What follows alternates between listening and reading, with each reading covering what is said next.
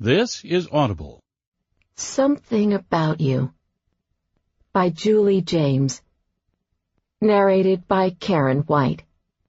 Copyright 2010 by Julie James. This unabridged audiobook is recorded by arrangement with the Berkeley Publishing Group, a member of Penguin Group USA Incorporated, and was produced in the year 2012 by Tantor Media Incorporated, which holds the copyright thereto. 1. 30,000 hotel rooms in the city of Chicago, and Cameron Lynde managed to find the one next door to a couple having a sex marathon. Yes! Oh, yes! Yes! Cameron pulled the pillow over her head, thinking, as she had been thinking for the past hour and a half, that it had to end sometime. It was after 3 o'clock in the morning, and while she certainly had nothing against a good round of raucous hotel sex, this particular round had gone beyond raucous and into the ridiculous about 14, oh gods ago. More important, even with the discounted rate they gave federal employees, overnights at the peninsula weren't typically within the monthly budget of an Assistant U.S. attorney, and she was starting to get seriously PO'd that she couldn't get a little peace and quiet. Bam! Bam! Bam! The wall behind the king-sized bed shook with enough force to rattle her headboard, and Cameron cursed the hardwood floors that had brought her to such circumstances. Earlier in the week, when the contractor had told her that she would need to stay off her refinished floors for 24 hours, she had decided to treat herself to some much-needed pampering. Just last week, she had finished a grueling 3-month racketeering trial against 11 defendants charged with various organized criminal activities, including 7 murders and 3 attempted murders. The trial had been mentally exhausting for everyone involved, particularly her and the other Assistant U.S. attorney who had prosecuted the case. So when she'd learned that she needed to be out of her house while the floors dried, she had seized on the opportunity to turn it into a weekend getaway. Maybe other people would have gone somewhere more distant or exotic than a hotel 3 miles from home, but all Cameron had cared about was getting an incredibly overpriced but fantastically rejuvenating massage, followed by a tranquil night of R&R, and then in the morning a brunch buffet, again incredibly overpriced, where she could stuff herself to the point where she remembered why she made it a general habit to stay away from brunch buffets. And the perfect place for that was the peninsula. Or so she had thought. Such a big, mad man. Right there. Oh, yeah, right there. Don't stop. The pillow over her head did nothing to drown out the woman's voice. Cameron closed her eyes in a silent plea. Dear Mr. Big and Bad, whatever the hell you're doing, don't you move from that spot until you get the job done.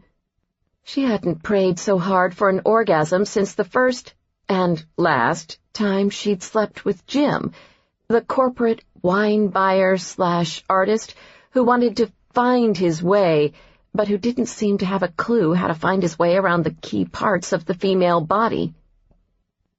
The moaning that had started around 1:30 a.m. was what had woken her up. In her groggy state, her first thought had been that someone in the room next door was sick. But quickly following those moans had been a second person's moans, and then came the panting and the wall-banging and the hollering, and then that part that sounded suspiciously like a butt-cheek being spanked, and somewhere around that point she had clued into the true goings-on of room 1308. Whamma, whamma, whamma, whamma, whamma, whamma. The bed in the room next door increased its tempo against the wall, and the squeaking of the mattress reached a new, feverish pitch. Despite her annoyance, Cameron had to give the guy credit, whoever he was, for having some serious staying power. Perhaps it was one of those Viagra situations, she mused. She had heard somewhere that one little pill could get a man up and running for over 4 hours. She yanked the pillow off her head and peered through the darkness at the clock on the nightstand next to the bed. 3:17. If she had to endure another 2 hours and 15 minutes of this stuff, she just might have to kill someone, starting with the front desk clerk who had put her in this room in the first place. Weren't hotels supposed to skip the 13th floor anyway? Right now she was wishing she was a more superstitious person and had asked to be assigned another room. In fact, right now she was wishing she'd never come up with the whole weekend getaway idea and instead had just spent the night at Colin's or Amy's. At least then she'd be asleep instead of listening to the cacophonous symphony of grunting and squealing. Oh yes, the girl was actually squealing now. That was the current soundtrack of her life. Plus, Colin made a mean cheddar and tomato egg white omelet that, while likely not quite the equivalent of the delicacies one might find at the Peninsula Buffet, would have reminded her why she'd made it a general habit to let him do all the cooking when the three of them lived together their senior year of college. Wee whamma whamma bam! Wee whamma whamma bam! Cameron sat up in bed and looked at the phone on the nightstand. She didn't want to be that kind of guest that complained about every little blemish in the hotel's 5-star service. But the noise from the room next door had been going on for a long time now, and at a certain point she felt as though she was entitled to some sleep in her nearly $400 per night room. The only reason the hotel hadn't already received complaints, she guessed, was due to the fact that 1308 was a corner room with no one on the other side. Cameron was just about to pick up the phone to call the front desk when, suddenly, she heard the man next door call out the glorious sounds of her salvation. Smack! Smack! Oh, shit! I'm coming! A loud groan, and then, blessed silence. Finally, Cameron fell back onto the bed. Thank you, Peninsula Hotel gods, for granting me this tiny reprieve. I shall never again call your massages incredibly overpriced, even if we all know it doesn't cost $195 to rub lotion on someone's back. Just saying. She crawled under the covers and pulled the cream-down duvet up to her chin. Her head sank into the pillows, and she lay there for a few minutes as she began to drift off. Then she heard another noise next door, the sound of the door shutting. Cameron tensed. And then, nothing. All remained blissfully still and silent, and her final thought before she fell asleep was on the significance of the sound of the door shutting. She had a sneaking suspicion that somebody had just received a 5-star booty call. Bam! Cameron shot up in bed, the sound from next door waking her right out of her sleep. She heard muffled squealing, and the bed slammed against the wall again, harder and louder than ever, as if its occupants were really going at it this time. She looked at the clock. 4:08. She'd been given a whopping 30-minute reprieve. Not wasting another moment. Frankly, she'd already given these jokers far too much of her valuable sleep time. She reached over and turned on the lamp next to the bed. She blinked as her eyes adjusted to the sudden burst of light. Then she grabbed the phone off the nightstand and dialed. After one ring, a man answered pleasantly on the other end. "Good evening, Miss Lynde. Thank you for calling Guest Services. How may we be of assistance?" Cameron cleared her throat, her voice still hoarse as her words tumbled out. "Look, I don't want to be a jerk about this, but you guys have got to do something about the people in room 1308.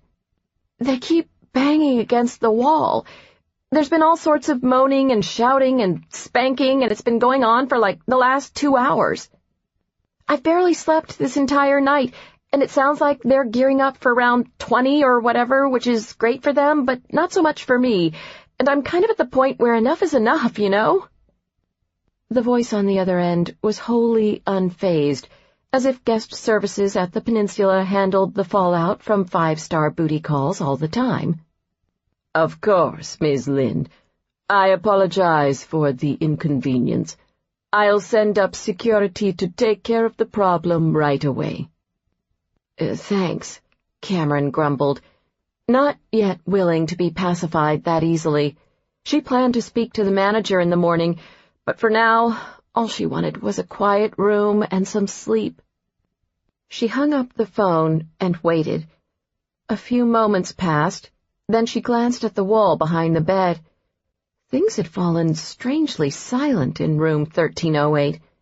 She wondered if the occupants had heard her calling guest services to complain. Sure, the walls were thin, as she definitely had discovered firsthand, but were they that thin? She heard the door to room 1308 open. The bastards were making their escape. Cameron flew out of her bed and ran to her door, determined to at least get a look at the sex fiends. She pressed against the door and peered through the peephole just as the door to the other room shut. For a brief moment, she saw no one. Then, a man stepped into view. He moved quickly, appearing slightly distorted through the peephole. He had his back toward her as he passed by her room, so Cameron didn't get the greatest look. She didn't know what the typical sex fiend looked like, but this particular one was on the taller side and stylish in his jeans, black corduroy blazer, and gray hooded t-shirt. He wore the hood pulled up, which was kind of unusual. As the man crossed the hallway and pushed open the door to the stairwell, something struck her as oddly familiar. But then he disappeared into the stairwell before she could place it. Cameron pulled away from the door. Something very strange was going on in room 1308. Maybe the man had fled the scene because he'd heard her call guest services and was abandoning his partner to deal with the fallout alone. A married man, perhaps? Regardless, the woman in 1308 was going to have some serious splaining to do once hotel security arrived. Cameron figured, since she already was awake, that is, that she might as well just sit it out right there at the peephole and catch the final act. Not that she was eavesdropping or anything, but okay, she was eavesdropping. She didn't have to wait long. 2 men dressed in suits, presumably hotel security, arrived within the next minute and knocked on the door to 1308. Cameron watched through the peephole as the security guards stared expectantly at the door, then shrugged at each other when there was no answer. "Should we try again?" the shorter security guard asked. The second guy nodded and knocked on the door. "Hotel security," he called out. No response. "Are you sure this is the right room?" asked the second guy. The first guy checked the room number, then nodded. "Yep, the person who complained said the noise was coming from room 1308. He glanced over at Cameron's room. She took a step back as if they could see her through the door. She suddenly felt very aware of the fact that she was wearing only her University of Michigan t-shirt and underwear. There was a pause. "Well, I don't hear a thing now," Cameron heard the first guy say. He banged on the door a third time, louder still. "Security! Open up!" Still nothing. Cameron moved back to the door and looked out the peephole once again. She saw the security guards exchange looks of annoyance. "They're probably in the shower," said the shorter guy. "Probably going at it again," the other one agreed. The 2 men pressed their ears to the door. On her side of the door, Cameron listened for any sound of a shower running in the next room, but heard nothing. The taller security guard sighed. "You know the protocol. We have to go in." Out of his pocket, he pulled what presumably was some sort of master key card. He slid it into the lock and cracked open the door. "Hello? Hotel security. Anyone in here?" he called into the room. He looked over his shoulder at his partner and shook his head. Nothing. He stepped farther in and gestured for the second guy to follow. Both men disappeared into the room, out of Cameron's view, and the door slammed shut behind them. There was a momentary pause, then Cameron heard one of the security men cry out through the adjoining wall. "Holy shit!" Her stomach dropped. She knew then that whatever had happened in 1308, it wasn't good. Uncertain what she should do, she pressed her ear to the wall and listened. "Try CPR while I call 911, one of the men shouted. Cameron flew off the bed. She knew CPR and raced to the door.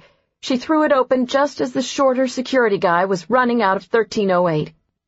Seeing her, he held up his hand, indicating she should stop right where she was. "Ma'am, please get back in your room." "But I thought I could help. "We've got it covered, ma'am. Now please step back into your room." He rushed off. Per the security guard's order, Cameron remained in her doorway. She looked around and saw that other people in the nearby rooms had heard the commotion and were peering into the hallway with mixed expressions of trepidation and curiosity. After what seemed like forever, but was probably only minutes, the shorter guy returned, leading a pair of paramedics pulling a gurney. As the trio raced past Cameron, she overheard the security guard explaining the situation. "We found her lying there on the bed. She was non-responsive, so we began CPR, but it doesn't look good." By this time, additional staff had arrived on the scene, and a woman in a gray suit identified herself as the hotel manager and asked everyone to remain in their rooms. Cameron overheard her tell the other members of the staff to keep the hallway and elevator bank clear. The 13th floor guests spoke amongst themselves in low murmurs, and Cameron caught snippets of conversations as a guest from one room would ask another if he or she knew what was happening. A hush fell over the crowd when the paramedics reappeared in the doorway of room 1308. They moved quickly, pulling the gurney out into the hall. This time, there was a person on that gurney. As they hurried past Cameron, she caught a glimpse of the person, a quick glimpse, but enough to see that it was a woman, and also enough to see that she had long red hair that fanned out in stark contrast to the white of both the sheet on the gurney and the hotel bathrobe she wore. And she saw enough to see that the woman wasn't moving. While one of the paramedics pushed the gurney, the other ran alongside it, pumping oxygen through a handheld mask that covered the woman's face. The two security guards raced ahead of the paramedics, making sure the hallway was clear. Cameron, and apparently several of the other hotel guests as well, overheard the shorter guard saying something to the other about the police being on their way. At the mention of the police, a minor commotion broke out. The hotel guests demanded to know what was happening. The manager spoke above the fray.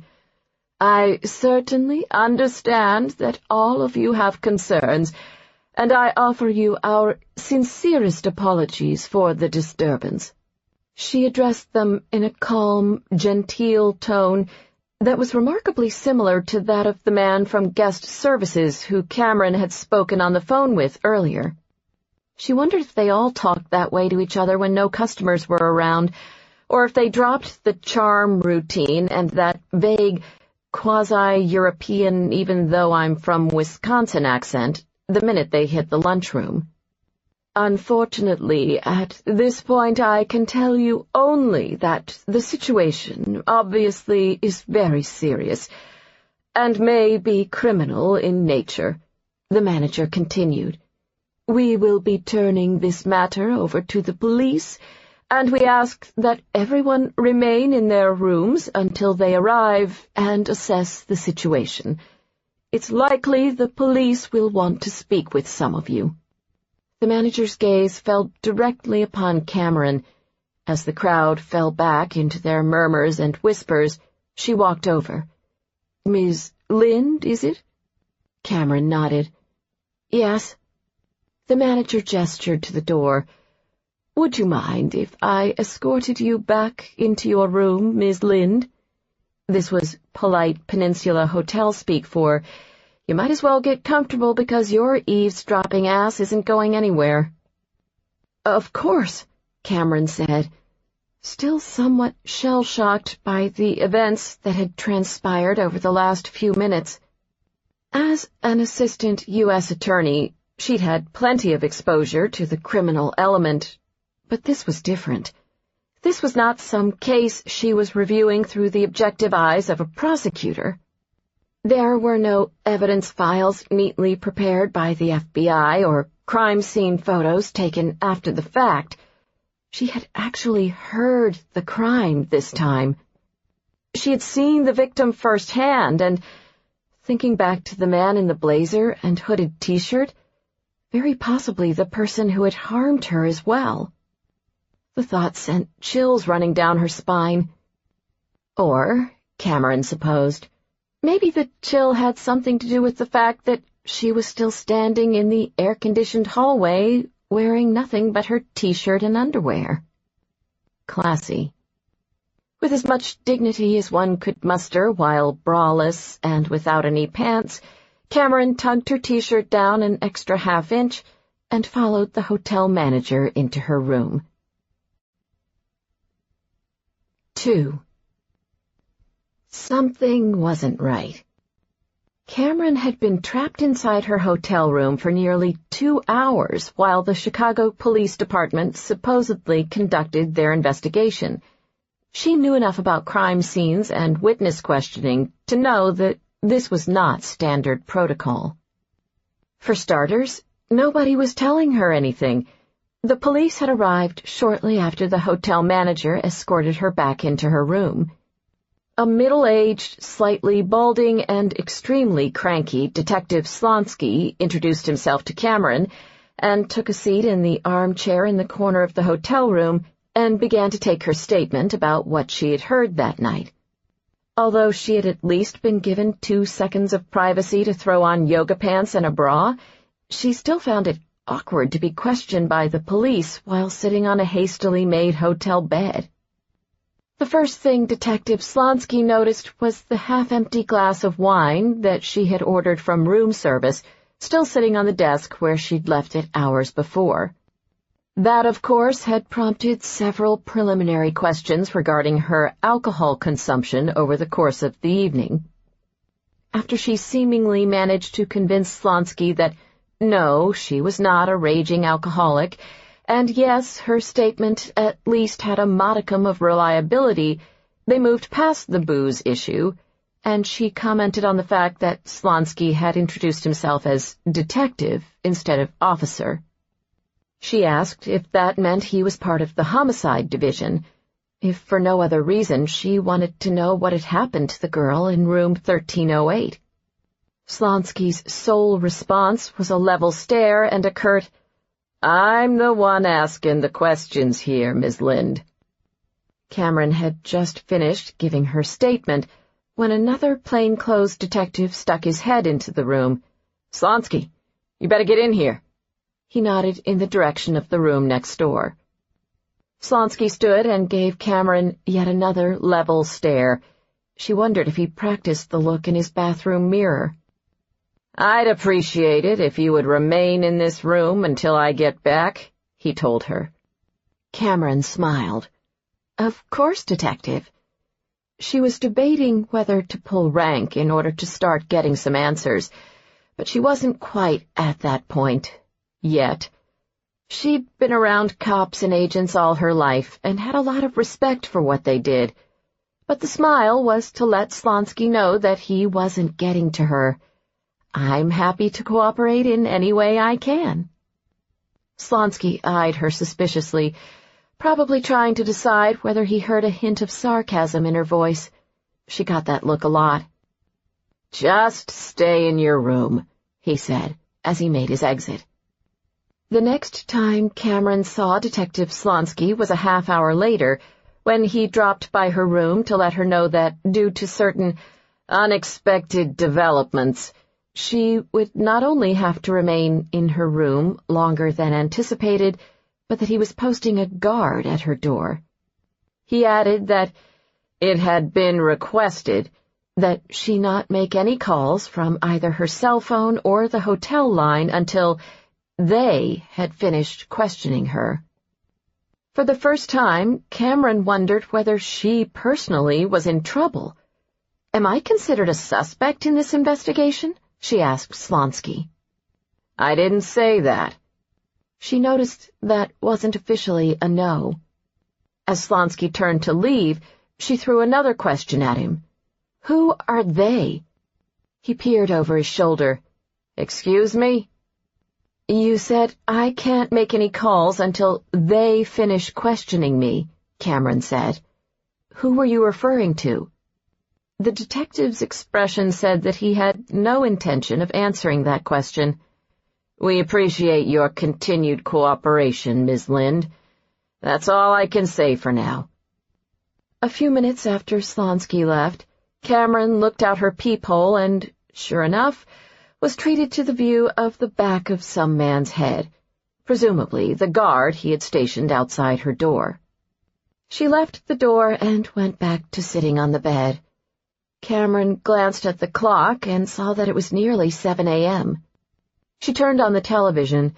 Slonsky hadn't said anything about not watching TV, after all, and hoped that maybe she would see something about whatever was happening on the news.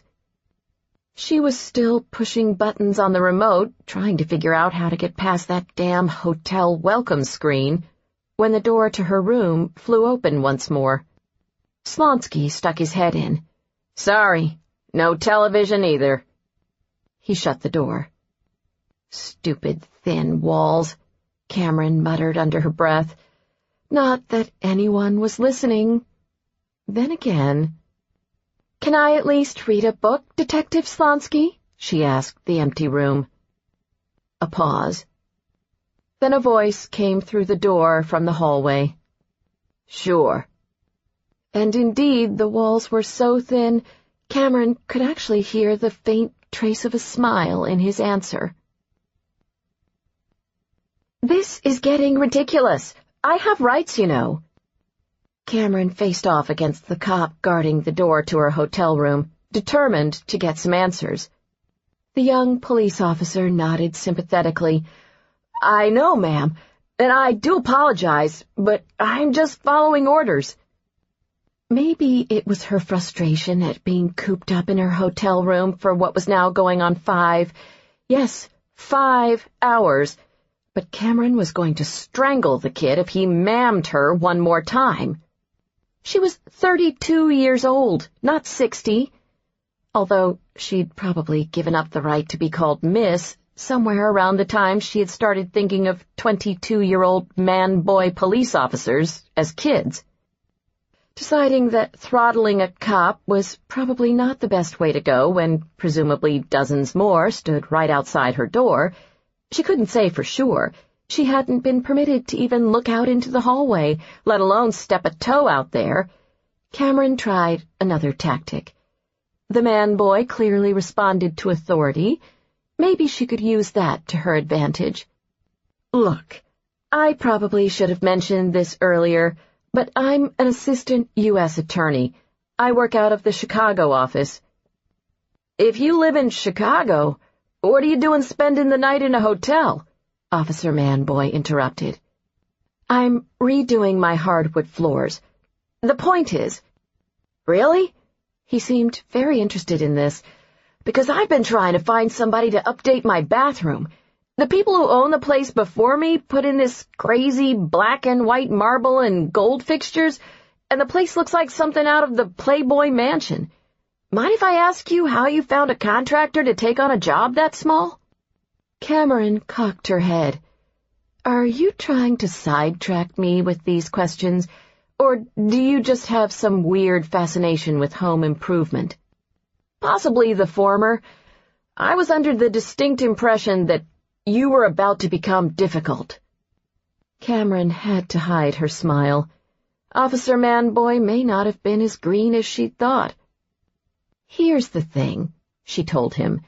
You can't keep me here against my will, especially since I've already given my statement to Detective Slonsky.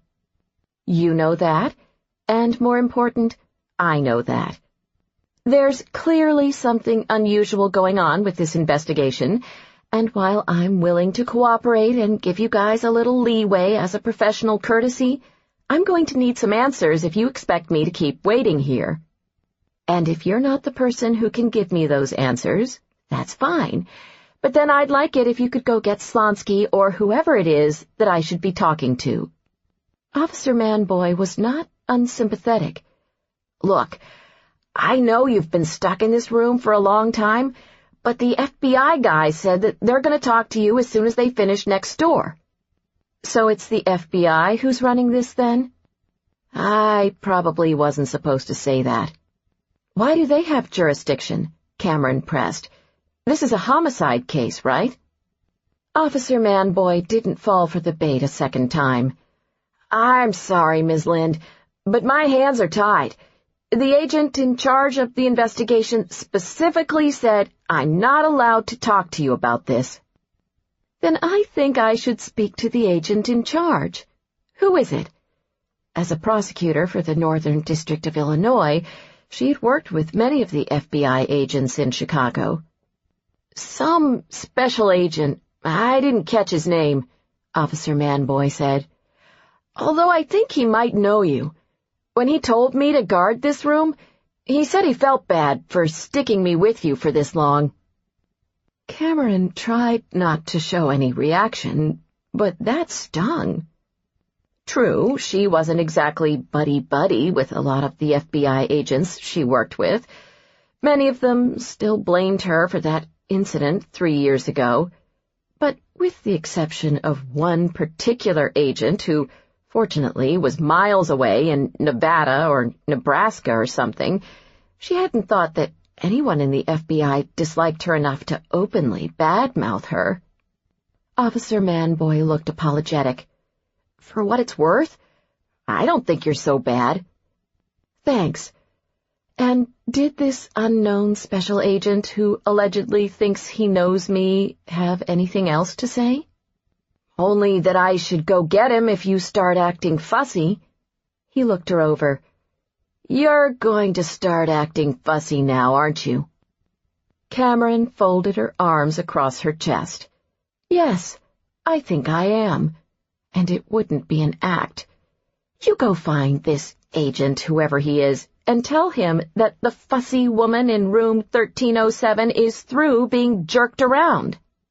And tell him that I would appreciate it very much if he could wrap up his little power trip and condescend to speak to me himself, because I would like to know how long he expects me to sit here and wait. For as long as I ask you to, Ms. Lynde. The voice came from the doorway. Cameron had her back to the door, but she would have recognized that voice anywhere, low and smooth as velvet. It couldn't be. She turned around and took in the man standing across the room from her. He looked exactly the same as he did the last time she'd seen him 3 years ago. Tall, dark, and scowling. She didn't bother to mask the animosity in her voice. Agent Pallas, I didn't realize you were back in town. How was Nevada? Nebraska. From his icy look, Cameron knew that her day, which had already been off to a most inauspicious start, had just gotten about 50 times worse. 3. Cameron watched warily as Jack, a.k.a. FBI Special Agent Pallas, looked over at Officer Manboy. "Thank you, officer. I can take it from here," he said. The police officer made a hasty retreat, leaving her alone in the hotel room with Jack. His gaze was stone cold. "This is quite a mess you've gotten yourself involved in." Cameron straightened up. 3 years had passed, and he still managed to put her immediately on the defensive. "I would know. Thanks to you, I have no clue what I'm involved in." She paused, hating being out of the loop on whatever was going on. "What happened to the woman next door?" "She's dead." Cameron nodded. The presence of CPD detectives had pretty much given that away, but the confirmation of the woman's death shocked her nevertheless. She suddenly felt an overwhelming urge to get out of that hotel room, but she forced herself not to show any reaction in front of Jack. "I'm sorry to hear that," she said simply. He gestured to the chair in front of the desk. "Why don't you take a seat? I need to ask you some questions." "Do you intend to interrogate me, Agent Pallas?" "Do you intend to be uncooperative, Ms. Lynde?" She laughed hollowly. "Why? Are you going to get rough with me?" His eyes remained steely and dark. Cameron swallowed and made a mental note to be careful when taunting a man who carried a gun, and blamed her for nearly wrecking his career. She remembered the day 3 years ago when they'd first met to discuss the Martino case. She'd never worked with Jack before. At that point, she'd only been a prosecutor for a year, and he had been working undercover that entire time. She had been surprised, but eagerly so, when her boss assigned her the Martino investigation, one of the most high-profile cases in the district. Rob Martin, a.k.a. Roberto Martino, was widely known by both the Bureau and the U.S. Attorney's Office to be the head of one of the largest crime syndicates in Chicago. The problem had always been getting enough evidence to prove this, which is precisely where Special Agent Jack Pallas came in. Prior to their meeting, Cameron learned from her boss that Jack had worked undercover for 2 years to infiltrate Martino's organization, until the FBI had been forced to pull him out when his cover was blown. Her boss had not told her much about the extraction, other than that Jack had been cornered in a warehouse by 10 of Martino's men, had fought his way out, and had been shot in the process. She'd learned one other thing. By the time FBI backup arrived, Jack had already managed to kill 8 of Martino's men. He made quite an impression on her the first time he and his partner walked into her office. Cameron suspected nearly everyone who met Jack Pallas had the same reaction. With predatory brown eyes, nearly black hair, and dark facial scruff, he looked like the kind of guy that women and men should avoid in dark alleys. He had a cast on his right forearm, presumably an injury inflicted by Martino's men, and he wore a navy t-shirt and jeans instead of the standard-issue suit and tie most agents were expected to wear. From the look of him, she was not at all surprised the FBI had chosen him for undercover work. And 3 years later, as he stood across from her in that hotel room that suddenly seemed far too small, with his eyes glittering with a low simmering anger, and yes, even despite the standard-issue suit and tie he wore this time, he looked not one bit less dangerous. "I want to talk to a lawyer," Cameron said. "You are a lawyer," he said, "and you're not considered a suspect, so you're not entitled to one anyway." "What am I considered, then?" "A person of interest." This was bullshit. "Here's the deal. I'm tired and not in the mood to play games, so if you don't start telling me what's going on, I'm walking," Cameron said.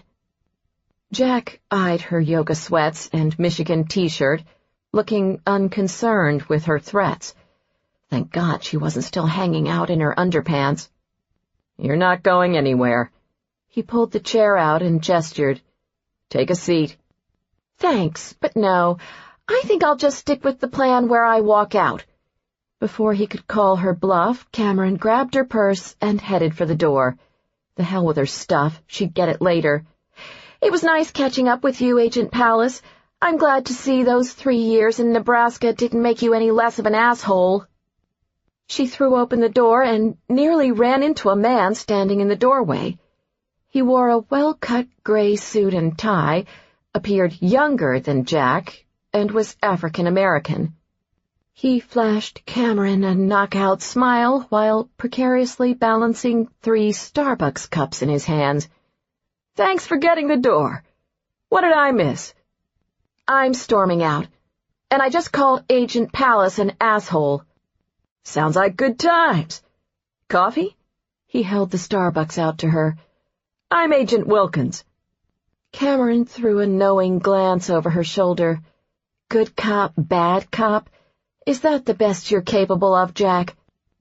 He stalked across the room and stopped in the doorway, towering over her. "You have no idea what I'm capable of," he said darkly. As he reached over and took one of the coffee cups from Wilkins, Cameron made a mental note to be careful when taunting a man who carried a gun, blamed her for nearly wrecking his career, and who was over a head taller than she was. She internally said a few profanities for her earlier decision to put on gym shoes. She needed at least 3-inch heels to face off against Jack Pallas, although that still would have only put her at his chin level. Not to mention that she would have looked like a major jackass wearing Manolos and yoga pants. Wilkins gestured with the coffee cups. "Do you two know each other?" "Ms. Lynde and I almost had the pleasure of working on a case together," Jack said. "Almost? What does that mean?" Wilkins turned to Cameron with a look of realization. "Wait a second. Cameron Lynde? I knew that name sounded familiar. Of course, from the U.S. Attorney's Office." His light brown eyes lit up as he laughed. "You're the one that Jack said had—" "I think we all recall just fine what Agent Pallas said," Cameron interrupted. 3 years ago, his words infamously had been broadcast all over the national news for nearly a week. She didn't need to hear them again, particularly not with him standing right beside her. The experience had been embarrassing enough the first time around. Wilkins nodded. "Sure, no problem." He looked between her and Jack. "So, this is awkward." Changing the subject, Cameron pointed to the coffee. "Is that regular or decaf?" "Regular. I heard you had a long night." She took one of the cups from him. She'd been up for 23 hours, and adrenaline wasn't cutting it anymore. She took a sip, sighing gratefully. "Thank you." Wilkins took a sip of his coffee. "See, that's all we are. Just 3 people having coffee and talking. So what do you say? Think you might want to stay and chat with us about what happened last night?" That almost got a smile out of Cameron. Wilkins, at least, appeared to be a pleasant, reasonable man. Too bad he'd drawn the short stick in his partner assignment. "That's not half bad," she told him. Wilkins grinned. "The coffee or the good cop routine?" "Both. If you would like to ask me some questions, Agent Wilkins, I'd be happy to cooperate." Cameron brushed past Jack as she turned and headed back into the room. He and Wilkins followed her as she took a seat in front of the desk. She crossed her legs and faced the 2 FBI agents head on. "All right, let's talk." If it had been anyone other than Cameron Lynde, Jack probably would have found her attitude amusing. But since it was Cameron Lynde, he wasn't laughing. In fact, there wasn't anything about the situation that he found even remotely funny. He decided to let Wilkins take the lead in questioning her about the events of the night before. Not because she very clearly wanted nothing to do with him. He could care less about Cameron Lynde's wishes. but rather because, not surprising, given their history, she responded better to his partner than to him. The investigation was his focus, and he was not about to let personal issues get in the way. When he and Wilkins had first arrived at the peninsula, and Detective Slonsky told them the name of the witness in room 1307, for a split second, Jack had thought the whole thing was a setup, some sort of welcome-back prank for his return to Chicago. And he still had considered this a possibility when they entered the crime scene. There was no body, after all. Slonsky said the paramedics had taken the victim to Northwestern Memorial in an attempt to revive her. Then he saw the videotape. After that, it was pretty clear to Jack that the call he had received at 5 a.m. from his boss, asking him to check out CPD's claims of what they thought they might have stumbled into, was indeed not part of some elaborate joke, and his first priority at this point was to determine whether the FBI had jurisdiction over the matter. Cameron Lynde was the key to answering that question. If Jack believed her story, the FBI would have no choice but to conduct its own investigation. For that reason, as much as he might have wanted nothing more than to pawn her off onto Wilkins, as the senior agent on the scene, he knew that wasn't an option. From his post in the corner of the room, Jack studied her. Not surprisingly, she looked exhausted, and for some reason, she seemed shorter than he remembered. Probably because all the times he'd seen her 3 years ago had been during work hours, and she'd been wearing heels. Yes, he remembered Cameron Lynde and her high heels. In fact, despite the fact that it had been 3 years since he'd last seen her, Jack was surprised at how accurate and detailed his memory of her had been. The long chestnut hair, the crystalline blue-green eyes, the attitude that he'd once, very briefly, found admirable. Then again, he shouldn't be surprised he'd remembered those things. After all, he was an FBI agent, and it was his job to remember details. And, he supposed, it didn't hurt that Cameron Lynde was, some men other than him might say, fucking gorgeous. Which, to Jack, only made it that much more annoying that she also happened to be a total bitch. Thankfully, the long chestnut hair currently was pulled back into a ponytail, and the blue-green eyes had dulled a little given her lack of sleep. The yoga pants and Michigan t-shirt she wore were actually kind of cute, but because of the aforementioned bitch factor, he ignored this. So when they woke me up the second time, Cameron was saying, that's when I decided to call guest services. I want to step back for a moment. Jack's interruption from the corner of the room startled Cameron. It was the first time he'd spoken since she'd begun giving her statement. Tell me what you heard right before you fell asleep. Before the noises next door started up again, he said. Cameron hesitated. He knew she didn't want to answer his questions. She probably didn't want to say anything to him at all, in fact. But now that she'd started cooperating, she didn't have much choice. I heard the door shut, as if someone was leaving the room, she said. Are you sure it was the exterior door you heard? Jack asked. Yes. But you didn't check to see if anyone left at that time? Cameron shook her head. No. Then the room went quiet for a while, for about a half hour or so. Tell me about the noises that woke you up. Cameron turned to face him, now that he had taken over the questioning. What would you like to know, Agent Pallas? She asked mock politely. I just told you. I'd like to know what you heard. Pretty much the same things I heard coming from the room the first time, she said with an air of defiance. Jack cocked his head. Really? You said the first time around, you heard the people next door having sex. Yes, I think the ass slapping and the screams of "I'm coming" gave that away. Jack stepped out from the corner to approach her. So, when you woke up the second time, did you hear any asses being slapped? No.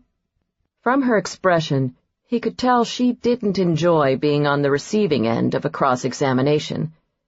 How about the "I'm coming" screams? Any more of those?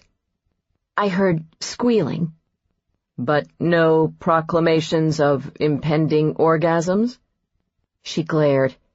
You made your point, Agent Pallas. He drew closer and stared down at her.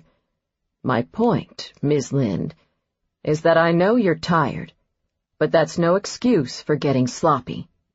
Cameron's eyes filled with anger, but then she paused for a moment and nodded. Fair enough. She looked over at the wall she shared with room 1308. When I woke up the second time, I heard the bed banging against the wall, louder than before, but only a couple of times.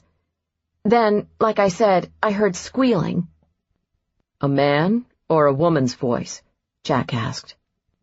A woman. The sound was muffled, as if her face was covered by a blanket or pillow.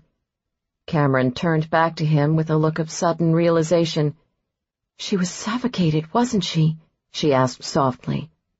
Jack debated whether to answer this, but he knew he eventually would have to fill her in anyway. Yes. Cameron bit her lip. I just thought they were trying to be quieter about it. I didn't realize. She took a deep, steadying breath. You couldn't have known, Wilkins assured her. Jack threw him a look. Enough with the good cop already. She was a big girl, she could handle it. You told Detective Slonsky that you called security, and the room went quiet again. And then I heard the door open, so I ran and looked out the peephole, Cameron said.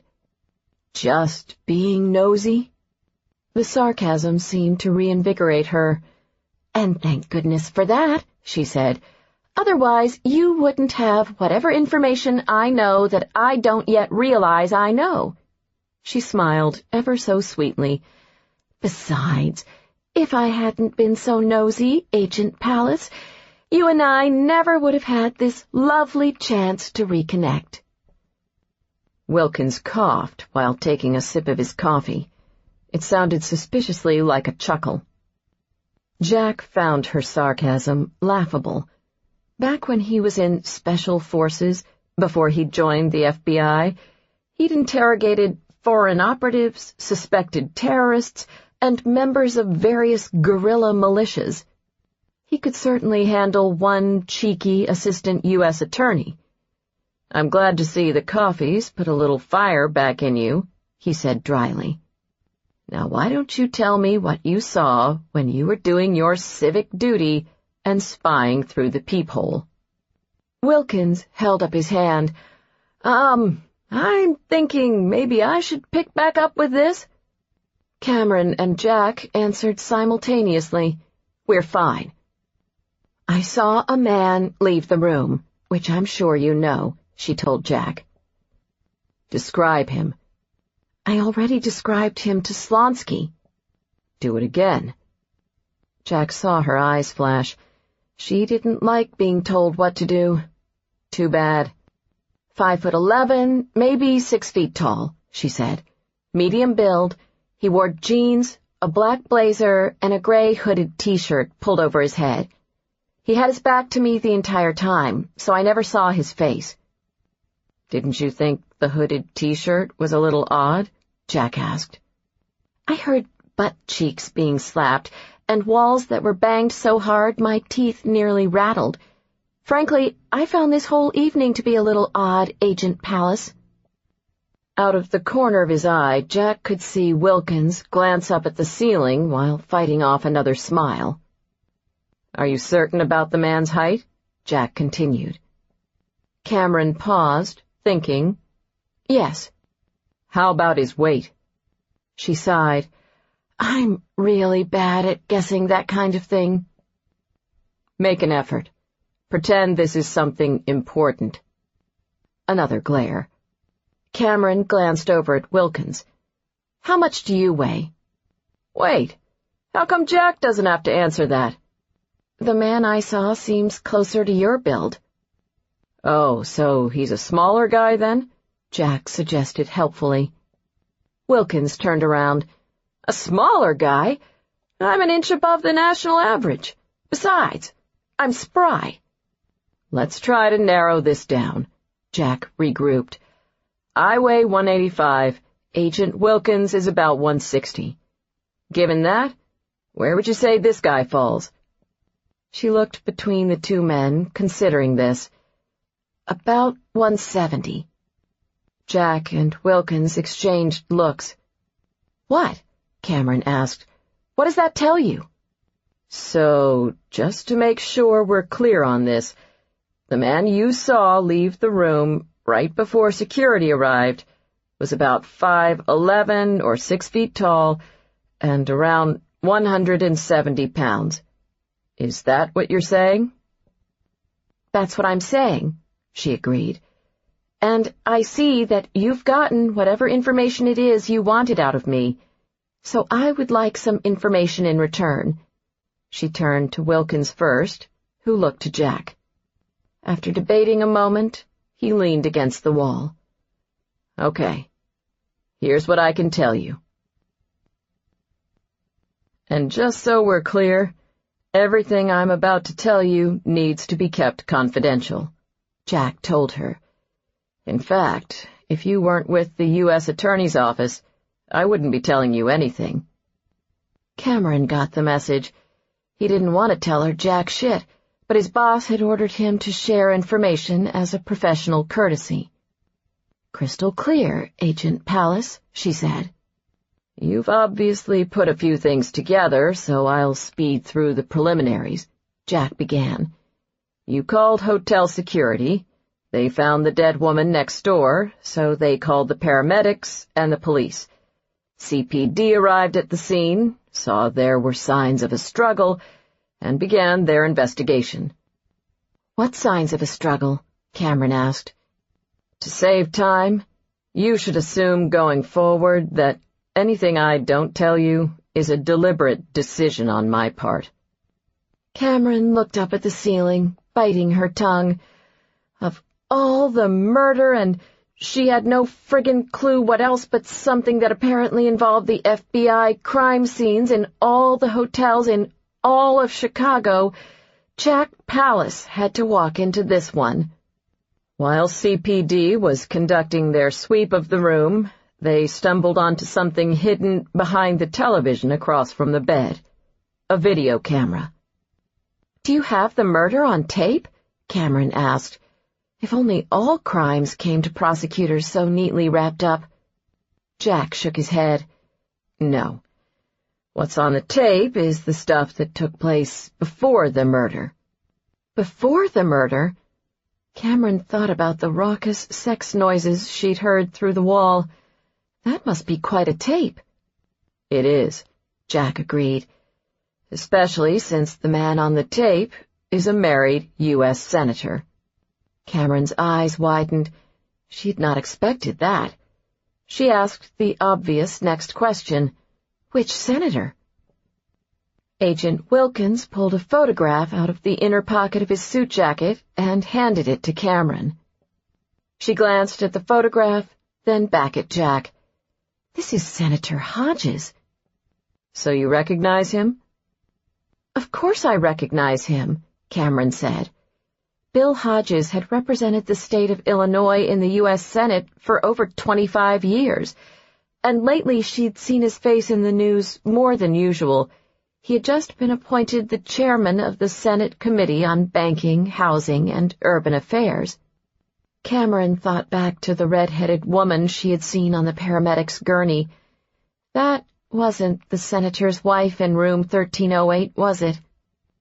No, it wasn't, Jack said. Who was she? Let's just say that Senator Hodges was paying to have a lot more than his hardwood floors done last night. Nice. A prostitute? I think women at her level generally prefer to call themselves escorts. How do you know this already? We have the escort services records. The senator had been seeing her regularly for almost a year now. Cameron got up and paced before the bed, working the scenario like a new case she'd been handed. So what's with the camera? Don't tell me the senator was stupid enough to think he could keep a sex tape secret. She stopped, thinking quickly.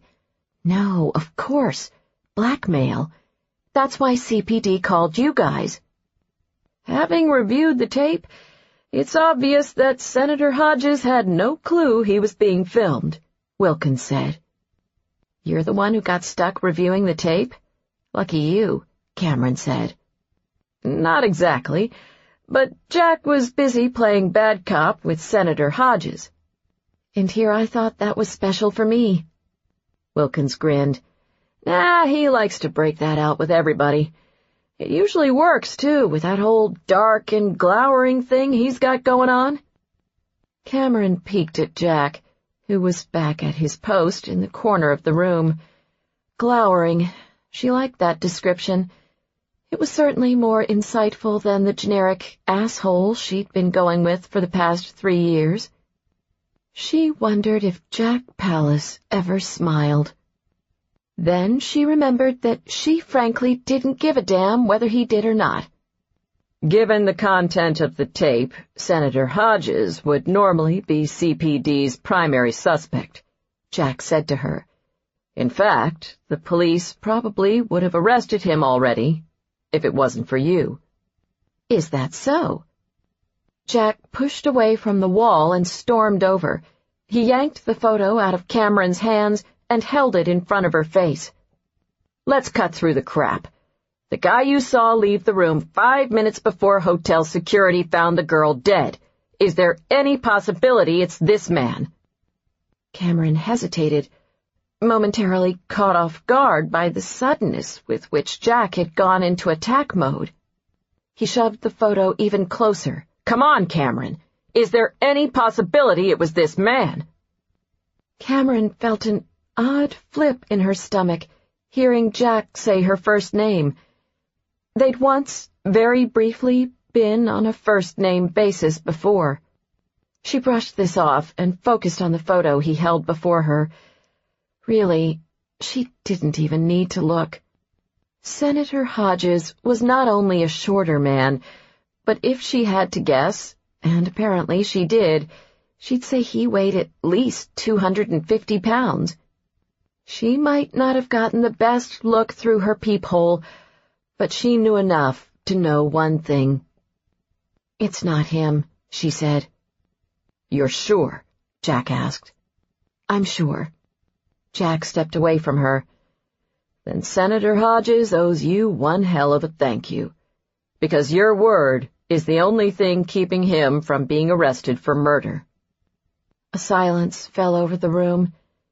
Doesn't he have some sort of alibi? Cameron asked. Jack remained silent. That clearly fell into the I'm not answering no stinkin' questions category. I'll take that as a no, Cameron said. How about if instead of questions, I just see if I can fill in the blanks? So this escort who's been sleeping with Senator Hodges, the married senior senator from Illinois, who just happened to be appointed the chairman of the Senate Banking Committee, Wilkins threw in. When he caught the look of death Jack shot him, he shrugged. What? I don't have your issues with her. Besides, I heard what Davis said. We're supposed to share, remember? Much glowering ensued. So this escort decides to get the senator on tape and use it as blackmail, Cameron continued. He meets her tonight. They do the deed. Many times. I'm still going with the Viagra theory on that, by the way. And the senator leaves. 20 minutes later, our mystery man shows up. There's a struggle, and he kills the woman. And since there's no sign of forced entry, we can assume the girl knew the murderer and let him into the room. How am I doing so far?" Wilkins nodded, impressed. "Not bad." "What I think," Jack told her, "is that you've had a long night, and we don't want to take up any more of your time. The FBI appreciates your cooperation, Ms. Lynde. We'll be in touch if there's anything further we need." Cameron watched as he turned and headed toward the door, apparently with the mistaken impression that there was nothing left for them to discuss. "Actually, I do have another question, Agent Pallas," she said. He looked back at her. "What might that be?" "Can I finally get out of this hotel room?" 4. When Agent Wilkins suggested that he and Jack drive her home from the hotel, Cameron reluctantly accepted. As much as she was eager to put some distance between herself and Jack, she didn't want him to think that his attitude was getting to her. Sitting in the back of Wilkins's car, at least she assumed it was Wilkins's car since he was the one driving, and she couldn't picture Jack owning a Lexus, she rested her head against the cool leather seat and looked out the window. She'd been stuck in that hotel room for so long that the brightness of the daylight had been jarring and surreal when she'd first stepped outside. It was nearly noon, which meant she was now going on almost 30 hours without sleep. She doubted even Starbucks had a fix for that.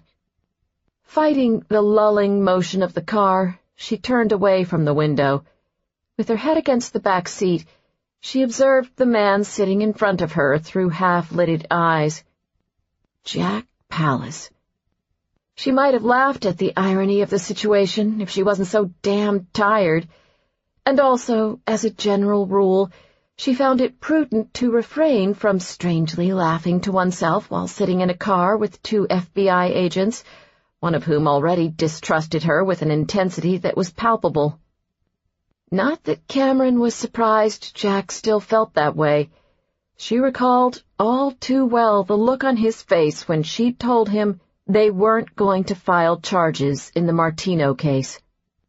It had been 3 years ago, late on a Friday afternoon. Earlier in the day, she had been called into a meeting with her boss, Silas Briggs, the U.S. Attorney for the Northern District of Illinois. He'd told her that he wanted to talk about the Martino case, and she assumed they were going to discuss the charges she planned to pursue against the various members of Martino's organization. What Silas told her instead came as a shock. "I've decided against filing charges," he declared. He said it as soon as she sat down, as if wanting to get through the conversation quickly. "Against Martino's men, or Martino himself?" Cameron asked, assuming at first that Silas meant he'd made an immunity deal with somebody, or several somebodies, in exchange for their testimony. "Against everybody," Silas said matter-of-factly. Cameron sat back in her chair, needing a moment to process this. "You don't want to file any charges?" "I realize that you're surprised by this." That was the understatement of the year. The FBI has been working on this case for over 2 years. With all the information Agent Pallas gathered while undercover, we have enough evidence to put Martino away for the rest of his life. Why wouldn't we prosecute? "You're young and eager, Cameron, and I like that about you.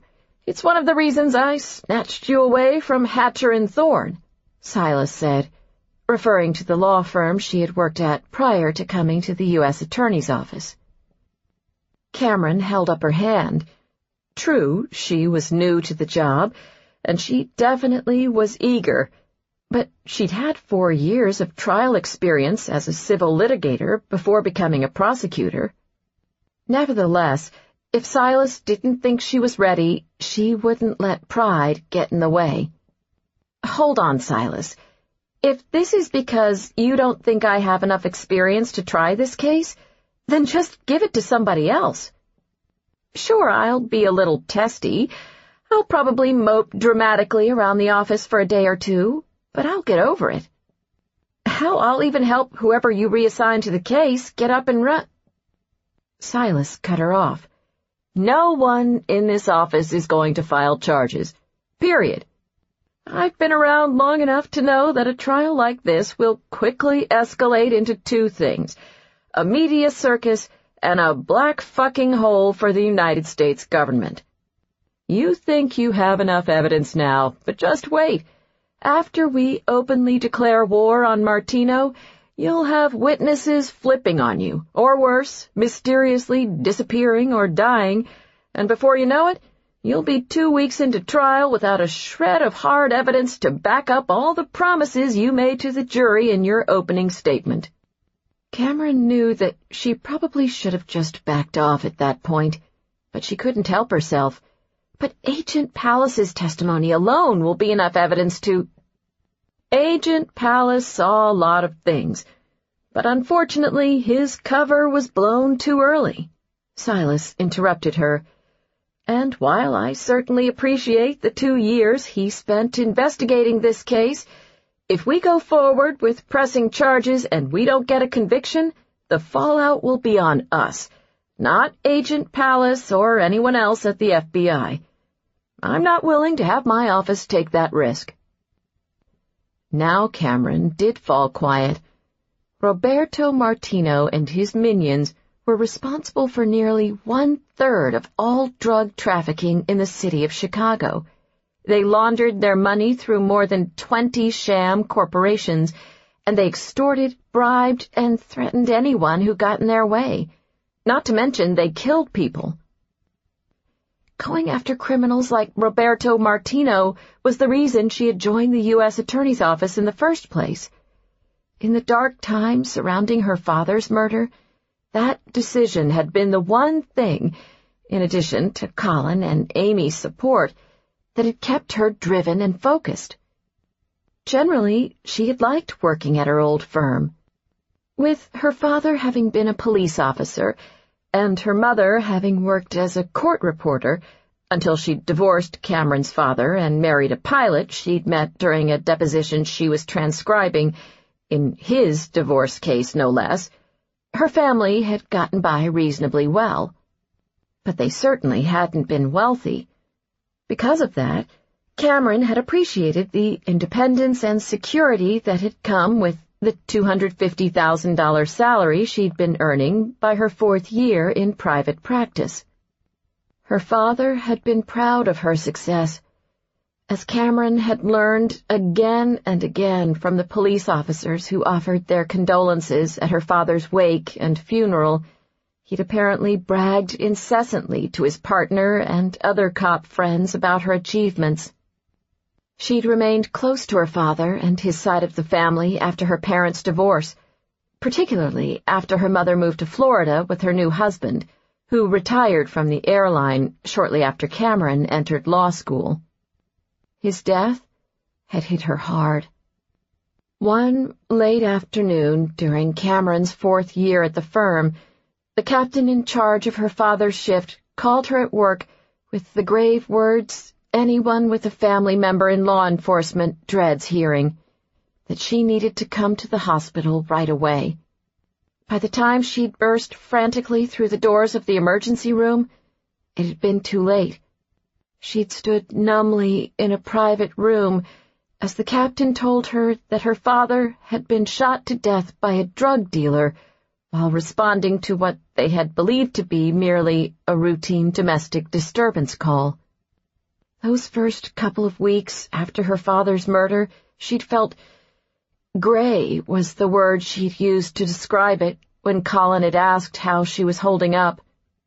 But then she'd pulled herself together and went back to the firm. In many senses, knowing how proud her father had been of her hard work had made it easier to do that. She knew he would want her to carry on, to keep going with her career as far as she could. But something had been missing. 4 weeks after the funeral, she was in court when she figured out what that something was. She'd been waiting to argue an evidentiary motion that once would have seemed particularly important, but after her father's death, it felt dismayingly insignificant. Then the court reporter called the case before hers. United States versus Markovitz. A simple felon in possession of a firearm case. It had been a straightforward court appearance, nothing flashy, a motion to suppress evidence filed by the defendant. Procedurally, the motion was very similar to the one Cameron herself was scheduled to argue that day, so she'd paid attention, wanting to gauge the judge's mood. After a brief oral argument, the judge ruled in favor of the government, and Cameron saw the look of satisfaction in the Assistant U.S. Attorney's eyes. Since her father had been killed, she hadn't once felt that same kind of satisfaction. But that morning, as she watched the defendant being escorted out of the courtroom wearing his handcuffs and orange jumpsuit, she felt as though something had been accomplished, no matter how small the degree. Justice had been served. The man who had shot and killed her father had been a felon too. Maybe if more had been done, maybe if that gun hadn't been on the streets, maybe if he hadn't been on the streets. She could do something about that, she'd realized. That very week, she applied for an Assistant U.S. Attorney position. One aspect of being a prosecutor Cameron hadn't anticipated, however, was the politics that often came into play with government jobs.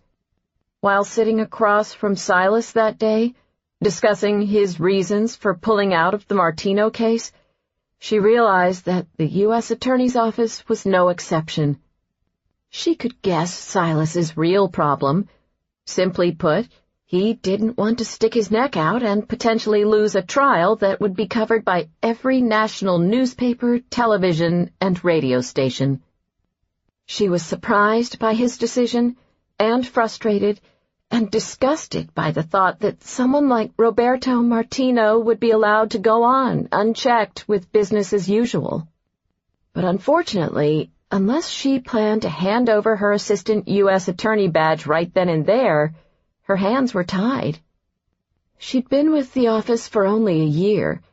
Openly challenging her boss on such an issue would not be the smartest move if she wanted to remain an employed crime fighter. So she kept her thoughts to herself. Okay, no charges. She got a pit in her stomach, saying the words out loud. "I'm glad you understand," Silas said with a nod of approval. "And there's one last thing. I haven't had the chance to speak to anyone at the Bureau about this. Somebody needs to tell Agent Pallas and the others that we're pulling out of the Martino case. I thought, since you seem to have a good rapport with him, that it should be you." Now that was a conversation Cameron wanted no part of. "I think it might be more appropriate if Agent Pallas heard this directly from you, Silas, especially given everything he went through in this investigation."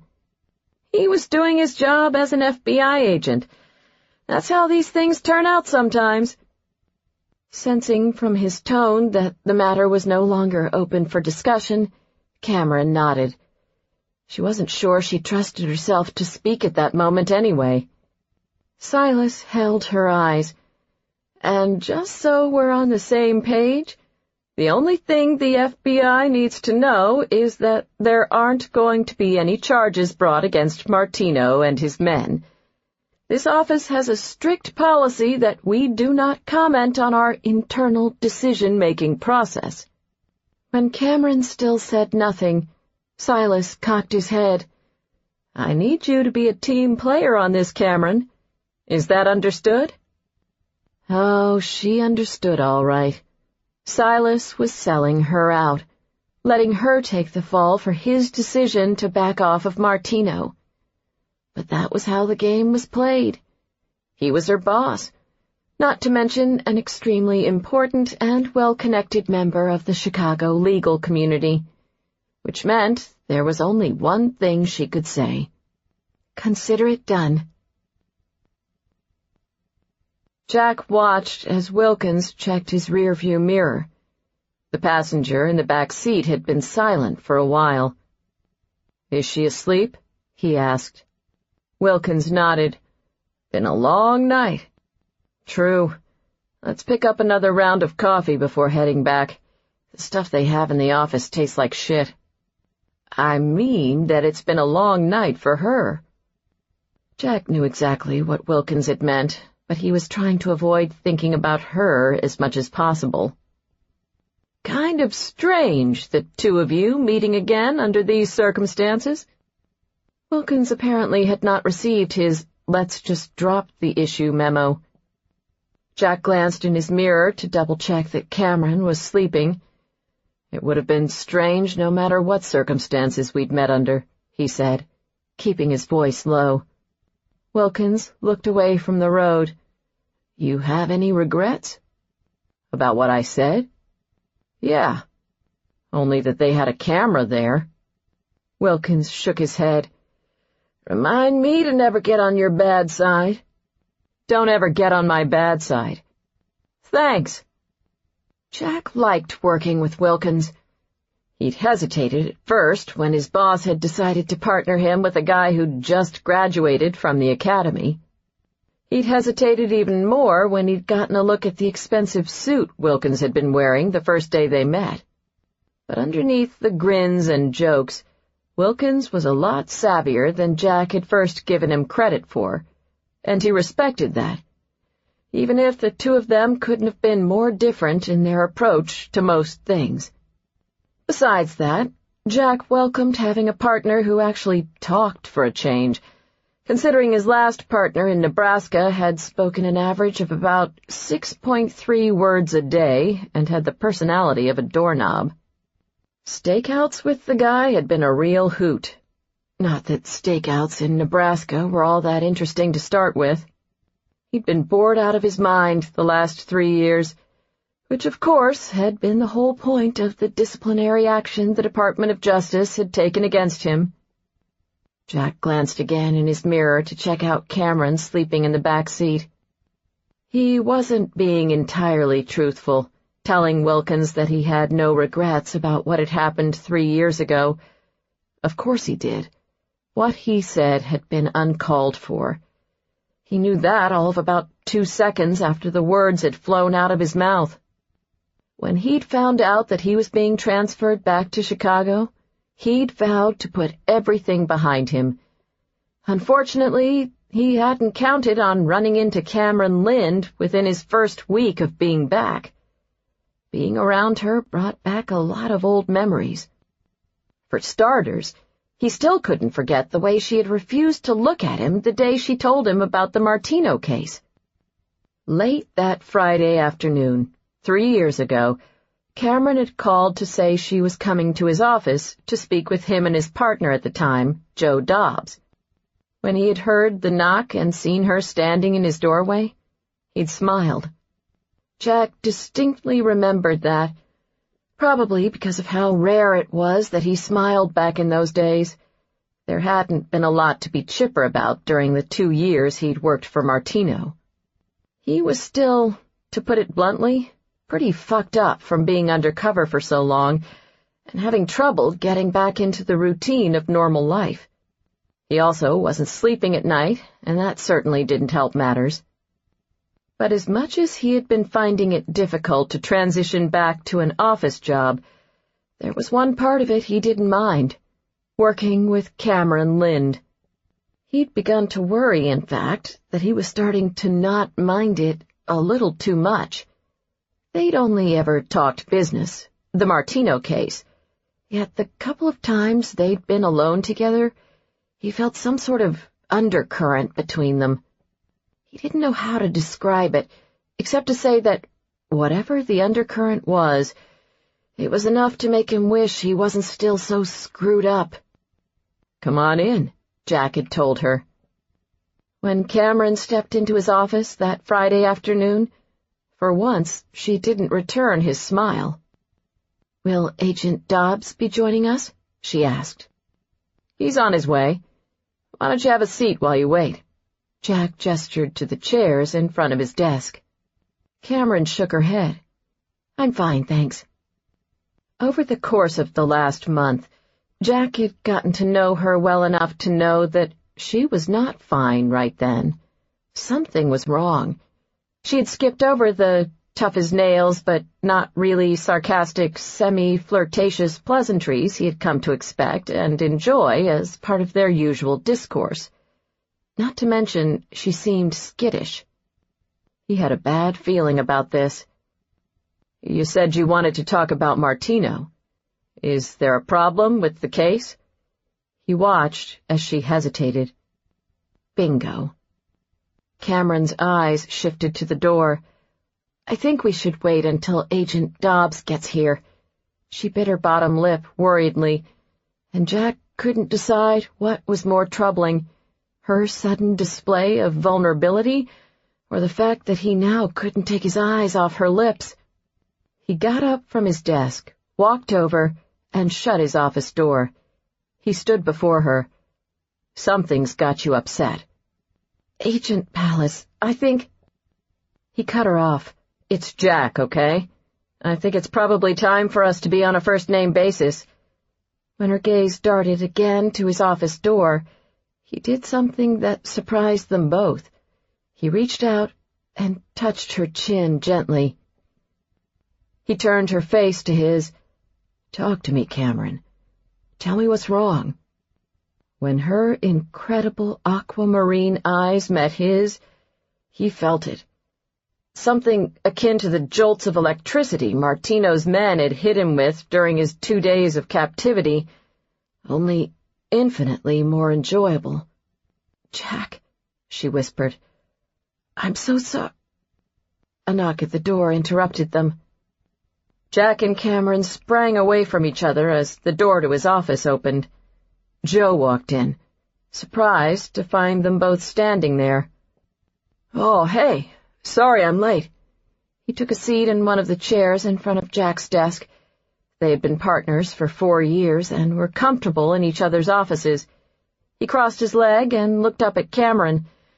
Jack said you wanted to talk to us about Martino? I do, Cameron said. She sounded stiff and nervous again, and oddly focused her attention on Joe. I wanted to let you know that we've made a decision. We won't be filing charges against Roberto Martino, or anyone else in his organization for that matter. There was a silence in the room. Jack broke it. You can't be serious. Cameron still didn't look at him. I realize this isn't the result either of you expected. What do you mean you're not going to file any charges? Joe asked. He had been the liaison between Jack and the Bureau during the 2 years Jack had been undercover, and knew all the dirt they'd dug up on Martino.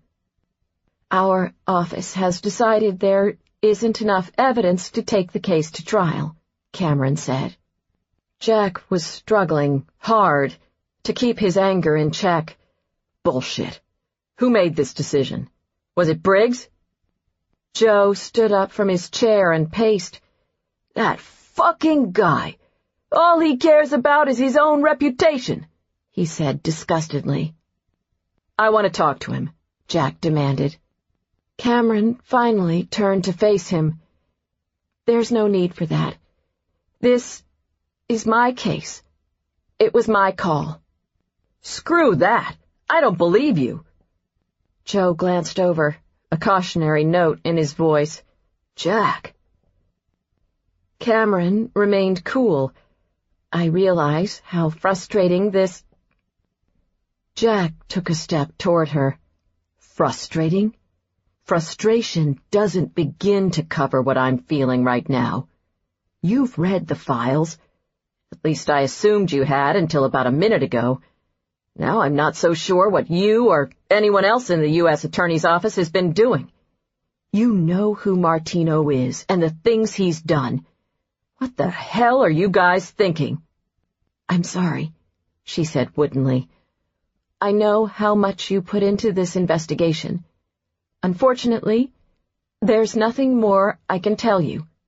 Sure there is. You can tell me who the hell Martino paid off in the U.S. Attorney's Office to make this miracle happen. If Briggs didn't make this decision, then— Jack paused to give Cameron a scrutinizing once-over. What do you think, Joe? Should we do a little digging into Ms. Lynde's accounts? See if she's had any unusually large deposits lately? Cameron walked over and stared him dead in the eyes. You are way out of line with that, Agent Pallas. Joe moved between them. Okay, I think we all need to take a step back for a moment and cool down. Jack ignored him. I want an explanation, he said again to Cameron. She stood her ground, holding his gaze angrily. Fine. You blew your cover too early. I hope that explanation satisfies you, because it's the only one I can give you. A wave of fury washed over him, and guilt. Her words struck a nerve. Although he'd had no choice, he still blamed himself every day for the fact that his cover had been blown. Jack's voice was ice-cold. Get out of my office. I was just leaving, Cameron said. But one last thing. If you ever have any concerns about where my loyalties lie, or regarding any dedication to my job, you can just ask me yourself, Agent Pallas. But if you poke around in my bank accounts, you better have either a court order or one hell of a defense attorney. She nodded at Joe in goodbye. Agent Dobbs? Then she turned and left without further word. Joe watched her go. I know you're angry, Jack, and I'm mad as hell too, but be careful. Cameron Lynde might be new to the office, but she's still an Assistant U.S. attorney. Probably not such a good idea to accuse her of corruption. Barely listening, Jack said nothing. All he could think about was one thing. 2 years of his life down the fucking drain. Joe sprang into action. All right, I'm going to talk to Davis, he said, referring to their boss, the special agent in charge. I'll see if I can find out what's really going on. He walked over and put his hand on Jack's shoulder. In the meantime, you need to calm the hell down. Go home, go get drunk, whatever. Just get out of this office before you say anything else you'll regret. Jack nodded. 2 years. In the elevator on his way out, he stared numbly at the doors, wondering if Cameron Lynde had any clue what he'd gone through to get all that evidence that she had just rendered meaningless. Yes, his cover had been blown, but only because, in a move that was 2 parts plain stupid and 1 part a piss fight over jurisdiction, the DEA had sent in their own undercover agent to make contact with Martino. Jack had figured out who the guy was in all of about 5 seconds. It took Martino 10. He'd ordered Jack to kill him. Now, Jack had done a lot of not-so-nice things in order to maintain his cover while working for Martino. But up to that point, he'd always managed to avoid actually killing anyone. But this time, Martino wanted the agent's body brought back to him. He planned to send a message to the DEA, and no amount of craftiness could get Jack out of having to produce an actual corpse. So he stalled. He was on his way to meet the DEA agent, warn him, and get them both the hell out of Dodge, when Martino's men grabbed them. They killed the DEA agent immediately. Martino stuck to his plan and had his men dump the body on the Chicago DEA office's doorstep that night. With Jack, he was less forgiving. Enough said. On the second day of Jack's captivity, however, Martino's men had made a fatal mistake. Actually, it was one man in particular who made the mistake.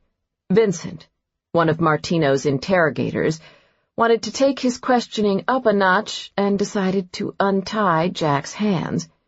Sure, he immediately re-disabled one of those hands by ramming a 9-inch carving knife all the way through Jack's forearm, pinning it to the chair, but he momentarily left his other hand free. For such stupidity, Martino surely would have killed Vincent himself. That is, if Jack hadn't choked the guy with his free hand, slid the knife back out of his forearm, and beaten him to it. Luckily for Jack, Vincent had been carrying a gun along with his knife.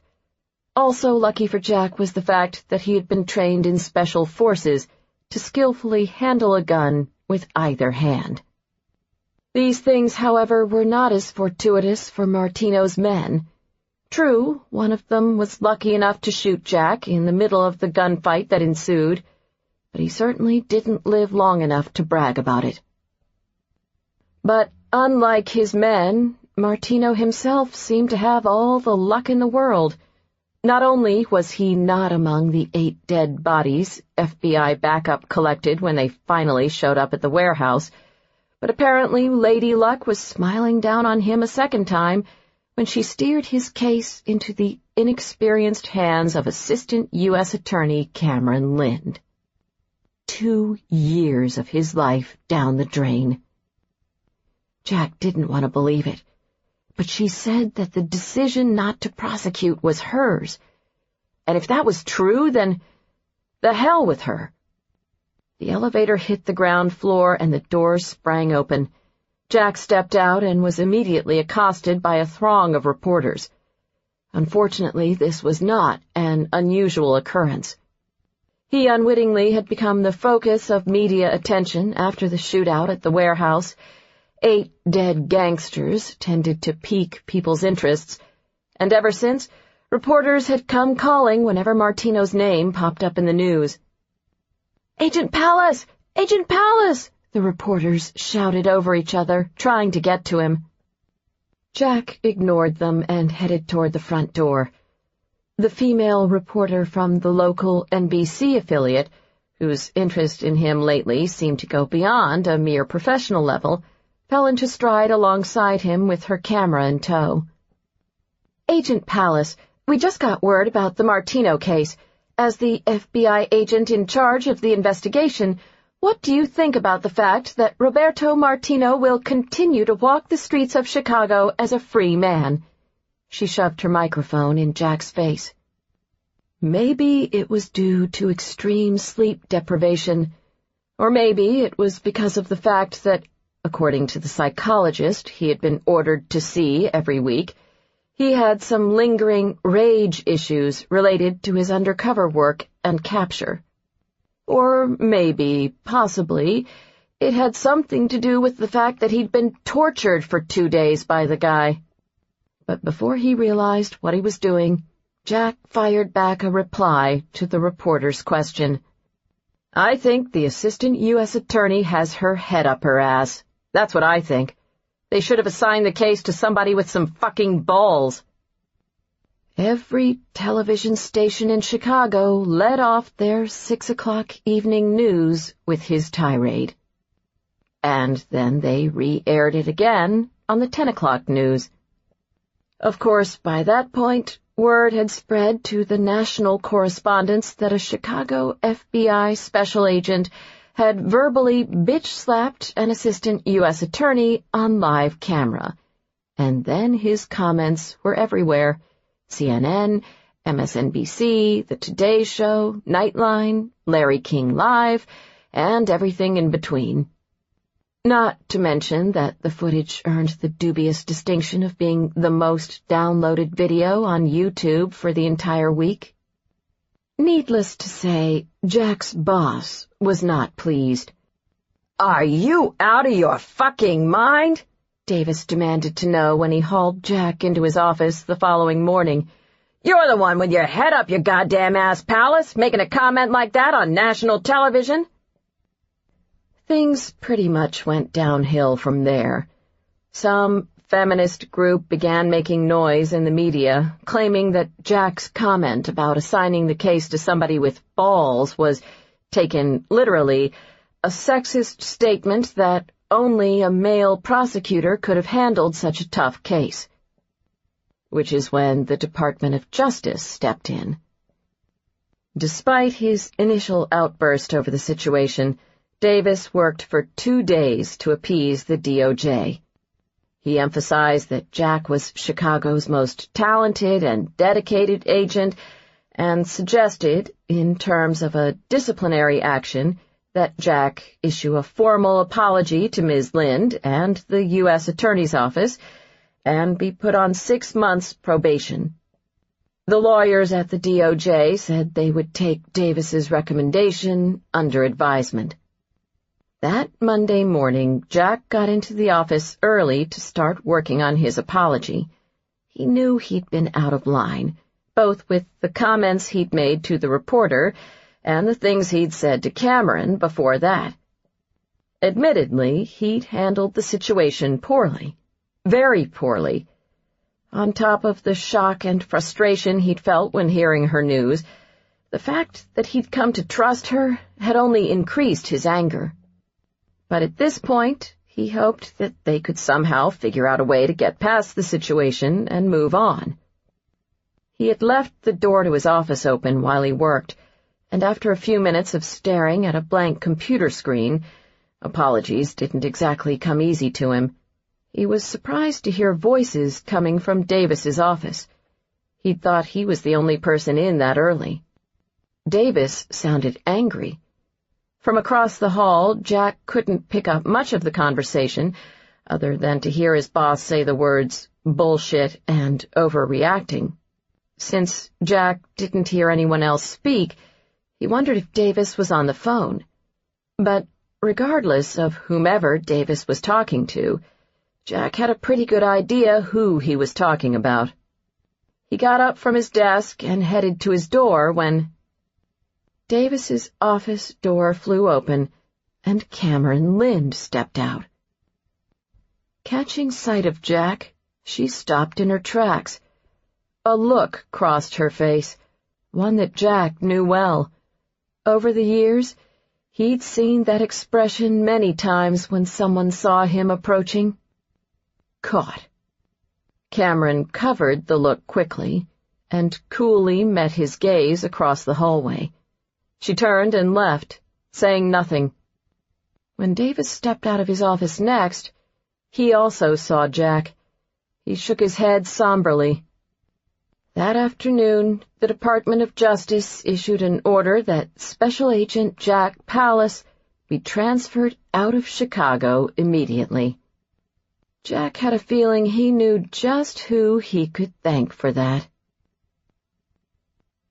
Whatever you're thinking about, you'd probably be better off leaving it in the past.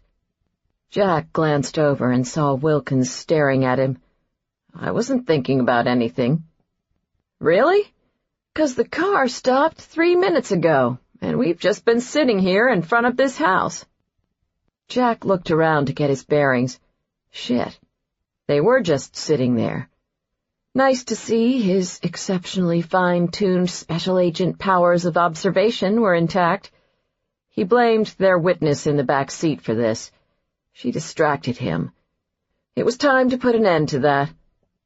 He called over his shoulder, "You're free to go, Ms. Lynde." No response. He turned around. "She's out like a light," Wilkins told him. "So do something about it." Wilkins peered into the rearview mirror. "Yoo-hoo, Cameron." "Yoo-hoo?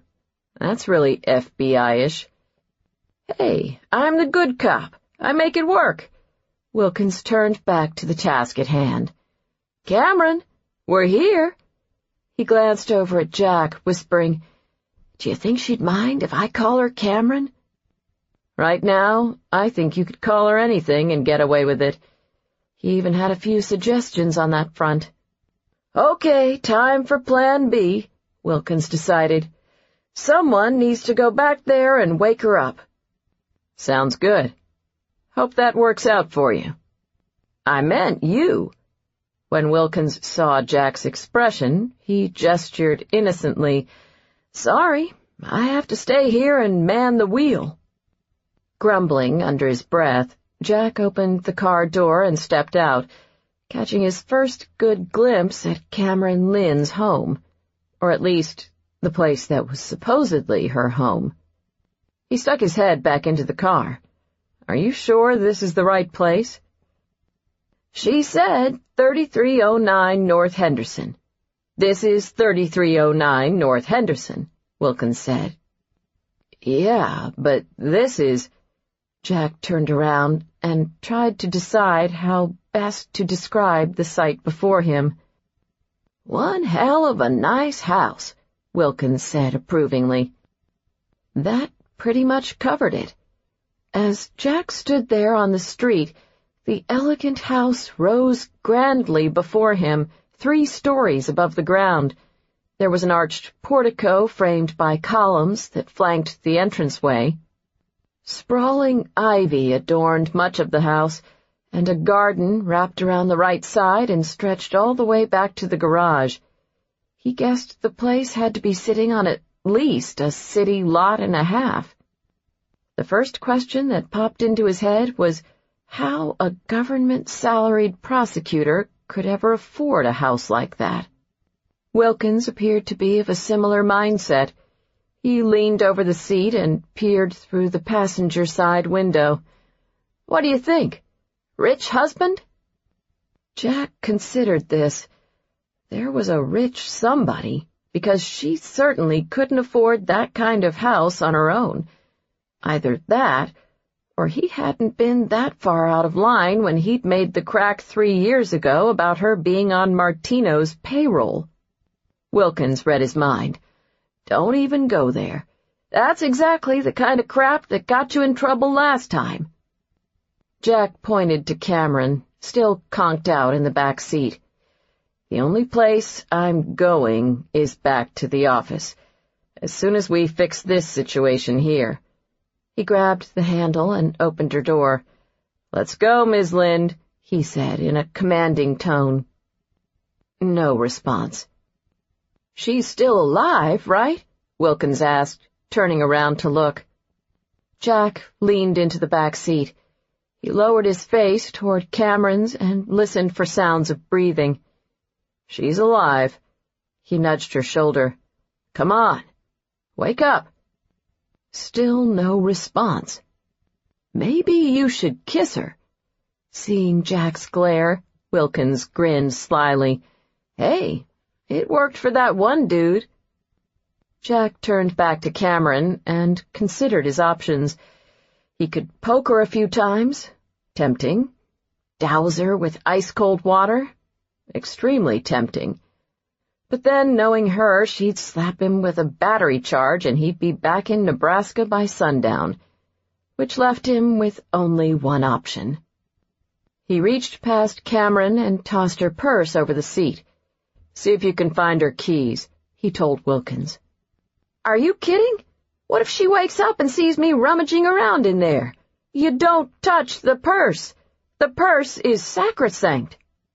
"Either find the keys or get back here and carry her yourself."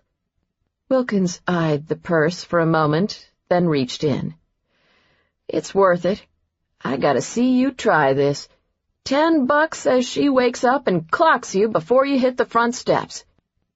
Jack gave that about 70-30 odds as well.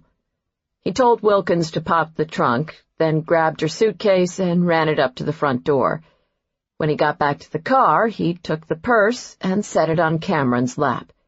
He got the keys from Wilkins and put them in his own pocket. Without further ado, he scooped her up into his arms and eased her out of the car. She settled against him, still sleeping, and her head fell against his shoulder. He carried her to the house, thinking that out of all the possible scenarios he had envisioned if he ever again ran into Cameron Lynde, this definitely had not been among them. He wondered what her neighbors must be thinking at the sight of him carrying her up the front steps in broad daylight, if any of them had the friggin' telescope they'd need to see across her little urban estate, that is. Jack glanced down. She looked so peaceful right then, and for a split second He found himself sympathizing over the long night she must have had. She'd held up amazingly well, all things considered. With one hand, he opened the wrought iron gate and carried her up the steps to the front door. Because of the size of the house, he thought it was a pretty safe bet that she lived with someone, and he wondered if that someone was about to come rushing out all concerned and scoop her away from him. It didn't happen. Jack reached into his pocket, pulled out her keys, and opened the front door. Still no half-crazed with worry boyfriend/husband/lover. He looked down at Cameron, snuggled up against his chest. Not that he cared, but whoever the guy was, he was kind of an asshole for not noticing that she'd been out of contact for the last 10 hours. "Cameron, wake up." His voice sounded oddly soft. He cleared his throat. "You're home." She stirred this time, and Jack set her down on the stoop, quick to put space between them. She stood there for a moment, groggy and uncertain, and peered up as if seeing him for the first time. "You?" "Me." She blinked, then threw an arm into the air, slurring her words tiredly. "Go. Pish off."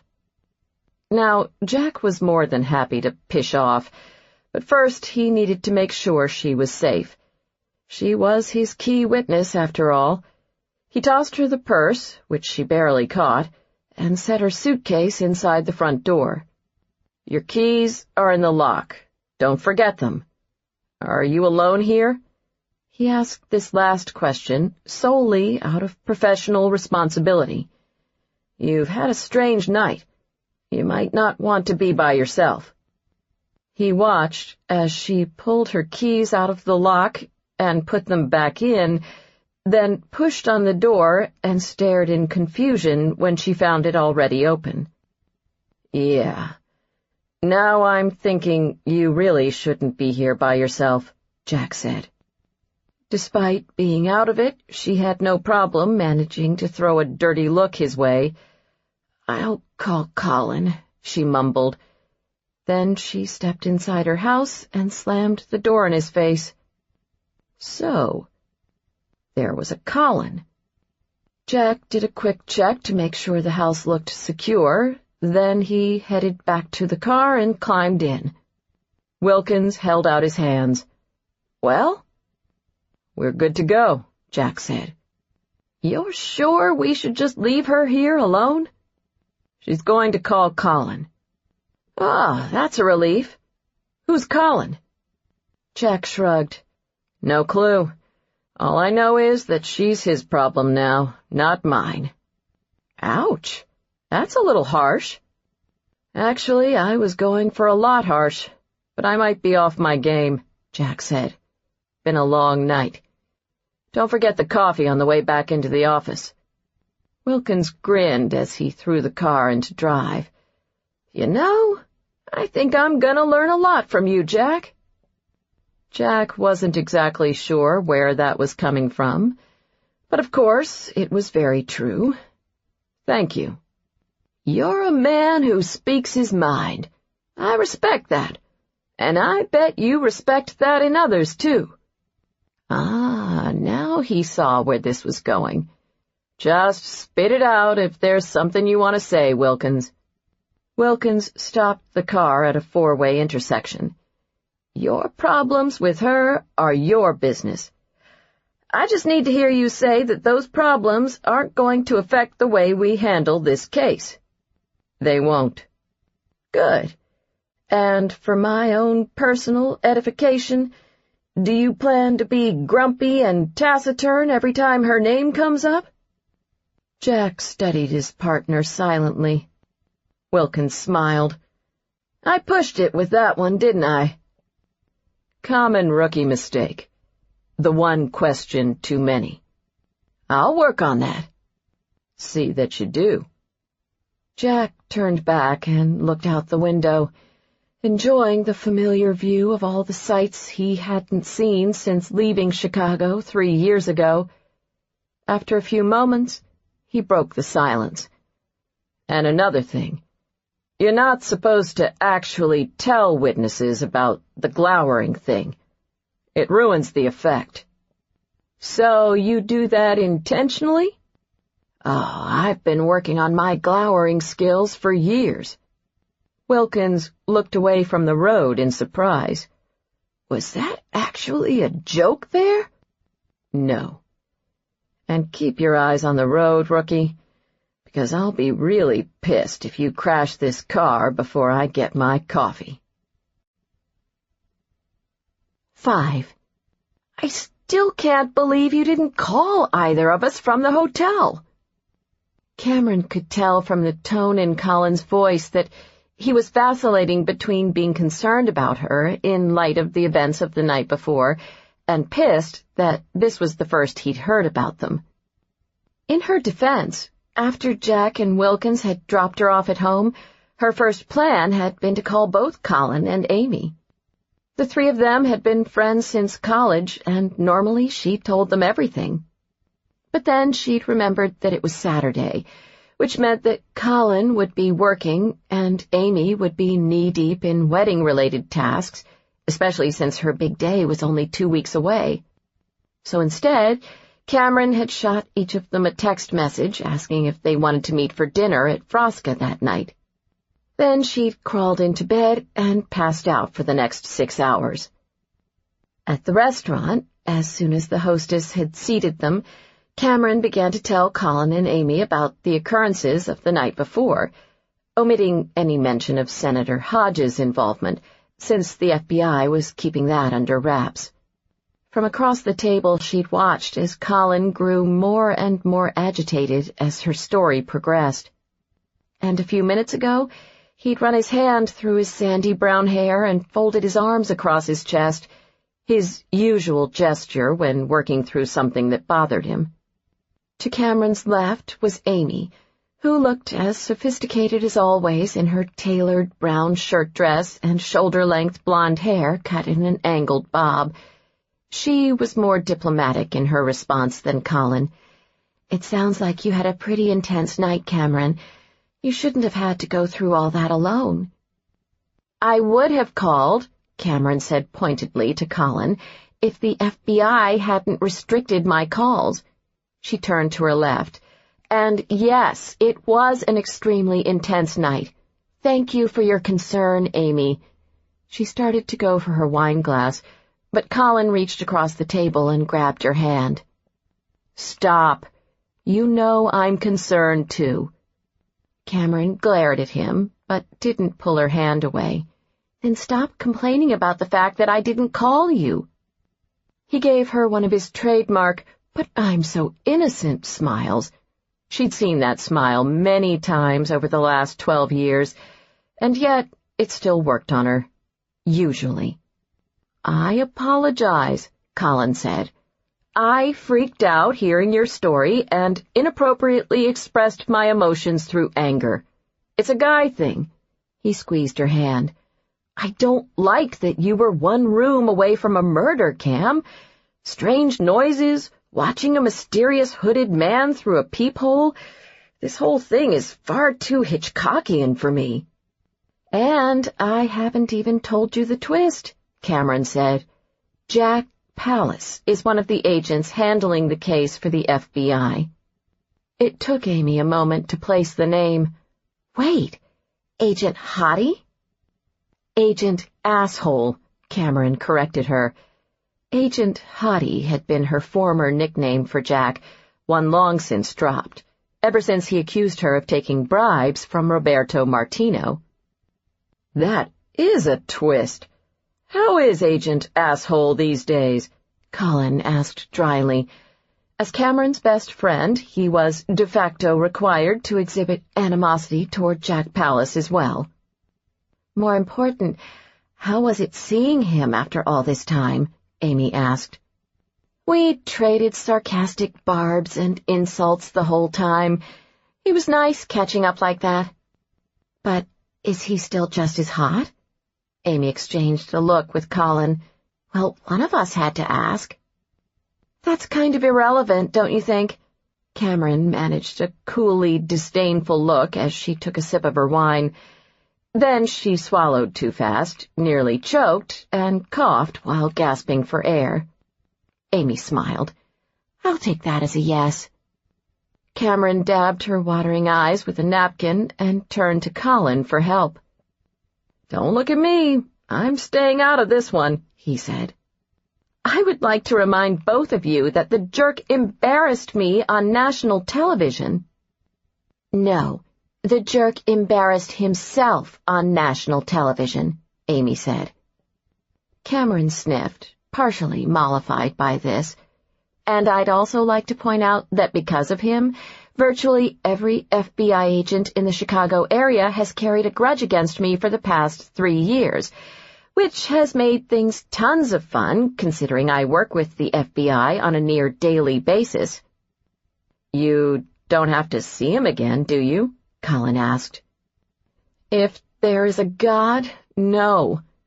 Cameron thought about this more seriously. "I don't know. Maybe if there are some follow-up questions they need to ask. But I'll tell you this. If I do see Jack Pallas again, it will be on my terms. He may have caught me off guard last night, but next time I'll be prepared. And at least I'll be dressed appropriately for the occasion." "What was wrong with the way you were dressed?" Amy asked. "I was wearing yoga pants and gym shoes," Cameron scoffed. "I might as well have been naked." "Certainly would have made for a more interesting interrogation." Colin sat back in his chair, all haughty, manlike. "You and your high heels. You're lucky you weren't still in your underwear. Between that and being interrogated in your gym shoes, which would you prefer?" Cameron thought about this. Do I still get to wear high heels in the underwear scenario? That was supposed to be a rhetorical question. "You have a problem," Colin said. Cameron smiled. "So I like to vertically enhance. I'm a 5'3" trial lawyer. Cut me some slack." Amy left apologetically as soon as dinner was over, saying that she needed to get up early the following morning to meet with her florist. Cameron and Colin stayed at the restaurant for another round of drinks, then walked the 5 blocks to her house. It was a crisp October evening. Cameron pulled her jacket closed, belting it at her waist. "I'm not sure Amy's going to make it to the wedding without having a nervous breakdown. I keep telling her to let me help out more." "You know how she is. She's been planning this since she was 5, Colin said. "Speaking of planning, how's the bachelorette party coming along?" "Her cousins think we need a stripper," Cameron said, referring to the other 2 bridesmaids. "But Amy practically made me swear an oath in blood. No strippers, no tacky wedding veil, and absolutely no penis paraphernalia. So I'm doing a wine tasting and desserts at my house, and then we'll go to a bar afterward. I hope she likes it. If she fires me as maid of honor, you have to take on the job, you know." Colin threw his arm around her shoulders. "Not in a million years, babe." Cameron smiled and leaned against him, taking comfort in the firm solidness of his chest. In turn, Colin pulled her tighter, turning serious. "You know we were just kidding around at the restaurant, don't you?" "I know. Because we're both very worried about you." "I know that, too." They came to a stop in front of her house. Colin faced her, and she could see the worry in his hazel eyes.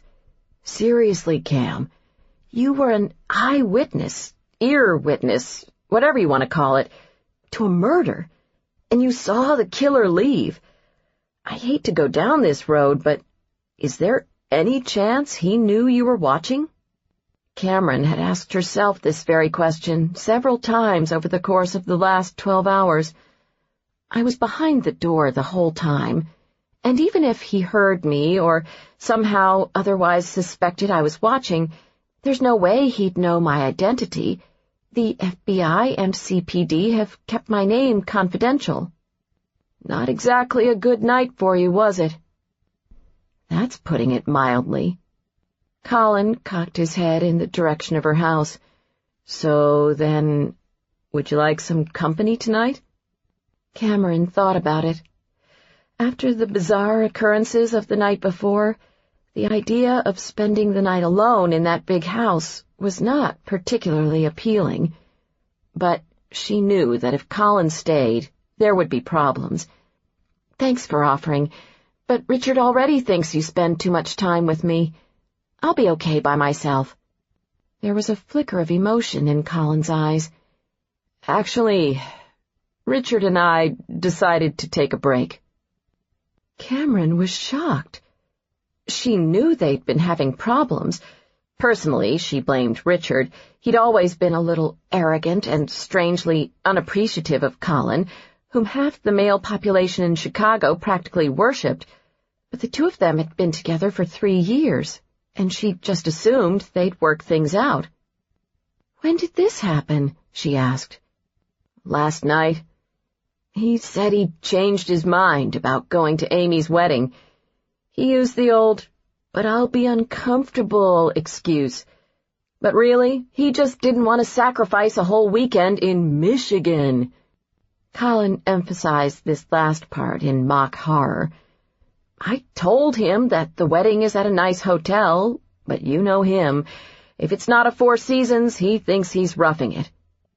Anyway, we argued about that, and then we argued about a lot of things, and now, well, here we are." "Do you think there's any chance it'll all blow over in a few days?" Cameron asked gently. Colin shook his head. "If he can't do this for me, then no. He knows what this wedding means to me, and I think that's the problem. It's all part of his stupid competition with you and Amy.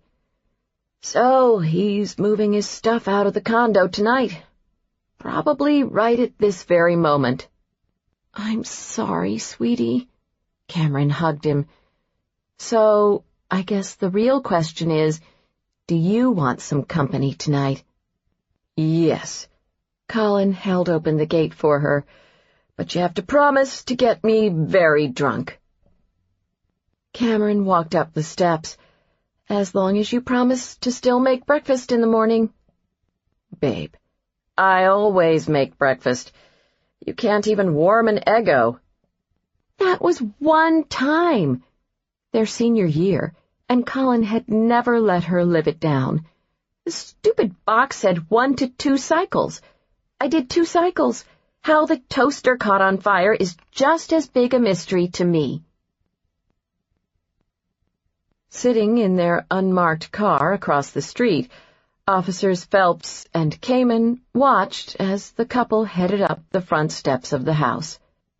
"And that will be the last anybody sees of them tonight," Officer Kamen said, satisfied. He folded up his Sun-Times as Phelps started the car. "For a minute there, I wasn't sure our boy was going to get the go-ahead signal. Looks like he's home free now." Phelps squinted, trying to get a better look at the pair as they stepped inside the house. "Are you sure Slonsky said to check out the girl?" "Yep." "'Cause the guy looks really familiar to me. Can't place him, though." Kamen shrugged. "Can't help you there. Slonsky said to drive by the girl's house, make sure everything looks secure. That's all I know. Maybe we should sit here for a moment, just to be certain we're all clear." Not exactly in a hurry to seek out more dangerous assignments, Kamen liked the reasoning behind that. "Works for me." They passed the next 20 minutes in silence, the only noise being the occasional crinkling of newspaper from Kamen. He was reading the sports section when he stopped. "Well, look at that." He held the paper out so Phelps could see. "That's the guy we just saw, isn't it?"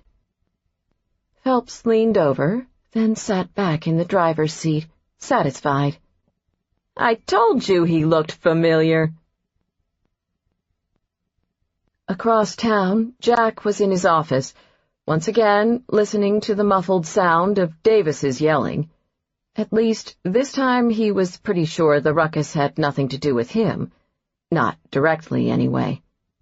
He and Wilkins were the only other two agents in the office, given that it was nearly 11 o'clock on a Saturday night. Sitting in one of the chairs in front of his desk, Wilkins gestured in the direction of their boss's office. "Is he always like this?" "You get used to it," Jack said. Actually, he didn't mind Davis's occasional flare-ups. Back in the Army, he'd served under several commanders who'd had their fair share of those. Like his former commanders, Davis was pretty much a straight shooter, and loyal as hell to the agents in his office. He'd fought hard to get Jack transferred back to the Chicago office as soon as the position opened up. A few minutes later, the commotion died down and Davis's door flew open. He stuck his head out and looked over. "Pallas? Wilkins, you're up." They took their seats in Davis's office, which Jack had always found odd in not being much bigger than those the rest of the Chicago agents had been assigned. He figured the Bureau could at least get the guy a view of something more interesting than the building's parking lot, for all the crap he had to deal with as Special Agent in charge. Then again, knowing Davis, he'd probably specifically requested that office in order to keep track of everyone else's comings and goings. There certainly wasn't much that slipped past him. "I just got off the phone with one of Senator Hodges' attorneys," Davis began. "He requested that they be kept apprised of any and all updates related to our investigation." "What'd you tell him?" Wilkins asked. "That I'm an old man, I tend to forget things, and that if anyone from Senator Hodges' camp called me again tonight, I might just so happen to forget the promise I'd made to keep this investigation confidential."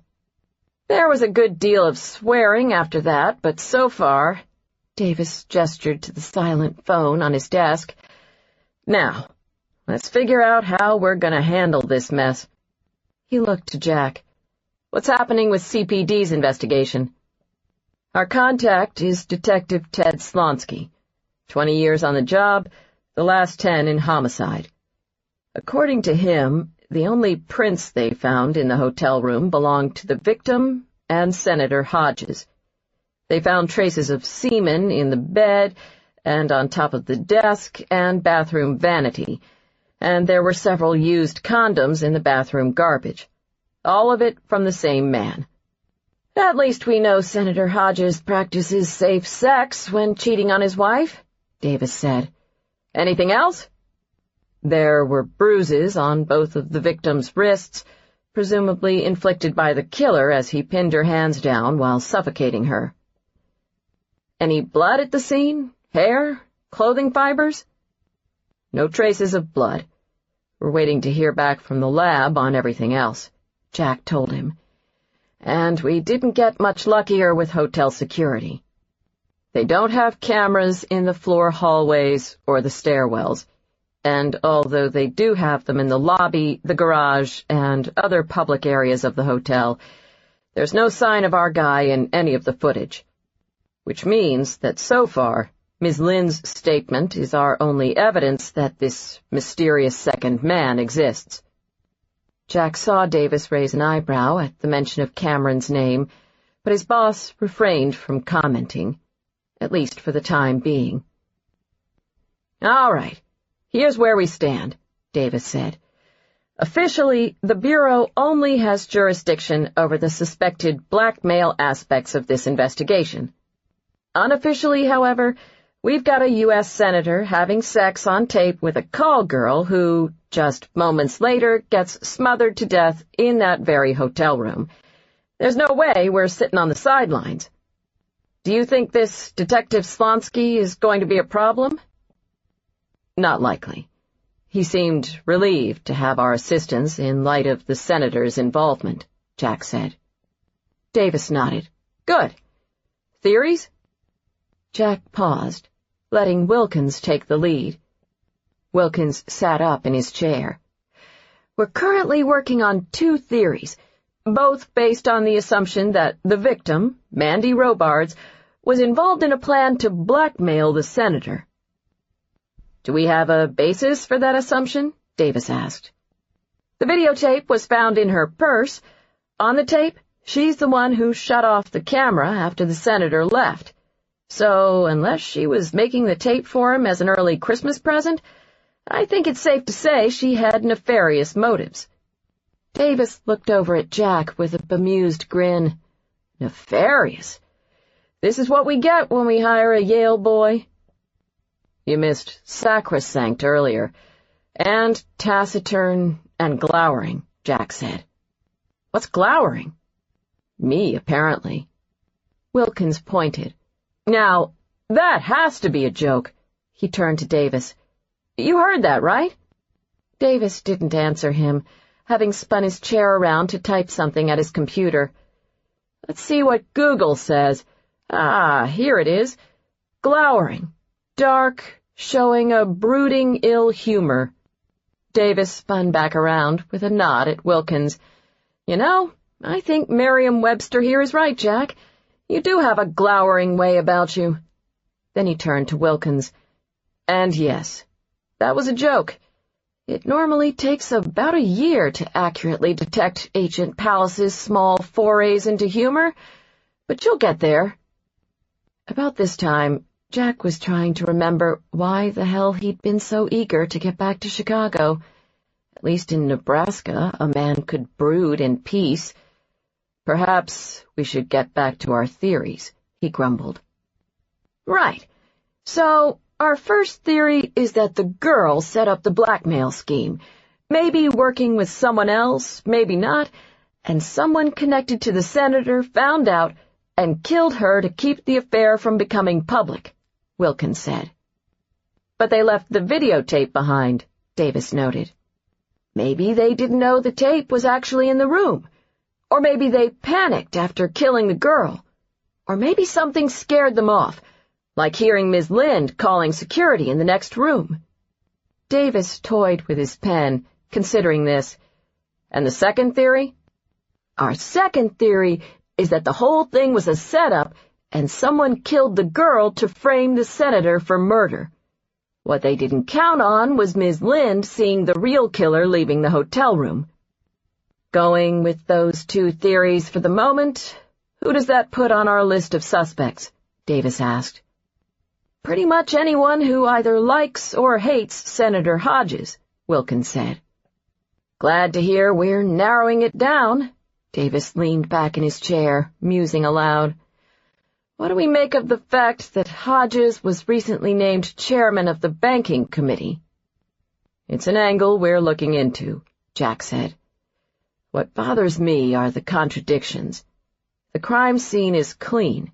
No physical evidence was left behind.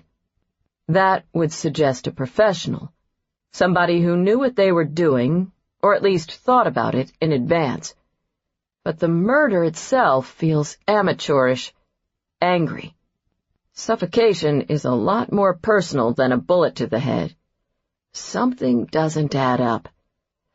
I think our first step is to talk to Hodges' people and find out who knew he was having an affair." "I'm not sure Senator Hodges is going to like that idea, or his attorneys," Davis said. "Perhaps when we make it clear that the senator's continued cooperation is the only thing keeping him from being arrested for murdering a call girl, he'll warm up to it," Jack said. "All right. Let me know if you need me to run interference with Hodges' lawyers. Last thing. What's happening with our witness? Sounds like the senator caught a break having Ms. Lynde in the room next to him." "For starters, very few people outside this room know there is a witness," Wilkins said. "We're keeping that quiet for now. As a courtesy, Detective Slonsky sent a squad to drive by her house tonight, although the officers haven't been given any specifics about the case. They called in just a few minutes ago and reported that Ms. Lynde returned to the house with a male companion and that everything looked secure." "Do we have a reason to believe Ms. Lynde is in danger?" Davis asked. Not as long as her identity is kept confidential, Wilkins said. Davis saw Jack hesitate. You have a different opinion, Jack?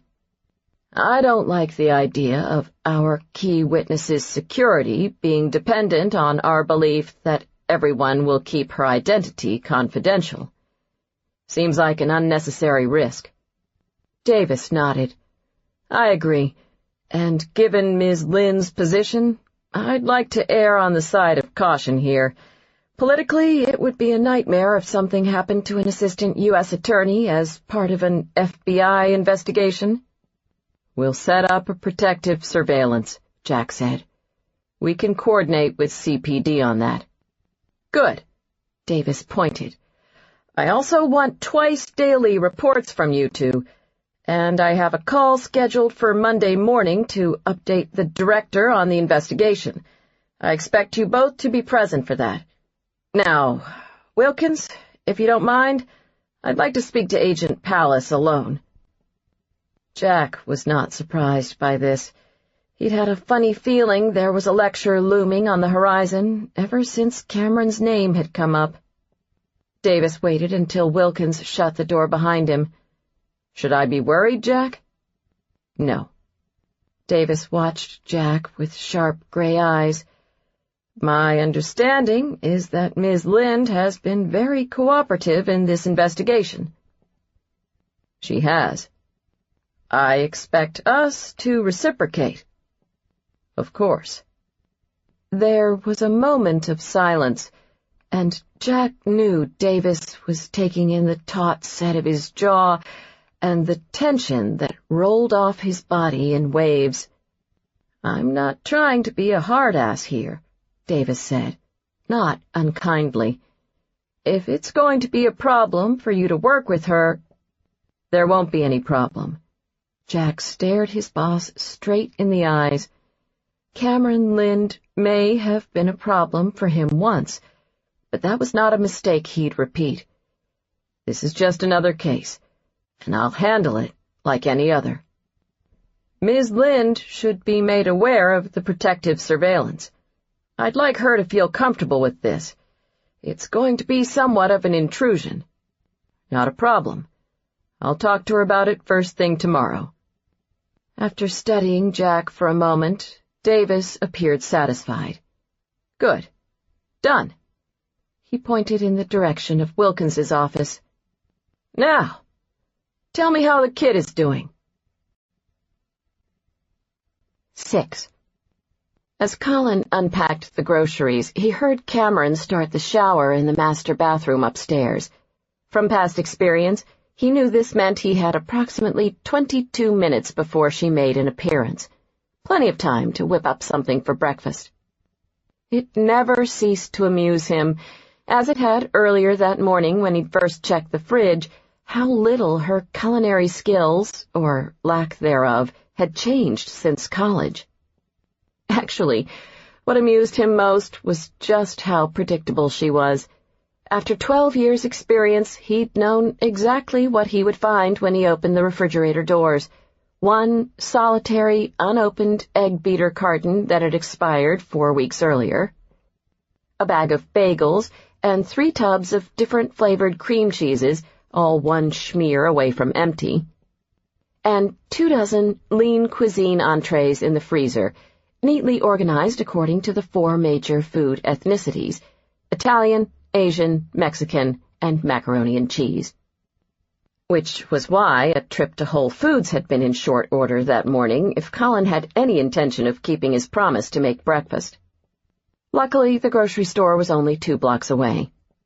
Even more convenient, it happened to be right across the street from an independent coffee shop, The Fix, whose 6-shot specialty latte, the Smith & Wesson, packed enough punch to knock the hangover out of even the sorriest of late-night drinkers. In truth, Colin knew he'd only get through about 5 sips of the stuff before throwing the rest out in disgust. But what could he say? He got a kick out of ordering a drink named after a gun.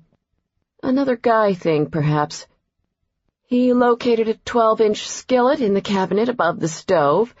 Actually, it wasn't at all hard to find. It was in exactly the same spot he'd left it the last time he'd slept over.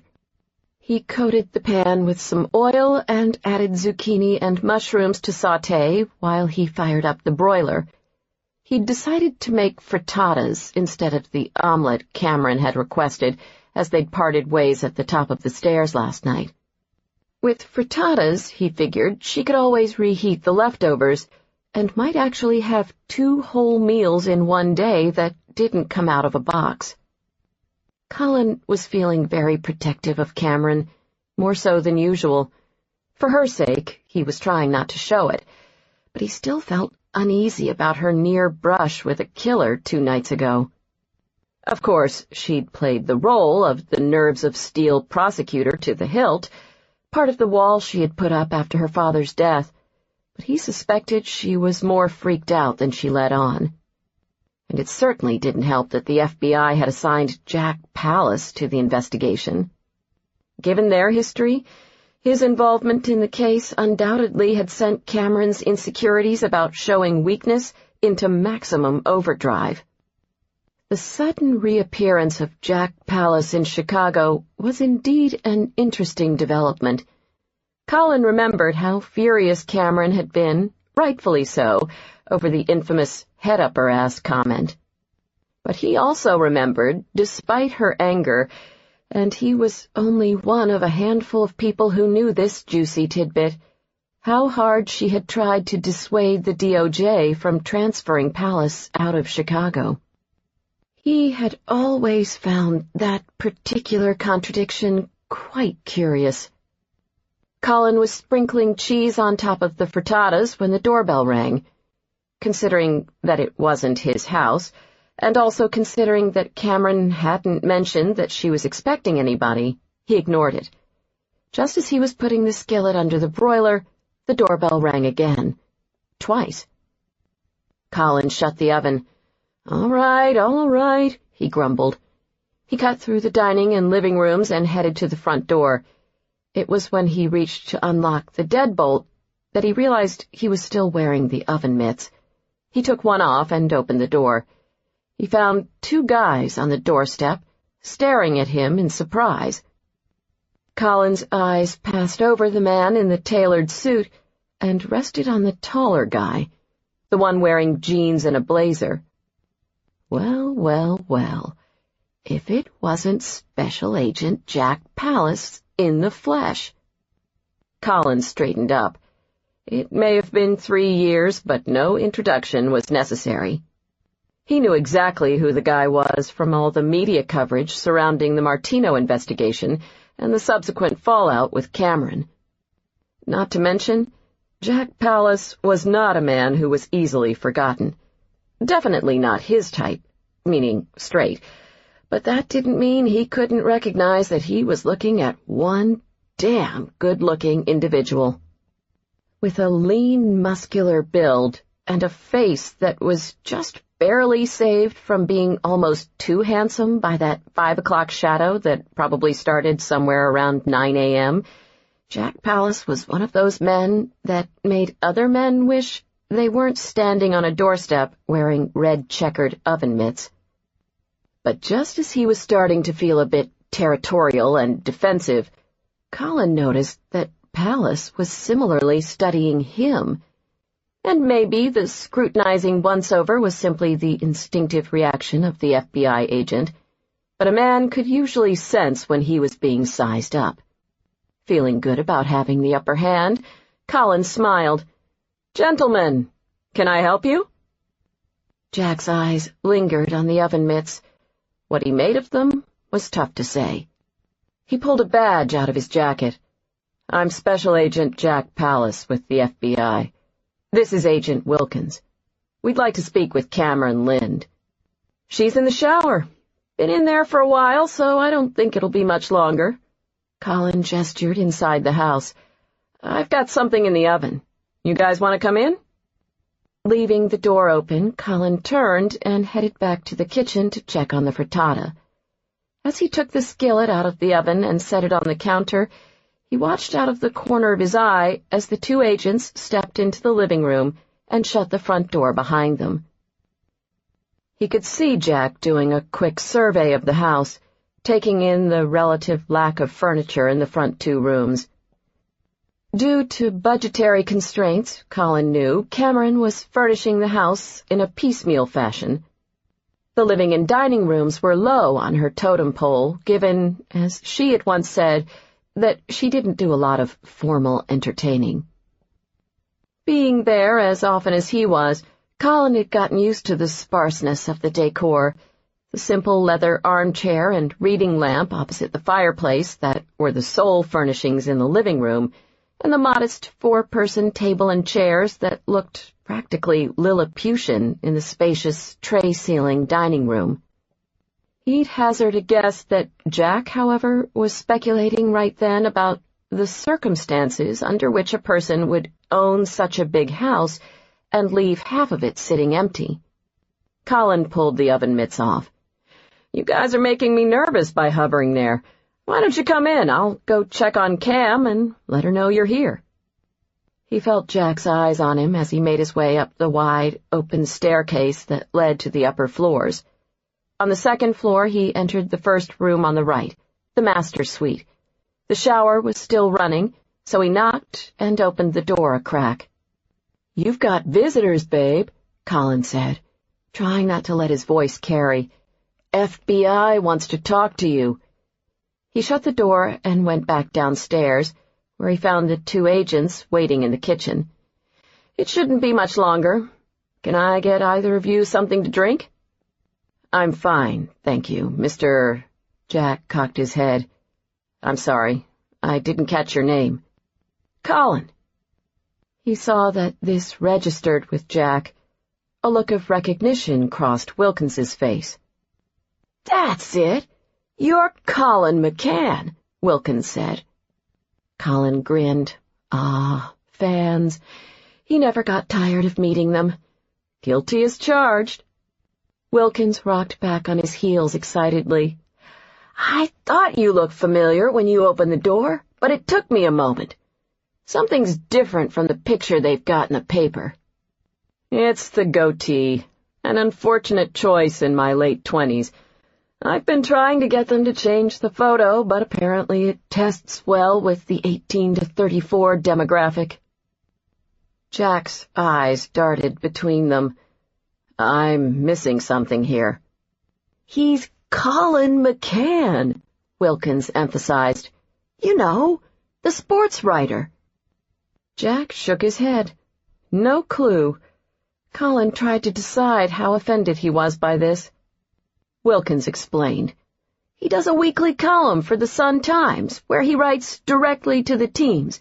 You know, dear manager, dear coach so-and-so, and he makes recommendations on trades, what players to start, how to improve the team, those kinds of things." He turned back to Colin. "That was one hell of a letter you addressed to Pinella last week." Colin chuckled. He'd pissed off a lot of Cubs fans with that one. Needed to be said.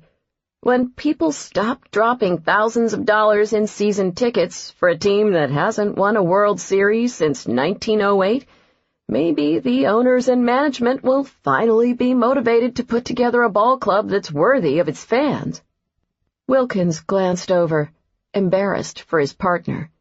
"Seriously, Jack, I think you might be the only guy in this city who hasn't read his stuff. Colin McCann is like the Carrie Bradshaw of Chicago men."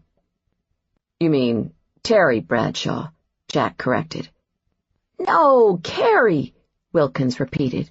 "You know, Sarah Jessica Parker, Sex and the City."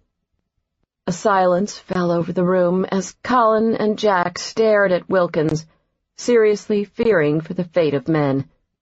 Wilkins shifted nervously. "My ex-girlfriend made me watch the show while we were dating." "Sure, you keep sticking with that story." Jack turned to Colin.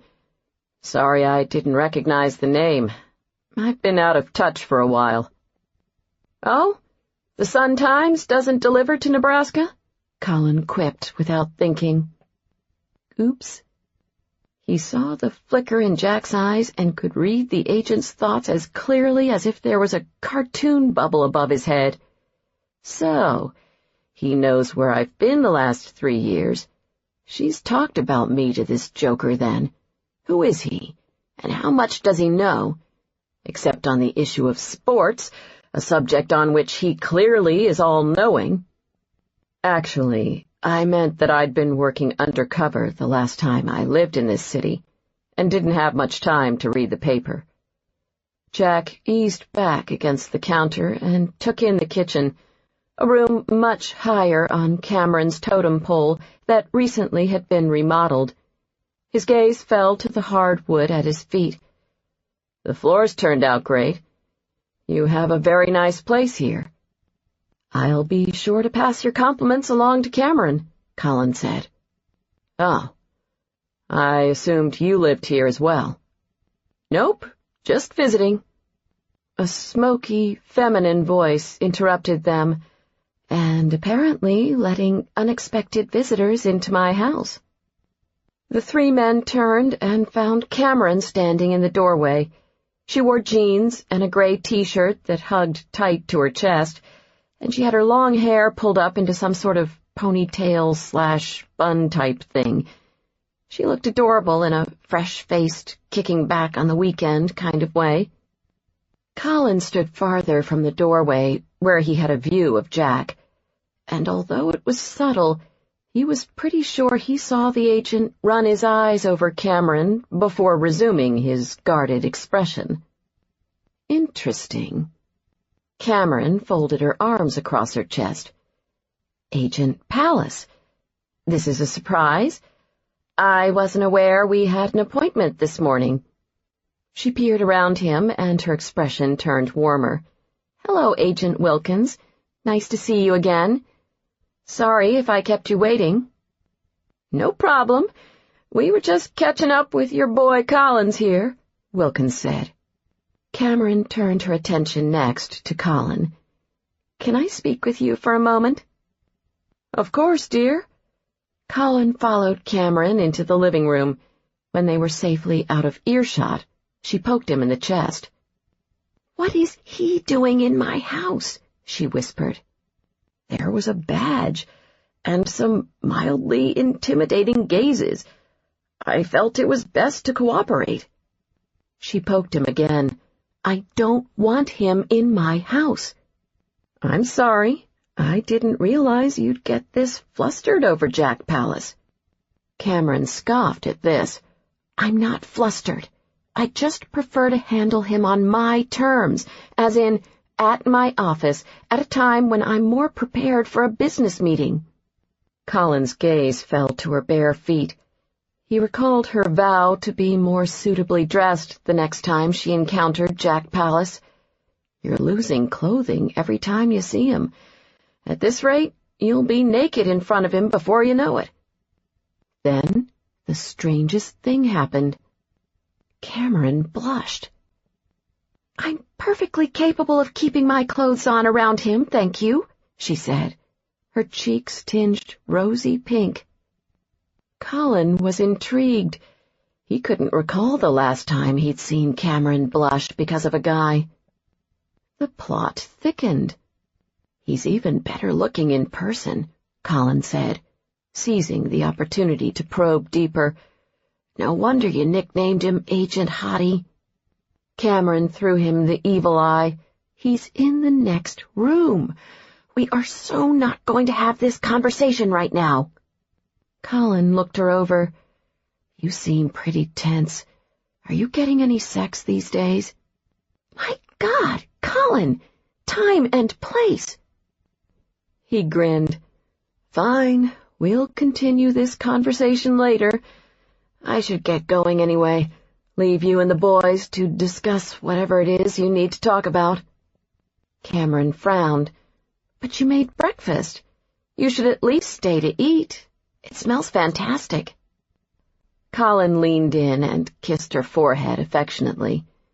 There'll be more for you this way. You need a home-cooked meal a hell of a lot more than I do. She chucked him under the chin. You were poking around in my freezer again, weren't you?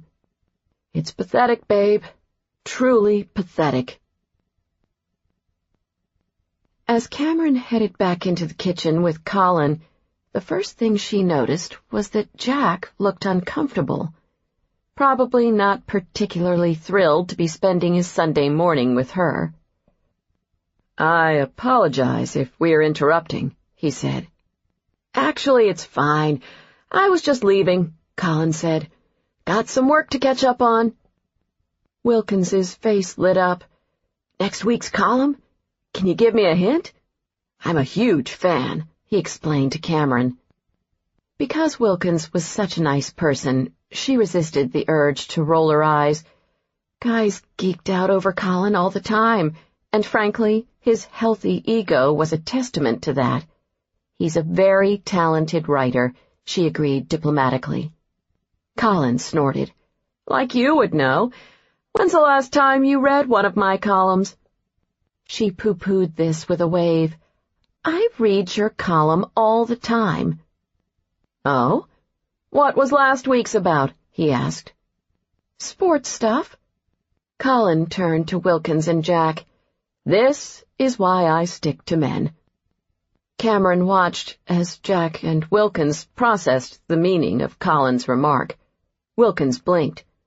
"Holy shit! I didn't realize you were—" He trailed off uncomfortably. "A Sox fan? I get that a lot," Colin said teasingly. He gave Cameron a quick peck on her cheek. "Thanks for the hospitality, Cam. If you can handle a second drowning of the sorrows, I'll call you later and let you know how it went with Richard. Hopefully, when he moved his things out of the apartment, he at least took his CDs. I mean, we might be gay, but Enya? Really?" With a nod in farewell, he addressed each of the two men. "Wilkins, it was a pleasure. It's always nice to meet a fan. I hope the other agents don't make fun of you too much when your partner here tells them about the Carrie Bradshaw comment. And as for you, Agent Pallas, man to man, if you ever insult my girl on national television again, I'll—" He stopped. Everyone in the room waited, hanging. Jack raised an eyebrow. "Yes?" Colin turned to Cameron with a look of astonishment. "I've got nothing. I had this whole exit speech going, and I was going to end with some big macho threat, but when I got there, it was like, bleh, nothing. That's a pissa." He appeared disgusted with himself, then shrugged it off. "Oh, well, catch you guys later." He strode out without a second glance. 7. After Colin shut the front door behind him, Cameron shrugged at the two FBI agents. "He gets a little protective sometimes." She said this not as an apology, more an explanation, although in truth, it would take a lot more time than any of them had that morning to fully explain the wonder that was Colin. "How long have you two been friends?" Wilkins asked. "Since college. We lived together our senior year, along with our friend Amy." Cameron eyed the frittata and realized she was starving. She glanced over at Jack, who stood against the counter looking as though he didn't plan to leave any time soon. She sighed. Apparently she'd be having a side of scowling FBI agent with her eggs that morning. "I assume this has something to do with the Hodges investigation?" She walked over to the overhead cabinet to the left of the sink and pulled out 3 plates. She handed one to Wilkins and gestured to the frittata. "Help yourself. If it's half as good as Colin's omelets, you won't want to pass this up." She offered a plate to Jack, catching his look of surprise. Sure, she had her share of flaws, but being rude to guests in her home wasn't one of them. Correction, being obnoxiously rude to guests in her home wasn't one of them. When said guest had declared on national television that she had no balls, she still considered vague aspersions and semi-transparent snubs to be within bounds. "No, thanks," he said awkwardly. "I ate earlier." Cameron grabbed forks and napkins for her and Wilkins. Feeling Jack's eyes on her, She ignored this and paused for a moment at the utensil drawer, debating over what one might use to slice a frittata. A pizza slicer? A pie cutter? How about a spatula? Cameron saw Jack watching her with amusement. It's that flat metal thing with the handle by your left hand, he said. I know what a spatula is, she assured him, and she actually knew how to use one, too, for flipping grilled cheese sandwiches, one of the few things she could make without burning, 50% of the time, maybe 40. She served herself a hearty slice of the frittata and took a position against the counter on the opposite side from Jack. It felt odd standing close to him in the confines of her kitchen, too intimate. Do you have a lead in the investigation? Cameron asked between bites. Not yet, Jack said. We're waiting on the lab reports, and we're going to interview Senator Hodges' staff over the next few days. The purpose of this visit is to discuss some security issues related to you. Cameron stopped eating and set her plate down on the counter, not liking the sound of that. What kind of security issues? We'd like to place you under protective surveillance. She felt her stomach tighten into a hard knot. You think that's necessary? Consider it a precautionary measure. Why? Do you have a reason to believe that I'm in danger? I would put anyone who witnessed this high profile of a murder under surveillance, Jack said vaguely. That's not an answer. Cameron turned to his partner. Come on, Wilkins, you're the good cop. Level with me. Wilkins smiled. Surprisingly, I don't think Jack's trying to be the bad cop this time. He's the one who suggested that you be protected. If that's the case, then I must really be toast. Shockingly, Cameron could have sworn she saw Jack's lips twitch at the corners. You're not toast, he said. If it makes you feel better, there are politics in play here. Davis isn't going to let anything happen to a federal prosecutor who's assisting an FBI investigation. You're still skirting around the issue. Why is it even theoretically possible that I'd be in danger? The killer never saw me. We have a couple of theories about what went on in that hotel room, Jack said. My instinct is that someone was trying to frame Senator Hodges for murder. If that's the case, when that someone realizes that the FBI hasn't arrested Hodges, he's going to start wondering why. And although your involvement in this case is being kept confidential, we'd be foolish to ignore the risk of a leak. I'd like to be prepared for that possibility. But I barely got a look at the guy, Cameron said. He could walk right up to me on the street and I wouldn't recognize him. That's exactly why you're under protective custody. Cameron fell silent. Sure, she'd always known the situation was serious. A woman had been smothered to death, after all. But in the hours that had passed since Friday night, she'd been hoping, perhaps naively, that her involvement in the mystery surrounding Mandy Robards' death and the blackmailing of Senator Hodges was primarily over. She reached up and pinched between her eyes, feeling a headache coming on. I could have stayed at any other hotel that night, but no, it had to be the Peninsula. We'll keep you safe, Cameron. She peered up at the unexpected words of reassurance. Jack seemed about to say something else. Then his expression turned impassive once again. You're our key witness, after all, he added. So will it be just you two watching me, or will there be other federal agents involved? Cameron asked. Actually, since the Bureau has primary investigative responsibility, CPD will handle the protective custody. So it wouldn't be Jack guarding her. Oh, good. The idea of being in continual contact with him unnerved her, not because she couldn't handle him, But because she didn't need him glaring at her all day long, those dark, watchful eyes were enough to put anyone on edge. How will this protective surveillance work? As a prosecutor, she'd had cases where she'd placed a witness in protective custody, usually, as Jack had said, merely as a precautionary gesture, but she'd never been on this end of things. There'll be a car posted in front of your house whenever you're here, and the officers will follow you to and from work. When you get to your office, you'll be protected there by building security, Jack said. Cameron nodded.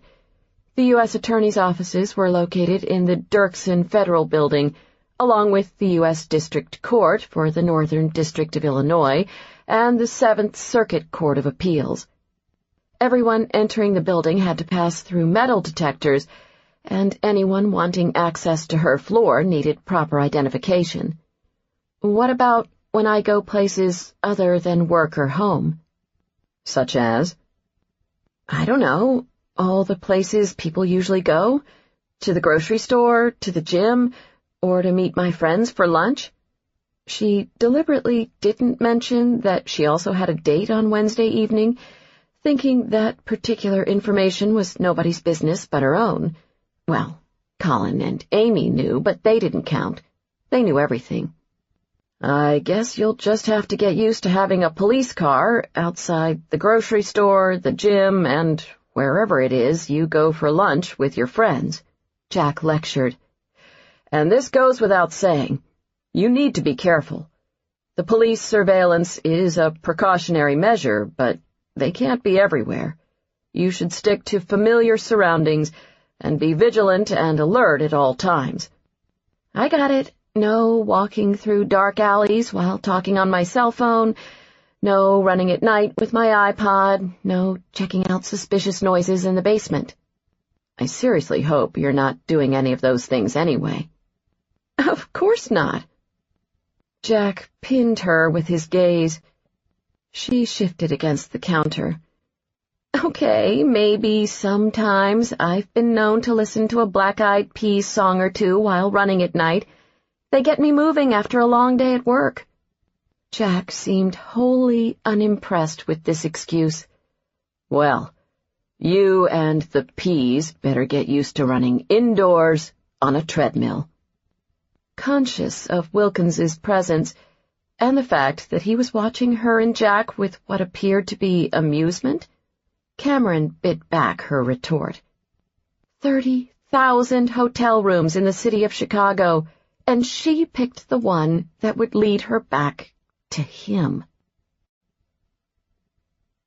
8. Aren't you the least bit curious to know what the hell the FBI's doing? Despite the fact that the light was dim, they had deliberately chosen a table in a dark corner of the bar. Grant Lombard could tell that Alex Driscoll, Senator Hodges' chief of staff, was one very nervous man. From both the edge in Driscoll's voice and the way his eyes kept darting around the bar, Grant knew he was looking at a man who was struggling to keep his shit together. Of course I'm curious, Grant told him, but pushing the FBI isn't going to get us any answers, and it might land Hodges in jail. Driscoll leaned in, lowering his voice to a hiss. I don't like it. They're hiding something. I want to know why he hasn't been arrested. What do the lawyers say? For the money you guys are paying them, somebody should be able to tell you something. The little pricks are telling us to lay low. Then maybe that's what you should do. Grant took a sip of his beer. Not normally his drink of choice, but anything stronger could impair his perception and ability to read Driscoll.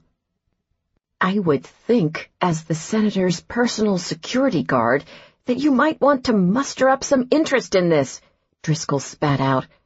He grabbed one of the cocktail napkins the waitress had brought with their drinks and dabbed his forehead with it. The gesture did not go unnoticed by Grant. Frankly, He was surprised Driscoll had survived without having some sort of fit or breakdown when the FBI questioned all of them. "All I'm saying is that we need to be very cautious in how we handle this." "Did Hodges ask you to come talk to me?" Grant asked, even though he already knew the answer to that. Hodges didn't do anything he didn't know about. "Of course not. He's so grateful the FBI hasn't arrested him, he doesn't take a piss nowadays without first clearing it with Jack Pallas." Driscoll took a heavy swig of his whiskey rocks, which seemed to help calm him. Either that, or he was changing tactics and a better actor than Grant thought. "Look, Grant, we've worked together for a while now, so you've been around long enough to know that a scandal like this can't be contained forever. Eventually, somebody's going to leak something to the press. As the senator's top advisor, I need to flush out those leaks, maybe even catch them before they're sprung." Grant feigned hesitation. Just as he hoped, Driscoll took it up another notch. "For Christ's sakes, Grant, it's not like you're a fucking Boy Scout. You've been covering up Hodges' affair with that whore for over a year now." Grant stared Driscoll in the eyes. "What is it you want me to do?" "Find out what the FBI knows." "If your 25 lawyers can't accomplish that, what makes you think I can?" "You have other ways," Driscoll said. "You've always come through for us in the past." "My ways require incentives." "Use whatever incentives you want, as long as I get my answers. I want to know what the FBI's hiding, and I want to know fast." Driscoll stood up and pulled out his wallet. He threw a few bills on the table. "And remember, you report directly to me. Hodges doesn't know and will never know anything about this." "The senator is lucky he has you to clean up his messes," Grant said. Driscoll picked up his glass and stared at the amber liquid. "If he only knew the half of it." He finished his drink in one swallow, set the glass down, and walked off. Grant took another swig of his beer, thinking about how convenient it was that Driscoll was such a paranoid asshole. With the Chief of Staff's orders as a cover, he was now free and clear to go about using his ways to find out what the FBI knew, and, more important, how concerned he needed to be about their investigation. They were holding something back. Even an idiot like Driscoll could tell that. And given what Grant personally knew about the crime scene, which, of course, was pretty much everything, the only explanation for the fact that the FBI had not yet arrested Senator Hodges for Mandy's murder was that they found something that Grant had overlooked. And as calm as he might have seemed on the outside, that possibility was starting to make him pretty fucking nervous. Probably because the possibility that he had overlooked something was not entirely far-fetched. He had, after all, been in a bit of a hurry after killing the bitch. Mandy Robards. If his ass wasn't on the line, Grant would have gotten a good chuckle out of the irony of the situation. Even dead, she was still screwing people. Took one hell of a talented prostitute to do that. And talented she had been, if at least half the stories Hodges had told about her were true. He'd been working for Hodges for nearly 3 years now. Because Hodges was both a U.S. senator and an extremely wealthy man, CNN's most recent list had estimated his net worth at nearly $80 million. He had employed a private security guard for years. When his prior bodyguard had left 3 years ago to work for the Secret Service, a friend of a friend had recommended Grant as a replacement. Generally, Grant liked working for Hodges. It certainly was an interesting job. In a nutshell, he handled all actual and potential threats, both direct and implied, against the senator and his political career. This meant that he acted as Hodges' personal bodyguard, traveled with the senator wherever he went, and was the liaison between Hodges and the various outside security and investigative agencies they worked with. Everyone from the state and federal officials who handled the death threats the senator occasionally received, to the security staffs at both the Capitol and Senate office building. Over the last 3 years, Grant had become one of the senator's most trusted confidants. In fact, he knew things even Driscoll didn't know. Like how it had all started with that damn Viagra. According to Hodges, he'd started down the little blue pill popping path to help things out with the wife, and Grant believed that was true.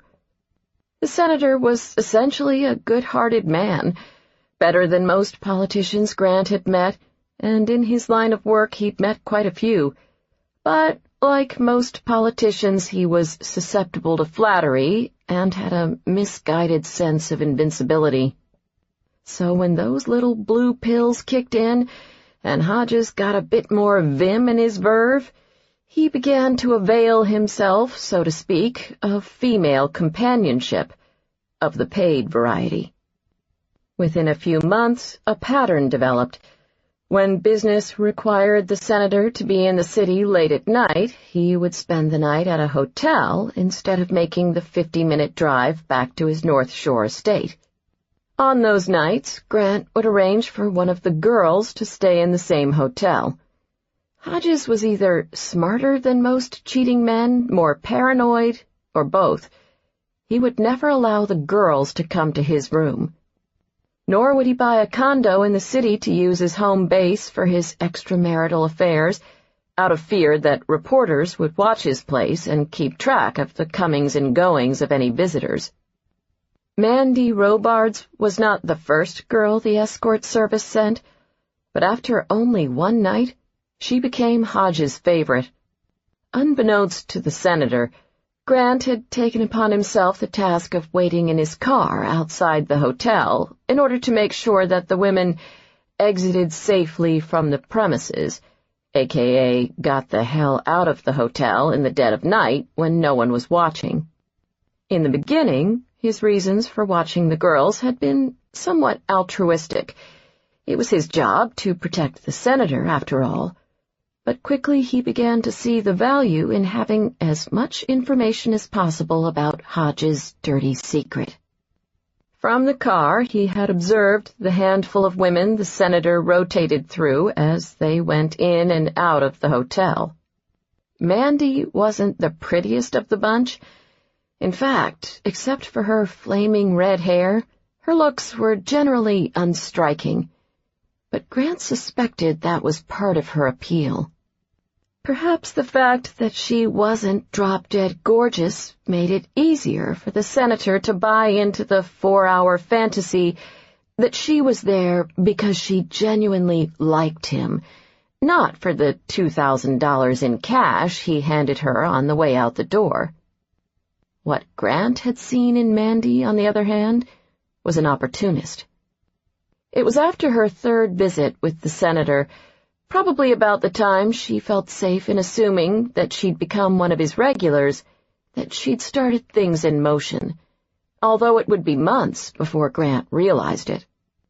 She had exited the hotel, the Four Seasons that time, nearly 4 hours to the minute after she'd arrived, and surprised him by ignoring the open cabs that drove by. Normally the girls made a fast getaway from the hotel, probably to shower. Instead, she lingered for a moment, then turned and strode toward his car, in her high-heeled black leather boots. She knocked on his window and cocked her head at an angle when he unrolled it. "Want to join me for a drink at the bar?" she asked in her pack-a-day voice. While normally such a suggestion from a woman would have certain connotations, Grant had sensed this was more than a casual invitation. True, he was a good-looking guy and worked out every day to maintain the muscular build he'd acquired in his Marine Corps days, but seeing how she'd just had sex with another man, his boss, no less, the idea of her hitting on him right then was just gross. Thus, assuming there was more to it, Grant had agreed. Truthfully, he was intrigued.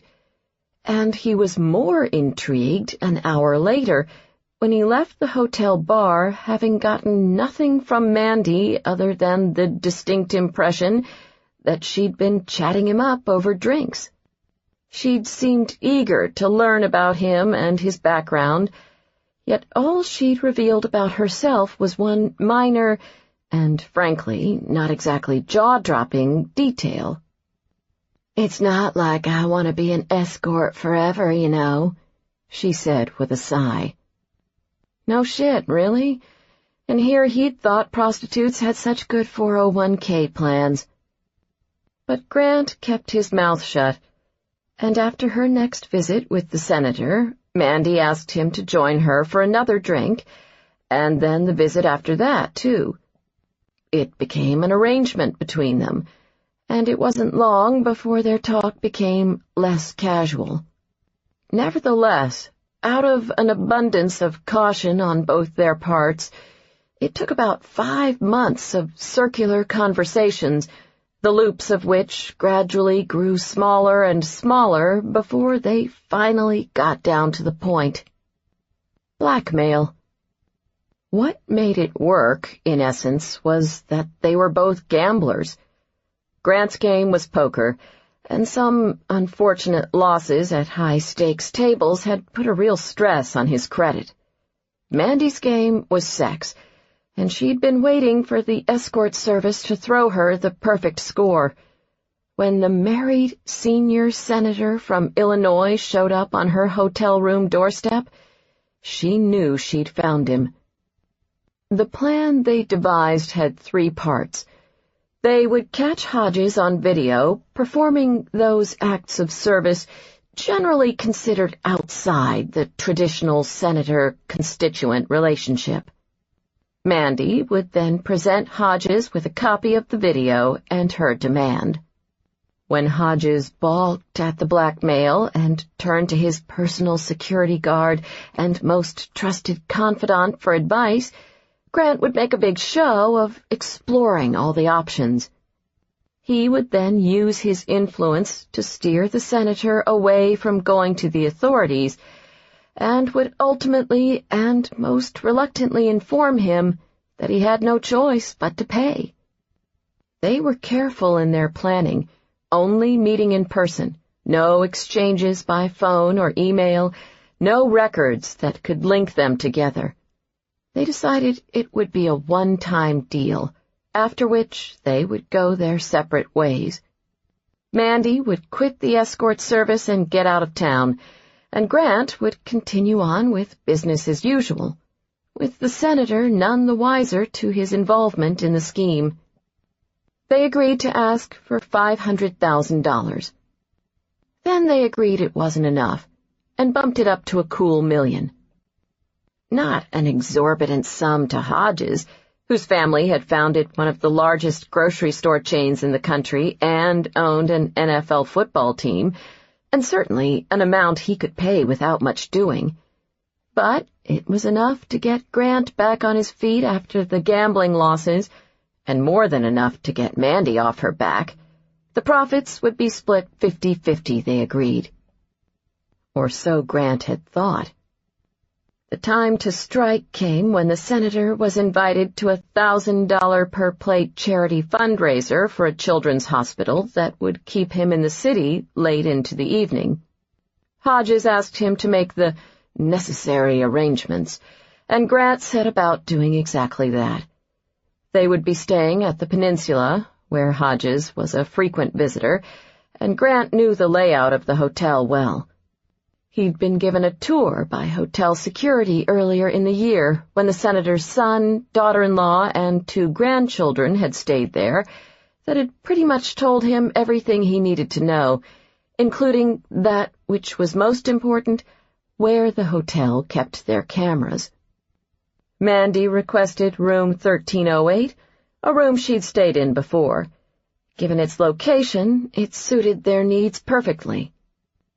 It was in a corner and right across the hall from a stairwell, providing Grant a low-visibility means to sneak in and out of the room.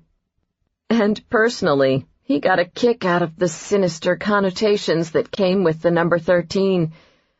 Another man in his position might have felt guilty, planning to screw his boss out of $1 million, especially when that boss had been fair and respectful to him. But Grant was not that man. Senator Hodges was weak. Sure, Grant had vices, everyone did, but the senator had put himself in a position to be preyed upon by others, and that made him a fool. Plus, the guy had more money than sin, and Grant didn't see anything wrong with redistributing some of that wealth in his direction. Given what he knew about the senator's private affairs, he'd earned that money just for keeping his mouth shut. When the night finally arrived, everything started out smoothly enough.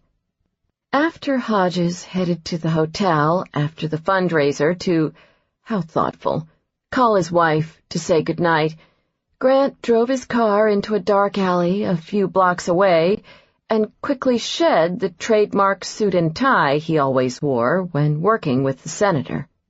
He threw on a nondescript black blazer, hooded t-shirt, and jeans, an outfit that would make him less identifiable on the off chance anyone spotted him around room 1308.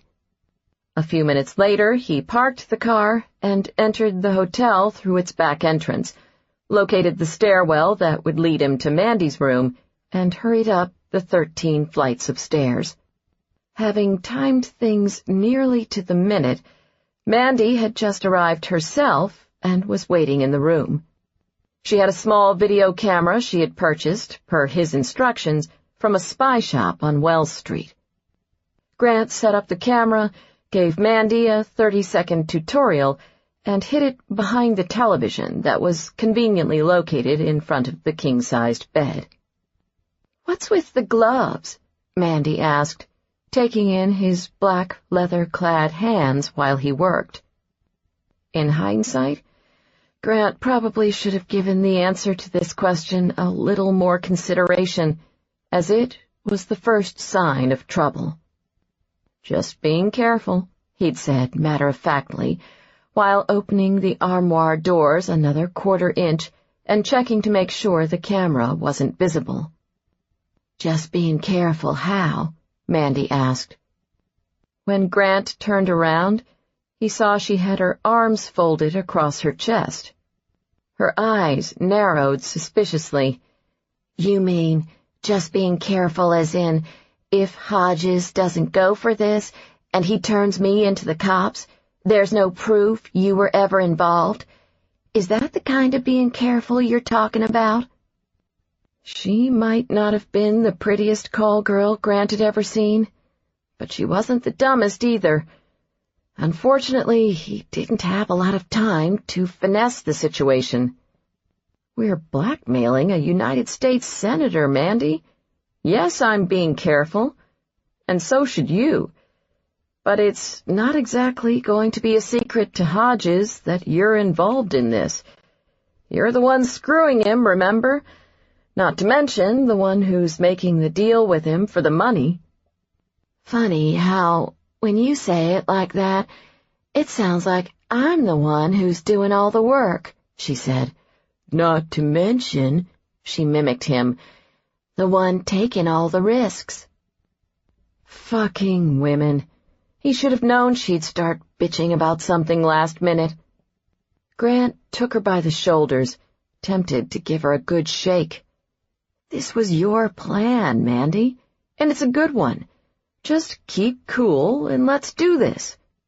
It took a moment before Mandy nodded. "You're right," she exhaled. "I'm sorry, Grant. I think I'm getting nervous about all this." "Don't be nervous," he told her. "All you need to do is turn the camera on when you hear Hodges knock. Make sure you put the armoire doors back in the exact spot they're in now, then turn the camera off when he leaves. The rest of it is no different than any other job. I'll be watching in my car from the street below.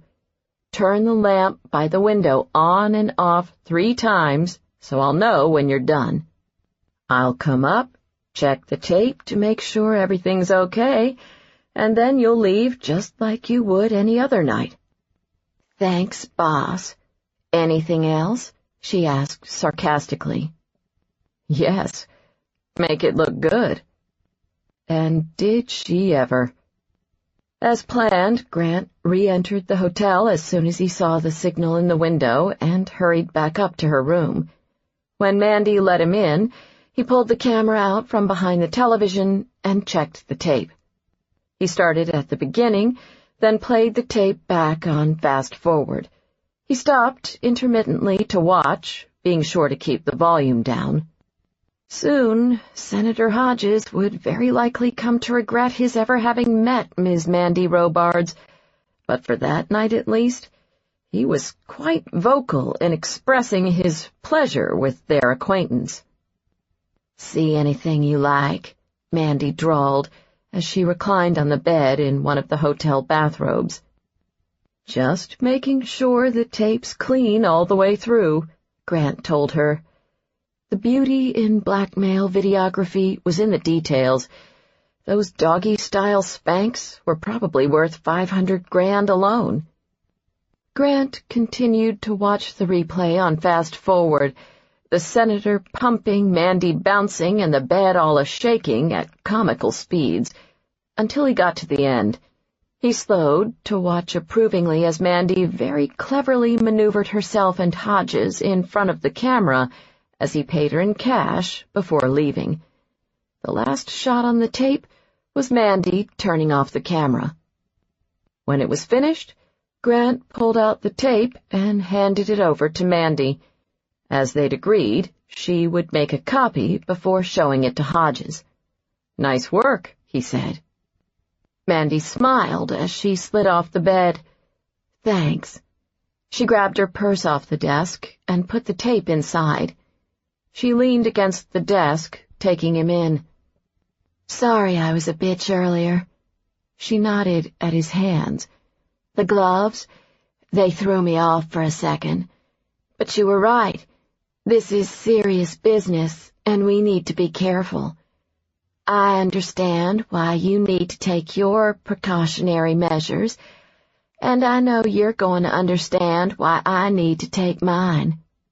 There was a sudden gleam in her eyes that Grant didn't trust. "Understand what exactly?" In answer, Mandy reached into one of the deep pockets of her bathrobe, and instinctively Grant went for the gun in the shoulder harness he always wore. But she beat him to the punch as she pulled her hand out of the robe, and Grant saw the flash of silver of a small tape recorder. He let out a deep breath in frustrated relief. "Jesus Christ, Mandy! What the hell is that?" "I told you. My precautionary measures." She hit play on the tape recorder, keeping the volume low, but high enough so Grant could hear well and clear. "I'm sorry, Grant. I think I'm getting nervous about all this." "Don't be nervous. All you need to do is turn the camera on when you hear Hodges knock. Make sure you put the armoire doors back in the exact spot they're in now, then turn the camera off when he leaves. The rest of it is no different than any other job. I'll be watching in my car from the street below. Turn the lamp by the window on and off 3 times so I'll know when you're done. I'll come up, check the tape to make sure everything's okay, and then you'll leave just like you would any other night."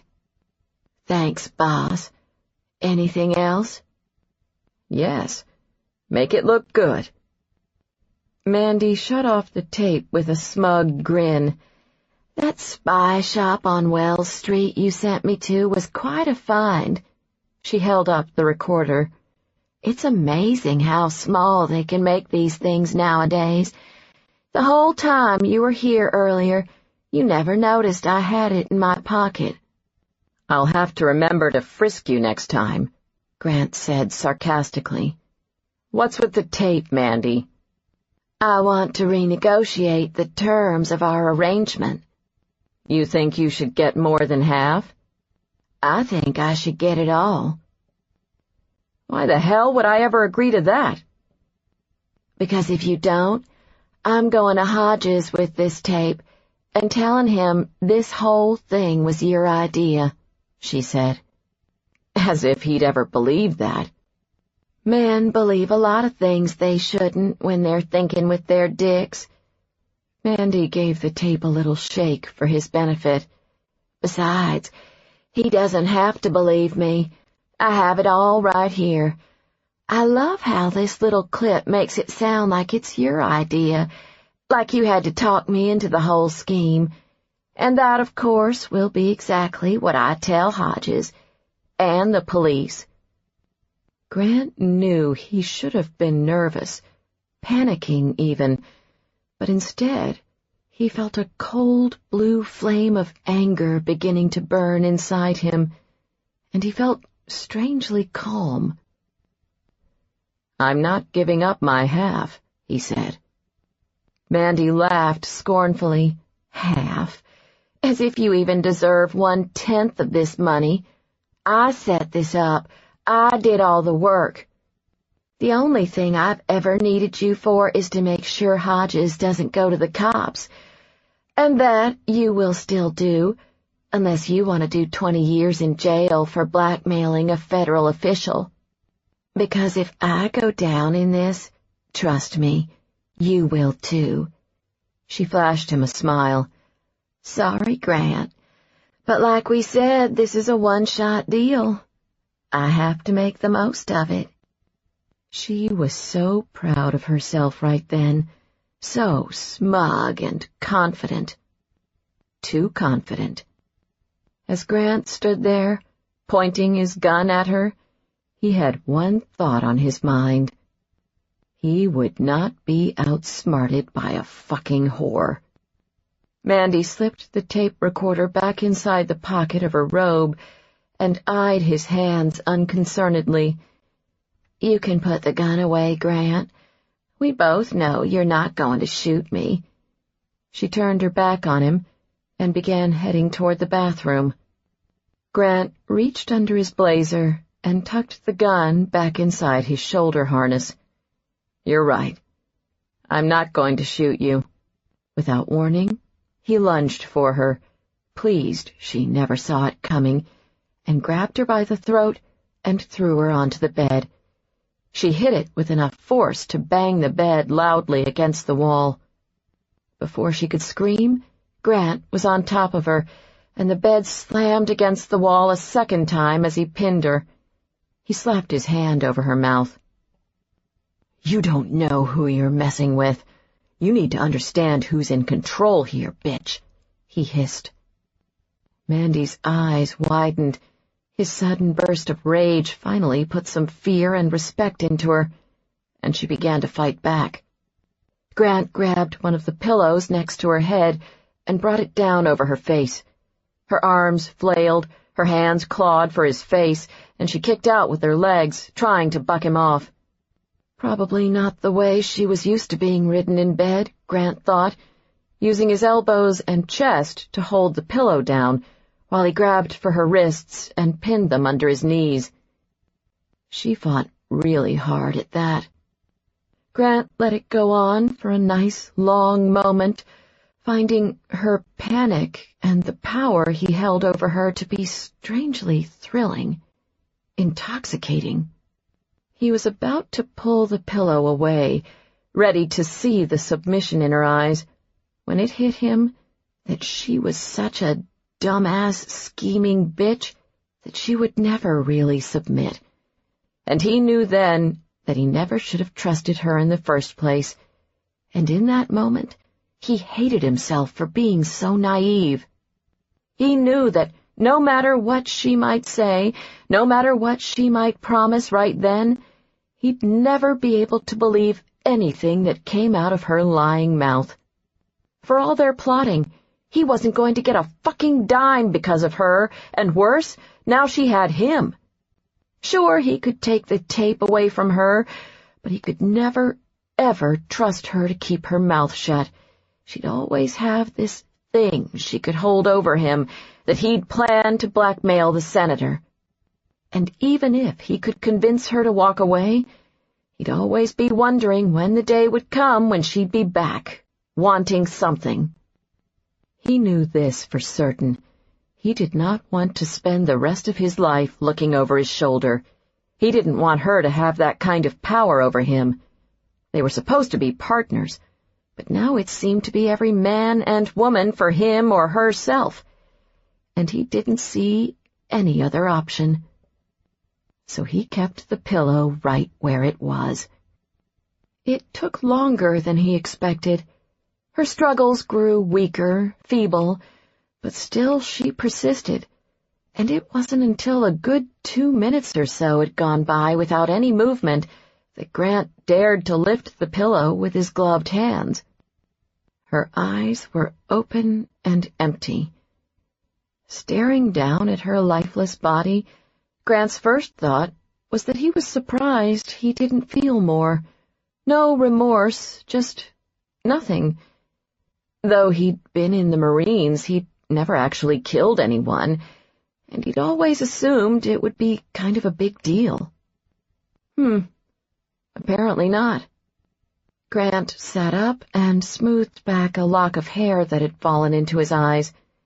He climbed off Mandy's body, thinking he'd better get out of that hotel room. Fast. His mind raced, the adrenaline kicked in, and it took him a second or two to clear his thoughts. He needed a plan, and was impressed by how quickly one came to him. The senator. Hodge's fingerprints were all over the room. The escort service would have a record that he was the one who'd been with Mandy that night. And if he left behind the videotape of the senator and Mandy having sex, that would give the authorities enough of a potential motive. A crime of passion, they'd guess. She'd tried to blackmail the senator, and when he found out, he'd panicked and killed her. It would be enough, Grant told himself. It had to be. It wasn't like he had a lot of options. There were only so many scenarios one could explore when unexpectedly finding oneself in a hotel room with a dead hooker. Plan A, get the fuck out. Bonus Plan B, pin it on someone else. Grant reached into the pocket of Mandy's robe and found the tape recorder. He slipped it into the back pocket of his jeans, making sure it was hidden by his blazer. He put the videotape and recorder back behind the television, then hurried to the door. He flipped up the hood on his T-shirt. After all, one never knew who might be watching. And now he needed to finish what he'd started. Grant set his empty beer bottle off to the side and took out his wallet to add a few bucks to the cash Driscoll had thrown down earlier. As he left the bar and stepped outside, he flipped up the collar of his coat to guard against the crisp fall wind that came rolling in off the lake.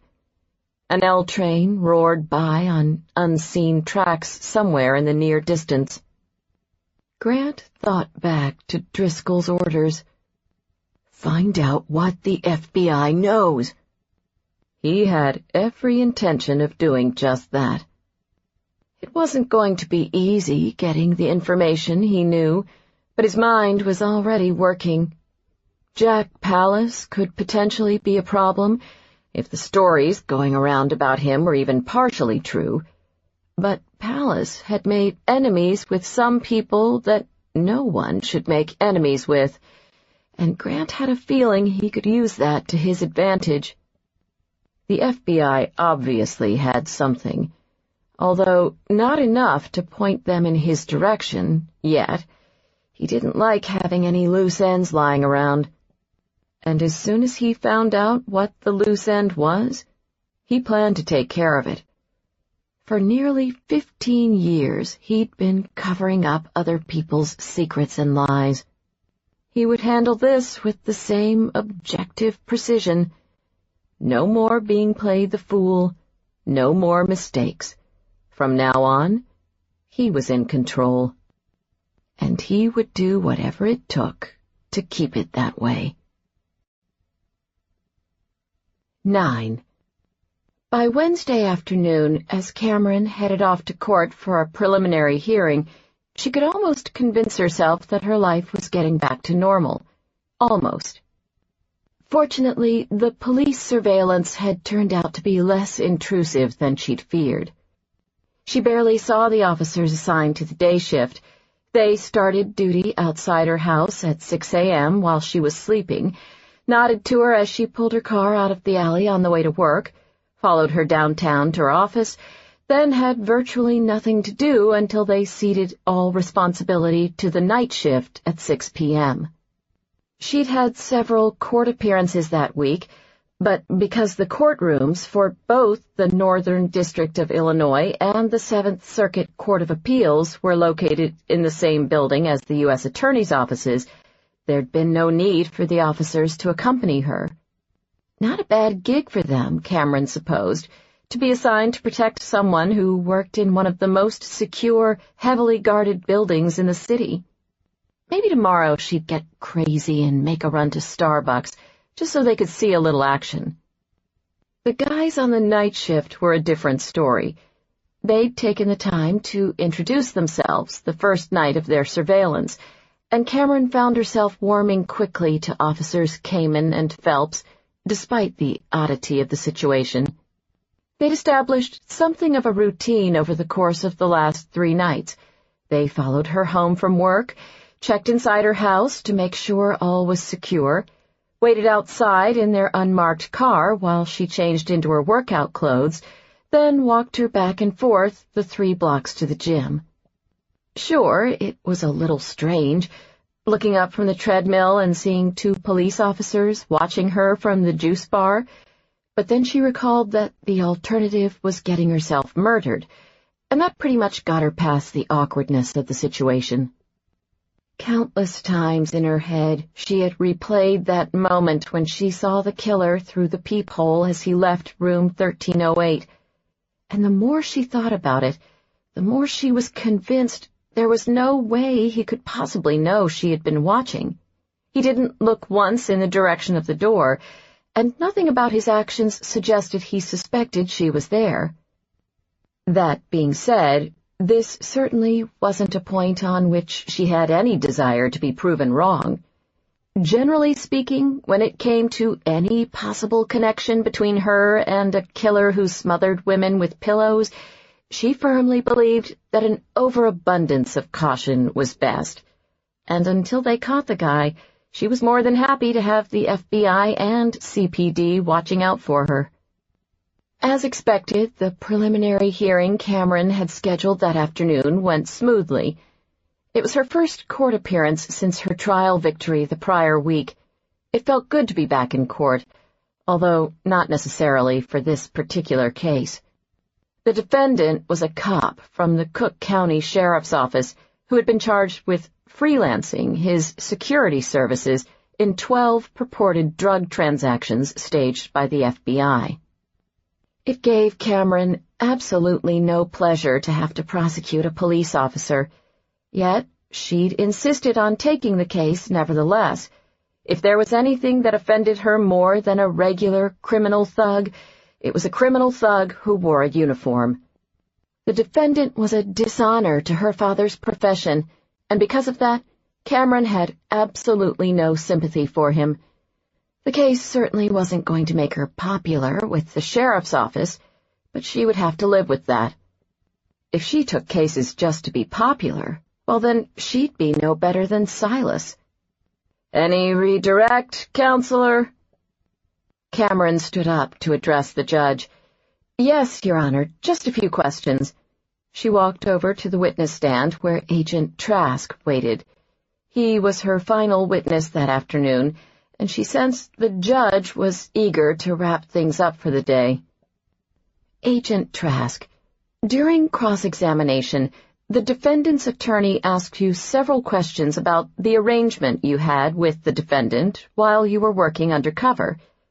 In your conversations with the defendant, did you have specific discussions that he would be providing you with security for drug deals?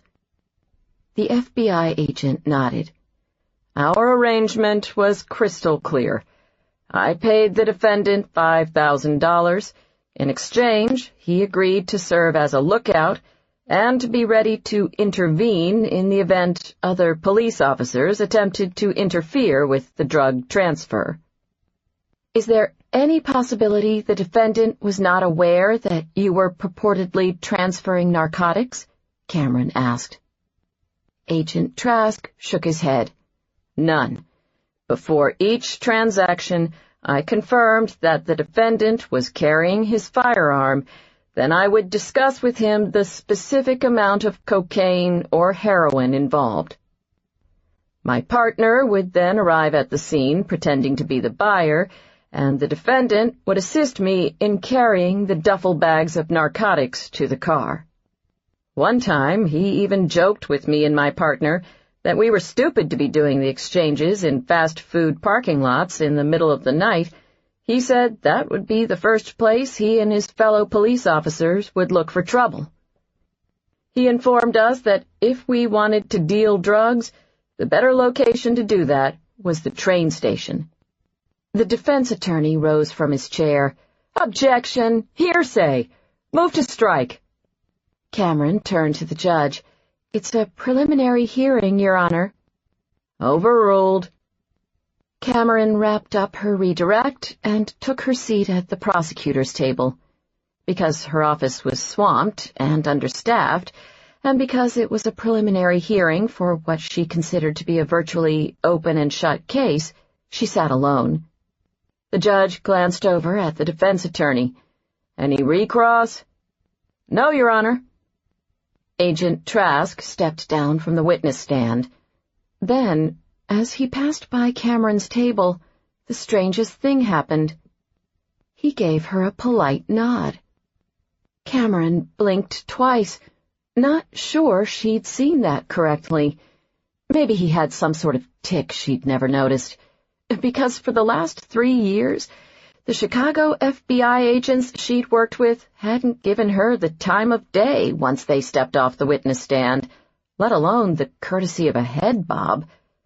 Apparently, now that Jack was back, they'd decided to forgive her supposed crimes. "Counselor?" the judge asked her. She stood. "I have no further witnesses, Your Honor." The judge issued his ruling. In light of the testimony I've heard today, along with the detailed FBI affidavit the government submitted with its complaint, I find there is probable cause to bind this matter over for trial. Trial is set for December 15th at 10 a.m. They wrapped up the few remaining housekeeping items, then everyone rose as the judge exited the courtroom. The defense attorney whispered something to the defendant before making his way over to Cameron's table. "We'd like to talk about a plea bargain," the attorney said. Cameron was not surprised, but also not interested. "Sorry, Dan, it's not going to happen." There were several other Cook County Sheriff's officers doing the exact same thing. My client can give you names. "I've already got names from Alvarez," she said, referring to another man the FBI had arrested, a civilian, who had provided additional backup security for several of the fake drug deals. "But Alvarez wasn't at the meeting on June 4th, Dan argued. Cameron packed up her briefcase. "If I cared that much about the meeting on June 4th, I would have come to you with the deal instead of Alvarez's lawyers." Dan lowered his voice. "Come on, Cameron. Give me something I can tell my client. Anything." "Okay, tell him I don't make deals with dirty cops." Dan called her a bitch and walked off, taking his client with him. Cameron shrugged and watched him leave. It was great being back in court. When she got back to her office later that afternoon, Cameron spent a couple hours returning phone calls and kidding herself that she'd somehow squeeze in the time to work on an appellate brief she had due the following week. At 6:30, she gave in and wrapped things up. Never enough hours in the day, particularly not this one. After clearing it with Officers Phelps and Kamen, she was set that night for her date with Max, the investment banker I met on the Bloomingdale's escalator. They'd seemed to get a kick out of the story.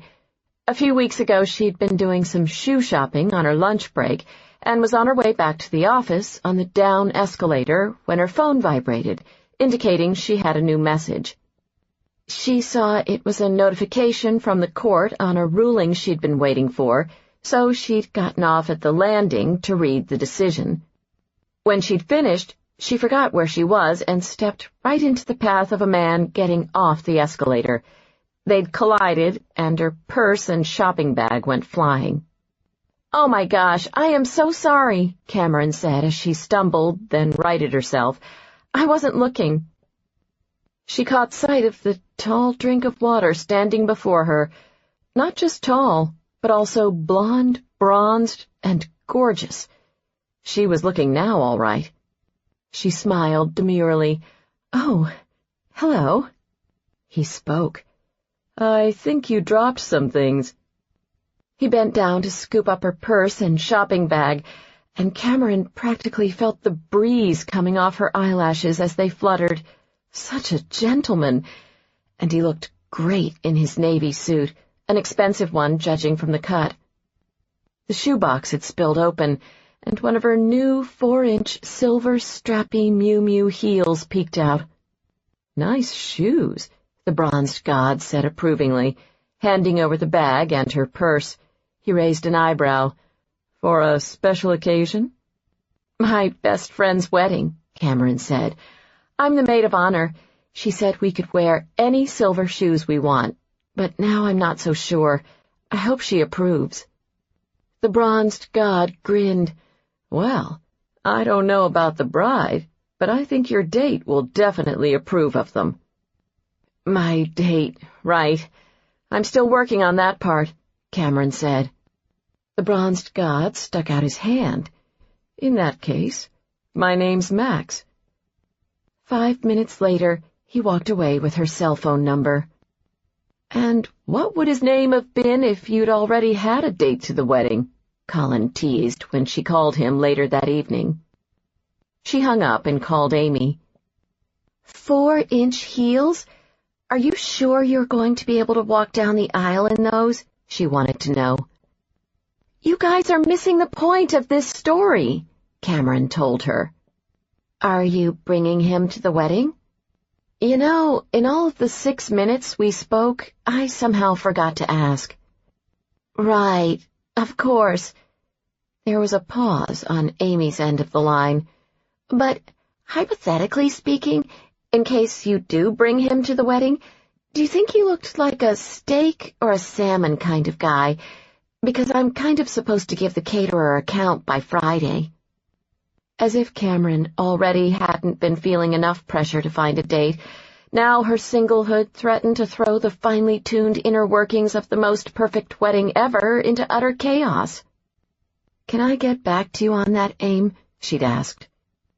But nearly 3 weeks later, she still hadn't given Amy an answer, and not just on the steak versus salmon issue. Despite the fact that they'd been on a few dates, she hadn't even made a decision on whether she wanted to ask Max to go with her to the wedding.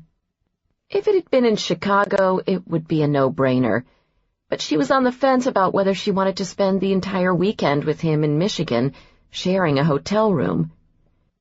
Sure, he would look oh so fine on her arm at the wedding, a factor not to be entirely discounted, but personality-wise, he was turning out to be not what she had expected from their initial meeting. At first, she thought Max had gotten her phone number so quickly because he was confident. Now she realized he moved that fast because he had to. The man was a workaholic. He ate, slept, and breathed his job. Cameron understood being committed to one's career. She'd put herself in that same category. But in the 3 weeks they'd been seeing each other, Max had already needed to reschedule 2 of their dates. He'd apologized, but still, it was a warning sign. So tonight, she would decide. She was a single woman in her 30s. She didn't have time to play around with these things. Max was either in or out. Calling it a day, Cameron powered down her computer and packed up her briefcase. She had just gathered her coat and was on her way out when her phone rang. She saw it was Silas calling and momentarily thought about not answering. But seeing how he had the corner office down the hall, he undoubtedly knew she was in. Cameron grabbed the phone. "Hi, Silas. Another minute and you would have missed me. I was just heading out." "Great. Stop by on your way." He hung up. Cameron looked at the receiver. She and Silas always did have the nicest chats. Some of that could be her fault, she supposed. She'd never gotten past the fact that Silas sold her out on the Martino case. And from what she'd seen with the other Assistant U.S. attorneys, that wasn't the first time he'd pulled a stunt like that, or the last. Over the last 3 years, she'd watched several times as Silas let his assistant prosecutors take the heat for any criticism directed at their office, but stole the limelight from them whenever there was a significant victory. Many of the other AUSAs accepted this as part of office politics, and to some extent Cameron understood why. Several of her co-workers, like her, had been associates at large law firms prior to coming to the U.S. Attorney's Office, and understood that this was simply how things often worked. The lawyers at the top of the food chain got all the glory, while the grunts at the bottom did all the work, waiting for the day when they would rise to the top and inevitably do the very same thing to the grunts working for them. The lawyer's circle of life. Additionally, there wasn't much they could do about Silas anyway. Aligning himself with powerful people was the thing Silas did best, since he certainly didn't try cases anymore. It was how he'd risen to his position in the first place. And because U.S. attorneys were appointed by the President himself, barring some unforeseen circumstance, Cameron and everyone else in the Northern District of Illinois was stuck with Silas at a minimum until the next election. That wasn't to say that Cameron simply took all his crap. Far from it. A lot had changed in their relationship over the last 3 years. She wasn't a junior prosecutor anymore. In fact, she had the highest caseload in her office and managed nearly 75 cases at any given time, some charged, some in the investigation stage. She also had the best trial record among the nearly 130 prosecutors in the criminal division of the Northern District of Illinois, a fact that made her pretty darn indispensable and gave her a lot more leverage. Because of that, a sort of unspoken agreement existed between her and Silas. As long as her courtroom victories continued to reflect well upon and bring praise to his office, he basically stayed out of her way. In this, they'd developed at least a tolerable work relationship. But it was a tricky relationship, no doubt. Silas demanded loyalty, or at least the appearance of it, from his Assistant U.S. attorneys, and Cameron continually felt as though she had to keep her guard up around him. Although she'd taken the fall for the Martino case, Silas knew she hadn't liked it, and had watched her closely ever since. Which was why she could never let him find out how she'd stepped in to help Jack 3 years ago. Silas had raised holy hell with the Department of Justice, demanding that Jack be fired for inappropriate conduct because of his comments. Cameron suspected this had less to do with Silas being offended on her behalf, and more to do with keeping everyone's focus on something other than the real issue, his decision to not file charges against Roberto Martino.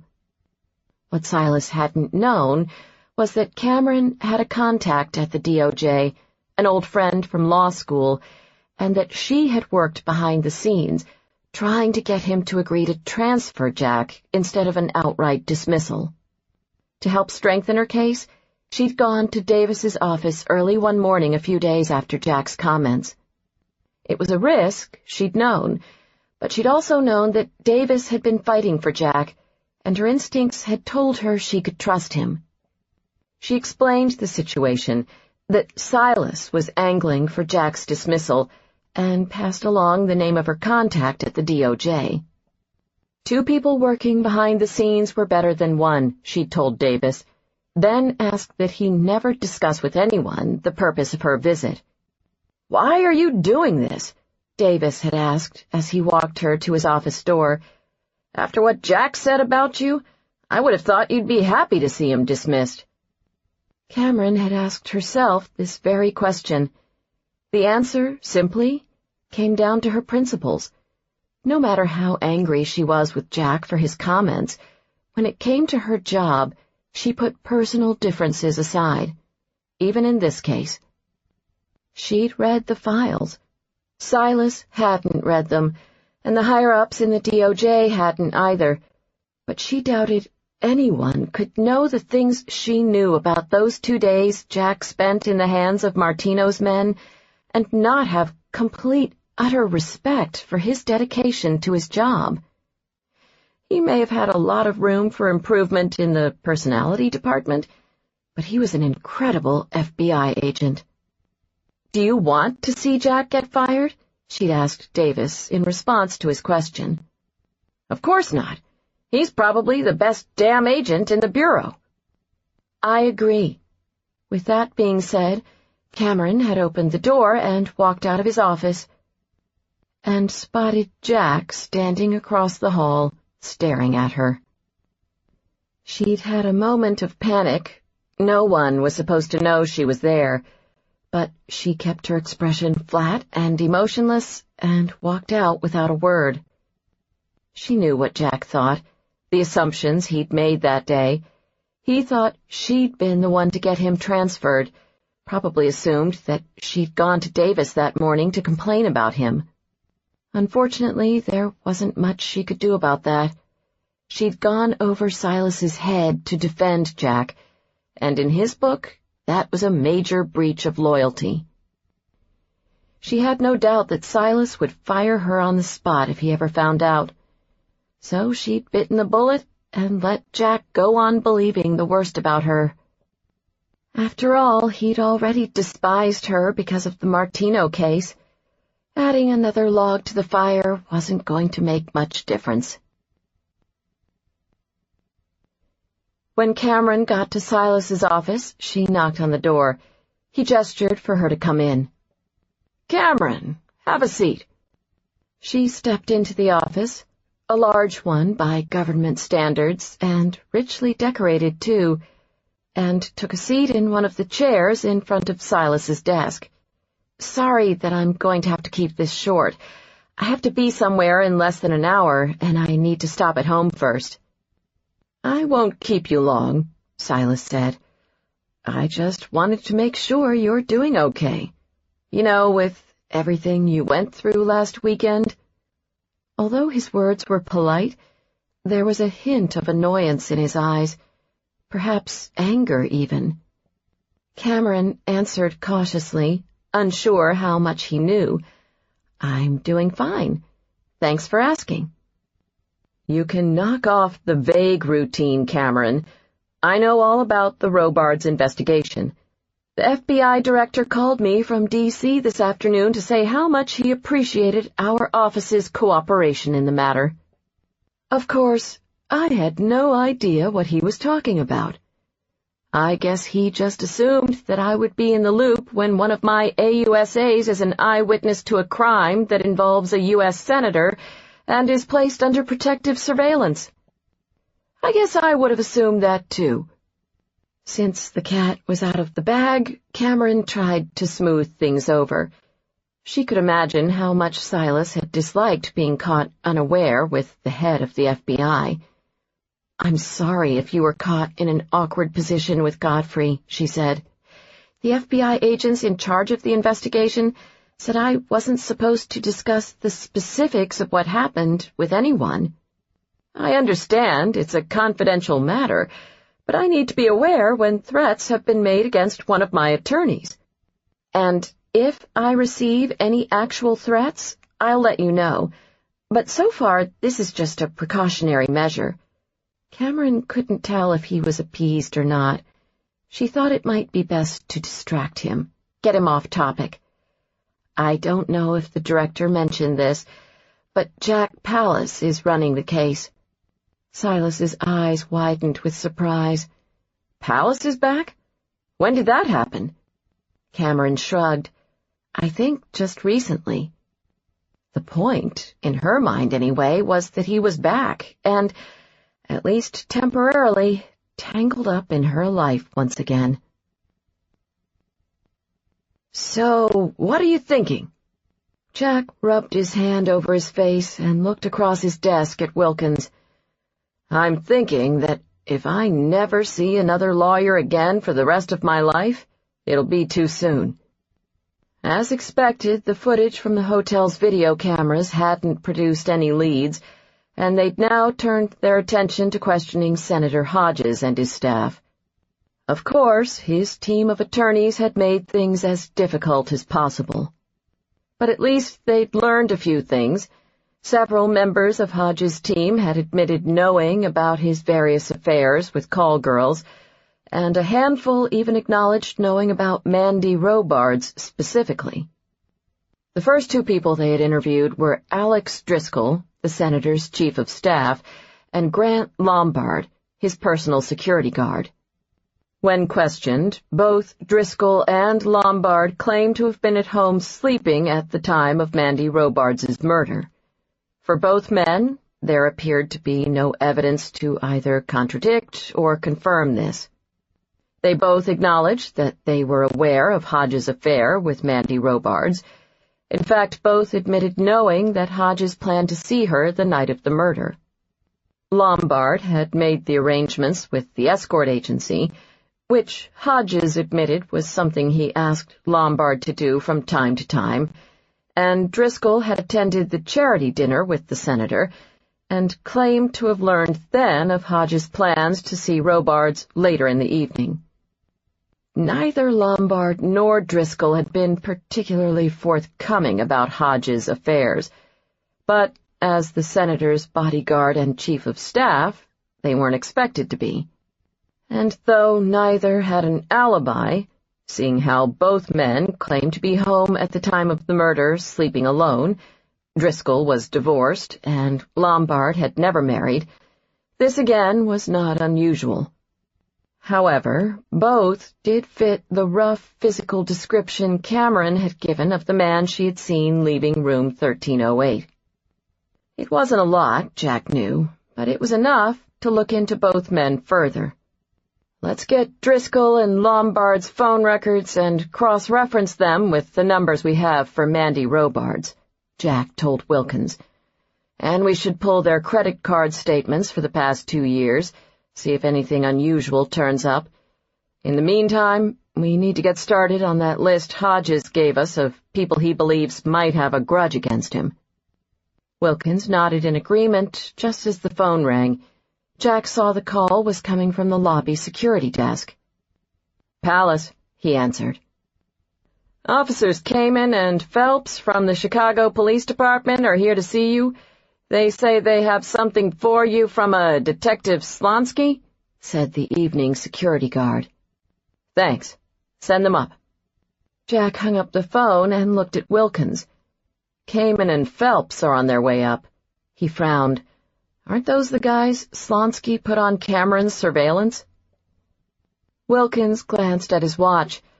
They're the evening shift, I thought. So what are they doing here? You'll have to ask them that. Wilkins seemed to sense the dark cloud of displeasure that was quickly moving in. Let's try to play nice here, Jack. Remember that we're working with these guys? When Kamen and Phelps arrived at his office, Wilkins rose from his chair and greeted them with a cordial smile. Hello, officers. What brings you by this evening? The older cop introduced himself and his younger partner. "I'm Bob Kamen. This is my partner, Danny Phelps." He held out a large sealed envelope. "Detective Slonsky asked us to bring this to you. He says it's the lab report you've been waiting for." Jack got up from his desk and took the envelope from Kamen. "Thanks." He caught Wilkins's sideways glance and shot him a look to let him know that everything was cool. "So, for some reason we thought you were the guys assigned to Ms. Lynde's surveillance. Guess we were mistaken?" "Nope, you got it right," Kamen said. "We do the night shift. Nice girl. We talk a lot on the way to the gym." "Oh. Then I guess Agent Wilkins and I are just curious why you two are here instead of with her." Kamen waved this off. "It's cool. We did a switcheroo with another cop, see?" "A switcheroo, right. Remind me again how that works?" Jack asked. "It's because she's got this big date tonight," Kamen explained. Jack cocked his head. "A date?" Phelps chimed in. "Yeah, you know, with Max, the investment banker she met on the Bloomingdale's escalator." "I must have missed that one." "Oh, it's a great story," Kamen assured him. "She crashed into him coming off the escalator, and when her shopping bag spilled open, he told her he liked her shoes." "Ah, the meet cute," Wilkins said with a grin. Jack threw him a sharp look. "What did you just say?" "You know, the meet cute," Wilkins explained. "In romantic comedies, that's what they call the moment when the man and woman first meet." He rubbed his chin, thinking this over.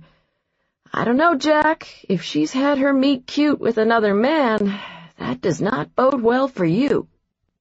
Jack nearly did a double take as he tried to figure out what the hell that was supposed to mean. Phelps shook his head. "Nah, I wouldn't go that far.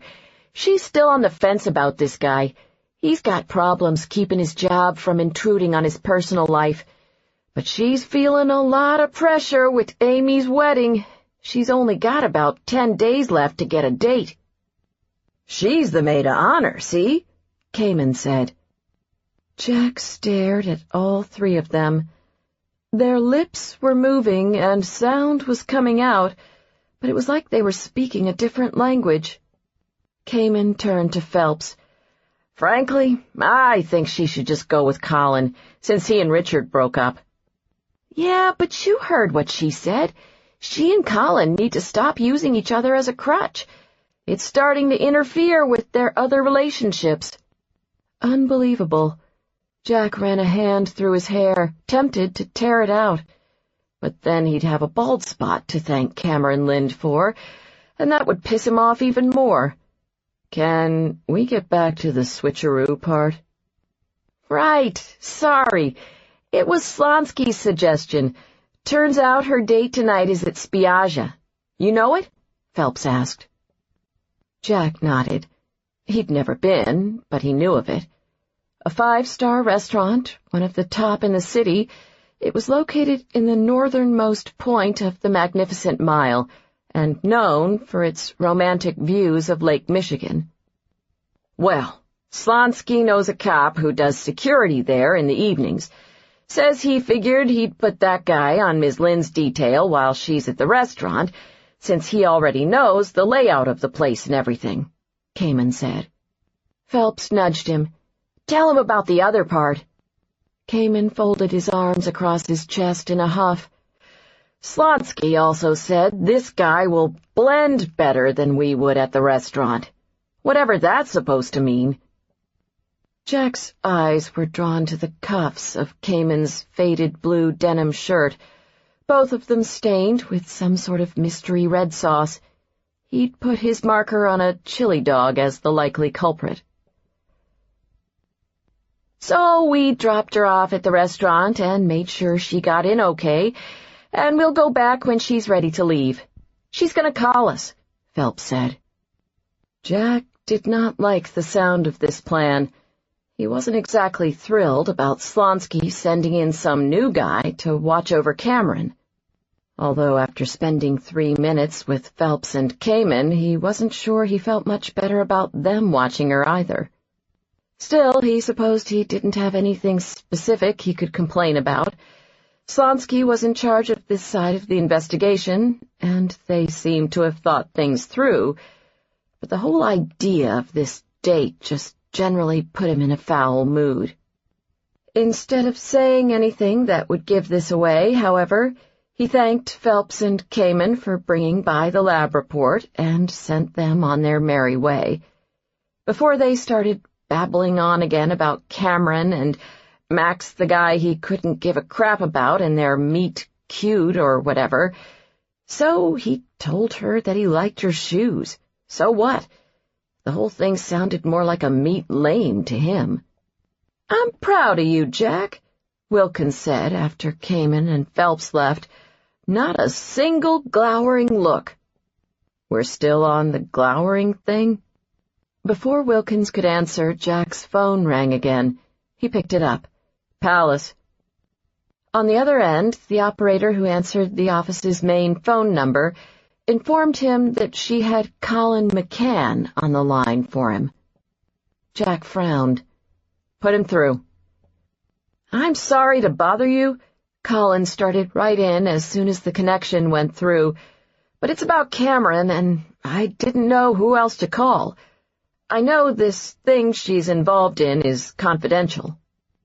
"Is something wrong?" Jack asked. Hearing this, Wilkins looked over. "It's probably nothing," Colin said. "She's on a date tonight. Maybe she's just preoccupied." Jack gritted his teeth. If one more person mentions this damn date...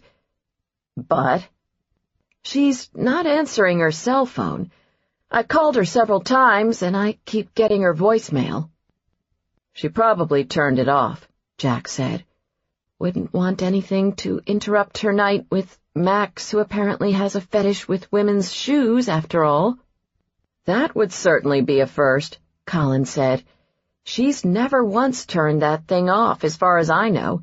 She keeps it on for work." Jack paused at this. "Okay, we'll look into it." He hung up and turned to Wilkins. "That was McCann. He says Cameron's not answering her cell phone. Probably just a dropped signal, but we should check it out." He picked up his phone and called Slonsky. When the detective didn't answer, Jack paged him and left a message to call back. Jack frowned. Did either Phelps or Kamen mention the name of the new guy they've got watching Cameron?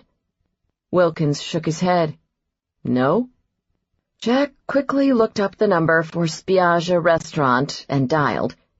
20 seconds later, he hung up the phone, his frustration level having risen about 10 notches. "I got a recording that says I should try again in a few minutes if I'm calling during normal business hours. Very helpful," he said to Wilkins. "Do we have numbers for either Phelps or Kamen?" "No." "Great. Clearly that would have to change ASAP. Let's call the station and have them paged, too. How nice it would be if we could find somebody who knows something." "The restaurant is only 2 miles away," Wilkins said. "Why don't I stay here and keep trying them, CPD, and Cameron, while you head over and check things out? With your ride, you'll be there and back in 15 minutes. Jack nodded. He'd been thinking along those same lines. There were plenty of perfectly innocuous reasons Cameron might not have been answering her phone, but the thought of that one not-so-innocuous reason got him moving, fast. He grabbed his keys and shoved them in the back pocket of his jeans. Phelps and Kamen said they saw her go into the restaurant, so at least we know that much. If you get through to the restaurant, confirm that everything's okay with this cop Slonsky's got watching her, whoever the hell he is, then call me. Most likely this is all a lot of nothing." "And if it isn't nothing?" Wilkins asked. Jack yanked open the top drawer of his desk and pulled out his backup gun, a subcompact Glock 27. He strapped it into the harness around his ankle. "Then I'll make it nothing, as soon as I get there." Because no one messed with his witnesses. Not even this one. 6 minutes later, having raced through the city at vastly illegal speeds only a skilled driver and badge-carrying FBI agent could pull off without fear of death or being arrested, Jack pulled up at the One Magnificent Mile building. He left his Triumph parked out front and flashed his badge to the lobby security guard in order to avoid being towed. After a quick sprint up the escalator, he entered the marble foyer of Spiaggia Restaurant. The maitre d' came around the corner, looking harried. "Sorry, I hope you haven't been waiting long. A busier crowd tonight than we had anticipated. Can I help you?" While he caught his breath, he took notice of Jack's jeans and eyed them skeptically. Jack still had his badge in his hand. "Jack Pallas, FBI. I'm looking for one of your guests, Cameron Lynde. Dark-haired woman, early 30s, about 5'3". The maitre d' studied his badge. "Andy told me I'm not supposed to give that kind of information out, and he specifically said I'm supposed to call him if anyone asks for it tonight. At least CPD got that right. I'll tell you what, you call him, and while you're doing that, I'm going to have a look around." Without further delay, Jack entered the main dining room and quickly surveyed his surroundings. The restaurant spanned 2 levels, the primary dining area and a lower level where tables were flanked by impressive floor-to-ceiling windows. Despite the ornate chandeliers above, the lighting in the restaurant was low, presumably to enhance the views of the city and Lake Michigan, and it took him a few moments to scan through the guests on the first level. Not seeing Cameron, he headed to the balcony railing and looked for her at one of the tables below. He spotted her at the second table from the left, sitting next to the window. Alone. For a moment, he had to pause and just look, because the view he had from the balcony was stunning. And he wasn't referring to the lake. The soft candlelight on the table picked up the gold highlights in her long chestnut-brown hair. She wore a sleeveless black dress that showed off every curve of what Jack supposed he would have to acknowledge was an incredible body. She sat at the table, looking out the window next to her. He watched as she took a sip from the wine glass she held. She looked subdued. She checked her watch, then crossed one leg over the other, revealing a slit in the dress at her thigh. Only one wine menu on the table, Jack noted. It didn't take a special agent to figure out what had happened. Not that he cared or anything, but the infamous Max was kind of a dumbass to leave a girl like that sitting alone in a restaurant. His cell phone vibrated in the pocket of his blazer. Jack pulled it out and saw it was Wilkins. "I just talked to the cop at the restaurant. Name's Andy Zuckerman. He's telling me that Cameron is fine," Wilkins said. "I've got a visual," Jack confirmed. "She seems okay. I'll find out what the problem is with her phone and get back to you." He hung up and made his way over to her table. 10.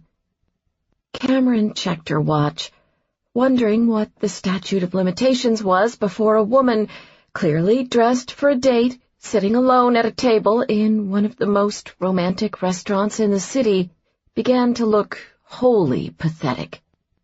She would finish her glass of wine, she told herself. She'd treated herself to a 2006 Stag's Leap Petite Syrah, unwilling to let the evening be a total waste. Max had stood her up. Technically, she supposed, he hadn't actually stood her up, because he'd texted her. Oh yes, a text message, as if he didn't have a moment to spare for a phone call, to let her know that he was stuck in a meeting with a client and wouldn't be able to make it. A lot of help that had been, seeing how she'd already arrived at the restaurant and been seated at the time he sent his message. She'd ordered a drink when the waiter came by her table, hoping to pull off some sort of chic, nonchalant, "Oh no, just one tonight. After a hard day of work, I often unwind alone in five-star restaurants with a richly aromatic Rhone varietal type vibe." Given the slit in her dress and her knockout high heels, if she did say so herself, she doubted anyone, including the waiter, was fooled. When she hadn't immediately answered Max's text message, wanting to calm down first, he'd sent her another message asking when they could reschedule their date again. In response, she'd sent a message saying that she would check her calendar for the month of probably never, buddy, and get back to him.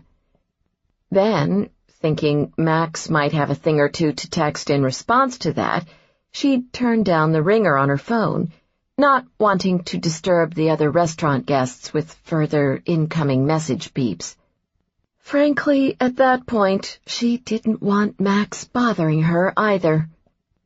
As Cameron finished her wine, she looked out the window, taking in the view of the lake and reflecting upon those things a single woman in her 30s tended to think about when sitting alone at a restaurant. Her best friend was getting married, and she had no one to take to the wedding, no one to share the moment with, other than Colin, but that was different.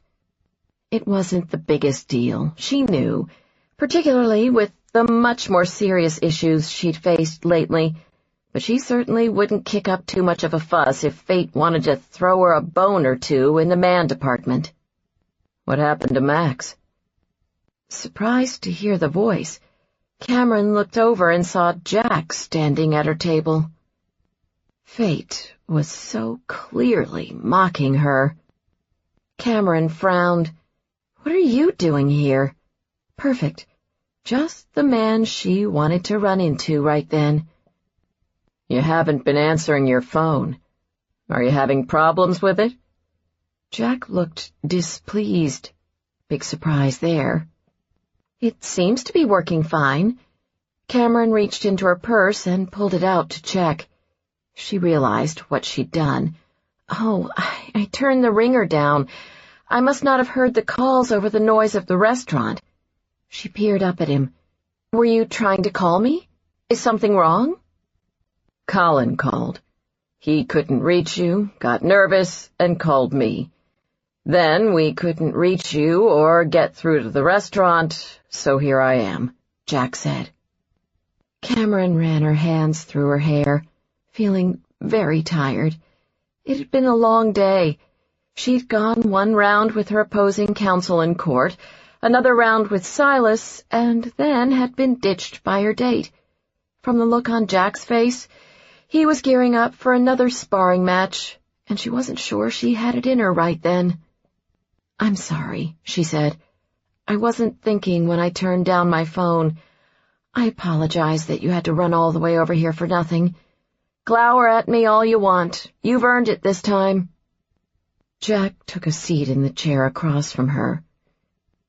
"That being said," Cameron continued, "I would like to point out that Officer Zuckerman has been over there at the bar watching me all night, so it's not as though I had any reason to believe I was in danger. And I'd also like to state for the record that there was never any discussion about me keeping my cell phone on at all times. If that was something you expected as part of this surveillance, you should have stated it clearly up front to avoid exactly this type of scenario." Okay, so maybe she had just a tiny bit left for one last round. Jack rested his arms on the table. "That has to be the worst apology I've ever heard." "I've had a chance to think things through. Seeing how I was only about 30% at fault here, you get 30% of an apology." "I see." Cameron waited for him to say something further. "That's it? I expected there to be a lot more, with the growling and scowling. I could add a few curse words to that if you'd like. Cameron checked her grin just in time. Not necessary, but thanks for the offer. They sat in silence for a moment, each one studying the other warily. So you never said what happened to your date? Jack led in. He had a last-minute conflict with work, for the third time in 3 weeks. Cameron had no idea why she'd added that last piece of information. Jack's dark eyes studied her. I hope you had better luck picking out shoes that day. He never ceased to amaze her. How do you know how I met Max? Cameron asked. Cayman and Phelps are a wealth of information. They seem to be having a blast being assigned to your detail. Shockingly, some people actually find me charming. I once found you charming, too, Jack said quietly. It was as though the proverbial record had skipped to a stop, silencing the room. For the last week, she and Jack had danced around this very issue, never actually discussing the past. But now that he had launched the first salvo, she could either retreat or face him head-on, and she wasn't a retreating kind of girl. The feeling was once mutual. Jack mulled this over for a moment. Now that we're working together, maybe we should talk about what happened 3 years ago. Cameron took a sip of her wine, trying to look casual. She chose her words carefully. I don't think there's anything that could be said that would do us any good. Jack surprised her with his response. I was wrong to say those things to that reporter. I knew it right after I said it. That was a rough time for me. I was going to apologize to you. Of course, I never got the chance. It was as she'd expected. He blamed her for his transfer, never realizing how close he'd come to being dismissed from the FBI. Part of her was tempted to tell him the truth and just get it all out there. But he was so angry with her about the Martino case, about everything, that she didn't know how he'd react. Logically, there was no good reason why she should trust Jack. So she continued dodging the issue. I appreciate your apology, she said matter-of-factly, hoping that would end the conversation. His face hardened. That's it? There's not much more I can say about what happened back then, without taking a risk that the information would get back to Silas. You can tell me why you did it. I know you were pissed off about the things I said, but did the sight of me really offend you so much that you needed to have me thrown out of the entire city? Cameron knew it was time to end this conversation. This isn't a good idea, us talking about this. Jack leaned forward, his dark eyes glittering in the soft light coming off the candles in the center of the table. I saw you come out of Davis's office that morning, Cameron. Anger got the better of her. She leaned in, meeting him halfway. You saw what you wanted to see, she snapped. Cameron saw surprise register on Jack's face and knew she had said too much. Damn it, Jack, just let it go. She stood up from the table and walked away, not daring to utter another word. 11. While waiting in the lobby, Cameron slipped on her jacket and tied the belt around her waist. It was a warm night for October in Chicago, but given that it was nevertheless still October in Chicago, the concept of warm when wearing a sleeveless dress was relative. I can take it from here, officer. Thank you. At the sound of Jack's voice, both Cameron and the police officer Slonsky had substituted for Cayman and Phelps turned. She watched as Jack strode down the escalator. "Thank you, Agent Pallas, but there's no need," she replied coolly. "I'll stick with Officer Zuckerman until Kamen and Phelps arrive." Jack ignored her and showed his badge to Zuckerman. "Jack Pallas. You spoke with my partner on the phone a few minutes ago, so you're aware that the FBI has jurisdiction over the investigation Ms. Lynde is involved in? I'll make sure she gets home safely." Cameron watched as Officer Zuckerman nodded and wished her a good night. After he left, she glared at Jack. "Why did you do that?" "Because we're not finished with our conversation." "Believe me, we're finished." He shook his head. "No." He moved toward her, close enough that Cameron had to tilt her head back to look at him. "What did you mean when you said that I saw what I wanted to see that morning?" He studied her face, searching for answers. "What else should I have seen?" Cameron held her ground. "If this is some kind of interrogation technique, it's not working." "I'm awfully good at this when I need to be, you know." "How fortunate, then, that I don't plan for us to do a lot of talking." "Maybe you'll warm up to the idea on the way home." It took Cameron a second to catch that.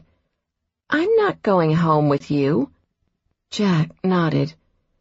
"I already called Kamen and Phelps and told them to meet us at your house." "Why?" "I told you. We're not finished with our conversation." He smiled slightly. "What's wrong? Don't trust yourself around me?" Cameron raised an eyebrow. "Hardly." "Fine. Let's get this over with. Where's your car?" "Parked on the street in front of my apartment." He pointed behind her. "We're taking that." Cameron turned and saw a motorcycle parked in front of the building. She was no expert on motorcycles, far from it. So later, when Colin interrupted her at this point as she recounted the details of the evening to ask her 5,000 damn questions about what kind of motorcycle Jack drove, the best she could tell him was that no, it wasn't a Harley, and no, it wasn't one of those crotch rocket sport bikes either. It was silver and black, and it was definitely a bad boy bike, she decided as she looked it over. But bad boy in a refined, understated sort of way. It suited Jack well. But still, it was a motorcycle. "I'm not getting on that," she told him. "Never been on a bike before?" he guessed. No, not my thing." "How do you know they're not your thing if you've never been on one?" "For starters, they're dangerous." "Not in the right hands." Jack walked over to the motorcycle and climbed on. Cameron had a retort ready, but it died on her lips. Holy shit, he looked ridiculously hot on the bike. Jack nodded. "Come on, let's go." She walked over. "How am I supposed to ride that thing in a dress?" He didn't so much as blink. "That slit at your thigh should do the trick." So, he'd noticed the slit of her dress. Cameron hiked up her dress and climbed on, showing a lot of leg in the process. Oops. She adjusted her jacket to cover up, wondering how much Jack had seen. From the look on his face when she glanced up, he'd seen plenty. "Oh, yeah, the dress works just fine," he said, with a warmer gleam in his eyes than she was used to seeing. Cameron looped her purse around her wrist and settled it into her lap. She searched around the seat for her handles. "What do I hold on to?" "Me." "How convenient." "Maybe I should just stick with Phelps and Kamen," she said nervously. "Too late to back out now." Jack reached around her and pulled a helmet off the back of the seat. "You never know. Maybe you'll surprise yourself and actually like it." He handed her the helmet. Put this on." "What about you?" she asked. "I'll get by."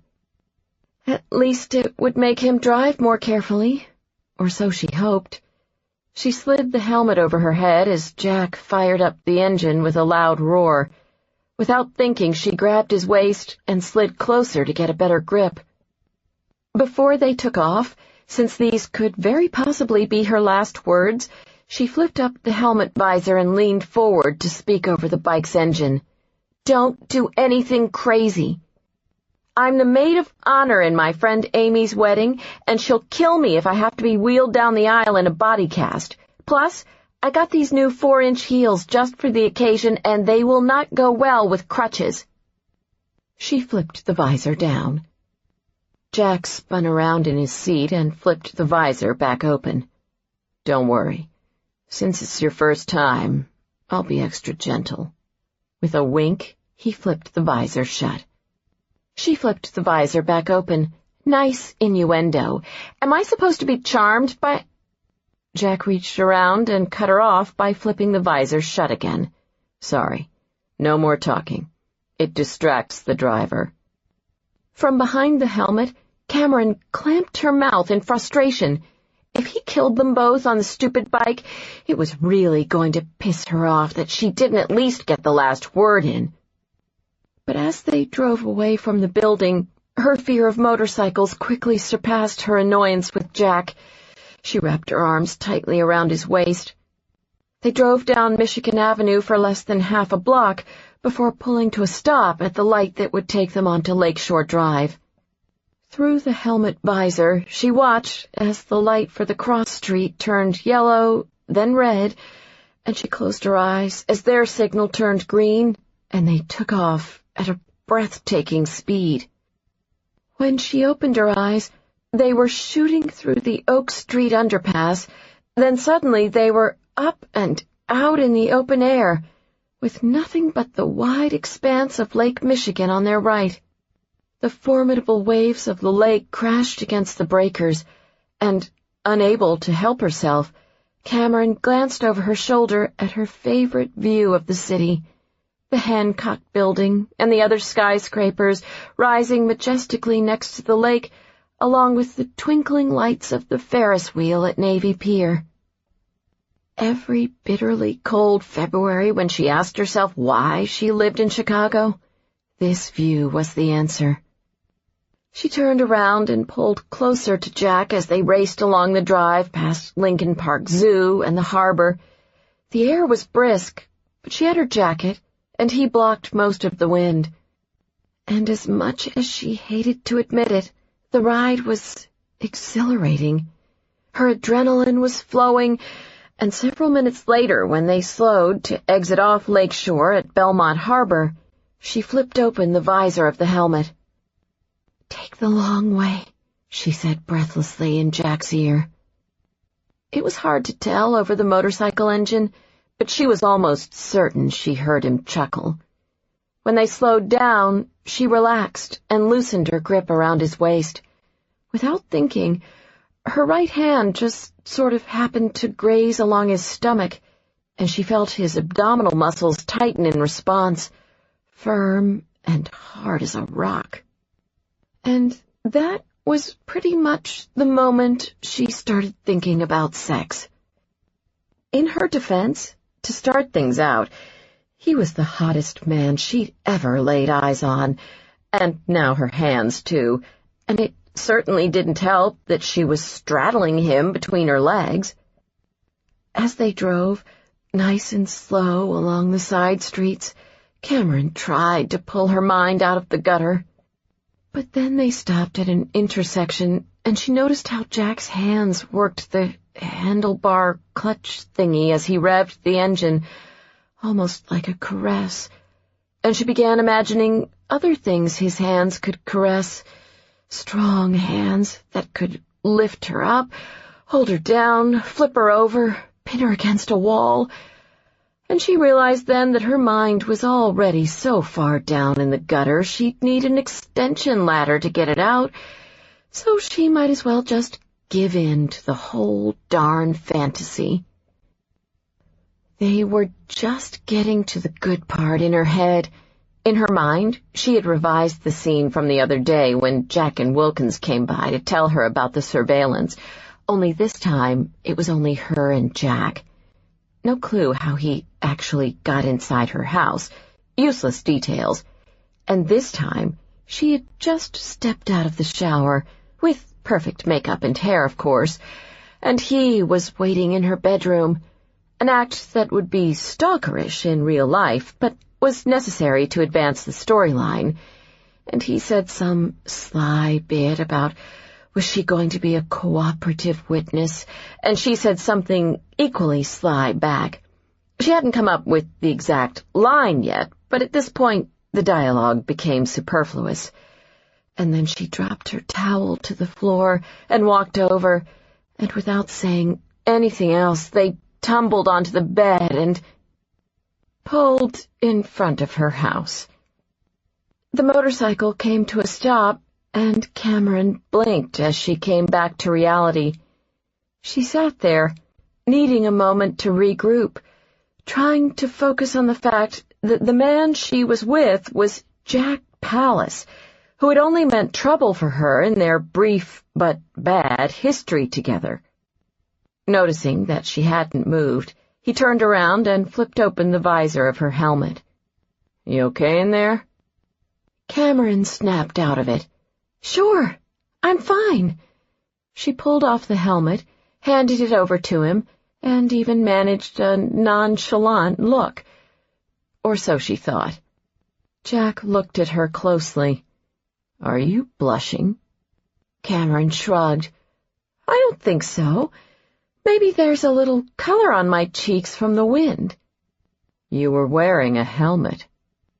"Right. Time to go." She climbed off the bike as quickly as she could in her dress and heels.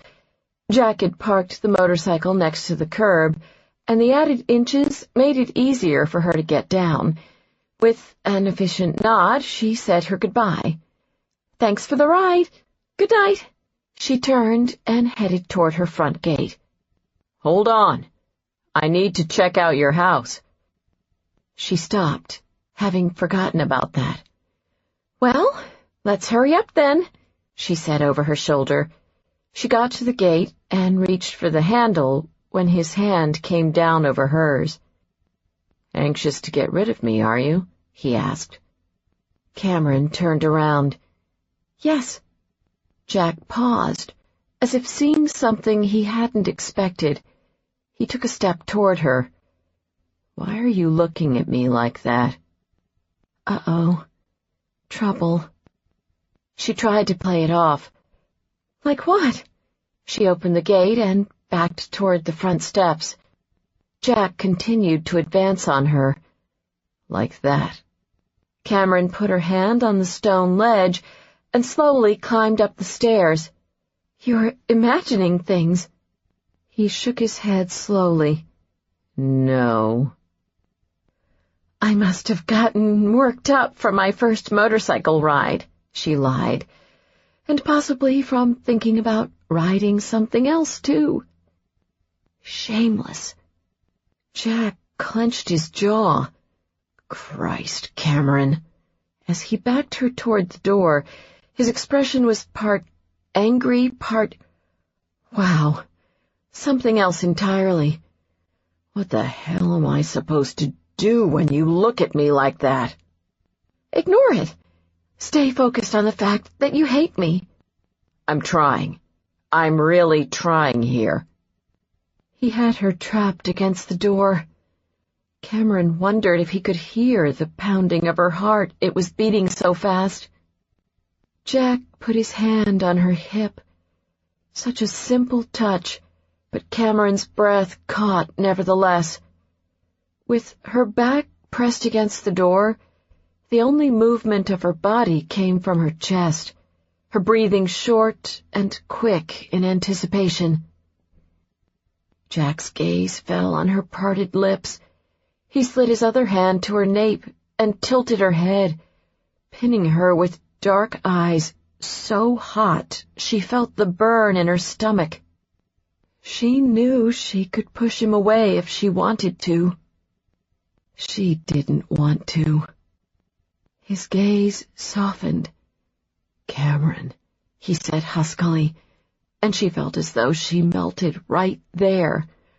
Knowing what he was about to do, she closed her eyes and felt his lips brush lightly against hers right before he stopped. Blinking in confusion, Cameron watched as Jack pulled back. "We've got company," he said in a thick voice. She looked over his shoulder and saw a familiar unmarked car parked on the street in front of her house. Phelps and Cayman. "When did they get here?" she asked. "Just now. I heard the car pull up." Jack gestured to her door. "Do you have your keys?" She nodded, trying to clear her head. "In my purse." She pulled the keys out and unlocked the door. Jack moved past her and stepped inside. "Stay in the doorway, where Cayman and Phelps can see you." Then he went to search her house. Cameron stood there and waited, trying to process what had happened between her and Jack. Her mind was quickly coming to terms with the fact that she'd almost just made a very big mistake, although her body seemed not as willing to accept this as fact. "Get a grip," she told herself, as Jack came down the stairs from the second floor. "All clear," he said as he approached. Cameron stepped out of the doorway, knowing that physical distance was her best defense against him right then. Jack noticed her quick retreat. "Don't forget to lock the door behind me," he said tersely. He walked out the door. Jack hurried down the steps, trying to figure out when, exactly, he had become such an idiot. He'd almost kissed her, and if Phelps and Cayman hadn't pulled up when they had, he would have. Clearly a bad idea. On this, at least, they seemed to agree. He'd been momentarily caught off guard by that look she'd given him when she'd gotten off the bike, whatever the hell that had been. But now he was focused once again. She was his witness. More important, she was Cameron Lynde, and that meant hands off. The last time he'd gotten too close to her, he'd gotten burned, big time. Not something he wanted to go through again. He liked being back in Chicago. Being a solitary person, he didn't have a ton of friends, but his younger sister and 2-year-old nephew lived close to the city. He planned to stay in Chicago for good this time, and that meant no screw-ups, particularly in cases where Cameron was involved. Jack walked the perimeter of the house and confirmed that all the windows and doors were secure. When he finished, he closed the front gate and headed over to the unmarked car parked at the curb. He had no idea how much Cayman and Phelps had seen, but they weren't smirking or gawking as he walked up, so he took that as a good sign. The window of the passenger side unrolled as he walked up. Jack knew he was in trouble as soon as he saw the older cop's expression. Cayman grinned approvingly. "So that's why you wanted to drive her home from the restaurant." Phelps leaned across the seat. "Does this mean she's not going to the wedding with Max the investment banker?" So much for hoping they hadn't seen anything. 12. On the west side of the city, Grant put on his game face as he approached the bar with the red neon sign that blinked Club Rio. He felt naked without his gun and shoulder harness, but only a man with a death wish would attempt to bring a piece into this kind of place.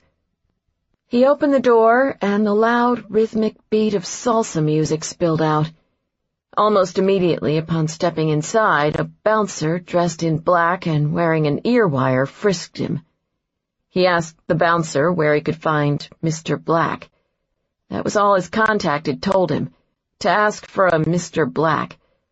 The bouncer nodded in the direction of the few empty booths in the back of the club. Grant chose the booth in the corner and took a seat.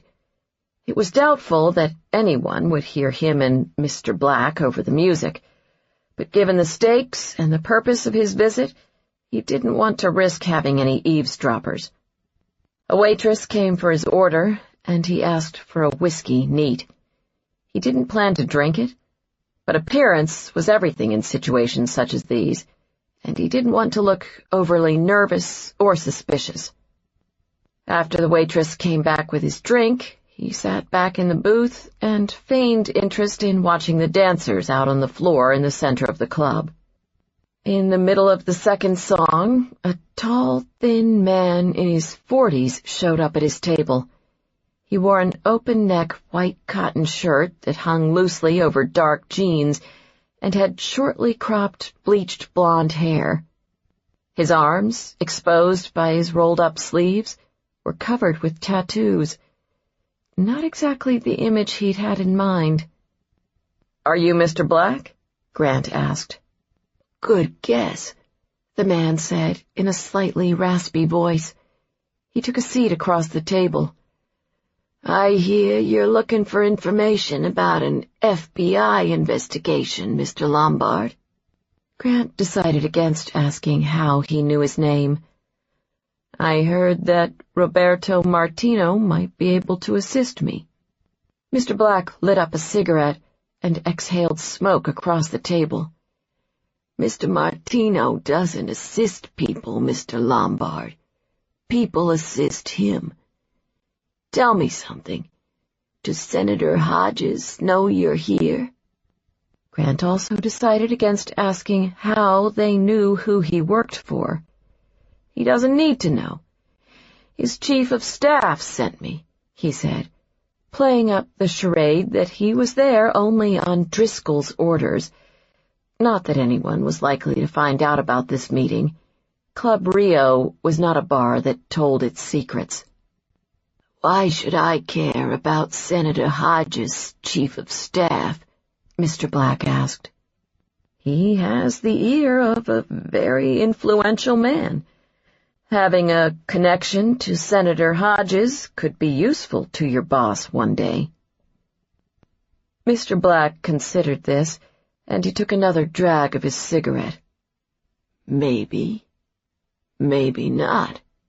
Perhaps you'd be more interested to learn that Senator Hodges and Mr. Martino share a common enemy."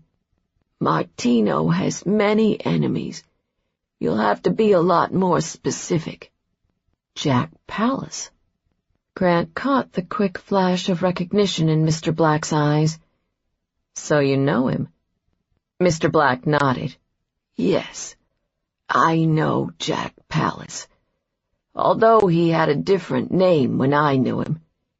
He appeared far more interested now. "What do you know about Pallas?" "I know that he got inside your organization," Grant said. "That he betrayed Martino and took out several of your men in the process." Mr. Black paused for a moment. "What is it you want, Lombard?" "Pallas is the lead agent in a murder investigation that implicates Hodges. The FBI is hiding something from us. The senator's chief of staff has asked me to find out what that something is. He would, of course, be very grateful for your help with this matter.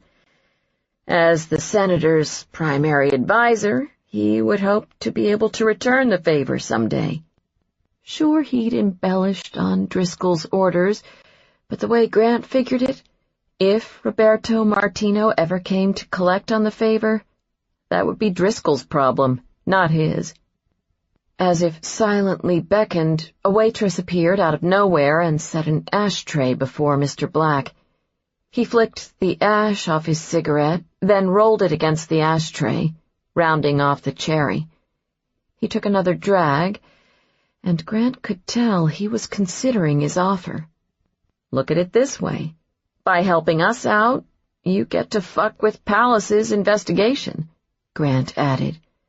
Whatever it is he's hiding, it's important enough that he doesn't want anyone to know about it." Mr. Black eased back in the booth with a humorless grin. "You seem pretty confident that we'll give you this information just for the hell of it. I think you've overestimated Martino's dislike of Pallas." "Have I?" Mr. Black said nothing at first. After another drag of his cigarette, he stood up. "Wait here." Grant slowly exhaled.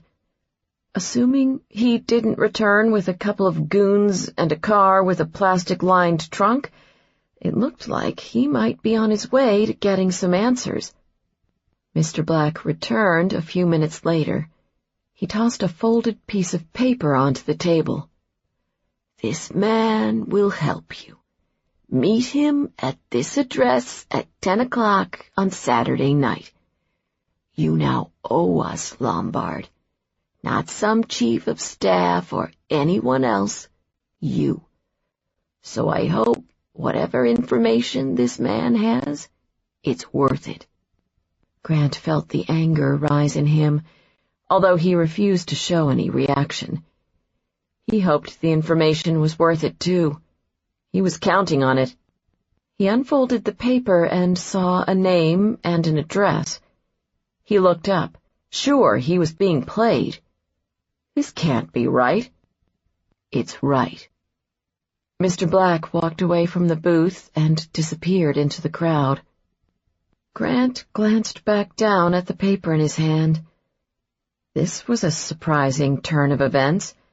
He didn't know the man personally, but of course he recognized the name. Anyone connected to U.S. politics and law enforcement, especially in Chicago, would recognize it. Silas Briggs. 13. Jack checked his watch as he and Wilkins stepped off the plane.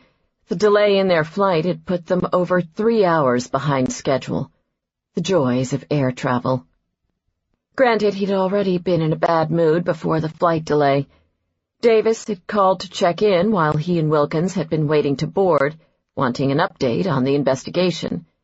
Jack knew Davis was getting pressure from the director, which meant Davis was pressuring him, and unfortunately, Jack hadn't had much to report. They'd spent the last 3 days interviewing witnesses and not learning much in the process. First, they'd tracked down Mandy Robard's old clients and ex-boyfriends, looking for anyone who might have been jealous over her liaisons with Senator Hodges. They'd gotten 0 leads on that front. Although Mandy seemed to be a favorite amongst her clients for her professional skills, none of them, nor any of her ex-boyfriends for that matter, seemed particularly troubled by the fact that she had sex with other men. Few, if any of them, appeared to have any significant emotional connection to her. She did what she needed to do as part of her job, quite fantastically apparently, but it made very few personal attachments along the way. In an odd way, Jack related somewhat to the picture painted of Mandy Robard's. Some jobs required a certain level of detachment, a turning off of emotions in order to do the things that needed to be done. That was one of the reasons his outburst to the reporter about Cameron had surprised him more than anyone. He rarely lost his cool, even under the most high pressure of situations. She, however, had the most infuriating ability to get under his skin. And infuriating was apparently the theme of the week. Lately, it seemed like Jack couldn't take 2 steps without bumping into somebody who clearly had nothing better to do than to seriously piss him off. His trip with Wilkins had been one frustration after the other. Yesterday, they'd flown to New York to follow up on the list of individuals who might hold a grudge against Hodges, a list based primarily on his recent appointment as chairman of the Senate Committee on Banking, Housing, and Urban Affairs. Hodges was a staunch proponent of increased regulation and oversight of financial institutions, most notably Wall Street investment banks and hedge funds. His first initiative as chairman had been to open a series of Senate investigative hearings into improper trading practices and the stock market collapse, an act that had made him extremely unpopular with Wall Street CEOs. Jack hadn't thought he could possibly find a more difficult team of lawyers to deal with than those representing Hodges. This trip to New York had proven him wrong. While he and Wilkins had eventually been able to meet with most of the hedge fund and investment bank CEOs on their list, getting face-to-face time with them hadn't been easy. Most had eventually caved because of Jack's persistence, others because of Wilkins's charm. A few stubborn ones, however, just flat-out refused to speak to anybody from the FBI. All in all, it had been a long couple of days. While he and Wilkins were in New York, he'd had one of the investigative specialists at their office pull together a file of photographs of all the people they had interviewed over the last week. The original plan, before their flight had been delayed, had been that he and Wilkins would drop by the office to pick up the file, then swing over to Cameron's place to show her the photographs. Jack hoped she might recognize someone she'd seen earlier in the evening, prior to the murder, perhaps someone she'd noticed in the lobby, the restaurant, or even better, on the 13th floor. "What do you think?" Wilkins asked as they strode through the United Terminal, heading toward the overnight parking garage where they'd left his car the morning before. He checked his watch. "It's 7:15. Think it's too late to head over to Cameron's? I told her we'd be there hours ago. She said she had plans this evening. She might not even be home anymore." Jack glanced over. "What kind of plans?" Wilkins shrugged. "She didn't say. Why?" "No reason. Just asking." Jack pulled out his cell phone and called Cayman. After the fiasco on Wednesday, he'd gotten both his and Phelps's numbers so that he could reach them at any time. Cayman answered his phone and confirmed that Cameron was still home. "Should be here for a while. She's got a few girlfriends over, and they look to be settling in," he said. Jack thanked him and hung up, not wanting to give the cop any chances to comment on what he'd nearly seen Wednesday night. The nearly part was key in Jack's mind. If he'd actually kissed Cameron, he'd have to acknowledge that fact, even if only to himself. But when it was only nearly a kiss, he could go on pretending that nothing had ever happened, which was exactly what he planned to do. "Why don't you just call Cameron and ask if she minds if we stop by?" Wilkins asked. "Because she'll say no. And I can't do this tomorrow," Jack said. It would be his first day off since he'd gotten back to Chicago, and he'd made plans to take his nephew to the Shed Aquarium. "And Monday she'll be back in her office, and I'd prefer not to talk there. No one's supposed to know she's working with us on this case." "If you want to see her, Jack, it's okay to just admit it." "Sure. I want to see her so that she can look at these photographs." Wilkins patted him on the shoulder. "You keep sticking with that story, buddy." Sometimes, being a stubborn SOB really came back to bite him in the ass. This was one of those times. Jack stood outside Cameron's house, eyeing the scene. From what he could see through the windows, there had to be at least 15 or 20 women inside. "I thought you said she had a few girlfriends over," he said to Cayman. The two of them, along with Phelps and Wilkins, stood in a row against the undercover car, watching from the street as another woman in her late 20s, early 30s, wearing jeans and high heels, and carrying a pink gift bag, walked up the front steps of Cameron's house and rang the doorbell. A slender, stylishly dressed blonde woman answered the door. There was a flurry of loud squealing and hugging, then the door shut, and all was quiet again. Cayman shrugged. At the time, it was just a few girlfriends. You didn't think it was worth mentioning on the phone that she was having a bachelorette party tonight? Didn't realize you were planning on racing over here, Agent Pallas. Jack shut up, realizing he'd set himself up for that one. What do you think the pink bags are for? Wilkins asked, his voice filled with wonder. Phelps stood next to him, similarly wide-eyed and awestruck. It's a game. Each girl buys a pair of underwear, something she would normally wear herself. The bride has to guess who brought which pair. If the bride guesses wrong, she has to do a shot. If she guesses right, the other girl drinks. Cameron was afraid Amy would think the game was tacky, but the cousins insisted, see? Kamen said. Jack glanced over. You guys sure are getting into all this. Phelps grinned. When a girl like Cameron talks about underwear, you listen.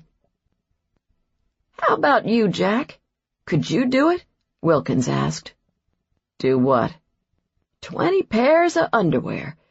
Think you could figure out which pair belongs to Cameron? Jack had been interrogated at knife point, gun point, pretty much at all points a man could think of. But hell, if a question had ever made him squirm as much as that one. Because now he was thinking about her underwear. I don't see why I'd have any particular insight into that, he answered gruffly. Think you could figure it out? No, but I didn't try to kiss her 3 nights ago, Wilkins said. Jack glared at Kamen and Phelps. You two tell all sorts of tales, don't you? He nodded to Wilkins. We should get going. Wilkins shook his head. No way.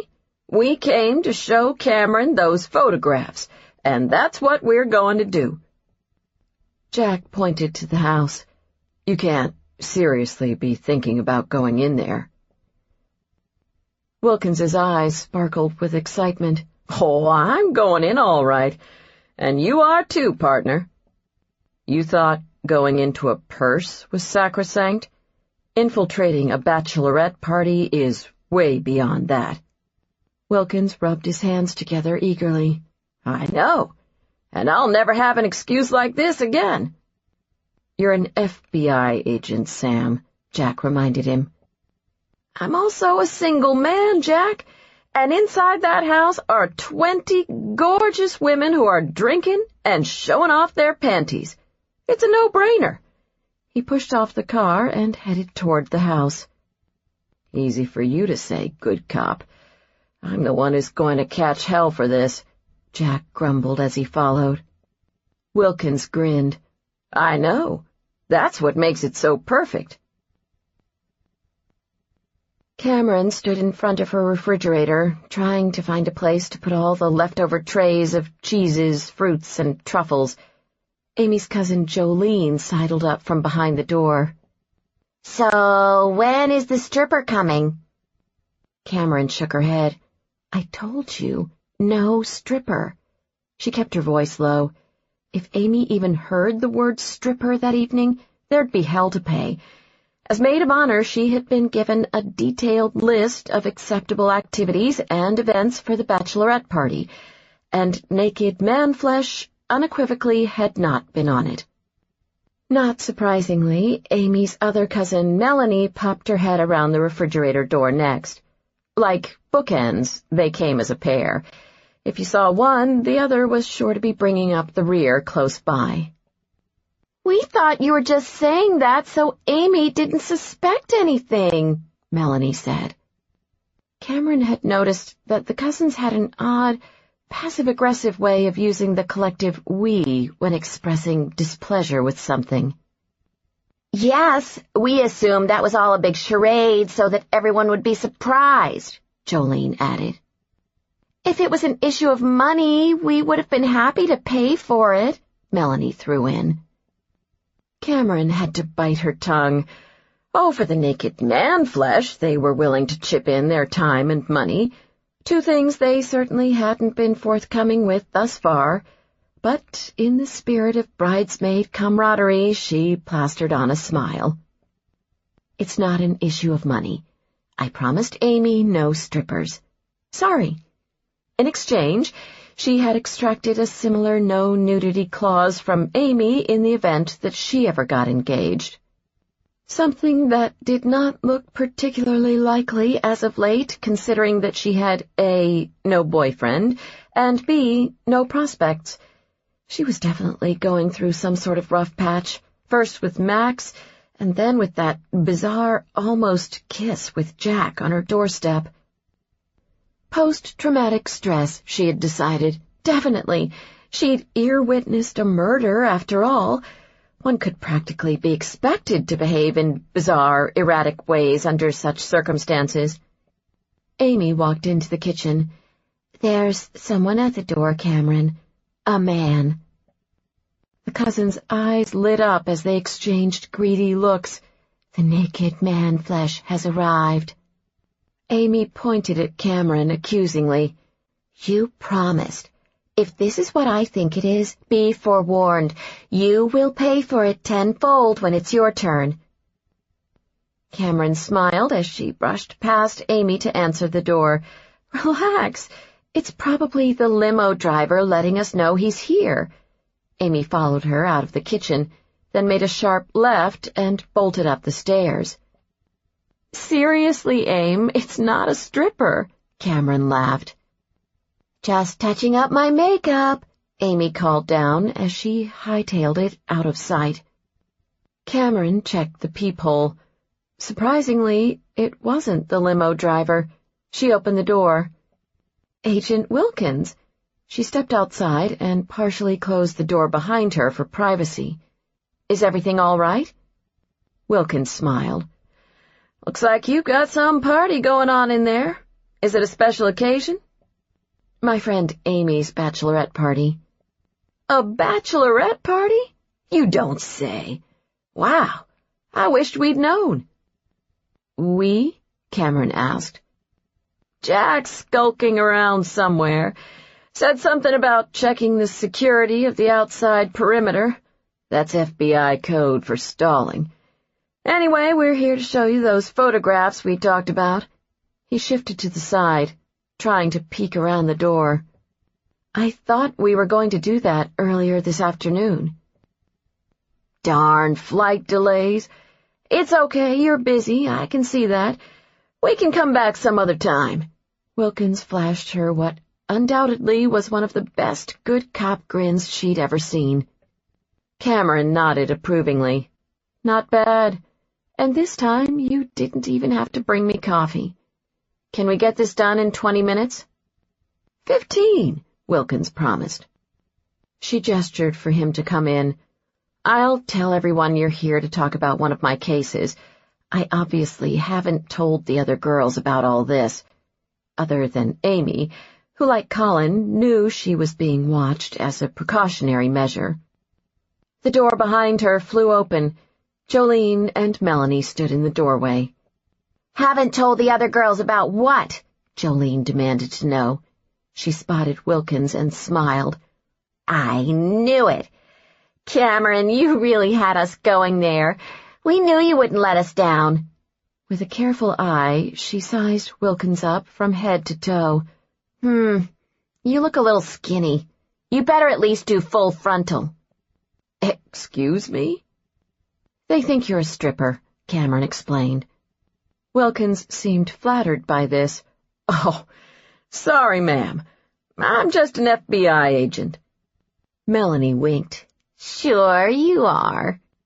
"Shouldn't you have some kind of uniform?" Jolene asked. "It makes things seem more authentic."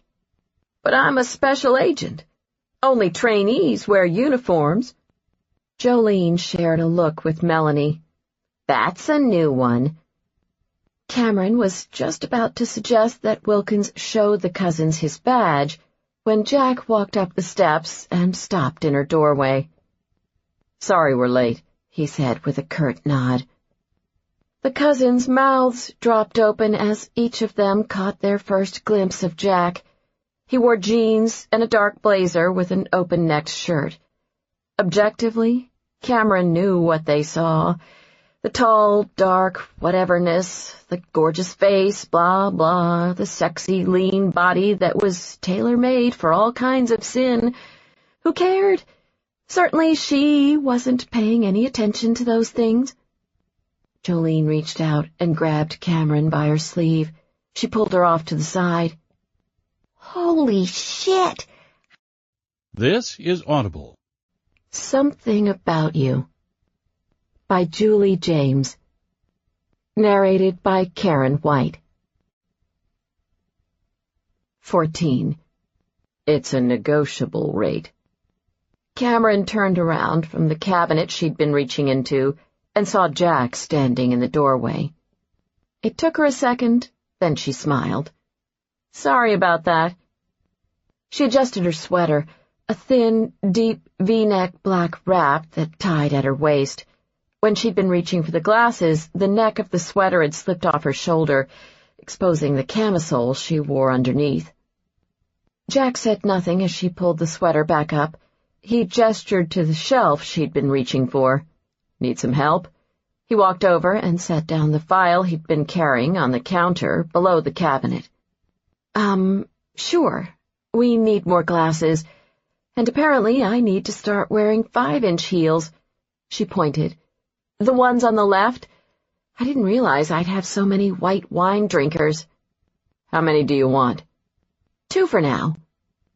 Jack barely had to lift his arm as he plucked the glasses off the shelf and handed them to her. Cameron took the glasses, surprised that the 2 of them momentarily had managed to have a normal conversation. Hoping he wasn't going to say anything about the other night, she turned away and set the glasses onto the center island. So, do you and Wilkins often crash bachelorette parties? She asked, as she poured 2 glasses of wine. If she acted normal, maybe he would too, and then they could just forget about that odd little encounter on her front stoop. Jack rested against the counter. For the record, it was Wilkins's idea to come inside. Where is Wilkins, anyway?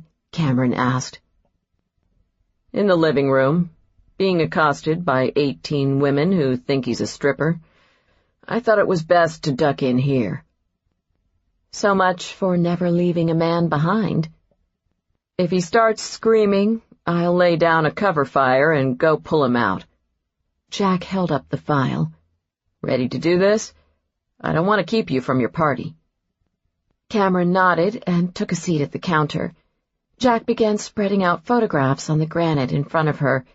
He set down the first 2 photos, then paused, giving her a thorough once-over. What? She asked. How much have you had to drink tonight? He asked suspiciously. Not enough to be your concern. How nice. The scowling was back. Cameron had almost begun to miss it. How much? Jack repeated. Just 1 glass of wine, she said. I wasn't planning on doing a photo lineup in my kitchen tonight. What about the shot? He asked. What shot? You know, for the underwear game. Jack shifted uncomfortably, as if he'd said too much. Cameron raised an eyebrow. What do you know about the underwear game, Agent Pallas? She asked, mock interrogation style. Jack scoffed. More than I want to. Now, the photographs. He placed 3 more in front of her before pausing again. What happens to the underwear after the game? The bride keeps them for her honeymoon. Oh. He continued on with the photographs, about 15 total. Now take your time and look at each one carefully. Maybe it's somebody you saw in an elevator, or someone you passed in the lobby or in the hallway. If we could put any of these guys at the hotel on the night of the murder, that would be a huge break in the case. I take it all of these people deny being at the peninsula on the night in question? At the time of the murder, yes. Jack pointed to 2 of the photographs. These 2 men are members of Hodges' staff. Alex Driscoll, his chief of staff, and Grant Lombard, his bodyguard. They both say they went to the hotel early the following morning. According to their statements, Hodges called them after I finished interrogating him. Cameron focused first on Driscoll and Lombard's photographs, then went through each of the others one at a time. When finished, she set the stack back down. "I'm sorry. No one looks familiar to me." "In the past week, have you remembered anything else about the man you saw that night?" Cameron thought for a moment. There did seem to be something there, something right at the edge of her memory, but whatever it was, it remained just out of grasp. "I can't think of anything else. It all happened so fast." Jack ran his hand through his hair and briefly closed his eyes. The gesture suddenly made him seem so normal. "You look tired," she said. He opened his eyes, his expression softer than usual. "Just a long couple of days." "There you are." Amy strolled into the kitchen. "Cameron, what's this about an underwear game? I don't recall that being on the list of approved activities." "Talk to your cousins. It was their idea." "As maid of honor, it's your sworn duty to take charge of these kinds of things." Cameron laughed.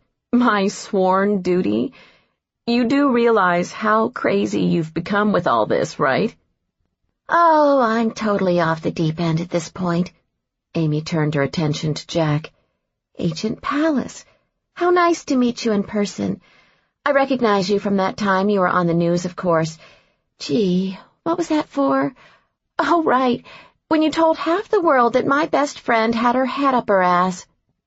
Jack turned to Cameron. "Do you just line them up, waiting to yell at me on the off chance I'll stop by?" "No, but that's a really good idea for next time," Cameron explained to Amy. "He met Colin last Sunday." "Ooh, who does a better angry friend, me or Colin?" "Great starts. Then you both fizzled out at the end." "Damn." Out of the corner of her eye, Cameron was pretty sure she saw Jack trying not to smile. "I should probably go grab Wilkins," he said.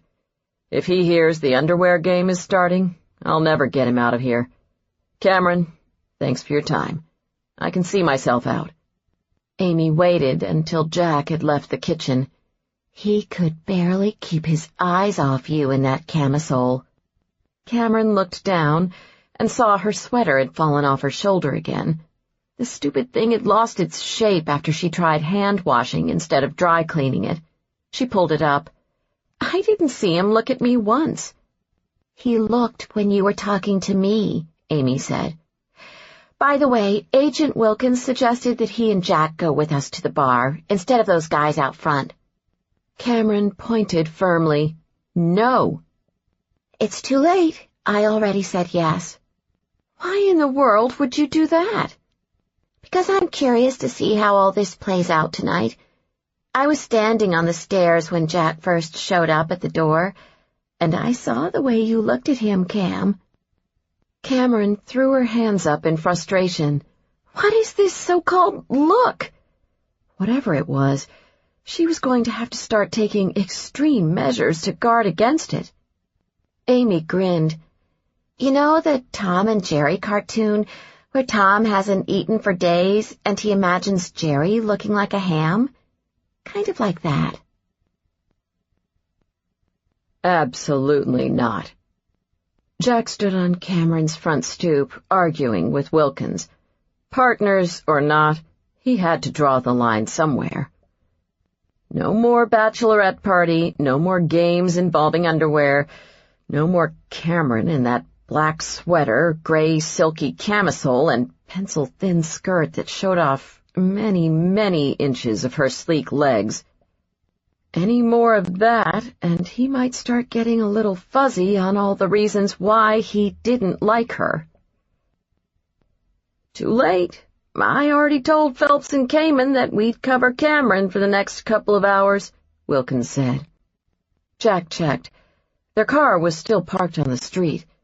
"They haven't left yet. I'll tell them we're going back to the original plan." "Have you ever been to Manor House, Jack?" He scoffed at the question. "Our assignment here isn't to get into some hot club." "I'll take that as a no," Wilkins said. "I've been there. Opened just a couple months ago. It's big, 3 stories. Originally a mansion built at the turn of the century. You know those old houses. Lots of rooms and hallways, and dark corners, too, especially since the club keeps the lights low for the ambiance. Tons of places for someone to hide. The club will be packed, and the music will be loud. It'd be really easy for a person to find herself in trouble in a place like that, if the right people aren't watching out for her." Wilkins' expression was serious. "Cameron's my witness, too.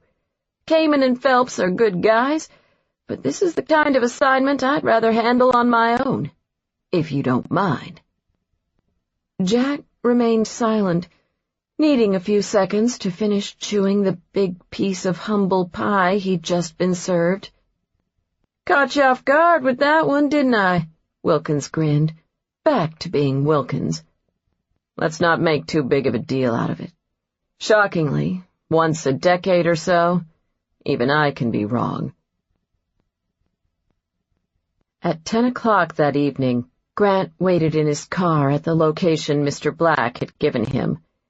The address had turned out to be an abandoned warehouse on the city's west side.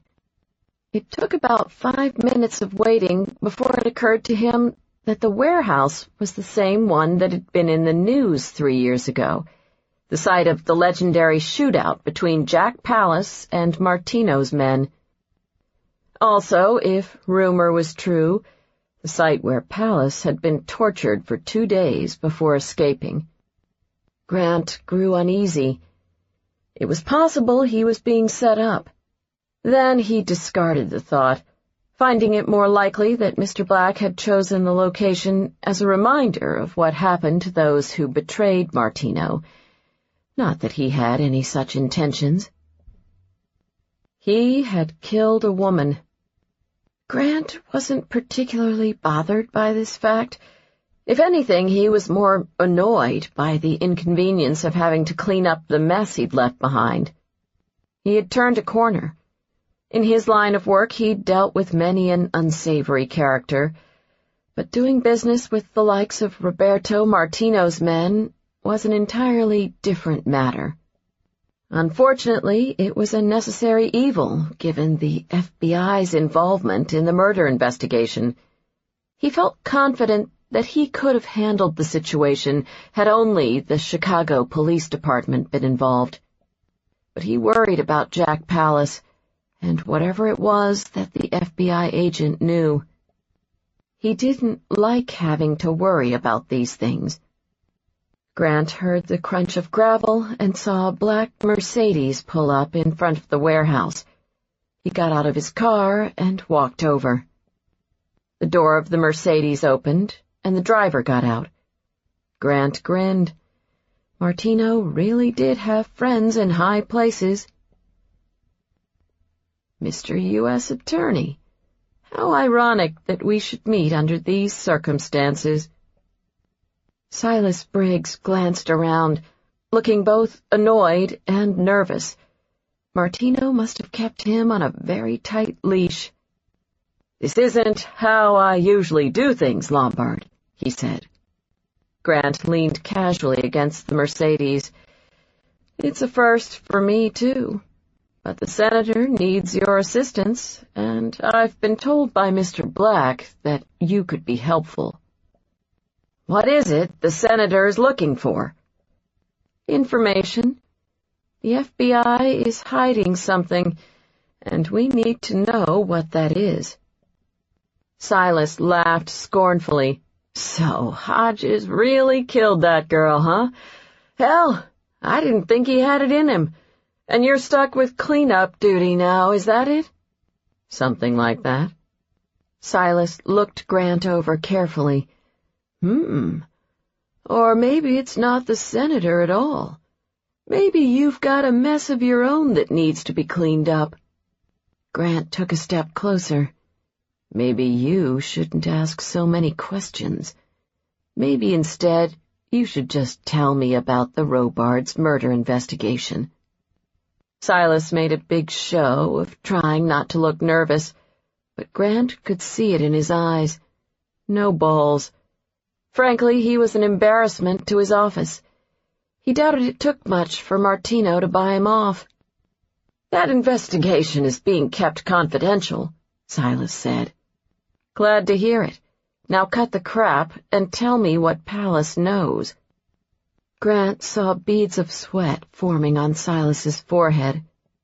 "I told you, it's confidential. Even I'm not in the loop." "Why don't I believe you?" Grant asked. "I'd hate to have to leak it to the press that Chicago's U.S. attorney has been accepting bribes from one of the country's biggest crime lords." More sweat. A rivulet trickled down Silas's hairline. Grant cocked his head. This was getting interesting. "What's with the hesitation?" Silas cleared his throat. "There's a witness."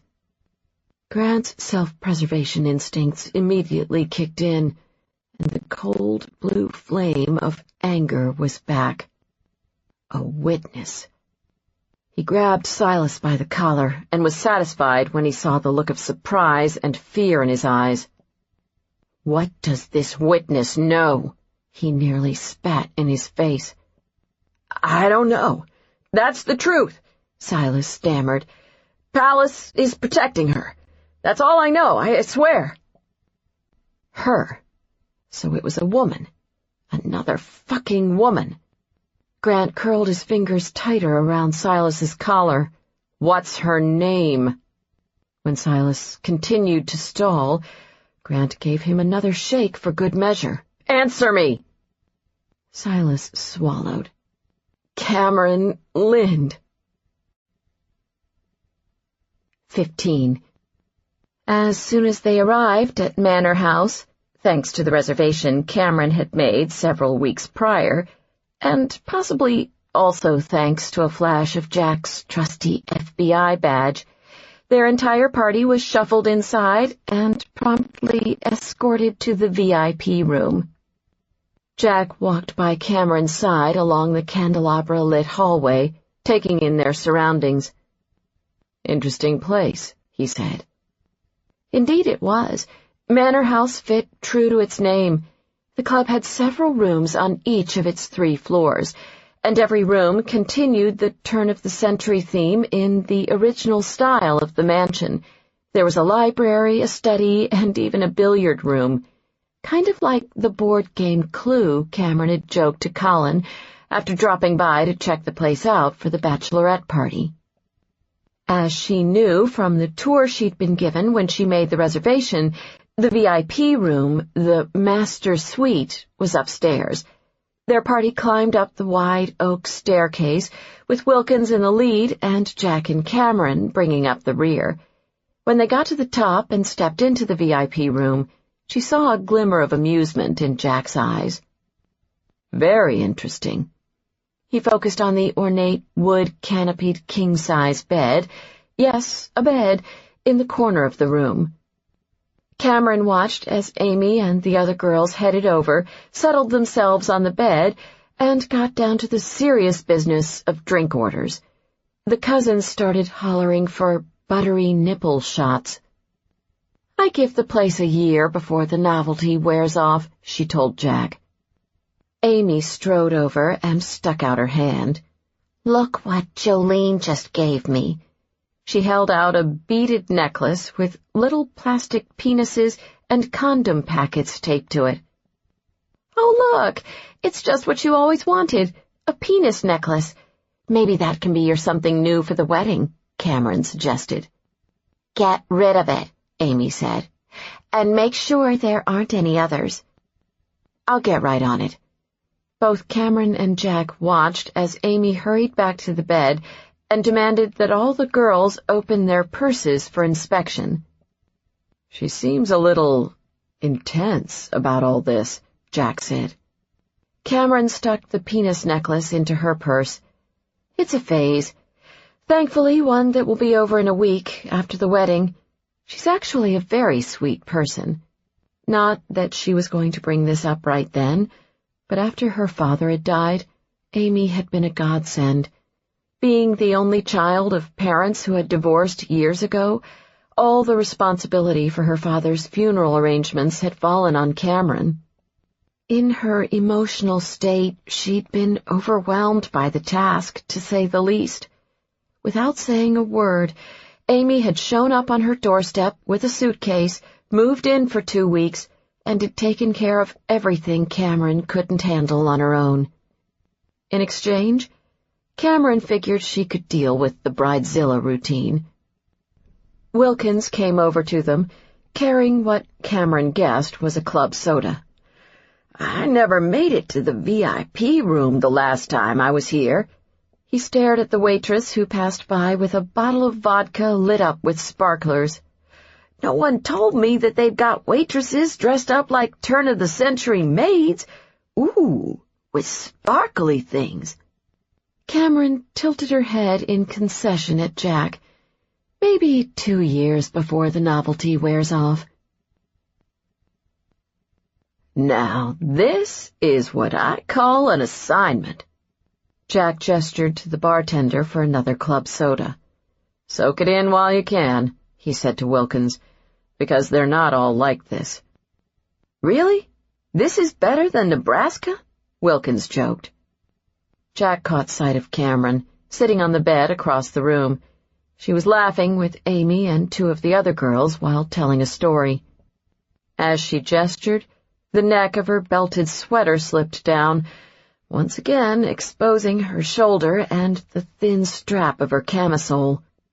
He watched as she reached forward to put her hand on Amy's arm, and her camisole dipped lower, revealing a hint of what appeared to be a lacy black bra. "It's not all bad, I suppose," he found himself murmuring. He turned back and caught his partner's expression. "Don't say it." "Say what?" Wilkins asked innocently. "Oh, you mean I shouldn't comment on the fact that you haven't taken your eyes off her since we got here? Is that what I'm not supposed to talk about?" "It's my job, our job, to watch her." Wilkins nodded. "Of course." Jack muttered under his breath. At least in Nebraska, a man could glance at a woman once or twice, for professional reasons, in peace. He stole another look, for security purposes, and watched as the sweater once again slid away from her collarbone, inching down, taunting him, teasing him, dipping lower and lower, revealing creamy ivory skin and that delicate gray silk strap he could rip away with his teeth. A shoulder. He was going crazy over a fucking shoulder. He swore, turning to Wilkins. "What's the deal with that sweater, anyway? Is there a reason she can't keep herself clothed? Did she buy the wrong size? Seriously, somebody needs to throw a coat over that woman." He shoved away from the bar. "I'm going to walk the room. Make sure everything is still secure." Amy leaned over and whispered in Cameron's ear, "Okay, now he's pacing back and forth." "You don't have to give me the play-by-play," Cameron whispered back. "If I want to know what he's doing, I'll just look myself." Of course, that's exactly what she did. She snuck a quick glance across the room and watched as Jack did a loop around the bar, then looked back. When he saw her watching him, he turned and began crossing the room toward her, like a panther stalking its prey. From the intense look in his eyes, whatever he was about to say, he was a man on a mission. Sitting next to her, Amy was wide-eyed, mesmerized at the sight of Jack heading over in all his seemingly pissed-off-once-again glory. "I changed my mind, Cam. If this was all a big setup, and he's coming over to strip for me, I think I can handle it. I definitely can handle it." Hearing Amy's words, the other girls stopped talking. Following her gaze, they turned to watch as Jack approached. He stopped in front of the bed of women who lounged about like a sultan's idle harem and stared down at Cameron. "I want to talk to you." "Okay, talk." "Alone." Cameron didn't like being ordered around by Jack, but she didn't want to make a scene in case he needed to discuss some security issue. With a nonchalant look, she slid off the bed. Oopsie, another flash of leg. Strange how that kept happening around him, and followed Jack out of the VIP room. He took her by the arm and led her through the hallway into a barely lit corridor. "You're not going to kill me, are you?" she asked. From the look on his face, she was only partially teasing. "Not today." He released his grip and paced the corridor in front of her. Cameron had no idea what he was so worked up about, but she looked him over closely right then and was satisfied to say that he looked nothing like a ham to her.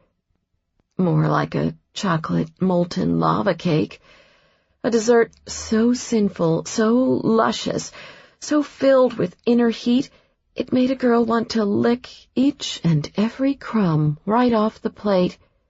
That was Jack Pallas. Cameron regrouped. "So, am I supposed to guess, or do you want to tell me what this is all about?" "I think you know." Oh, balls. He was going to bring up the thing that never happened on her doorstep. "The investigation?" she asked hopefully. He threw her a dark look that reminded her why Jack Pallas was not a man to be trifled with. She leaned against the wall, thinking she might as well make herself comfortable. Jack stopped his pacing. His eyes ran over her. "We're going to finish that talk of ours from the other night." He crossed the hall and put one of his hands on the wall next to her. "You said that I saw what I wanted to see that morning at Davis's office. Explain." Cameron stared up at Jack defiantly. Ha! Like he could intimidate her into talking. Well, he probably could. He could probably get anyone to talk eventually. But she was decidedly immune to any of his so-called sexual charm. Wow, he smelled fantastic. His shampoo, perhaps? Couldn't be aftershave with that I-just-rolled-out-of-bed scruff of his. Decidedly immune. "We're back to this again?" Cameron asked, feigning disinterest. Jack put his second hand on the wall to the other side of her, trapping her in. She eyed her predicament. "Wits, don't fail me now." "I think this constitutes false imprisonment, Agent Pallas." "Probably. And I'm about to throw in an illegal interrogation." He peered down into her eyes. "Let's start at the beginning. 3 years ago. Martino, you told me the decision not to file charges was yours." "You think we're going to have this conversation now? Like this?" Cameron gestured to their closeness. Slowly, Jack grinned. His voice was warmer now, whiskey-rich. "Actually, I think this is perfect." But his gaze remained unwavering. "Start talking, Cameron. I saw you come out of Davis's office that morning. Why were you there?" They were plunged into darkness as all the lights in the club went out. Cameron felt Jack's hand grip her arm. She felt his other hand brush against her chest as he reached underneath his blazer for his gun. Her eyes tried to adjust to the darkness, and she heard squeals of laughter and mixed voices coming from the VIP room. Despite that, the club seemed quiet.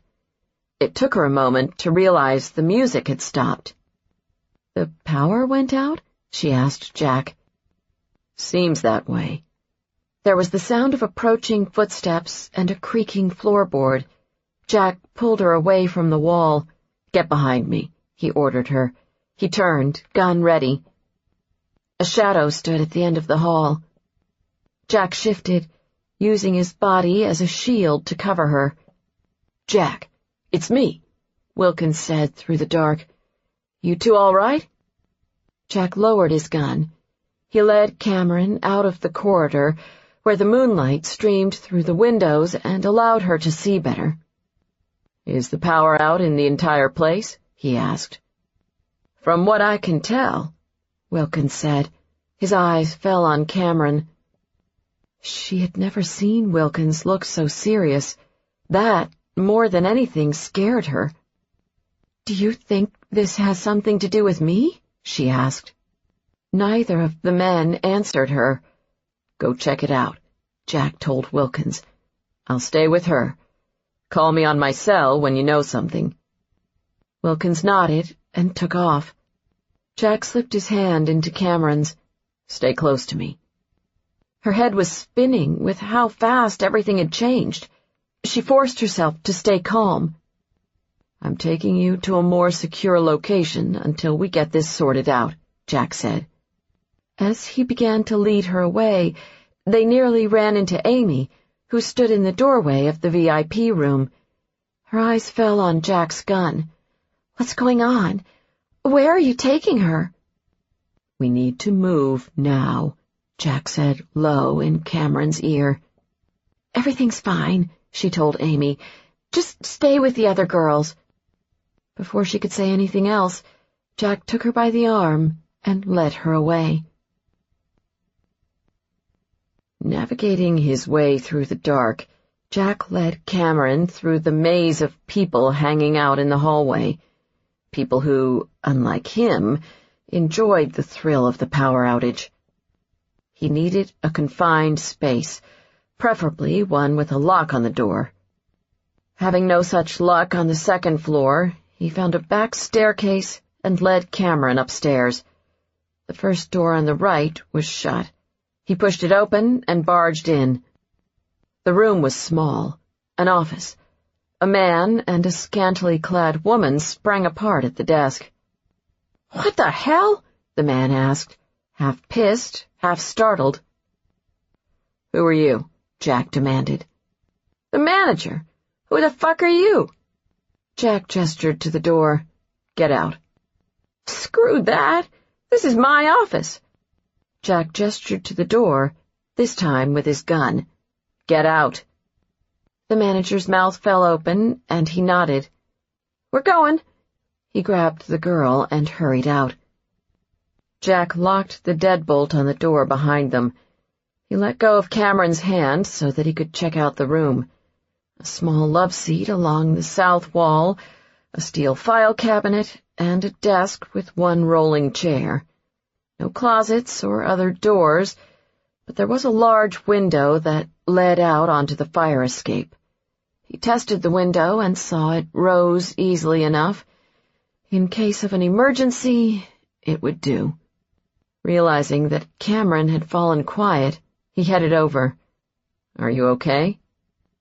"I'm okay." She paced around the room restlessly. "Stay away from the door," Jack told her, "and the windows. Stick to the center of the room."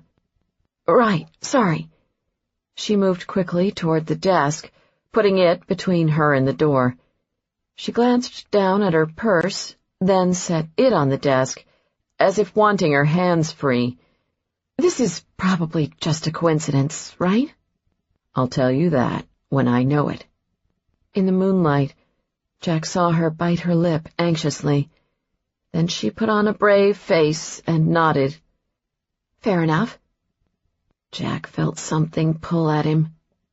"But if it makes you feel better, I don't give a fuck what comes through that door. They're not getting to you."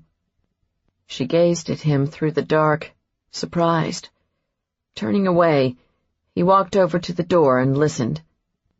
Presumably following his lead, Cameron fell silent. The room was eerily quiet, until the sound of his vibrating cell phone cut through the tension. Jack grabbed the phone out of his pocket, saw it was Wilkins, and answered. "Talk to me." "We're all clear." "What'd you find out?" he asked, not yet abandoning his post at the door. "The power is out for the entire block," Wilkins said. I had our office patch me through to ComEd, who said they've got a power line down. They've got a team working on it as we speak." Jack strode over to the window, looked outside, and saw that the buildings around them were dark as well. He spoke into the phone in a low voice. "Any chance this is a setup?" "Not likely. I talked to both the director in charge of the district and the foreman on site. It's an underground power line.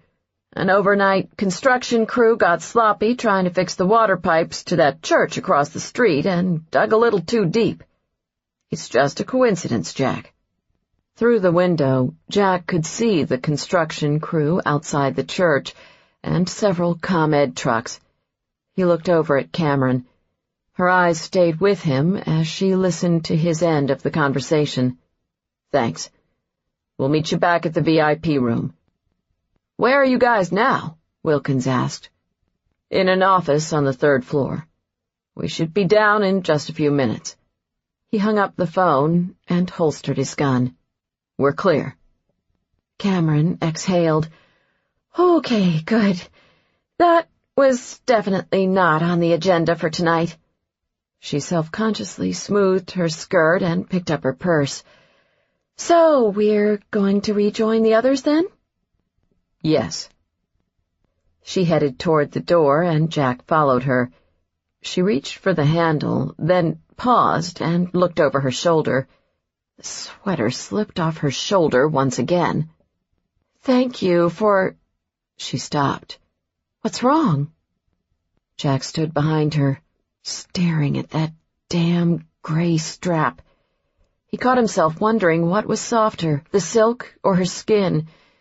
If he was a smart man, he wouldn't dare to even think about getting the answer to that. He reached out to her anyway. He took hold of her sweater and gently pulled it over her shoulder.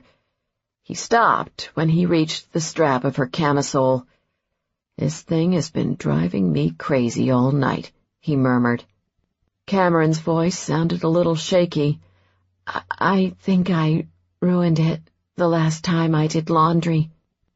The air hung thick between them. "We should go," Jack finally said. He needed to get out of that office before he did something he regretted, something they both regretted. She nodded, turned back, and unlocked the deadbolt. She grabbed the doorknob, then stopped. Jack waited for her to open the door. When she didn't, he reached around her, placing his hand over hers. "Cameron, we have to get out of here," he said in a guttural voice. "I know." Still, neither of them moved.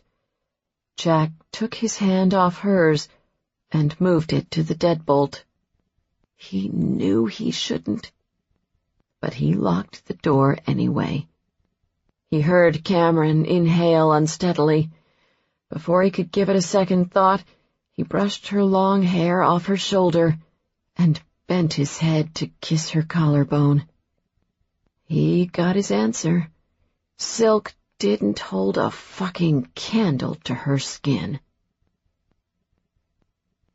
With a soft moan, Cameron sank against Jack's chest. She briefly wondered what she was doing and why. Then she felt Jack's lips burn a path along her neck and decided to table those issues for a moment. His hands moved to her hips, and she didn't know if he spun her around or if she turned herself, maybe both. But suddenly she found herself facing him. She caught the hot glint in his eyes and reached for him, just as his mouth came down on hers. She expected Jack's kiss to be hard, angry even, but instead it was just wicked. He took his time, tasting her with his mouth, his lips, and his tongue. When his hand moved to the small of her back and pressed her closer, Cameron dropped her purse to the floor and threaded her fingers through his thick hair.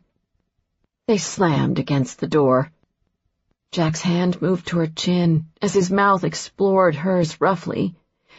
Sensing his need for control, but not yet willing to give it to him, Cameron cupped his face with her hands and slowed the kiss. Setting the pace, she teased him, biting gently at his bottom lip and sliding her tongue lightly along his. She did it again, playing with him, taking charge. He growled low in his throat, then grabbed her hands and pinned them against the door. Too late, she recalled that Jack Pallas was not a man to be trifled with. He wound his tongue around hers in a kiss that was rich and drugging. He settled between her thighs, and Cameron felt his hard, thick erection pressing into her. He could hide nearly every emotion behind that wall of his, but his body betrayed him right then, telling her the only thing she needed to know. He wanted her. Heady with that knowledge, Cameron closed her eyes as Jack blazed a trail with his mouth along her throat, the scruff of his jaw scratched against her neck, an erotic sensation that set every nerve of her body on fire. "Jack," she whispered. "Tell me," he said in her ear. This was a new side of Jack. Gone was the guarded, controlled exterior. For once, she was seeing him. Cameron strained against him, helpless, with her hands pinned in his. "Let me touch you." She needed to see, feel more of him. He pulled back and let his eyes roam over her, soaking in every inch. He let go of her hands and watched as she pushed his blazer off. She slid her hands past his shoulder harness, feeling the taut muscles of his chest. She found it intoxicating, having such power and strength literally beneath her fingertips. "This works both ways, baby," Jack said in a husky voice. He took her mouth in a kiss so demanding it left her breathless.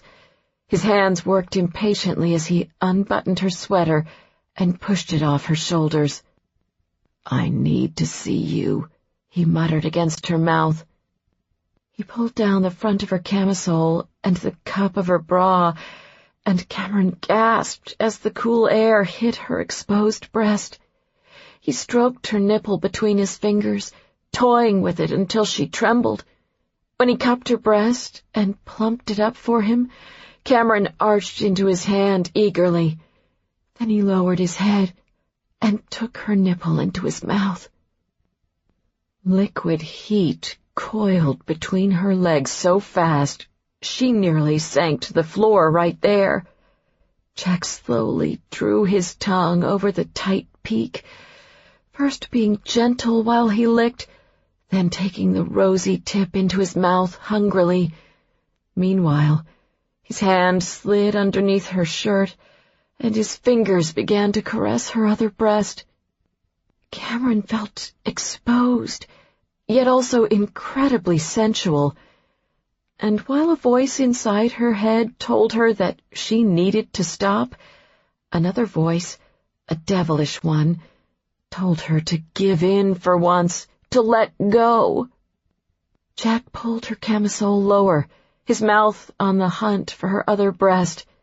Cameron moaned, knowing which voice had just gained the upper hand. Then a loud knock on the other side of the door startled them. Both she and Jack jumped. They heard Amy's voice. "Cameron, are you in there?" Cameron and Jack froze as the door handle turned at her hip. Amy called through the door again. "Cameron, are you all right?" She spoke to someone out in the hallway. "You said they were supposed to meet us back at the VIP room, right?" Wilkins's voice. "That's what Jack said." "Try him on his cell phone again." Jack's cell phone began to vibrate from the blazer Cameron had thrown onto the floor. She peered up at him. Something passed between them, then slipped away. They unwound and separated. Jack grabbed his blazer off the ground to answer his phone. As he told Wilkins that they were fine and would be out momentarily, Cameron grabbed her purse off the floor and moved away from the door, pulling up the front of her camisole and adjusting her bra. She walked over to the window, grateful for the darkness that covered the awkwardness of the situation. She was belting her sweater when Jack spoke from across the room. "The strap of your shirt is torn," he said softly. "I know."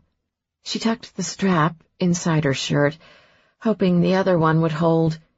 If not, Amy and Wilkins were going to get quite an eyeful.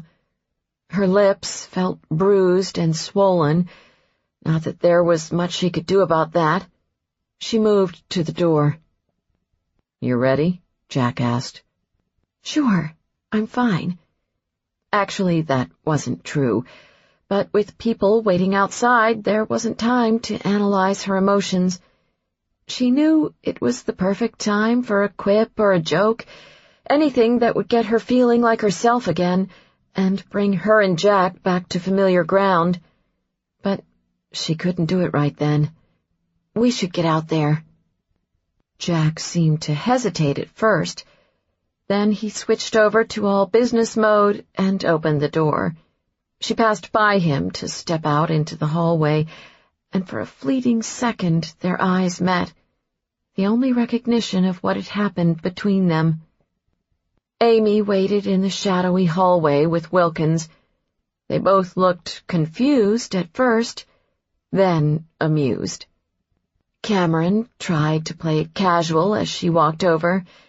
"We were waiting to make sure everything was safe." Amy pulled her to the side.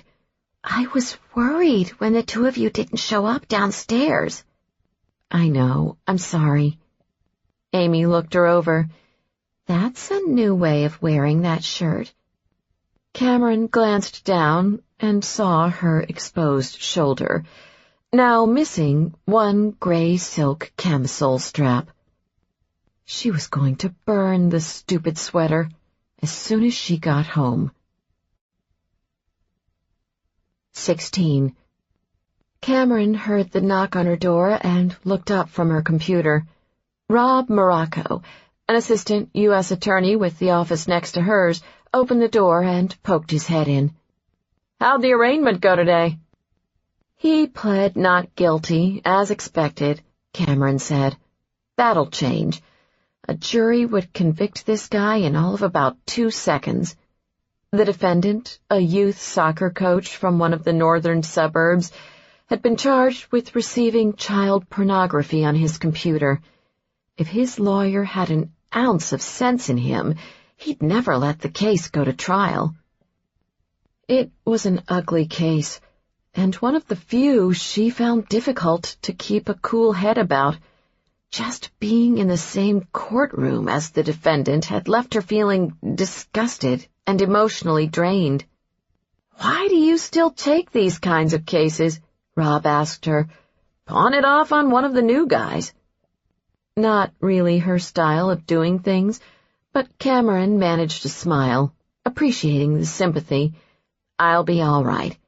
She ran her hands through her hair tiredly and eased back in her chair. "How are things on your end?" "I just indicted an alderman for bribery."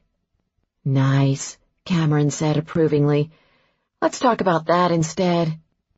For the next few minutes they swapped caseload horror stories, gossiped about a particularly ill-tempered judge in their district, and discussed which law clerk they should assign the ignominious task of cleaning the trial prep room. They were interrupted by a call from Cameron's secretary. "Colin's here to see you," she said when Cameron answered. No last name was necessary. In the last 4 years, her secretary had become familiar with Colin's frequent visits. "Thanks, send him back." She nodded at Rob, who waved goodbye on his way out. About 20 seconds later, he was replaced by Colin. "You sounded terrible on the phone," he said from the doorway, referring to the quick conversation they'd had about an hour ago.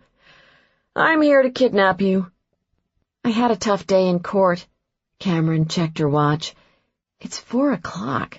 I can't leave work now. It would be indecent.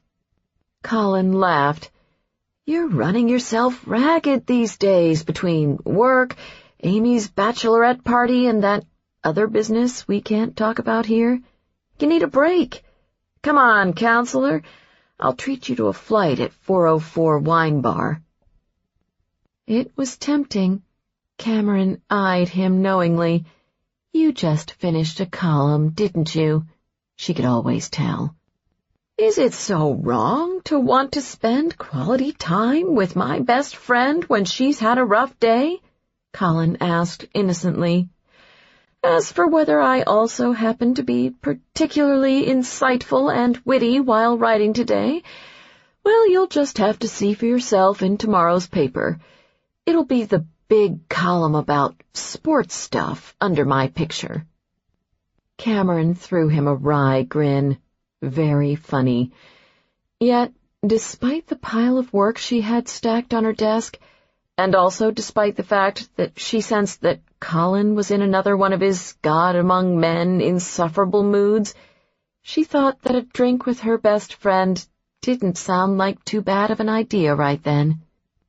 So for the first time in her 4 years as a prosecutor, she shocked everyone in the office, including herself, by leaving early. Officer Harper entered the kitchen, having finished his check of the 2nd and 3rd floors of Cameron's house.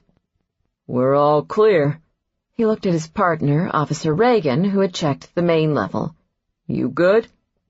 Reagan nodded. We're good. Cameron followed them to the door and locked it behind them. So what do they do now? Colin asked. He'd taken a seat at the counter while the cops had done their walkthrough. They'll follow us to the bar and wait outside until the night shift shows up. Why do I get the feeling that things are more interesting when Jack Pallas is around? Colin teased. Things with Jack have gotten a little complicated lately, Cameron said. Complicated was certainly one way to describe it. On Saturday night, after she and Jack had rejoined Wilkins, Amy, and the rest of the bachelorette party, they'd barely said 2 words to each other, the 2 words on her part being thank you, after he and Wilkins made sure the house was secure when they dropped her and Amy off, and the 2 words on his part being you're welcome. She hadn't heard from nor seen Jack since, which was just fine with her. Really, over the last 5 days, she'd had time to sort through her emotions. Sure, she and Jack had done those things she'd never admit in a random office in a nightclub, but she'd decided this was all simply part of that post-traumatic stress she'd been fighting off lately. She'd been on some crazed high after the excitement of the power outage, had gotten riled up, and Jack just happened to be there, with his mouth on her breasts. Tell me. Let me touch you. Cameron felt a little flushed every time she thought back to that evening. Apparently, there was one level on which she and Jack had no problem communicating openly. She filled Colin in on the events of Saturday night, leaving out the most racy parts, which was odd, because normally she told Colin everything, but some of the things between her and Jack felt private. Sounds like I missed quite a party, Colin said when she'd finished. So where do you and Jack go from here? Nowhere, Cameron said with emphasis. Hadn't he been paying attention to the post-traumatic stress part? She'd mentioned that point at least 6 times. Saturday night was nothing, a fluke. Colin threw her a skeptical look. Babe, I hope you're at least fooling yourself with that. Nope, not really. All right, so I'm physically attracted to Jack, Cameron conceded. It was a big step for her to admit even that much out loud. Who wouldn't be? You've seen him. Rugged hotness, sex in a shoulder harness. Yep, I'm familiar. Right, but I can conquer a physical attraction. I mean, he told 30 million people I had my head up my ass. What kind of self-respecting woman would I be if I fell for a guy like that? It would be somewhat ironic, Colin agreed. Plus, he doesn't even like me, Cameron added. Colin cocked his head. Is that what you're worried about? No, I'm not worried. I just think, given our history, that it would be foolish of me to think that Saturday night was about anything other than a mere physical attraction on Jack's part. Cameron paused. So it's a good thing he and I are on the same page with that. Colin seemed to be amused by her assessment of the situation. I think you need a few drinks to help you sort this out. Cameron waved this off. I don't need to do any sorting. She gestured to her outfit. But I do need to change out of this suit before we head to the bar. I'll head up with you, Colin said, sliding off the stool and leaving the kitchen with her. I want to check the guest bedroom. I'm missing my sock sweatshirt, and I thought maybe I left it here one of the times I stayed over. Either that, or Richard snagged it when he moved out. Cameron followed Colin up the stairs. Have you talked to him since then? Not once. I thought I'd get a phone call, or at the very least an email, but apparently he thinks... Neither of them saw the attack coming. A dark figure lunged at them when they reached the second floor, a mere blur that moved blindingly fast. With Colin in front of her, Cameron never saw where the man came from. He struck Colin across the head with something in his hand, and Colin moaned and sank to the floor. Cameron screamed his name. The man, dressed all in black, whirled around. He wore a ski mask that covered all of his face, except for small openings at his eyes and mouth, and she noticed that he wore black gloves. The object in his hand was a gun, pointed straight at her. Cameron felt as though her legs were stuck in quicksand. She looked over to where Colin lay on the floor. He wasn't moving. The man with the gun moved toward her.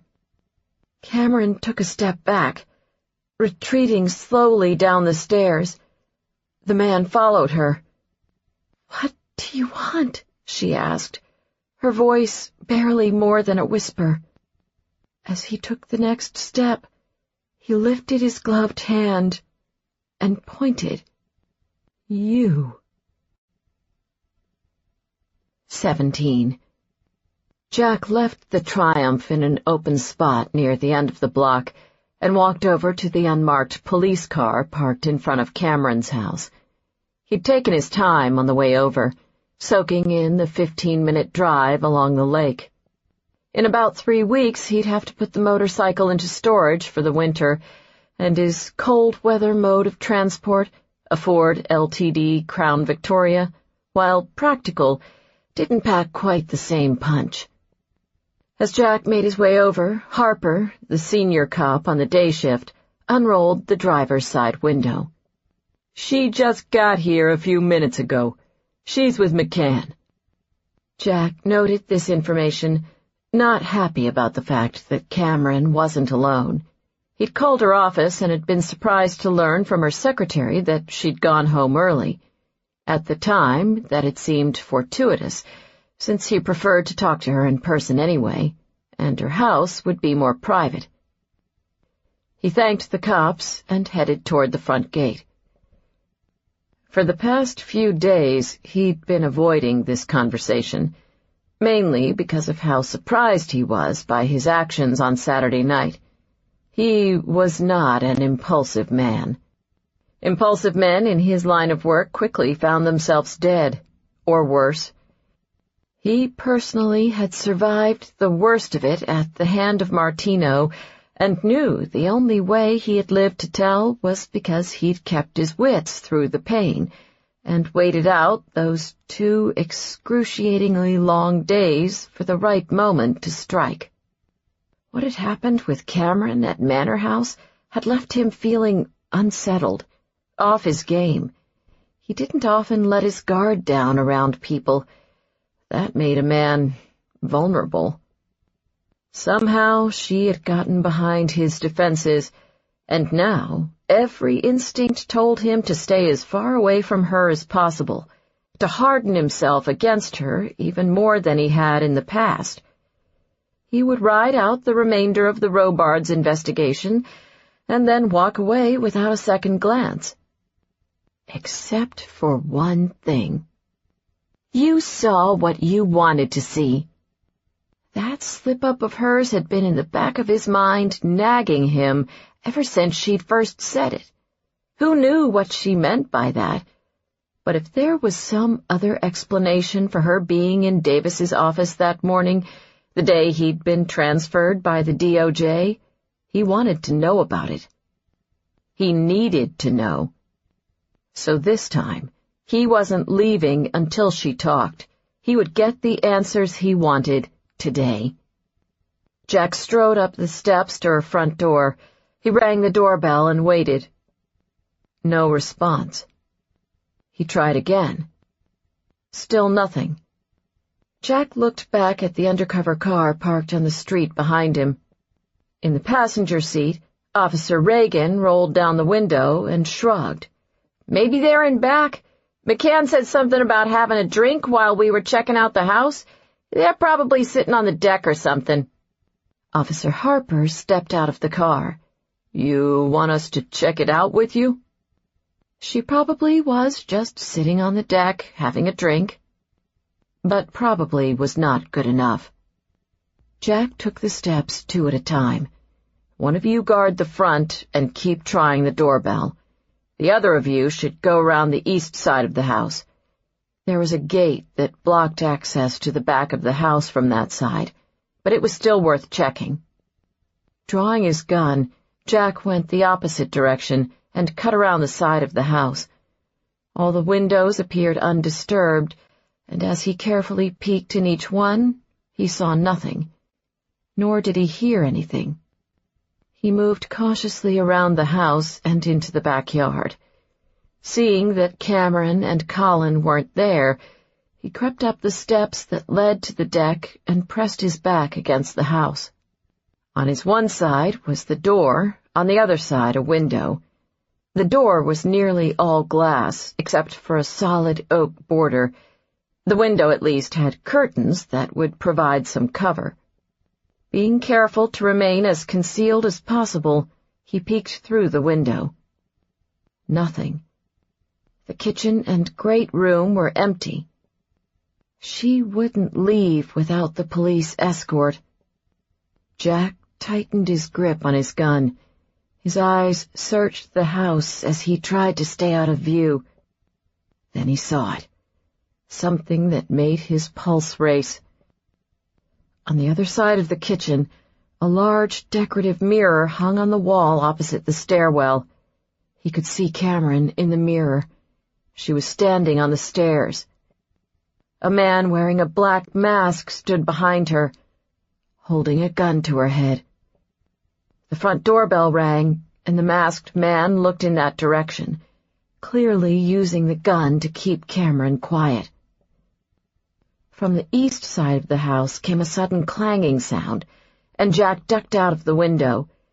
The sound had come from the gate, and he silently cursed whichever of the 2 cops had been careless enough to make so much noise. He peeked back into the window. Cameron and the masked man were gone. Knowing they had to have gone up the stairs, Jack ran for the fire escape that led to the upstairs balcony, being careful to move stealthily enough so as not to make a sound. He reached the 2nd floor and headed to the French doors outside the master bedroom. He reached out with one hand and quietly checked the handle of the door. Locked. Staying out of sight as much as possible, he looked through the glass. He watched as Cameron entered the bedroom, the gunman right behind her. The man gripped her neck with one hand, pushing her, and held the gun to her head with the other. "I never saw your face," Cameron was saying. "You don't have to do this." Hearing the fear in her voice, a fury took hold of Jack. He raised his gun to take a shot through the window. But the man must have seen the flash of movement. He looked over, saw Jack through the glass, and yanked Cameron in front of him, blowing the shot. Refusing to leave Cameron alone with the gunman 1 second longer, Jack reared back and fired his gun twice at the glass French doors. He dove through. Jack burst into the bedroom, barely aware of the glass shattering all around him. He hit the ground on one knee, slid across the floor, and hurtled himself up with his gun aimed at the masked man, who had his arm wrapped around Cameron's neck. His own gun pointed at her head. "Let her go," Jack growled. The masked man tightened his grip around Cameron's neck.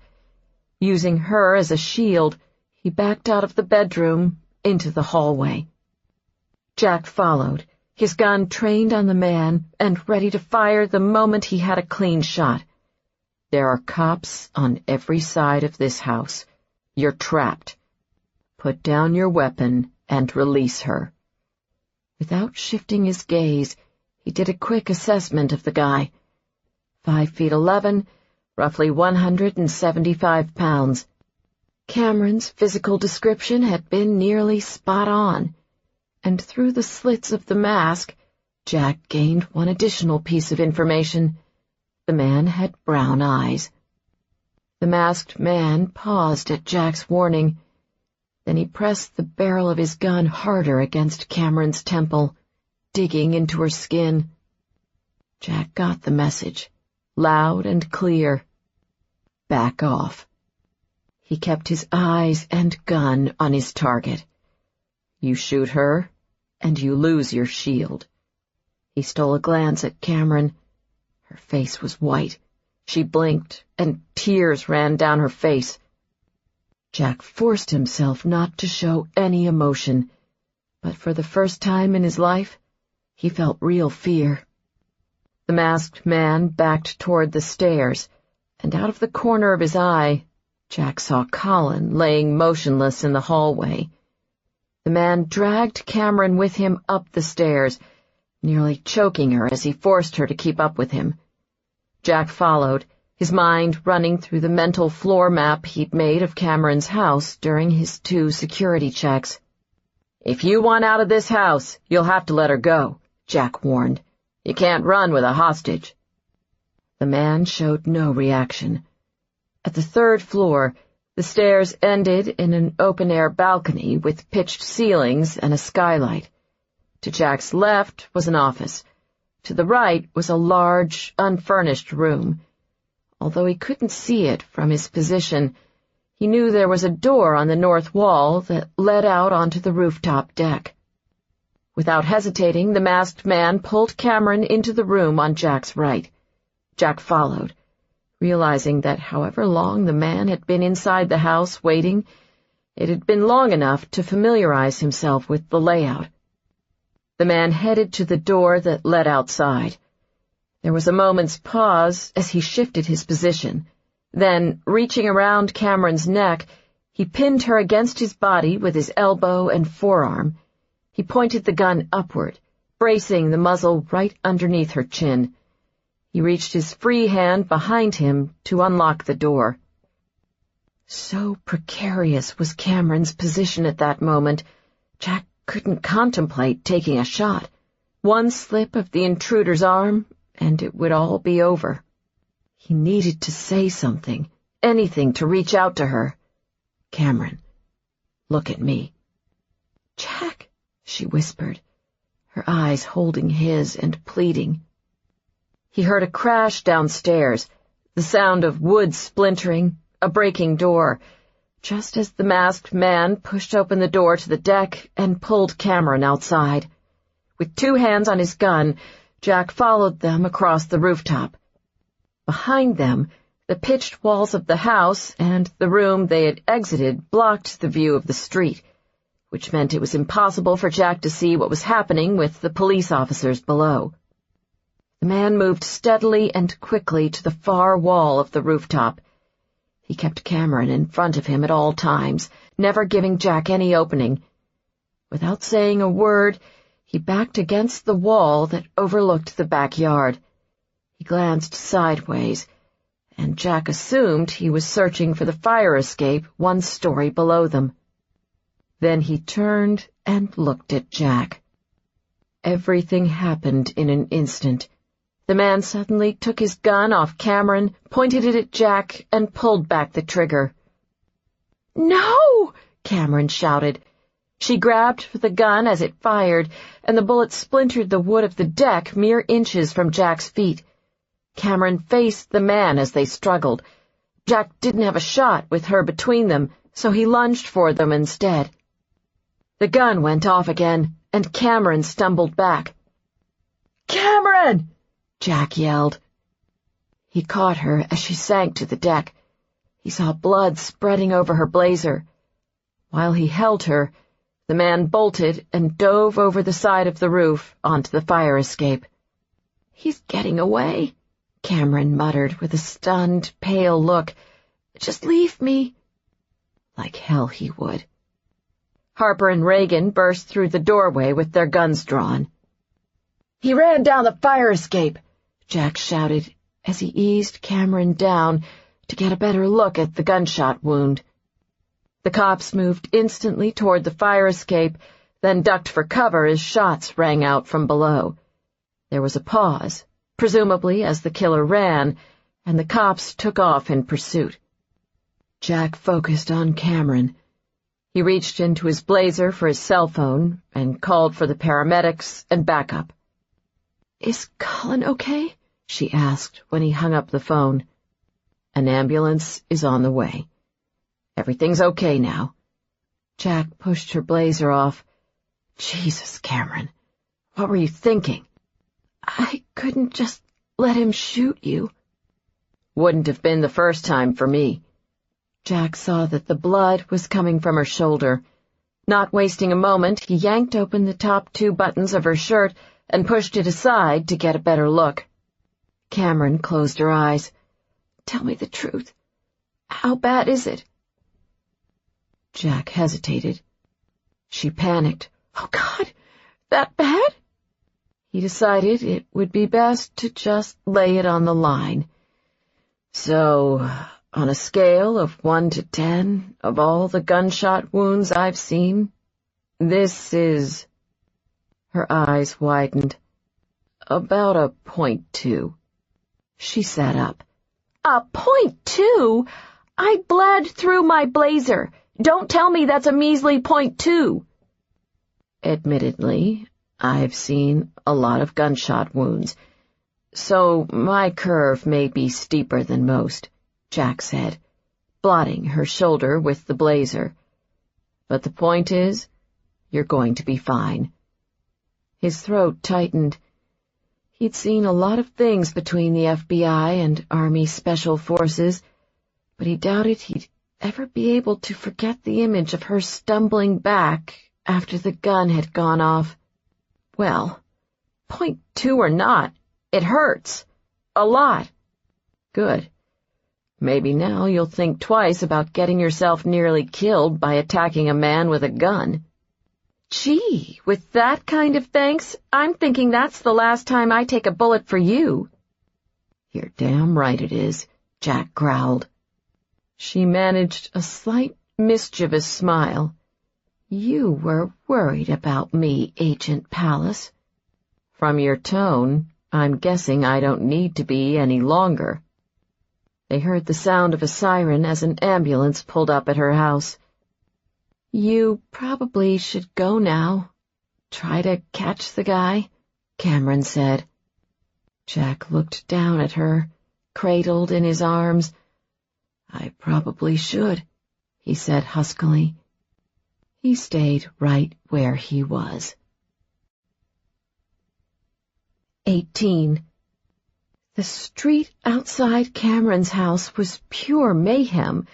There were squad cars, unmarked police and FBI cars, an ambulance, and cops and agents everywhere. Wilkins had arrived shortly after the paramedics with several FBI teams.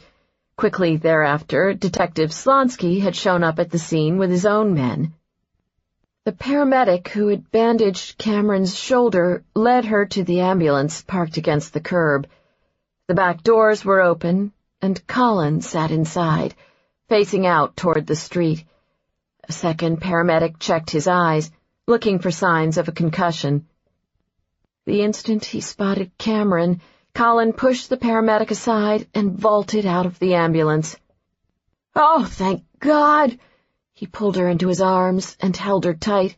"They wouldn't let me see you. They said they were keeping you isolated until they were certain the guy was no longer in the area." Slonsky said the cops lost him in the alley. Colin pulled back. His eyes fell on her bloody shirt. "When I heard you'd been shot, I nearly lost it." "I'm okay," Cameron reassured him. "The paramedic said I might need a couple of stitches, but I was lucky. The bullet just grazed the top of my shoulder."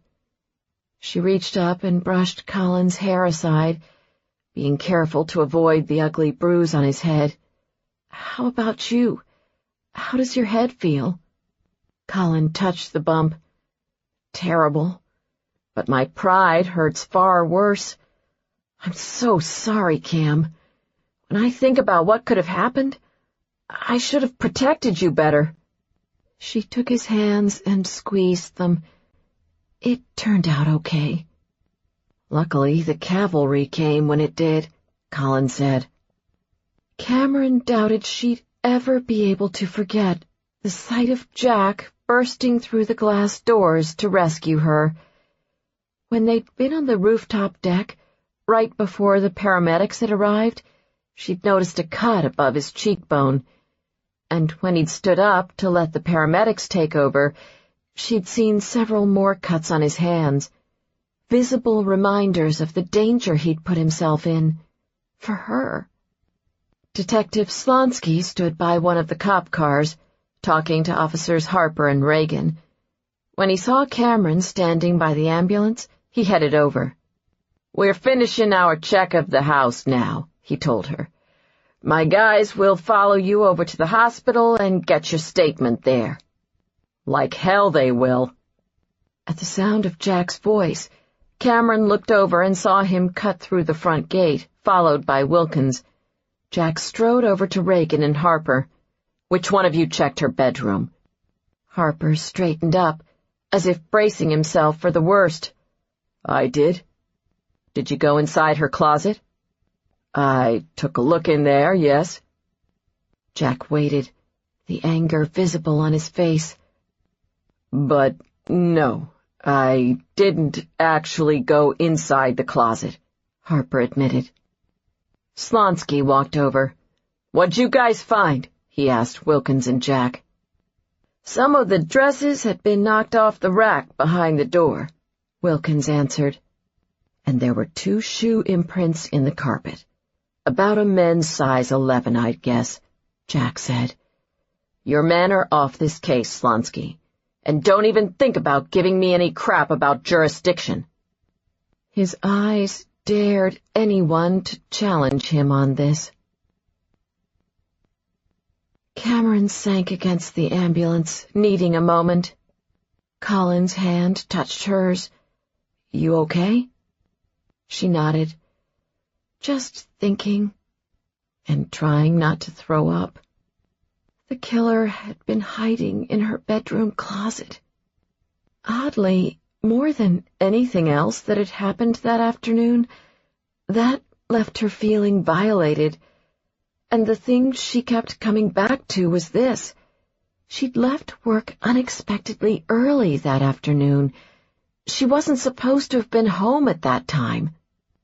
The cops and FBI had examined the doors and windows of her house and found no visible signs of his entry, which meant the killer knew how to pick a lock without leaving evidence behind. During the entire attack, He'd been terrifyingly cold and in control, and had never spoken once. Bottom line, he was not an amateur. He knew what he was doing. But Cameron would have thought that a professional would break into her house at night. 4 in the afternoon was a much riskier time. People walked their dogs, picked up their kids from school, and started to come home from work. Which meant the killer knew that she was being watched. He was aware that his only opportunity to get inside the house was while she was at work. Once she returned home, she was under constant police surveillance. Cameron thought back to the moment she'd first seen the man coming down the stairs for her. The creepy black mask and gloves, the gun he'd pressed against her temple and under her chin, the sound of the gun going off. She'd have nightmares for weeks, of that she had no doubt. And now the thought that he had been watching her, that he knew her daily routine. Well, she liked to think she was a strong woman, but this was almost too much. Almost, she emphasized to herself. She might have nightmares for weeks, but she would not let this asshole, whoever the hell he was, turn her into a helpless wreck. And if he did, well, she would just have to find a way not to show it. After finishing what looked like a pretty heated discussion with Slonsky, Jack approached her. "I'm going to ride with you in the ambulance. Wilkins will follow in his car. We'll get statements from you both at the hospital." "At least mine will be short, seeing how I slept on the floor through the whole thing. How clever and brave of me," Colin said, his voice tinged with disgust. He climbed into the ambulance. "I spoke to Davis," Jack said to Cameron. "After we're finished at the hospital, he wants to see you, me, and Wilkins in his office." His gaze fell to her shoulder. "I heard you might need stitches." He looked so serious right then. "Oh, no, not again," Cameron said. "If you keep up this whole nice routine, there's a good chance I'll lose it right here. And personally, I was hoping to postpone all freakouts over the attack until later, in the privacy of my own home." Jack studied her for a moment. "You are something else, Cameron Lynde." He held out his hand to help her into the ambulance.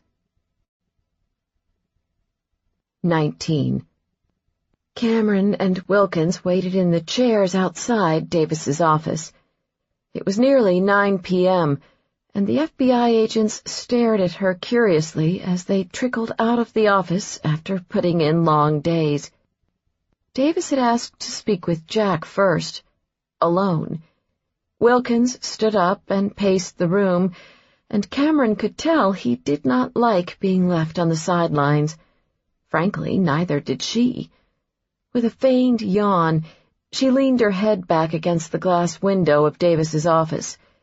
The curtain was drawn, so she couldn't see anything, but if perchance she happened to overhear a word or two.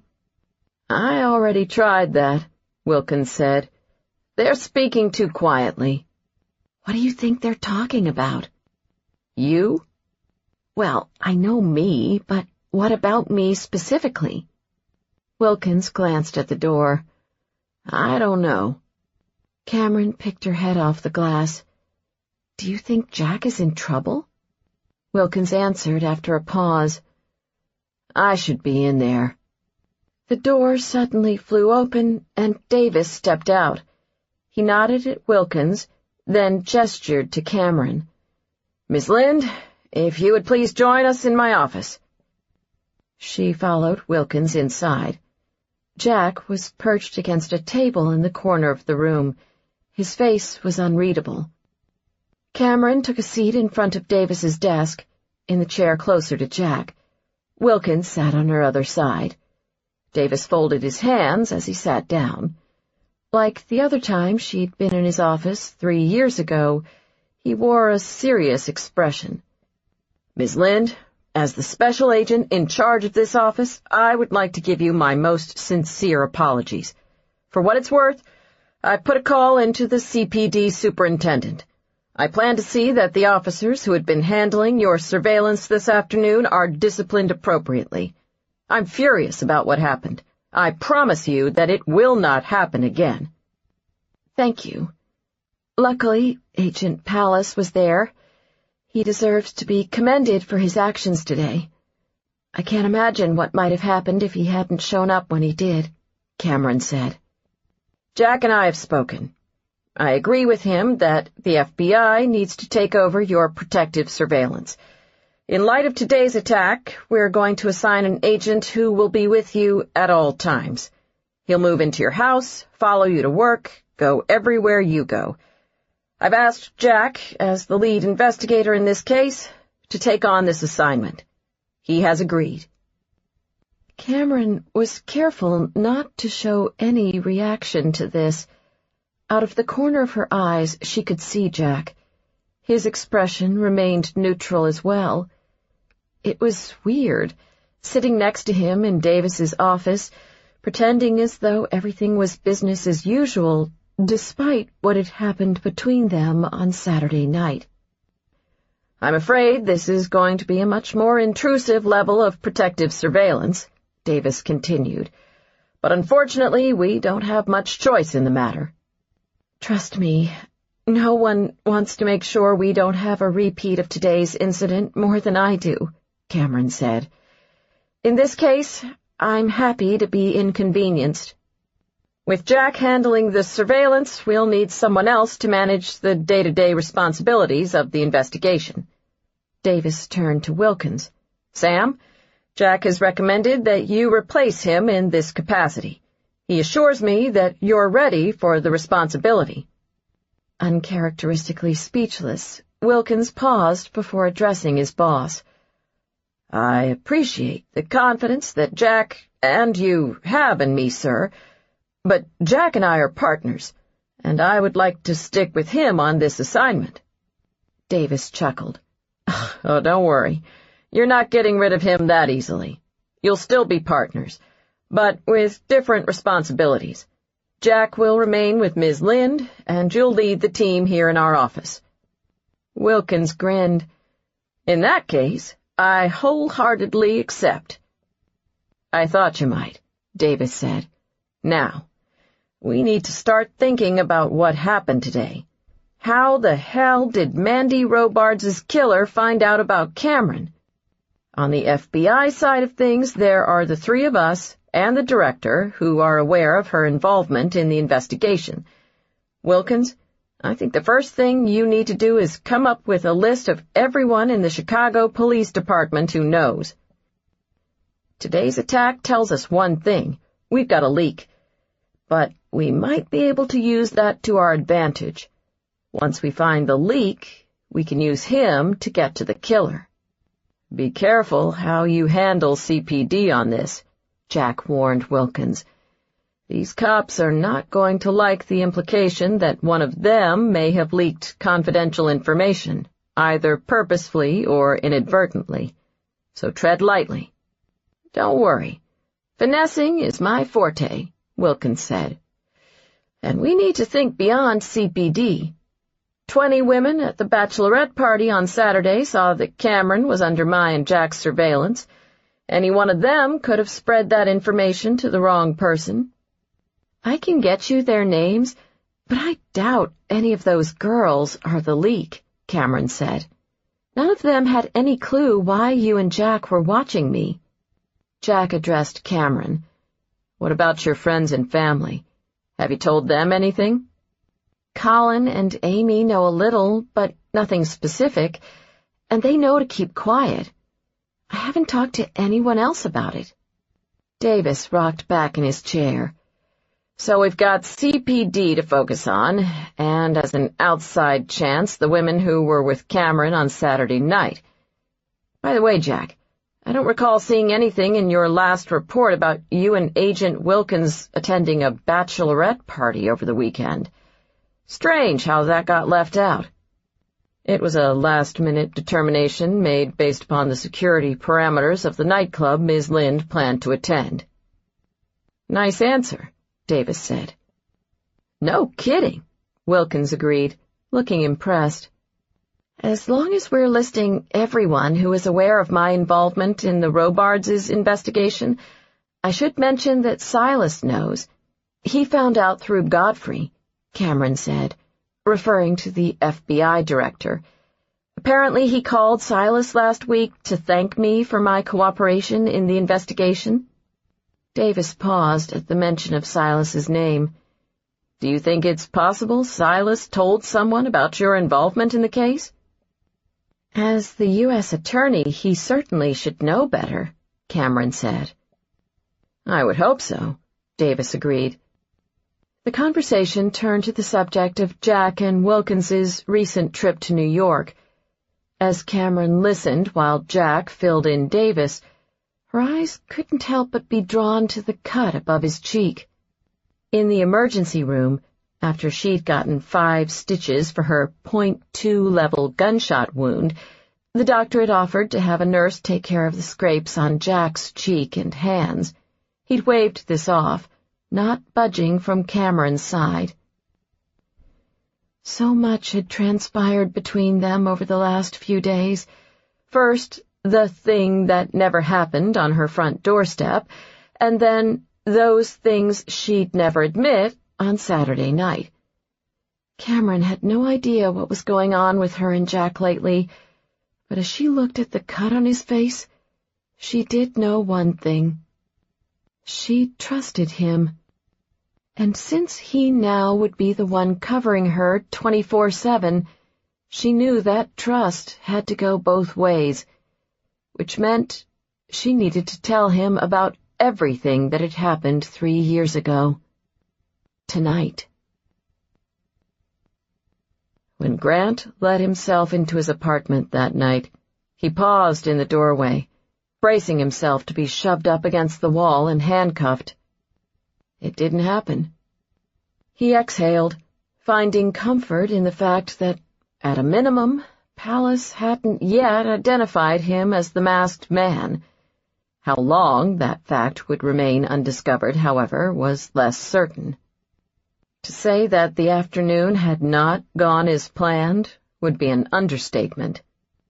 Grant crept through his apartment with the lights off, checking the view from every window.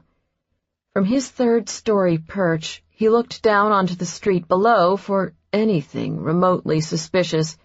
Strange cars parked out front, a dog walker who just happened to be out at that time of night, a homeless person conveniently passed out in the alley behind his building. He saw nothing. For the second time in the 2 weeks since Mandy Robards had tried to blackmail him, he was furious. And now paranoid, too. Not a good combination. Cameron Lynde wasn't supposed to have come home from work so early. She also wasn't supposed to have brought a friend home with her. Not that he'd had any trouble getting him out of the picture. He could have handled the police officers in the car out front. He had not, however, been ready for a standoff with Jack Pallas. The rage he'd seen in the federal agent's eyes as he burst through the glass door was not something he'd expected, nor had he been expecting the woman, who'd been relatively well-behaved up until that point, to try grabbing the gun out of his hand. He'd been lucky, he knew, to have escaped when everything had gone so far awry from his plans. Thankfully, however, he didn't need to count on luck in the future. Satisfied that his apartment wasn't under surveillance, Grant headed back to his bedroom and undressed. As he'd done 100 times already that evening, he ran through the events of the attack and after, looking for the areas where he was most vulnerable. No one had seen his face, nor had anyone heard his voice, since he hadn't so much as coughed during the entire attack. No prints left behind, thanks to the gloves. His getaway had been clean enough. He'd had to outrun those 2 worthless cops, one of whom had seen leaner days and the other of whom looked barely old enough to drive a squad car. Chicago's finest. He'd lost them in an alley 3 blocks from the woman's house, and then hightailed it a half-mile in the opposite direction to the parking lot where he'd stashed his car. He'd swooped up the backpack he had left in a garbage bin along the way. By the time he got to the parking lot, he'd shed the mask, the gloves, and the jacket, and was simply a man wearing black nylon pants and a long-sleeved T-shirt while carrying his gym bag after a late afternoon workout. Once he'd gotten back to his car and driven off, he'd pulled into another alley a couple miles away and changed into the suit he'd left in the car. The backpack, with the remainder of the black clothes, and with the addition of a couple heavy bricks, was now sitting on the bottom of the Chicago River. Grant walked naked into his bathroom and turned on the water to the shower. He studied himself in the mirror as steam filled the air. There was one weakness. He had no alibi. He wasn't supposed to have needed one. Sure, as soon as he'd dumped the backpack in the river, he'd driven straight to his evening appointment. He'd met an old friend who worked at the Tribune at a bar in River West. Word had gotten out that a high-priced call girl had been murdered in one of the city's most luxurious hotels, and the unconfirmed rumor was that Senator Hodges' name had shown up on her client list. The friend, who owed Grant several favors for all the times he'd given him early access to many of the senator's political dealings, called to give him a heads-up and had asked to meet for drinks. Grant had been curious to know whether the senator's name was being tossed around as a potential suspect, and how much this friend knew about the FBI's investigation. As it turned out, his friend knew very little, and Grant got the feeling he was the one being pumped for information. After drinks, he had returned to the senator's offices and attended a series of meetings with the higher-level staff members and 2 of Hodges' attorneys. The senator originally had planned to be back in D.C. by the following week, but given the FBI's warning that he not leave the state, alternate plans needed to be discussed. First and foremost on everyone's mind was how to explain the changes to the senator's schedule without tipping the press off about his connection to Mandy Robards' murder. Secretly, Grant got a kick out of these conversations. The hushed tones, the tension-filled rooms, the worried glances over what the press and, gasp, even the killer might possibly know about the senator's involvement with Mandy. They had absolutely no idea that the man they were talking about was sitting right at that table. And he knew everything. After the meetings finally ended, Grant had driven home, taking a few detours along the way to make sure nobody was following him. All in all, his day would seem like any other to anyone who might ask, except for that one missing hour. He'd have to come up with something to fill the void, just to be ready. Grant thought back to the moment inside Cameron Lynde's house when she'd first seen him on the stairs, the way she'd taken a step back and whispered, "What do you want?" He wanted to stop looking over his fucking shoulder when he walked into his apartment. That's what he wanted. She said she didn't know who he was.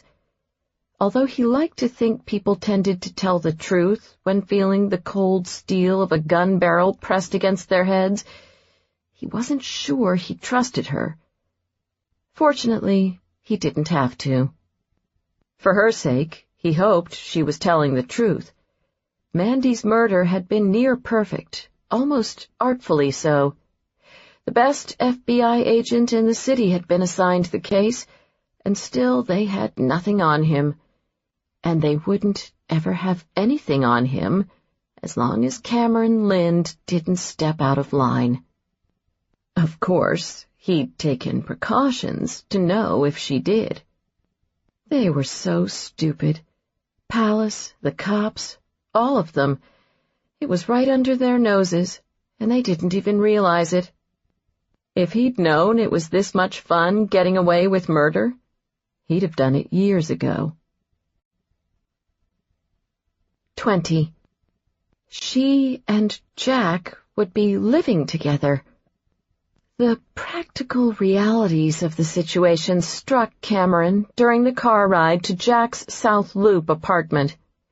He had asked Wilkins to drop them off so he could pick up his car and a few things.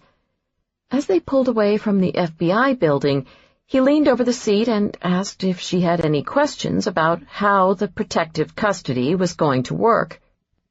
She nonchalantly answered that there were none she could think of off the top of her head. This was not true.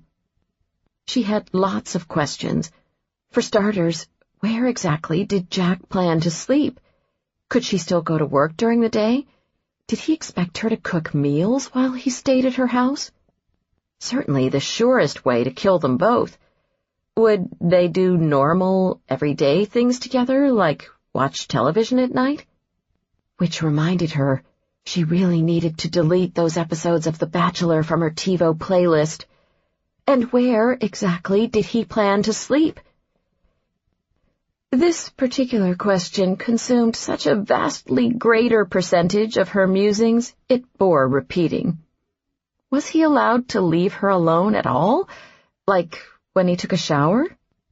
Or, purely from a safety perspective, would it be better for her to join him in such undertakings? "This will only take a few minutes," Jack said as they rode the elevator to his fourth-floor loft. He looked her over. "Are you okay?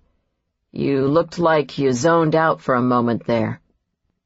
"I'm still processing everything that happened today," Cameron said, hoping she didn't spontaneously combust right there in the elevator at the thought of him naked in her shower. When they arrived at the fourth floor, Jack led her to the apartment at the end of the hallway. He unlocked and opened the door, inviting her inside. She didn't know what she expected Casa Pallas to look like, perhaps something stark and Spartan with minimal furnishings and lots of gray, but that was not what she found when she walked through the doorway. The walls were exposed brick, and the ceiling was vaulted. In keeping with the loft style, the main level had an open floor plan, with the living room running into the modern kitchen, and what appeared to be a powder room and a small office down the hall to her right. There was a second floor. A floating staircase led to a small balcony. Beyond that were open double doors made of frosted glass, through which she could see the master bedroom. To say the least, the place was warmer and far more welcoming than she had expected. But that wasn't what surprised her most. What really caught her attention were all the books. An entire wall of Jack's living room was filled with books, hundreds of them, organized neatly on dark mahogany shelves. More books rested on the lower shelf of his coffee table. "Wow," Cameron said, making her way over to the shelves. "You have some collection here." It looked like a mixture of everything, fiction and non-fiction, hardcover and paperback. "You must be quite a reader." Jack shrugged. "It fills my spare time." Cameron would have loved to own such a collection of books. One of her plans for her house was to convert part of the third floor into a library. Not that she got a chance to read as much as she would have liked. A lot of her free time was sucked up by Colin and Amy, which made her wonder whether Jack had a Colin or Amy in his life, or anyone for that matter. He seemed awfully solitary. He pointed upstairs. "I'm going to grab my things. Do you want anything to drink?" "No, I'm fine. Thank you." As soon as he went upstairs, Cameron checked out the living room more thoroughly, looking for anything that would give her some insight into the mystery that was Jack Pallas. He had an impressive flat-screen television on the wall opposite the sable couch. Of course, he had a big TV. He may have been a mystery, but he was still a guy. And from what she could tell from the books underneath the coffee table, he had an interest in black and white photography. A couple of picture frames on the end table next to the couch caught her eye. Curious, Cameron headed over. One of the photos had been taken several years ago. Jack and 3 other guys at their graduation from West Point, all formally dressed in their uniforms of gray coats, gloves, white pants, and caps. Cameron picked up the frame. In the photo, Jack wore a cocky, wide grin and had his arms slung over the shoulders of the guys next to him. It was his smile that struck her, so brash and open, seemingly so different from the man she knew now. She turned to the next picture frame.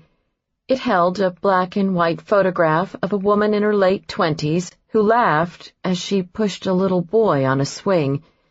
The woman had dark eyes and straight, chin-length hair pulled back with a headband. She bore a striking resemblance to Jack. "My sister and nephew," came his voice from behind her. Cameron started and turned around. He stood before her with a duffel bag on the floor near his feet. No clue how long he'd been there. She tried not to reveal how curious she was as she set the picture frame back down. "Do you see your sister and nephew a lot?" "Not that much when I was in Nebraska, but hopefully more now." He swung the large duffel bag over his shoulder with one hand. "Ready?" Cameron couldn't help herself as her eyes drifted over him, remembering the night at Manor House, the strong shoulders and arms that had braced her against the door, the lean hips and muscled thighs that had pressed heatedly against hers, the firm chest and stomach that she'd just begun to explore with her hands, and the intense look of desire in his eyes. Now he'd be sleeping in the bedroom next to her. Perhaps she'd be better off taking her chances with the murderer. When they got back to Cameron's house, Jack's first order of business was to make sure that the doors had been repaired per his orders. First the front lock, and then the French doors off the master bedroom balcony.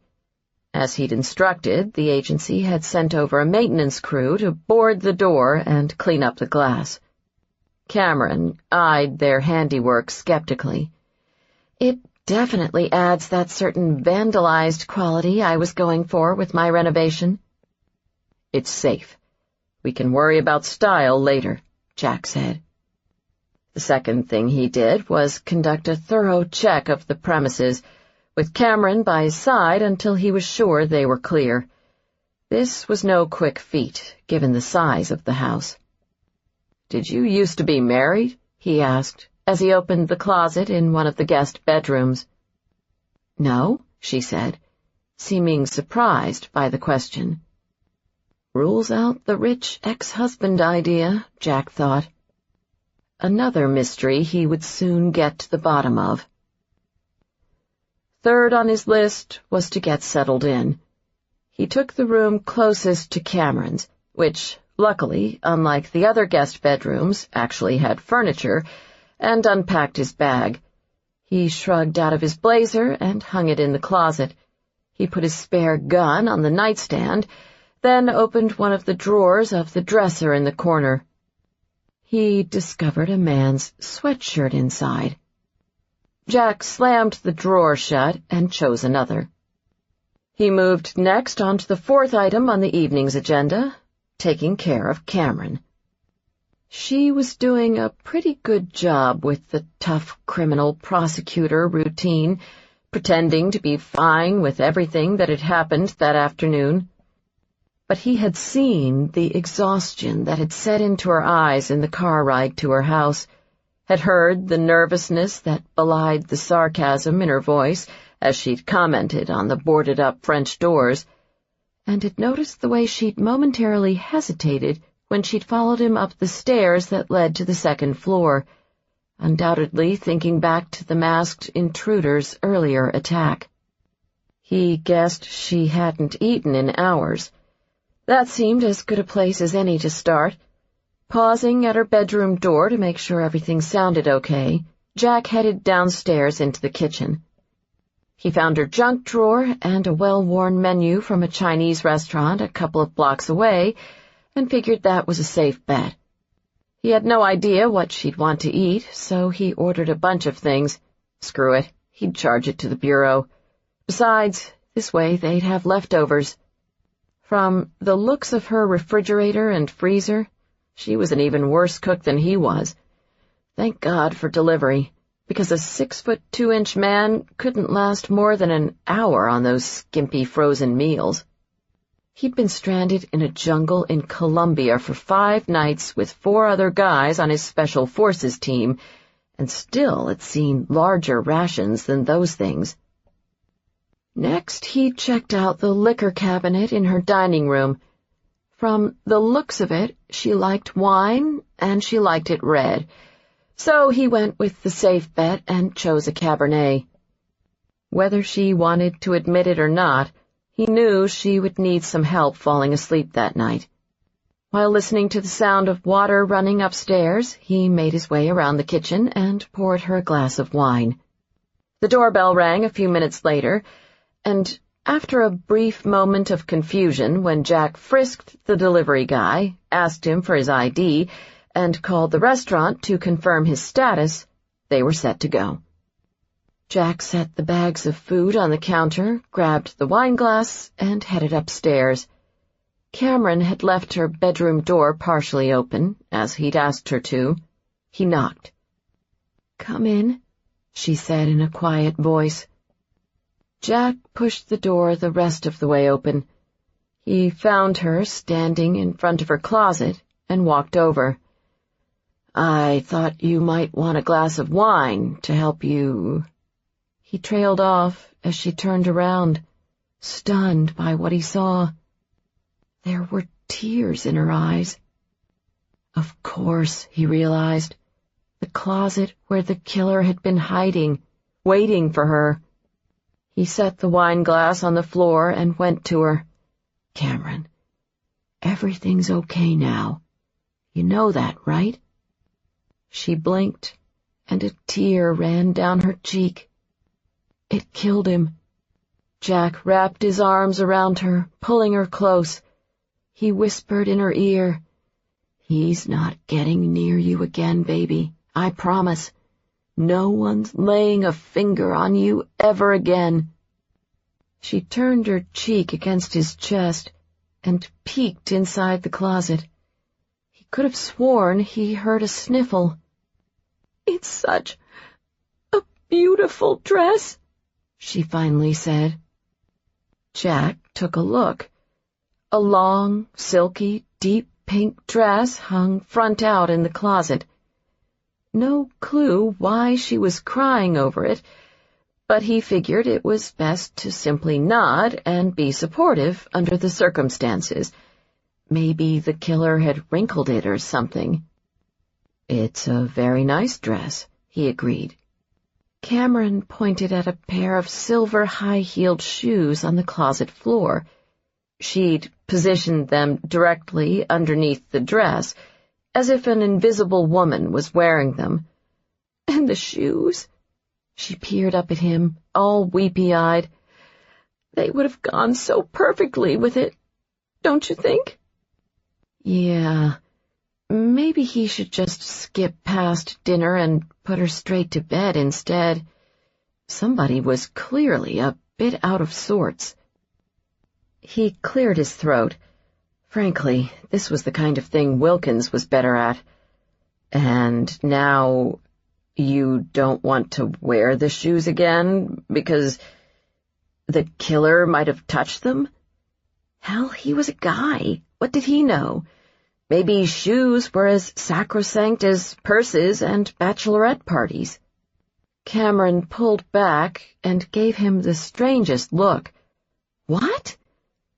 "Oh, come on. Give me a little credit, Jack. It's a bridesmaid's dress. I'm upset because I was supposed to wear it to my friend Amy's wedding. It's this weekend in Michigan. With all the chaos today, I completely forgot about it. She sighed. You're going to tell me I can't go, aren't you? Jack thought this over. Where in Michigan? At a hotel in Traverse City. Amy used to vacation there with her family when she was a kid. She's planned this wedding for years. It means a lot to her. Cameron forced a smile. Looks like Colin's going to have to step in as maid of honor after all. He's going to be so pissed. Jack saw right through the smile. It was impossible not to notice how close she was with her friends. Traverse City was a good couple 100 miles from their Detroit office, but he could probably get Davis to call in a few favors. Everybody owed Davis favors. I can get you to the wedding, he said. Really? You think it will be safe? Assuming we can send a few agents over from the Detroit office as backup, yes. Actually, this works out well. This is a big house, a lot of space to be watching over you. I plan to have a security system installed, silent alarm, motion detectors, the works. Now one of our tech teams can put that in over the weekend, and when you and I get back from the wedding, we'll be good to go. She exhaled, seemingly both surprised and relieved. Great. Okay. That, was easier than I thought. Jack cocked his head. Wait a second. He couldn't decide if he was pissed or really impressed. He hooked a finger into the waistband of the workout pants she'd changed into and pulled her closer. Did you fake me out with those tears, Cameron? She peered up at him defiantly, seemingly outraged by the suggestion. Are you kidding? What, after the day I've had, I'm not entitled to a few tears? Sheesh. Jack waited. This wedding is very important to me. I can't believe you're even doubting me. Honestly, Jack, the tears were real. He waited some more. She would talk eventually. They always did. Cameron shifted under the weight of his stare. Okay, fine. Some of the tears were real. She looked him over, annoyed. You are really good at that. He grinned. I know. He picked up the wine glass off the floor and handed it to her. She followed him down the stairs and saw the bags of food on the counter. Why don't you take a seat while I set everything up? Jack said. I wouldn't want you to tire yourself out in your emotionally fragile condition. She watched as he took the white cartons out of the bags and set them on the counter in front of her. She looked up when he stopped. That's pretty much it with the setup, Jack said. Cameron laughed. Wow, you sure pull out all the stops for a girl. She grabbed some chopsticks and the carton nearest her, not looking particularly bothered by the lack of presentation. At first, they discussed the Robards investigation as they ate. Then, as they began cleaning up, Cameron steered the conversation toward the 3 years he'd spent in Nebraska, previously a taboo subject for them. Aware of the potential pitfalls of the conversation, Jack decided to tell her about one of his last assignments there, catching a bank robber the local media had named the Butt Bandit, because of the perp's fondness for leaving Vaseline imprints of his nether regions on the windows next to the ATMs he robbed at night. Cameron tried not to laugh as she threw away the empty cartons. She failed miserably. Sorry. I'm sure it was a very important case.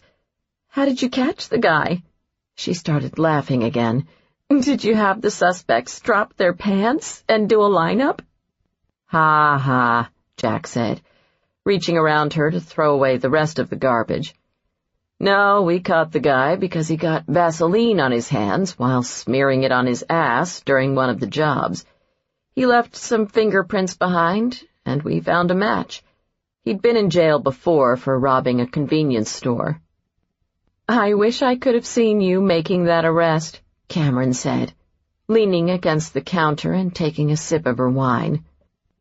"It was the highlight of my career," Jack said dryly, putting the leftovers she'd dished into Tupperware in the refrigerator. He shut the door and saw her watching him with a sudden, serious expression. "What's wrong?" he asked. "I have something to tell you," she said, "about what happened 3 years ago.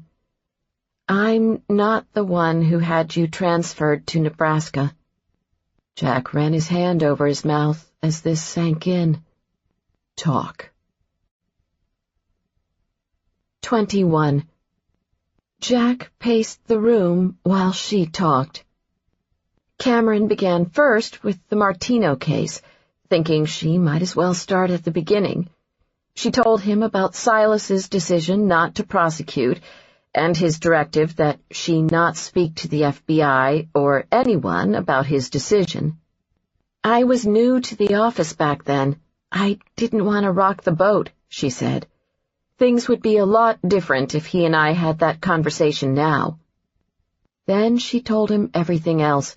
Silas's attempts to get him fired, her contact at the DOJ, her meeting with Davis to fill him in on the situation, even her response to Davis when he'd asked why she wanted to help out Jack. "Your transfer to Nebraska wasn't a great result, I realize, but it was better than being dismissed from the service entirely," she said. "It was the best I could do under the circumstances." When she'd finished, Jack said nothing. A moment passed, and he still said nothing. Then he fixed his gaze on her and stalked across the room. Cameron braced herself. With that kind of look in his eyes, he was either going to kill her or... He kissed her. Hot, demanding sweeps of his tongue against hers. When he dragged his mouth away, they were both out of breath. "Why didn't you tell me this 3 years ago, before I left?" he asked. "You told 30 million people I had my head up my ass. Funny how that turns a girl off from having any meaningful conversation." He smiled. "True. So where does that leave us now?" As if she had a clue. "I guess we should probably talk about the rules of our situation here. You living in this house, with me?" Jack pulled back. "Right. Boundaries. Good idea." He ran his hand through his hair and stood against the counter next to her. He exhaled raggedly and looked over. "I think the first thing we need to talk about is you not running around in tight t-shirts and yoga pants." "Fine. I'll stop doing that as soon as you shave." Jack ran his hand along his jaw and grinned. "You like the scruff, huh?" Did she ever? His jaw tightened. "I warned you about looking at me like that." Cameron could see both the heat in his eyes and his internal struggle. Screw it. She crossed the space between them and kissed him, as if dispensing with the preliminaries, which was just fine with her. He grabbed her bottom and lifted her up. Not breaking their kiss, she wrapped her legs around his waist as he carried her out of the kitchen and up the stairs. "This is probably a bad idea," Cameron said, as she ran her hands over his muscled arms and shoulders, marveling at the ease with which he carried her. Jack bit her lower lip daringly. "So stop me. Tell me I shouldn't get involved with you while you're my witness." Cameron tangled her fingers through his thick dark hair. "That does sound complicated." At the top of the stairs, he pushed her back against the wall and kissed her neck. "Tell me I should slow down," he murmured against the base of her throat. Cameron closed her eyes and nearly moaned. "You probably should." She shifted as she straddled him, settling the hard bulge in his jeans right between her thighs. Jack sucked in his breath and carried her into the bedroom. "Tell me this is just some sort of hero complex with you, because I saved your life today." "I suppose that's entirely possible." He laid her on top of the bed and crawled over her. His voice was husky. "Just tell me you don't want this, Cameron." She ran a finger over the cut above his cheek. "Sorry, but that I won't say." Jack kissed her, and something snapped in both of them. Cameron reached for his shoulder harness, having no clue how to get the damn thing off. Jack's hands roamed everywhere. He grabbed the bottom of her t-shirt, ready to yank it over her head. "Just watch the stitches," Cameron mumbled against his mouth. "Fuck," Jack hissed, and suddenly rolled off her. "No! Where are you going?" If it was anywhere other than to grab a condom, they were going to have some serious words, and lots of them were going to be profane. "You were shot today," he said between ragged breaths. "It's okay," Cameron said, reaching for him. "It's just a .2, remember?" Jack grabbed her hands and pinned her down on the bed. She looked on approvingly. "Now that's more like it." "Christ, Cameron, I just found out that I've been a huge asshole for the last 3 years. Don't make me be the asshole tonight, too. Let's at least get this part right. You're hurt, you're emotional. I don't want to take advantage of that." She glared up at him. "What a lousy time for you to start being nice again. I thought we talked about that." "Trust me, this isn't any easier on me." Jack climbed off the bed. "You need to rest tonight anyway. And if I don't leave now, rest is the last thing you'll be getting."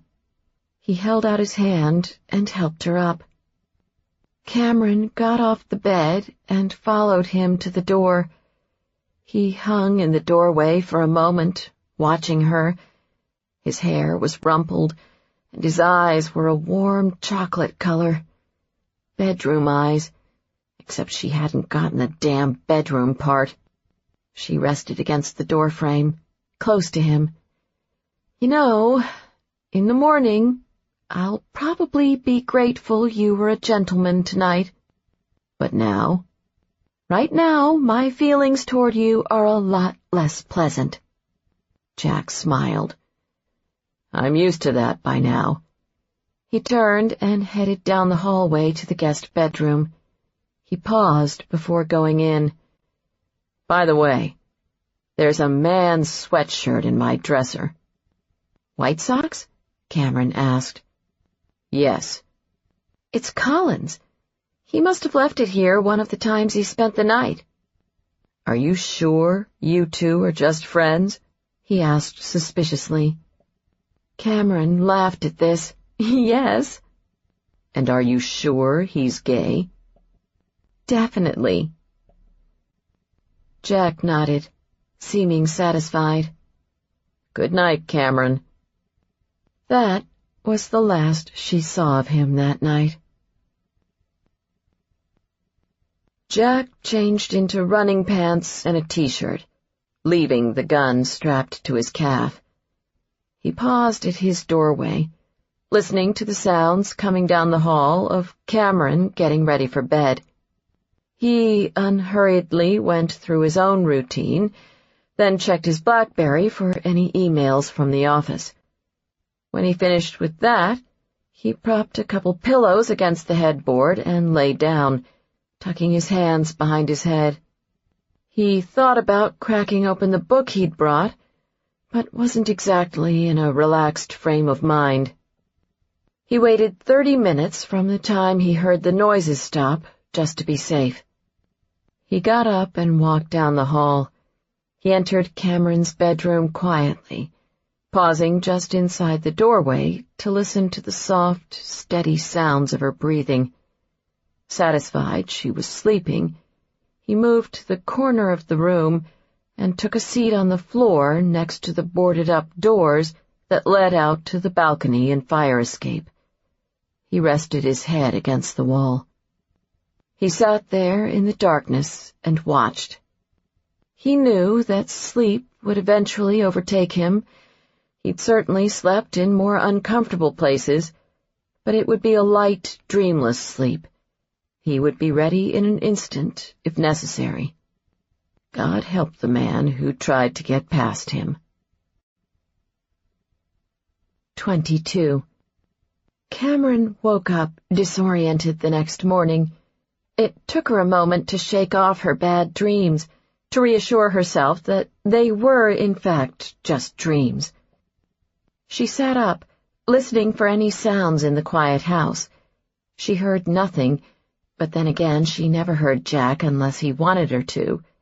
For a split second she wondered whether she should be worried about him, then realized, A, he was Jack, and B, if anything had happened to him, she wouldn't be sitting in her bed wondering anything, seeing how she'd be dead and all.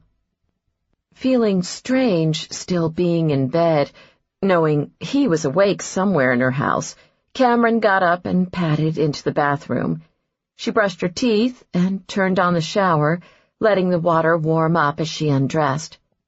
Her injured shoulder yelled out tiny screams of protest as she stretched her arm over her head to take off her t-shirt. She peeled back the bandage and checked in the mirror to make sure everything looked okay. It was hardly a fun task trying to shower and wash her hair while keeping her stitches as dry as possible. Per the doctor's orders, she was supposed to avoid getting them wet for the first 24 hours. She certainly could have used some help in the shower, an arrangement that would have been possible if a certain someone hadn't decided it was time to be all gentlemanly. Much grumbling about Jack ensued. After showering, she did a quick job with her makeup before heading downstairs. She left her hair to air dry, figuring it wasn't worth bothering with since she'd likely just have to do it again before Amy's rehearsal dinner. She walked into the kitchen and found Jack seated at the counter, working. He glanced at her over his computer. "Good morning." He looked again. Longer this time. She may have forgotten to put a bra on that morning. Another oops. "Are you kidding me with that?" he asked. "Deal with it. I had a really fun time getting all the conditioner out of my hair, buddy." Jack chewed on this for a moment. "Nope. No clue what that means." Figured. She noticed there was a freshly brewed pot of coffee waiting for her. She sighed. Impossible man. He made it more and more difficult for her to stay cranky with him. She used to be so good at that. She grabbed her Michigan mug out of the cabinet and poured herself a cup. She took a sip of the deliciously hot beverage and slowly began to feel human again. "You look busy." "Got a full day ahead of us," Jack said.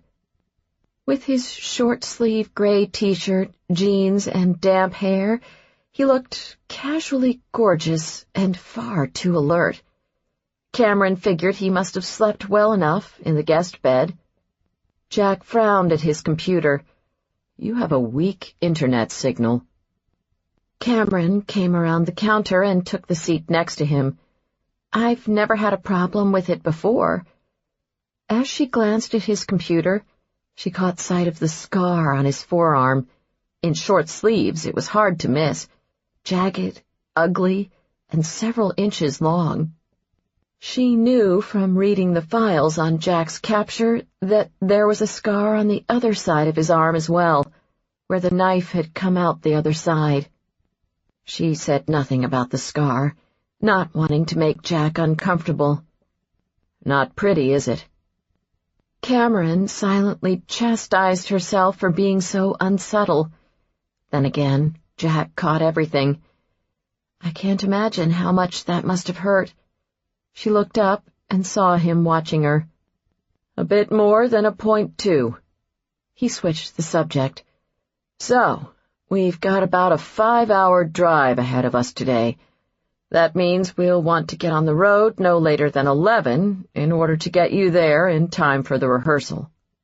"I need to call Colin," Cameron said, suddenly remembering.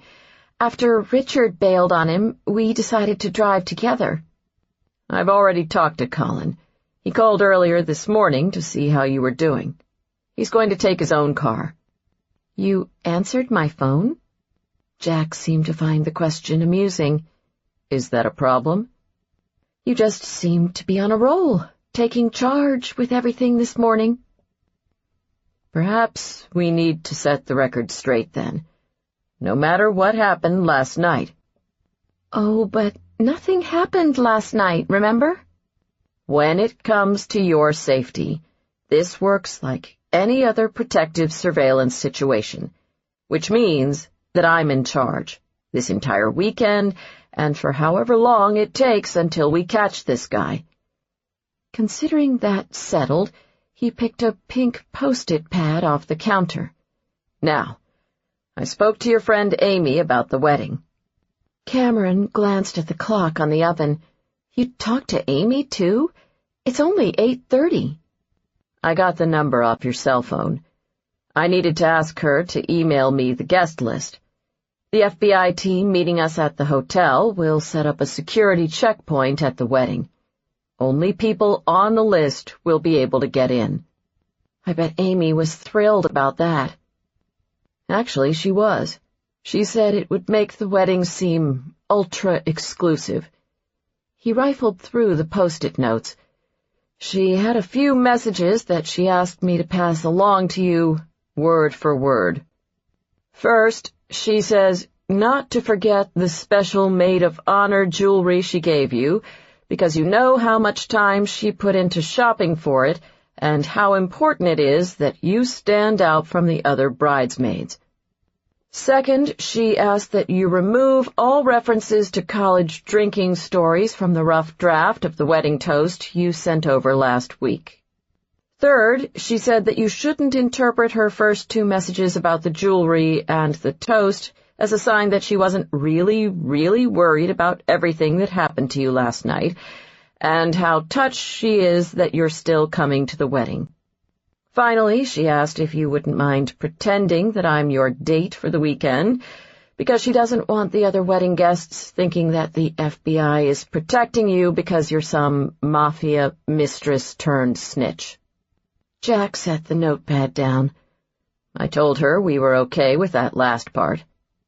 "The part where they pretend to be a couple. So we're a we now?"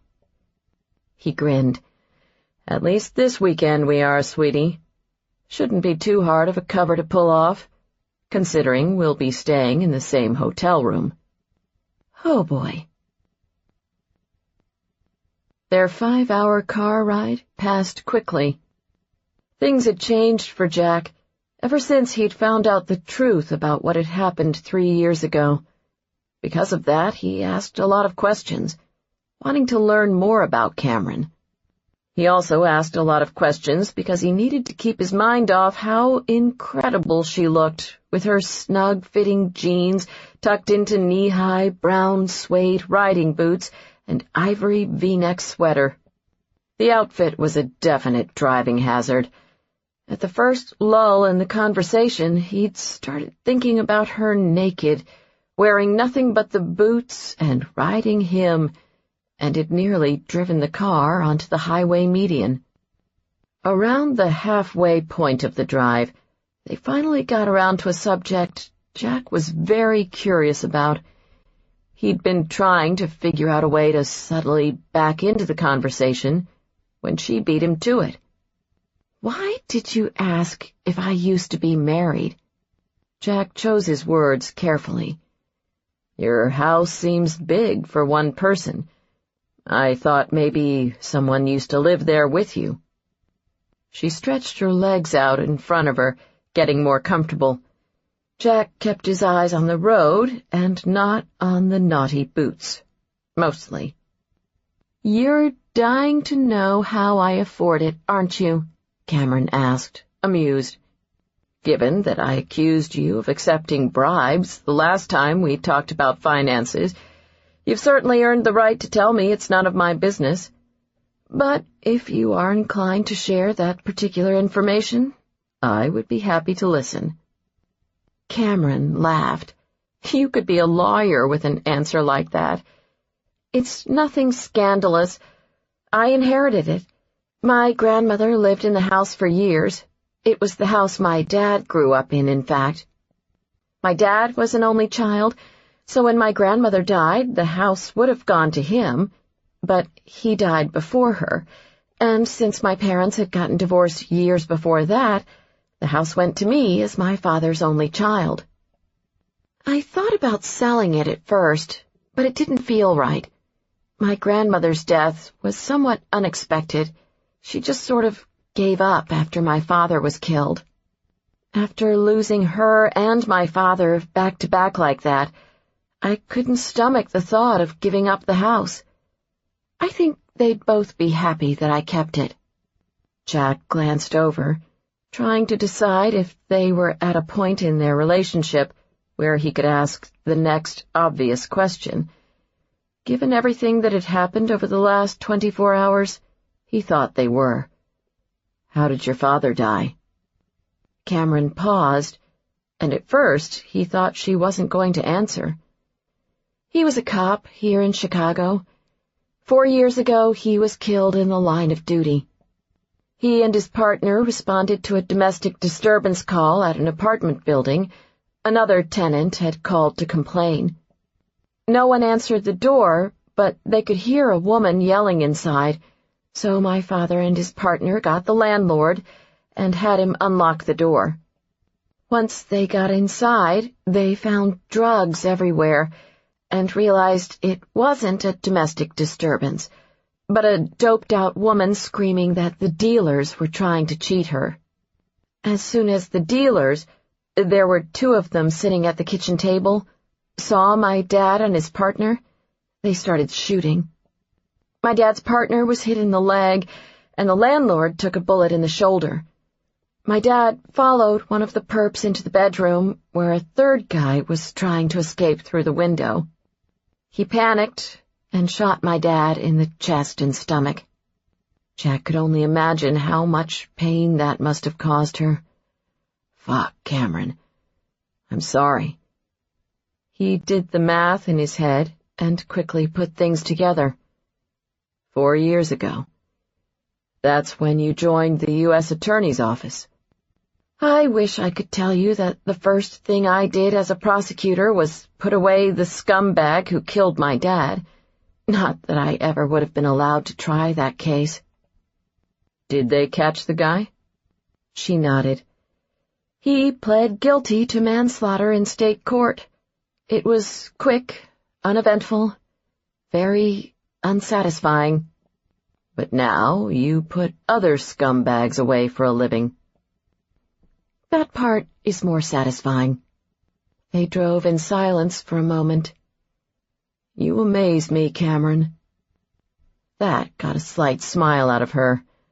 High praise coming from someone who knows how to kill people with paper clips and everything. Jack looked over in surprise. You know about the paper clips? He stroked his chin. Now that was good, even for me. Cameron stared at him, stupefied. He laughed. I'm just kidding. Mostly. Staples, maybe, but never paper clips. Speaking of your job, and mine, there's something else I wanted to talk to you about. Something that came up in the meeting in Davis's office. You mentioned that Silas knows about your connection to the Robards case. Davis seemed interested in that, too. I keep thinking about how Silas told you to back off the Martino case 3 years ago.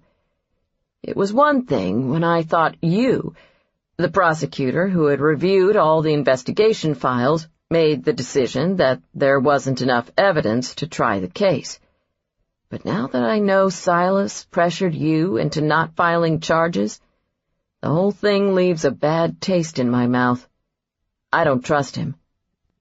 Cameron thought about this. Jack could see she was running through the possibilities in her head. "We need to be very careful here," she said. "Silas is the U.S. attorney.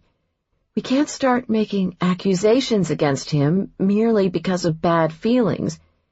You know better than anyone how vindictive he can be.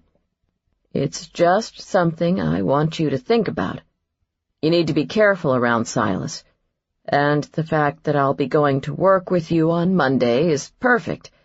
It'll give me a chance to keep an eye on the son of a bitch.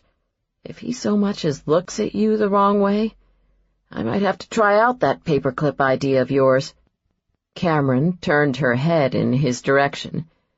"That was very ominous of you." "Now that I know he's the one who screwed me over 3 years ago, my feelings toward him, to use your words, are a lot less pleasant. I hope you can control yourself around him, for both our sakes." Jack took his eyes off the road and looked her over. "In all my years with the Army and the FBI, there's only been one person I've ever had any problems controlling myself around." She smiled at that, but said nothing. She reclined in the seat, crossing one naughty-booted leg over the other in his direction. Jack fought hard against the images of her straddling him that assaulted his mind. "You do realize you're driving on the shoulder, don't you?" "Thanks for pointing that out, Cameron." 23. Per Jack's orders, they entered the Grand Traverse Resort through a back entrance and were immediately escorted to the manager's office. Cameron had never stayed at the resort before, but quickly saw why Amy had been so impressed by it. With luxurious decor, over 600 rooms, gorgeous beach and fairway views, and a full-service spa, the property was indeed grand in every sense of the word. Even Jack, who'd said he would move her to a different hotel if he wasn't 100% comfortable with the security aspects of the resort, seemed to find it acceptable. "It'll do," he said in response to her silent question as they walked through the white marble and cherry wood hallway. Jack had spoken to the manager on the phone and had explained the situation in general terms, revealing no details. In the office, he requested a map of the hotel grounds, which he kept, and emphasized one basic point. No one, outside the three of them, was to know the location of Cameron's room. He asked for a private conference room where he could meet with the hotel's head of security, one that he and the 2 agents coming in from Detroit would also use as a working space throughout the weekend. Then he asked the manager whether the wedding guests had been assigned a particular block of rooms. "Yes, the bride reserved a block in the hotel itself," the manager said. "The wedding guests will all be staying here." "Perfect. Delete Cameron's reservation and book us a new room under the name David Warner. Put us in the tower," Jack said, referring to the 17-story building located adjacent to the hotel. "David Warner?" Cameron asked after the manager left to get their room keys. "An old alias of mine," Jack said. "Ooh, an alias. Who does that make me?" "For this weekend, I suppose it makes you Mrs. David Warner." I'm not sure I'm the type to take my husband's name. I'm on the fence about it." "For the next 2 days, you can be the type." Boy, Mr. David Warner sure seems a little bossy. The manager poked his head into the office. "Sorry, I forgot to mention, the tower accommodations are all standard rooms, not suites. I'm guessing you would prefer 2 queen beds instead of 1 king?" Cameron and Jack looked at each other. Neither spoke. The manager shifted in the doorway. I could always switch you back to the hotel if you require larger accommodations." Jack shook his head. "No, I want to be kept apart from the rest of the wedding guests, and the high-rise is a safer location.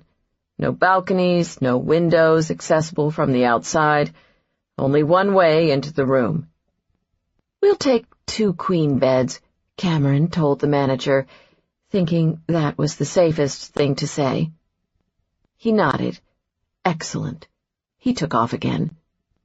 20 minutes later, as they began to get settled in, Cameron realized that the 1 versus 2 beds decision really didn't matter. Bottom line, she and Jack were sharing a hotel room, and here she'd thought living together in a 5,000-square-foot house had seemed intimate. She watched from the doorway as Jack checked out the closet and bathroom. When finished, he headed over. "So, which bed will it be?" "Excuse me?" He laughed at her expression. "Which one do you want? I'll put your suitcase on it so you can unpack." "Oh, I'll take the bed farther from the door." "Good answer." She watched as Jack lifted her suitcase onto the bed, then threw his duffel bag onto the one closer to the door. She suddenly felt jittery.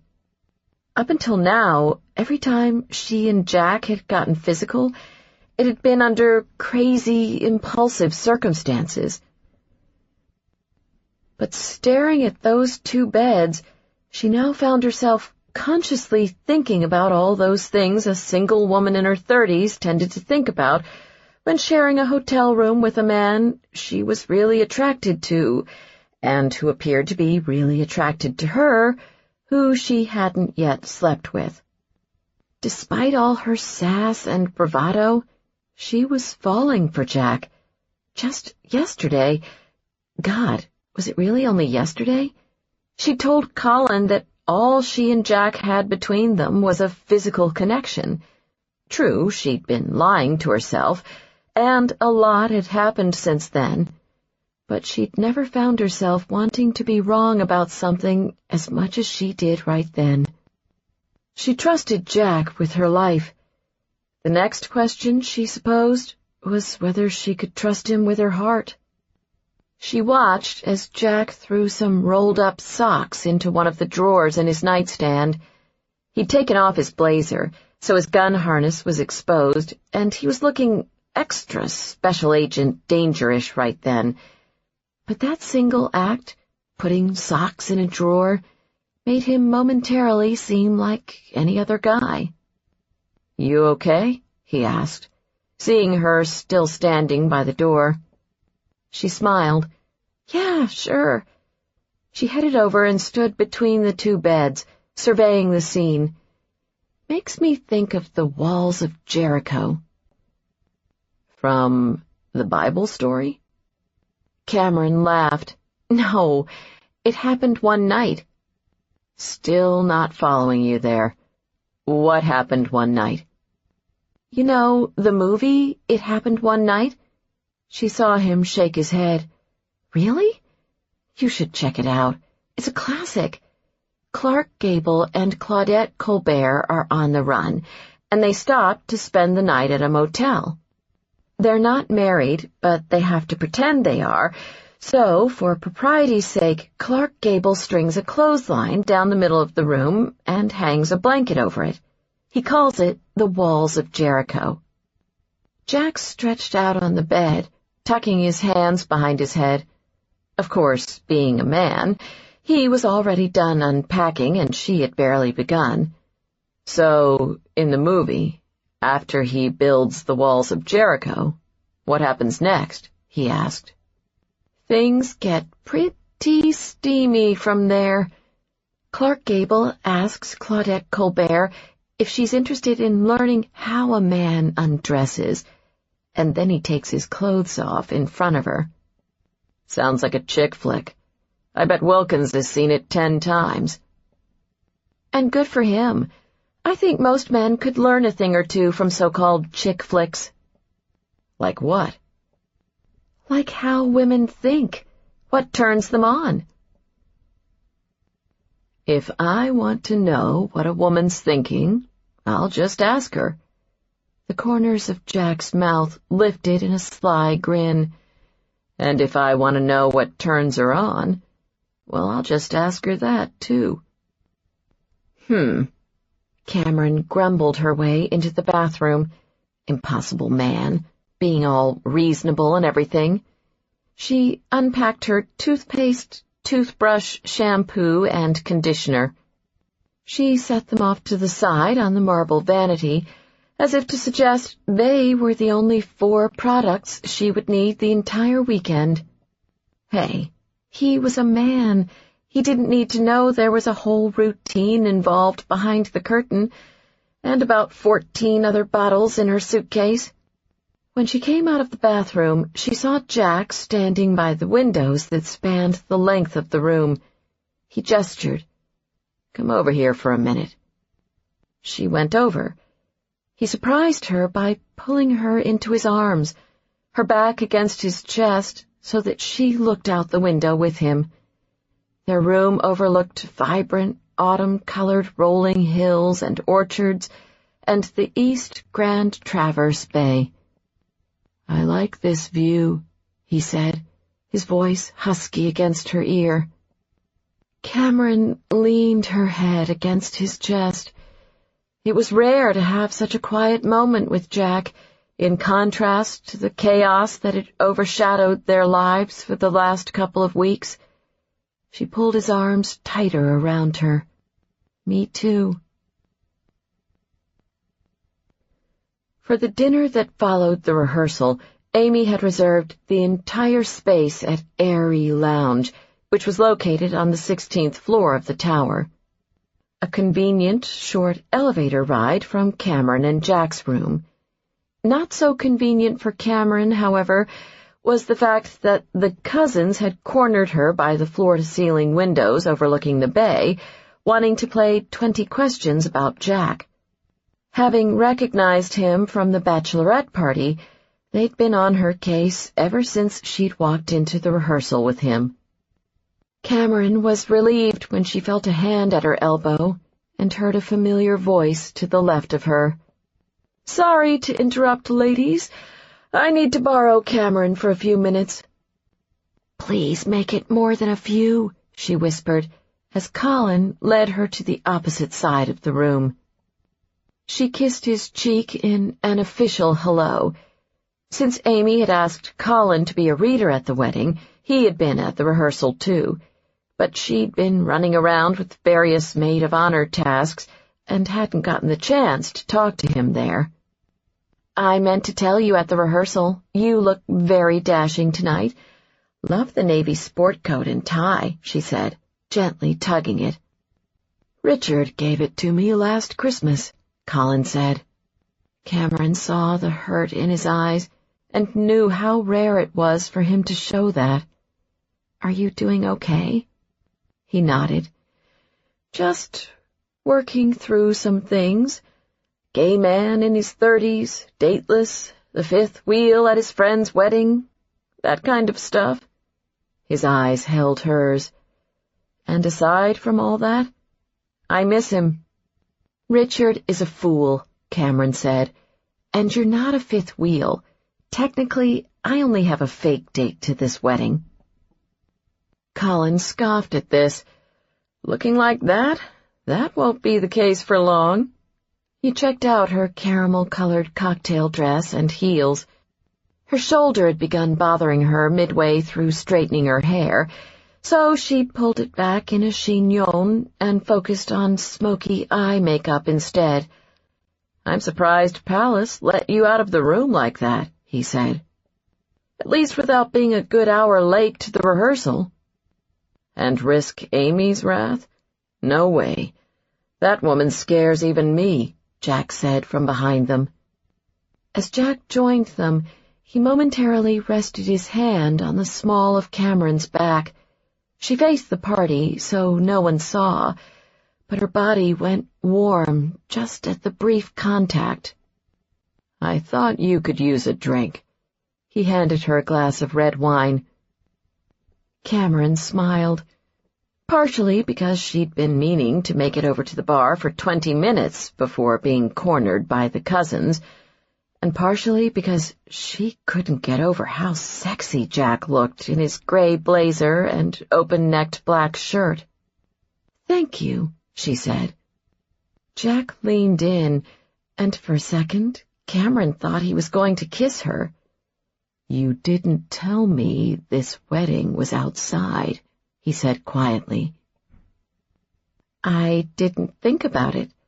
From everything Amy's told me about the setup, I barely consider it an outdoor wedding. Will that be a problem?" The last thing she wanted to do was make his job even harder.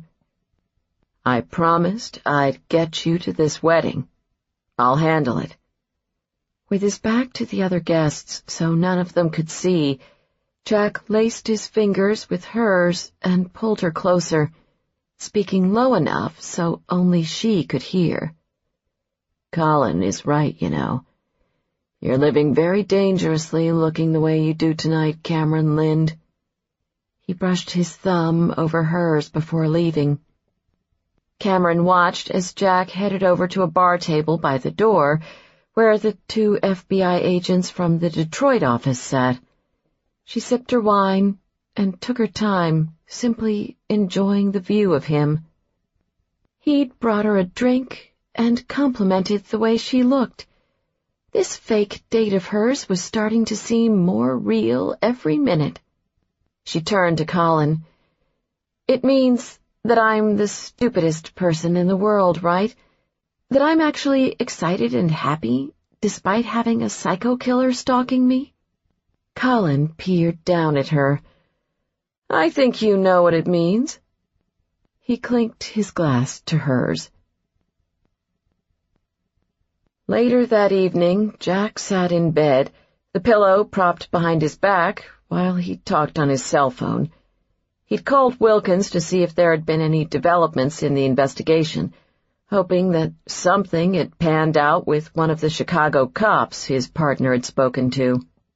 So far, unfortunately, none of them appeared to have leaked any information about Cameron's involvement in the case. "How's it going on your end?" Wilkins asked. "You having any fun up there?" Of course, Cameron chose that moment to poke her head out of the bathroom. "Hey, is there a trick to getting hot water in this place?" "You have to let the faucet run for a good 5 minutes. Jack turned back to his phone call.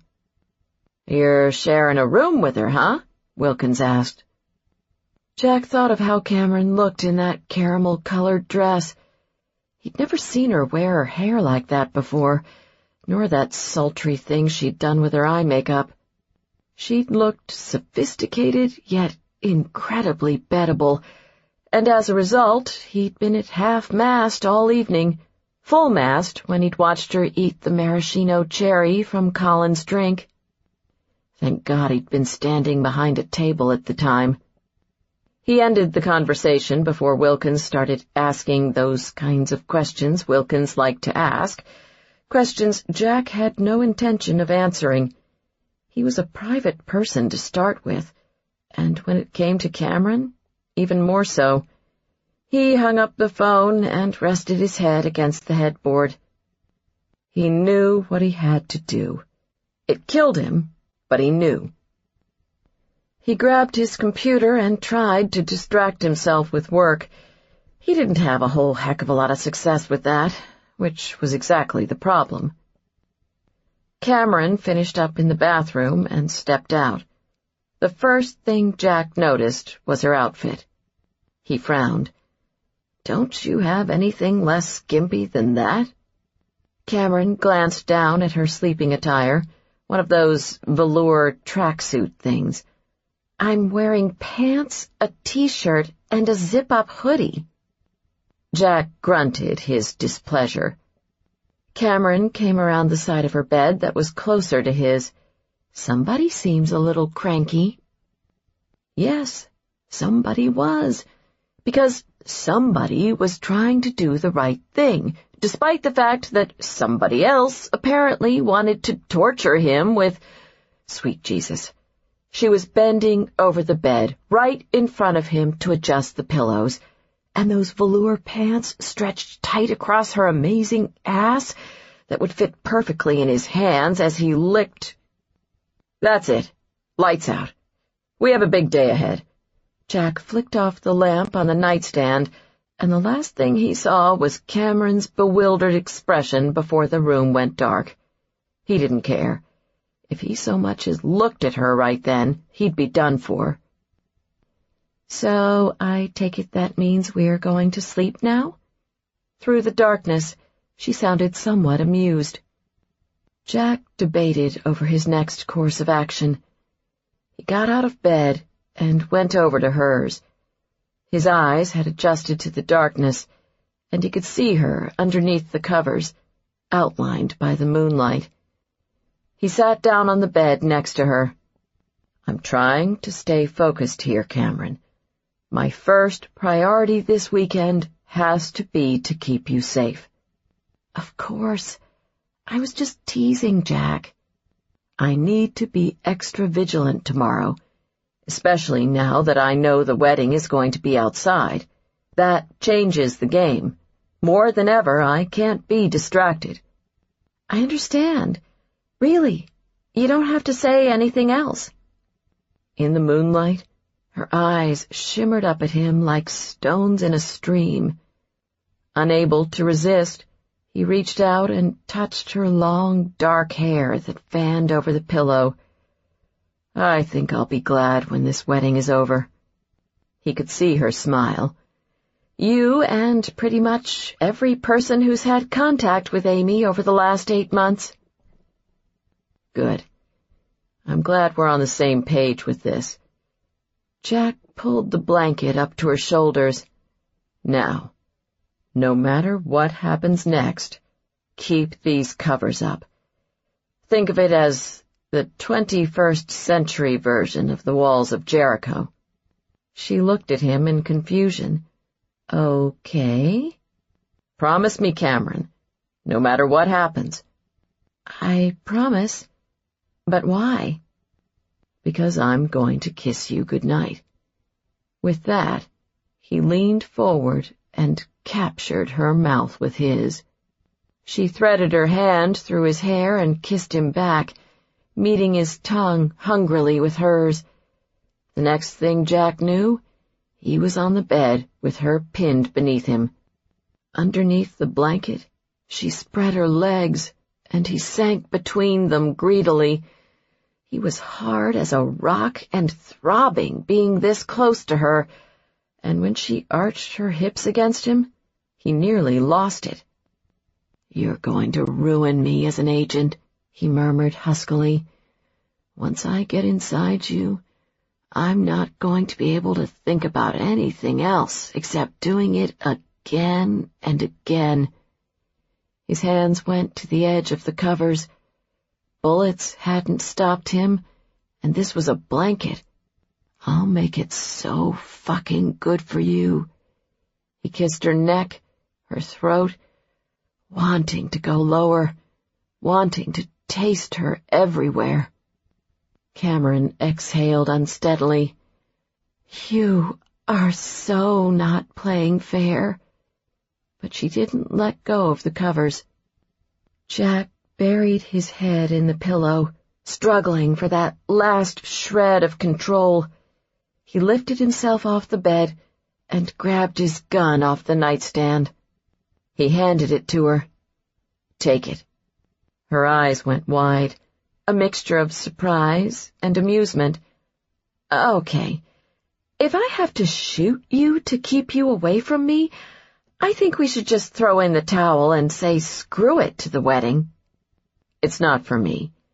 I want you to keep your eye on the door for the next 5 minutes. I'm going to take a cold shower." 24.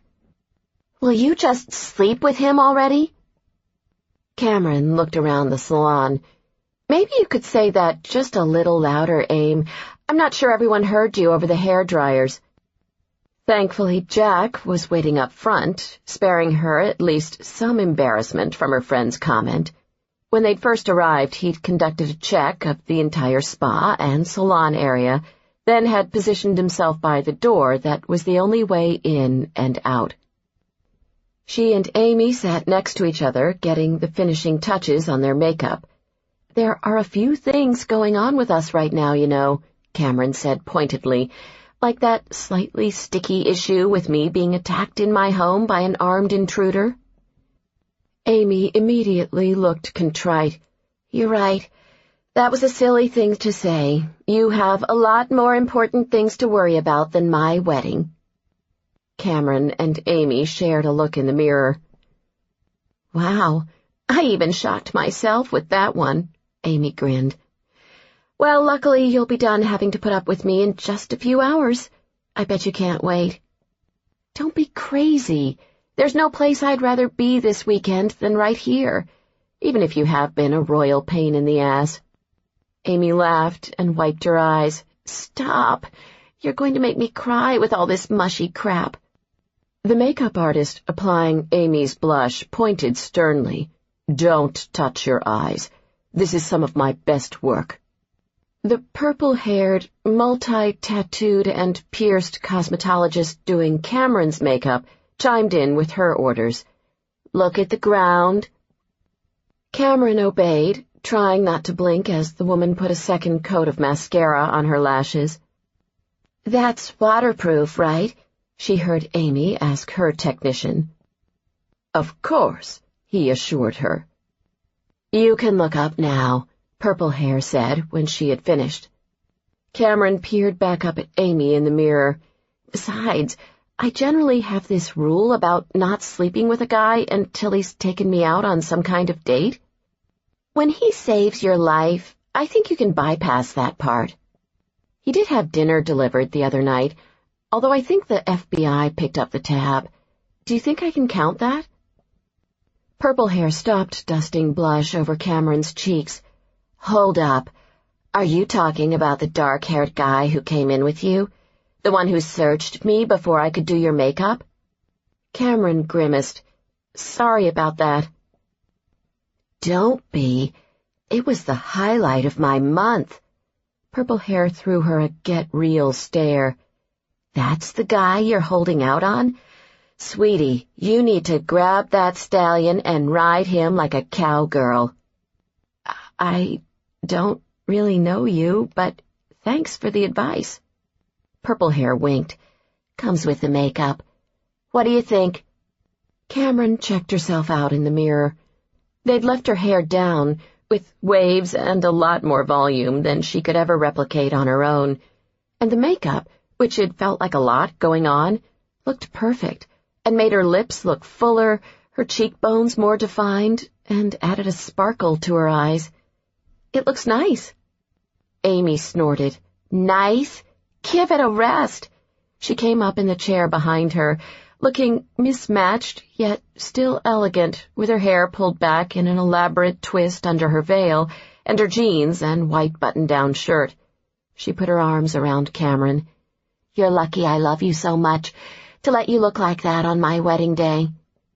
"You look gorgeous, Aim." No exaggerating there. Minus the jeans and button-down shirt, Amy was the very picture of a blonde, fairy-tale beauty. "Aaron is going to be knocked off his feet when he sees you coming down the aisle." "He better not be. That'll look terrible on the wedding video." The two women shared a laugh, and Amy inhaled excitedly. "So, want to help me get into my dress?" Cameron nodded. "You bet."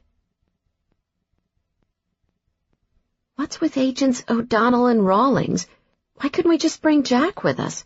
Cameron asked, as she followed Amy outside. The two FBI agents walked a few paces behind them.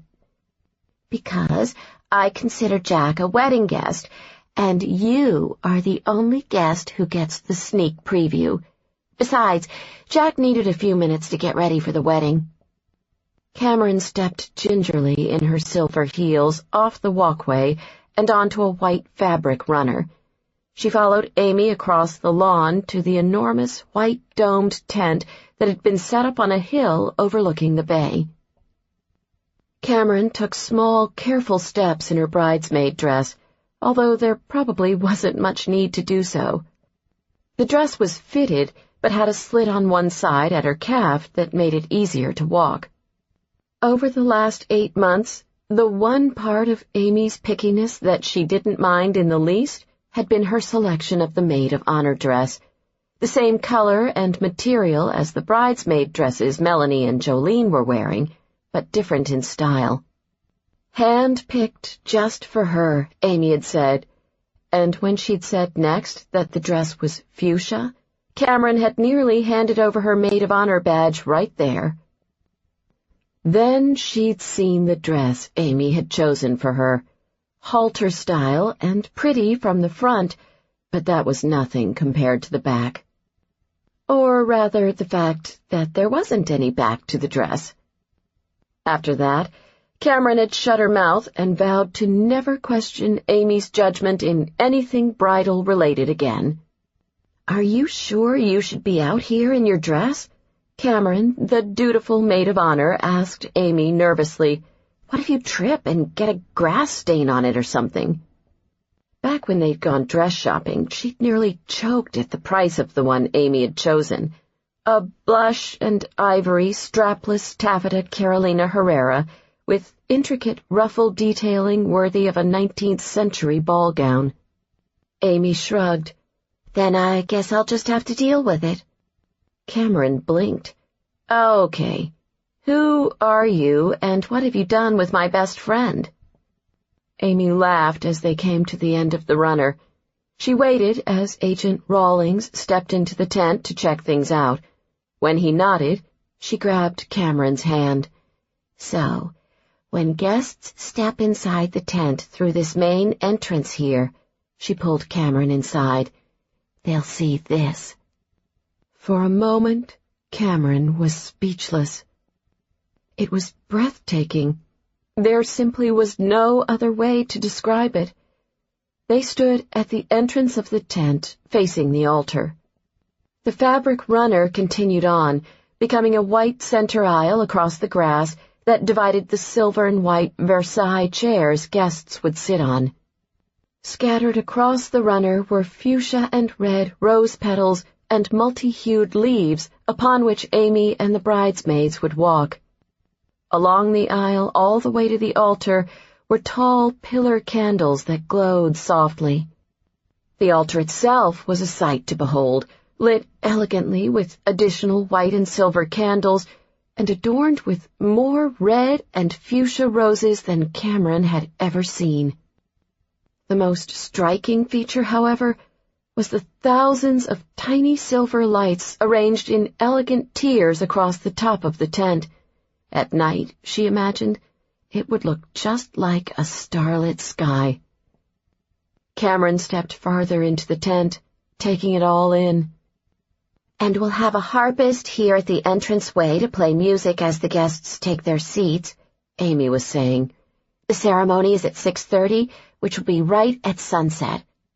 Afterward, while we take our pictures and the guests have cocktails and appetizers back at that gazebo we passed, they'll set up the tables for the reception. The string quartet will be over there for the ceremony, which is where the band will go for the reception. They'll set up a dance floor over here. Oh, did I mention the heat lamps? See, hidden along the perimeter there? We had a hell of a time figuring out what to do with all the electric cords." Amy paused and looked anxiously at Cameron. "You haven't said anything. Do you think it's too much?" Cameron shook her head. "No. You did it, Amy. It really is the most perfect wedding ever." Amy smiled. "We used to come here every Labor Day weekend when I was a kid. I think I was 9 years old the first time. I knew even then that this was the place I wanted to get married." They both turned at the sound of a displeased voice coming up the path behind them. "I told Amy she could have 20 minutes with you guys," Jack was saying to Agents O'Donnell and Rawlings, who stood attentively at the entrance to the tent. "It's been nearly 25 minutes, and I—" Cameron looked over her shoulder just as Jack stalked into the tent. He got his first glimpse of the back of her dress, or lack thereof. He stopped dead in his tracks. Wow. His eyes lingered on her for another moment before he turned to Amy, gesturing. This place looks great, Amy. You did one hell of a job. Amy grinned. Nice recovery, Jack. Cameron walked over and touched Jack's face, unable to resist. You shaved. She took in the classically handsome, chiseled features he'd been hiding underneath the scruff, as well as how incredible he looked in his dark gray suit. It should have been illegal for a man to walk around like that without some sort of permit. Jack grinned as she checked out his smooth jaw. Don't worry. It'll be back in about 2 hours. He took his time looking her over. You look stunning. From behind them, Amy cleared her throat. Not to break this up, but we have this wedding to get to. Cameron, you have your itinerary for tonight? Yep, in my purse. Jack? He patted his blazer. Got all 6 pages right here. As indicated on page 2, I'll see you in the gazebo for bridal party pictures in 5 minutes. Amy pointed at Cameron. Don't be late and make me regret choosing you for this position instead of Colin. Was he seriously in the running? Cameron asked, slightly offended by this. Only briefly, but I figured his wedding toast would be filled with all sorts of lame sports references. Amy's expression was stern. I'm expecting much better things from you. She left in a whirl of blush and ivory taffeta. Jack nodded at Agents Rawlings and O'Donnell, who stepped outside for a moment, leaving them alone. With a warm smile, he turned to Cameron and held out his hand. So, are you ready for this? She took his hand, lacing her fingers through his. Definitely. Amidst the clapping and cheering, Jack escorted Cameron back to their table. He leaned in to congratulate her on a job well done, when Colin raised his glass and beat him to it. Fantastic toast, Colin said enthusiastically. A few laughs, a few tears. Seriously, you smoked the best man. Cameron shushed him as she took the seat between him and Jack, with a pointed glance in the direction of the other 2 couples at their table. Friends of the groom, she had whispered to Jack earlier, part of Amy's plan to encourage mixing and conversation among the various groups. He'd actually already known who they were, and who they were friends with, along with their full credit history and lack of priors, having texted their names to Wilkins for background checks as soon as they'd introduced themselves. As Jack stood behind Cameron, helping her with her chair, he tried to focus on anything other than the bare, satiny skin at his fingertips.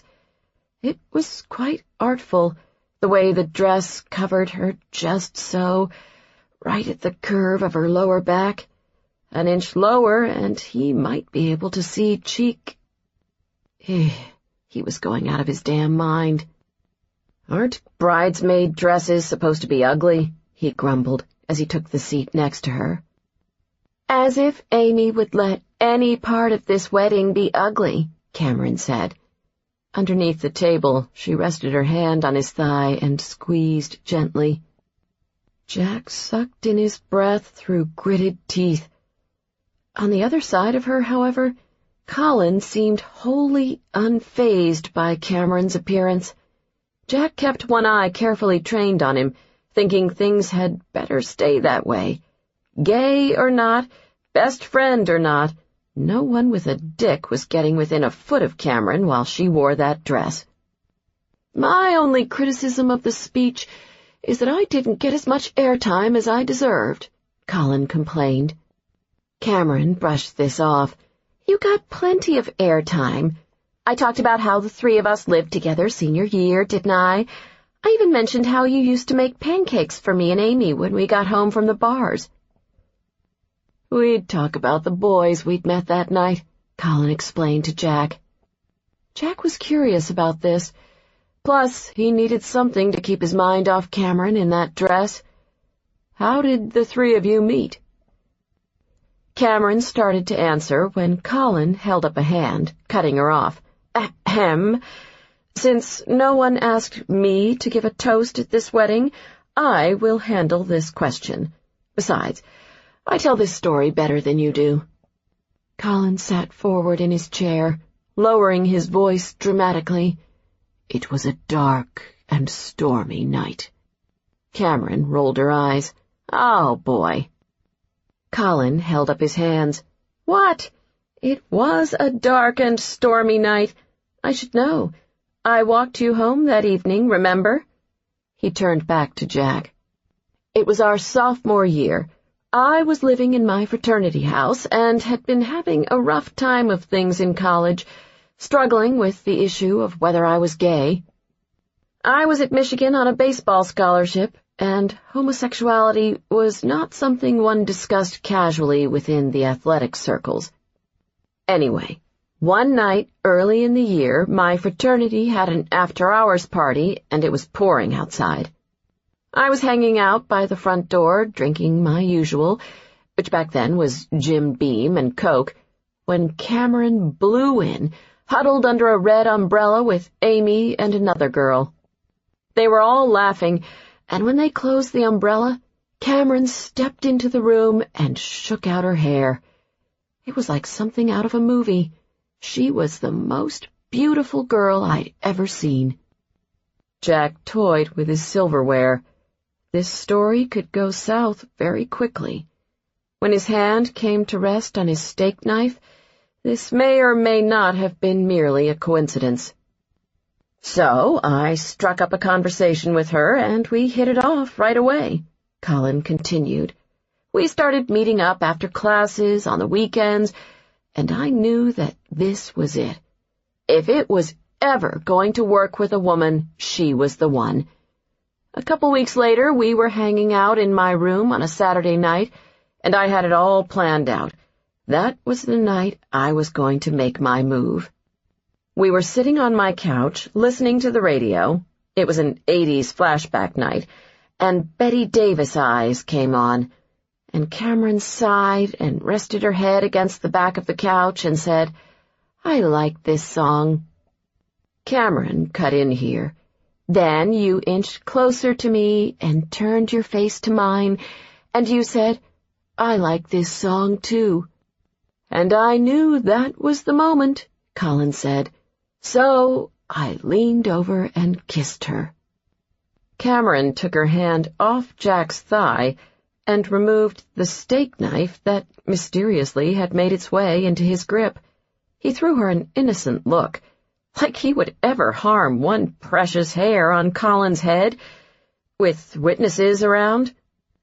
Nearing the climax of his story, for his sake, hopefully only in the literary sense, Colin continued. The kiss went on for a bit, and I'm telling myself, okay, maybe this is actually working.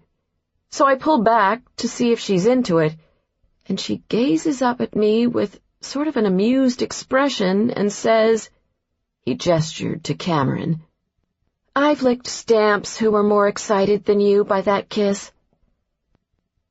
Jack burst out laughing. Colin shook his head with a grin.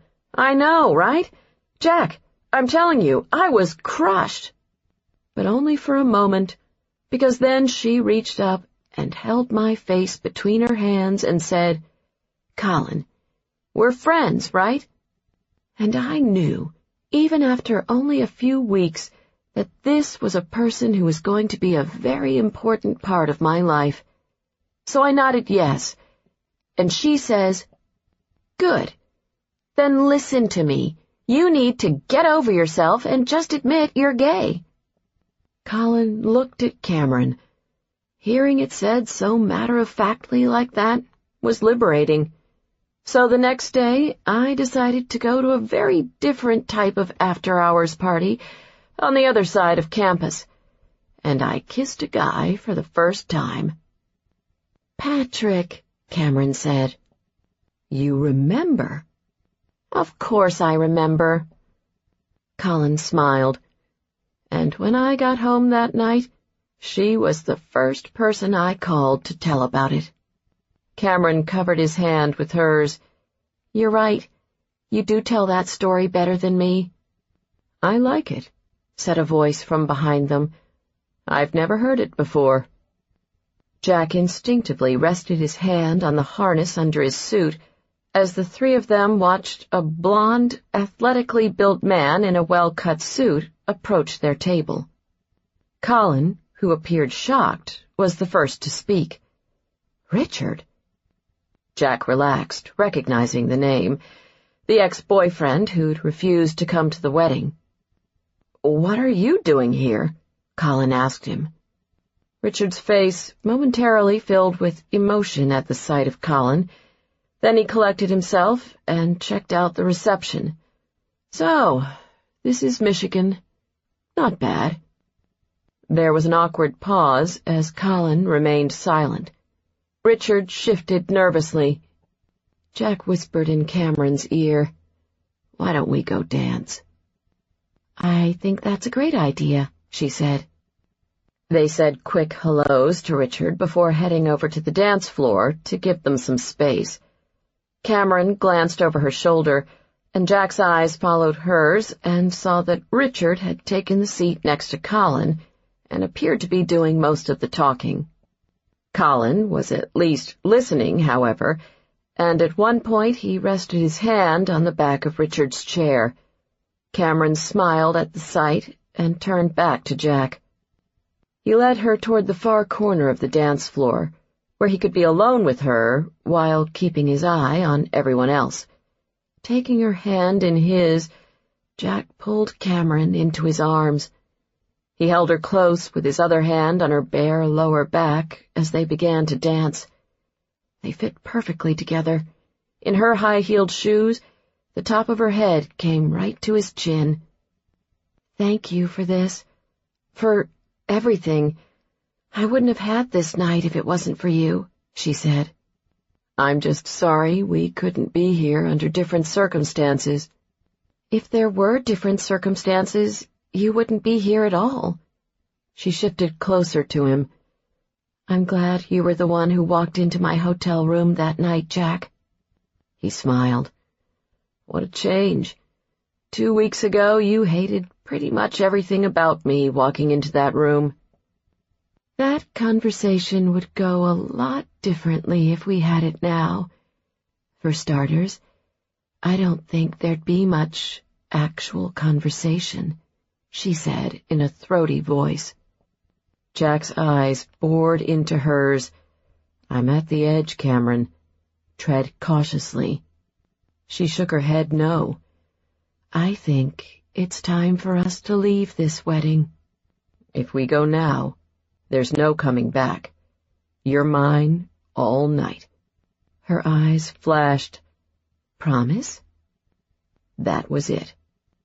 Jack grabbed her hand and pulled her off the dance floor toward the main entrance of the tent. He stopped before Agent Rawlings, who had been posted there all evening. We're heading back to the room, Jack said. You and O'Donnell should keep watch over the tower lobby, both the elevators and the emergency stairwell. He led Cameron out of the tent. The white runner went one direction, but he took her across the lawn toward the tower. And their room. Cameron threw him a look. Nice. Rawlings probably knows exactly what we're going to do. Cameron, with the way you look tonight, every man at this wedding knows exactly what I plan to do with you. Wow. That may be the sexiest thing any man has ever... Shit. I'm ruining my heels in this grass. I keep sinking in. Without breaking stride, Jack lifted her into his arms and carried her. I could have just taken the shoes off, Cameron said with a smile.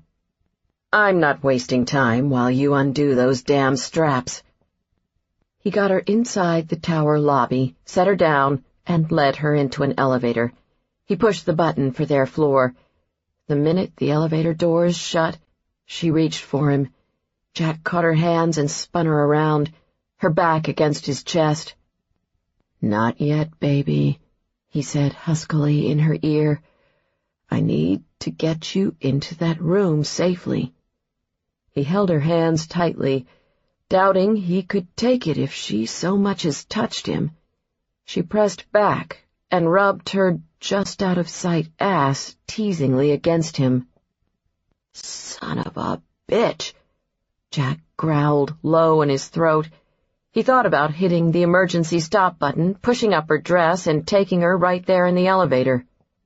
And as much as he throbbed at the wanton image of her standing in her heels, bracing herself against the wall and moaning his name as he took her from behind, that was not the way things were going to happen for their first time together. He bent his head and kissed the base of her throat, not trusting himself to get any closer to her mouth.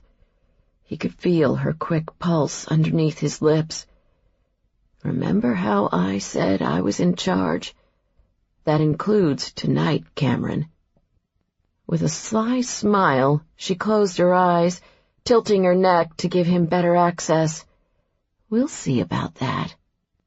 They would see, Jack agreed, the minute they got into that room.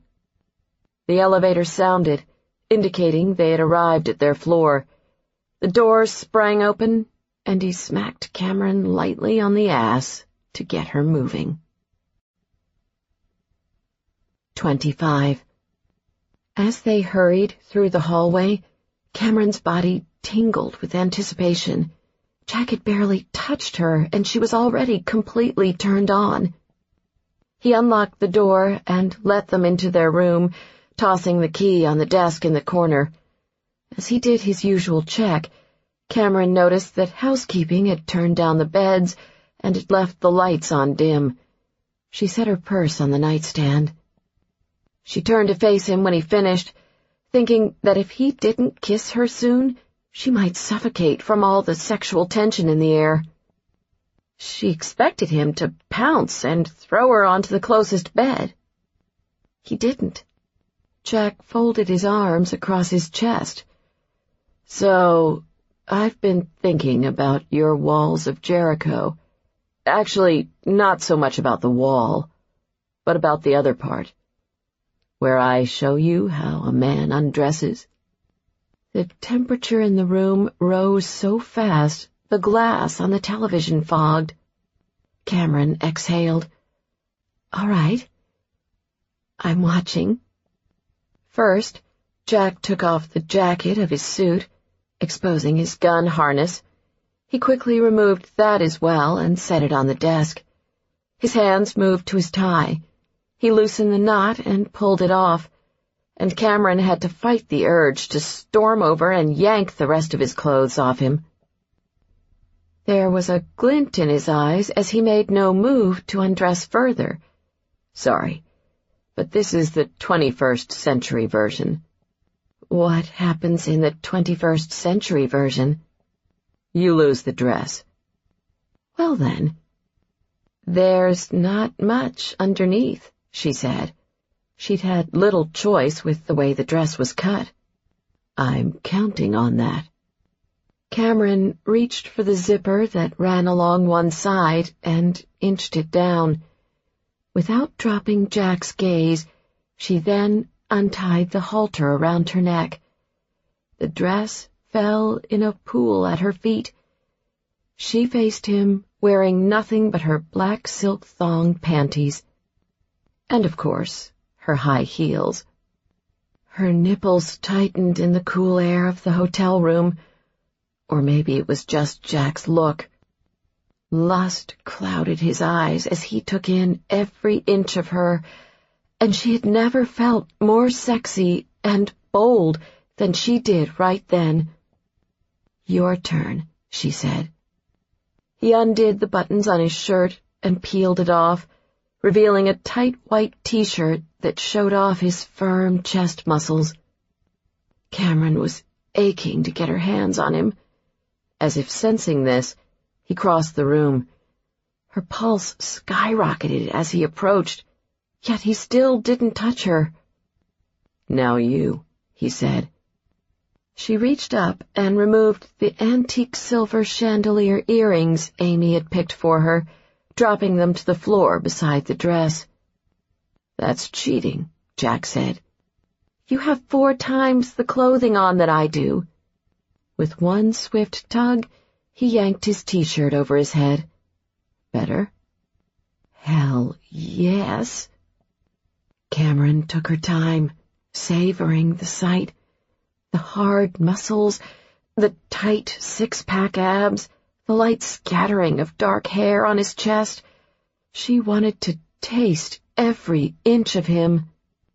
Then, briefly coming out of her daze, she noticed something else. Of course, she had forgotten about the scars. 3 years ago, she had read the files that contained a very detailed report of the hell that Martino's men had put Jack through during the 2 days they'd held him captive. But she hadn't thought about the physical scars that kind of hell would have left behind. Her eyes took in the cigarette and electrical burns by his right shoulder, moved to the knife wounds along his side and under his ribs, then came to a stop on the quarter-sized circular scar high on the left side of his chest, from the bullet he had taken when making his escape. Cameron raised her eyes to Jack's. He was watching her carefully, to see her reaction. She stepped forward and rested her hands on his chest.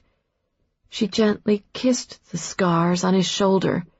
She did the same to the one on his chest, and after that, bent down to run her lips over the scars under his ribs and along his side.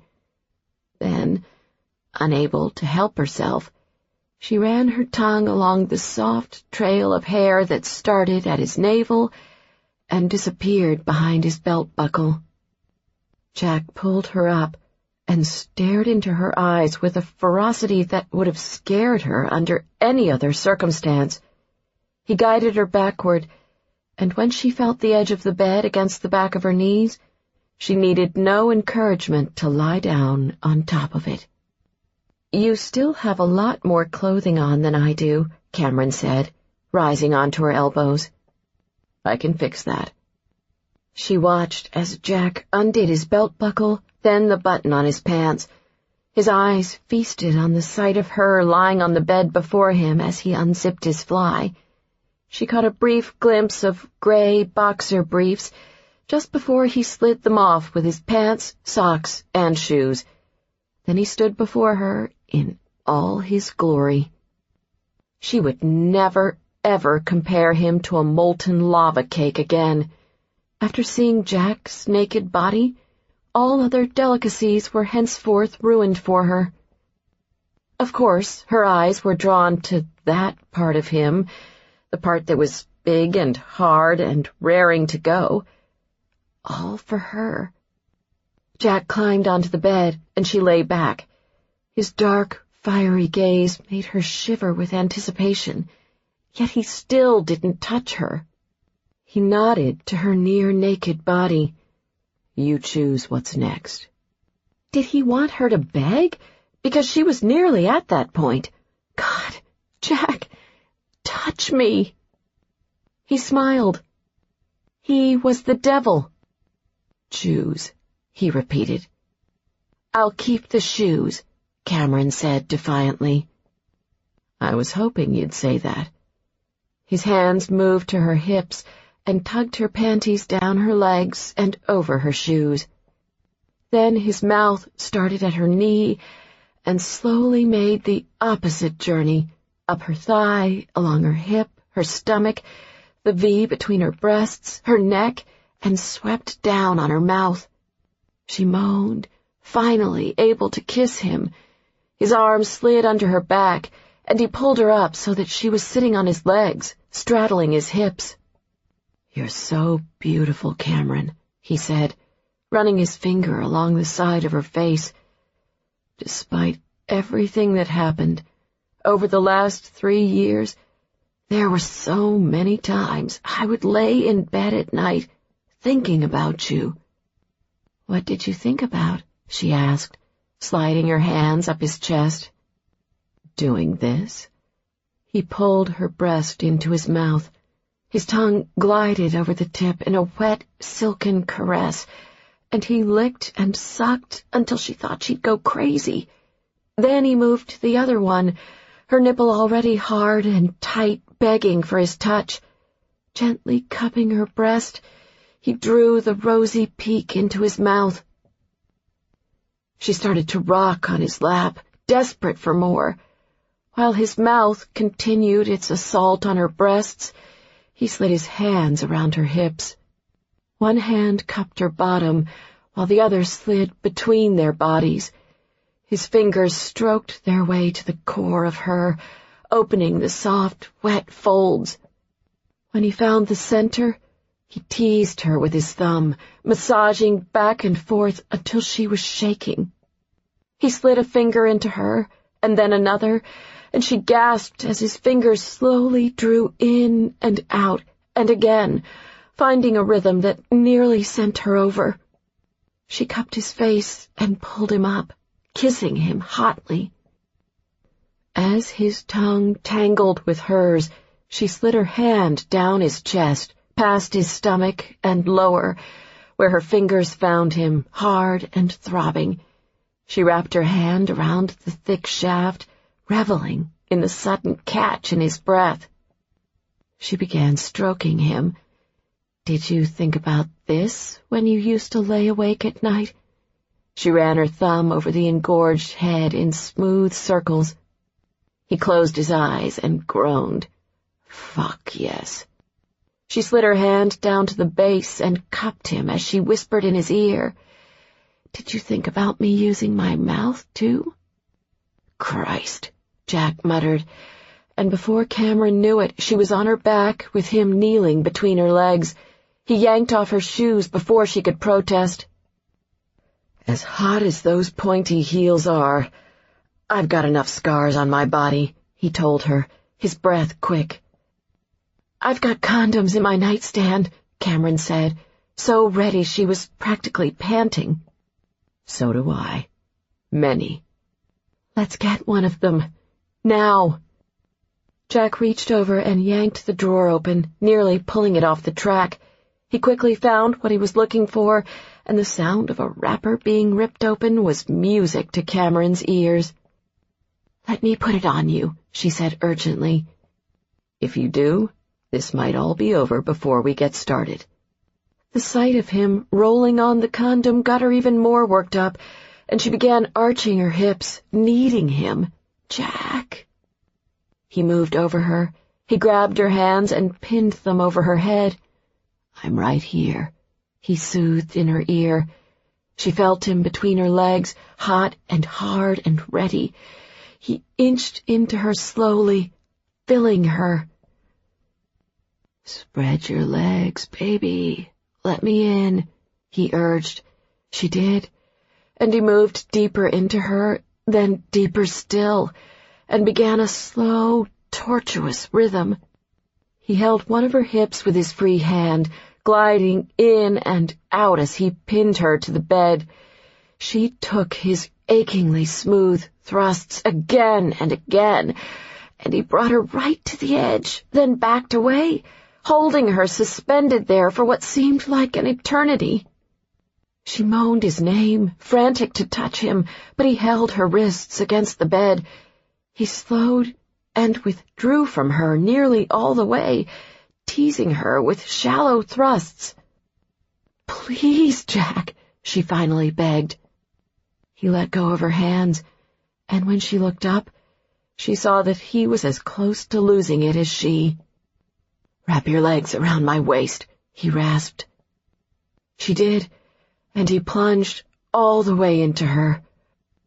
"Oh, God, Cameron, you feel so good," he groaned. She slid her hands up his back and tightened her legs around his hips, urging him deeper, needing him to fill her the way only he could. Her breasts crushed against his chest as he pounded into her, harder and faster. Then he shifted his hips, hitting the spot that would drive her over. He slid his hands underneath her bottom, holding her against his thrusts. He stroked her possessively. "I love being inside you, baby. For 3 years I've wanted to make you mine. Now I want to feel you come around me." That was all it took. Cameron gripped his shoulders and cried out as she reached her peak and exploded, holding on to him as wave after wave of pleasure crashed over her. Jack pumped long and hard as the throes of her orgasm gripped him tightly, and he followed her over. She opened her eyes just in time to see the moment when he surrendered all control, her name a strained whisper on his lips as he shuddered and moaned and thrust deep one last time before crashing down on her. They both lay there, trying to catch their breath. With his head buried in the pillow next to her, muffling his voice, Jack spoke first. "Wow." Cameron turned her head, pressing her cheek against his. "My thoughts exactly." For once, Jack was glad he had a hard time sleeping for more than a few hours at a time. He woke up, saw that it was still dark, and checked the clock on the nightstand. Not even 4 a.m. Cameron lay on her side, curled against him. Both of them were naked. After their first round, she'd slipped on her underwear and his shirt, a look he'd found extremely sexy, especially when paired with her tousled hair. So sexy, in fact, that, well, he'd warned her what would happen if she wore those kinds of outfits around him. He worried that he'd been rougher the second time around, although he held her mostly responsible for that, too. As if wearing his shirt and black silk panties hadn't been bad enough, after he'd stripped them off her, she'd pushed him onto his back and used her mouth on him in what had to have been the single greatest torture he'd ever been subjected to. She had licked, stroked, and teased until he'd been so completely out of his mind that he'd flipped her over onto her knees and taken her that way, not stopping until she moaned and cried his name and collapsed onto the pillows. He couldn't get enough of her. It scared him a little, because he'd never before felt this way about anyone. Nearly 35 years old, he wasn't exactly innocent. He'd slept with his fair share of women, some he'd even met while working undercover. But all of his relationships had been casual, and he'd made that abundantly clear going into them. In the past, he'd always used his job as an excuse to avoid getting serious with anyone. Now he realized that, with the right person, he wouldn't want an excuse. Jack leaned in, whispering her name softly. He knew he was a greedy, selfish bastard to wake her up, but he loved the reassurance of their intimacy, what it said about their relationship without either of them actually having to say it. Not to mention, it had been a couple of hours, and she was lying next to him naked. He could either sit there in the dark with a hard-on, or he could do something about it. He said her name again, and she stirred. He rolled them both over and kissed her neck as they lay on their sides. His mouth wandered down the slope of her breasts, and he worked his tongue around one of her nipples. Cameron woke up with a smile. She ran her hands over him, sighing as she caressed his chest and stomach. Her hands dipped lower and found his achingly hard erection. Her eyes opened mischievously. "We're there already?" "It just seems to keep getting this way around you." She slid one knee over his hip. "I like it this way." Not needing any further encouragement, Jack reached back and got a condom from the nightstand. After he rolled it on, he grasped her hips and slowly sank into the warm, wet depths of her. He cupped her ass with one hand and rolled his hips back and forth in a smooth, unhurried rhythm. When he heard her gasp, he paused. "Is it too much?" She closed her eyes and moved her hips against him, urging him deeper. "It's perfect. Feel free to wake me every night like this." Jack bent his head and kissed her. He should be so lucky. 26. At brunch the following morning, Colin took a seat in the chair next to Cameron. Jack had left the table a moment ago to answer his cell phone. "So," Colin said, getting comfortable. Cameron set down her forkful of blueberry pancakes, ready to begin. "So?" Colin started things off with some not-so-subtle innuendo. "You look tired this morning," he said, with a pointed look in the direction of Jack, who stood by the floor-to-ceiling windows while talking on his phone. "You look pretty beat yourself," Cameron replied, nodding toward Richard, who had made his way over to Amy and Aaron's table to offer his congratulations. "We were up all night talking things through. That's it," Colin said. "Oh, well, I can't say the same thing." "All righty then. About time. Let's hear it." Cameron opened her mouth to answer. Of course she'd tell Colin about her night with Jack. She told Colin everything. Then, nothing. She hesitated for a moment longer before shutting her mouth with merely a smile. "That good, huh?" Colin said with a laugh. Cameron blushed and waved this off. "Tell me how things went with Richard. Did you guys work things out?" "There's some fine-tuning that still needs to be done, but I think we're going to try moving back in together." Cameron was happy for him.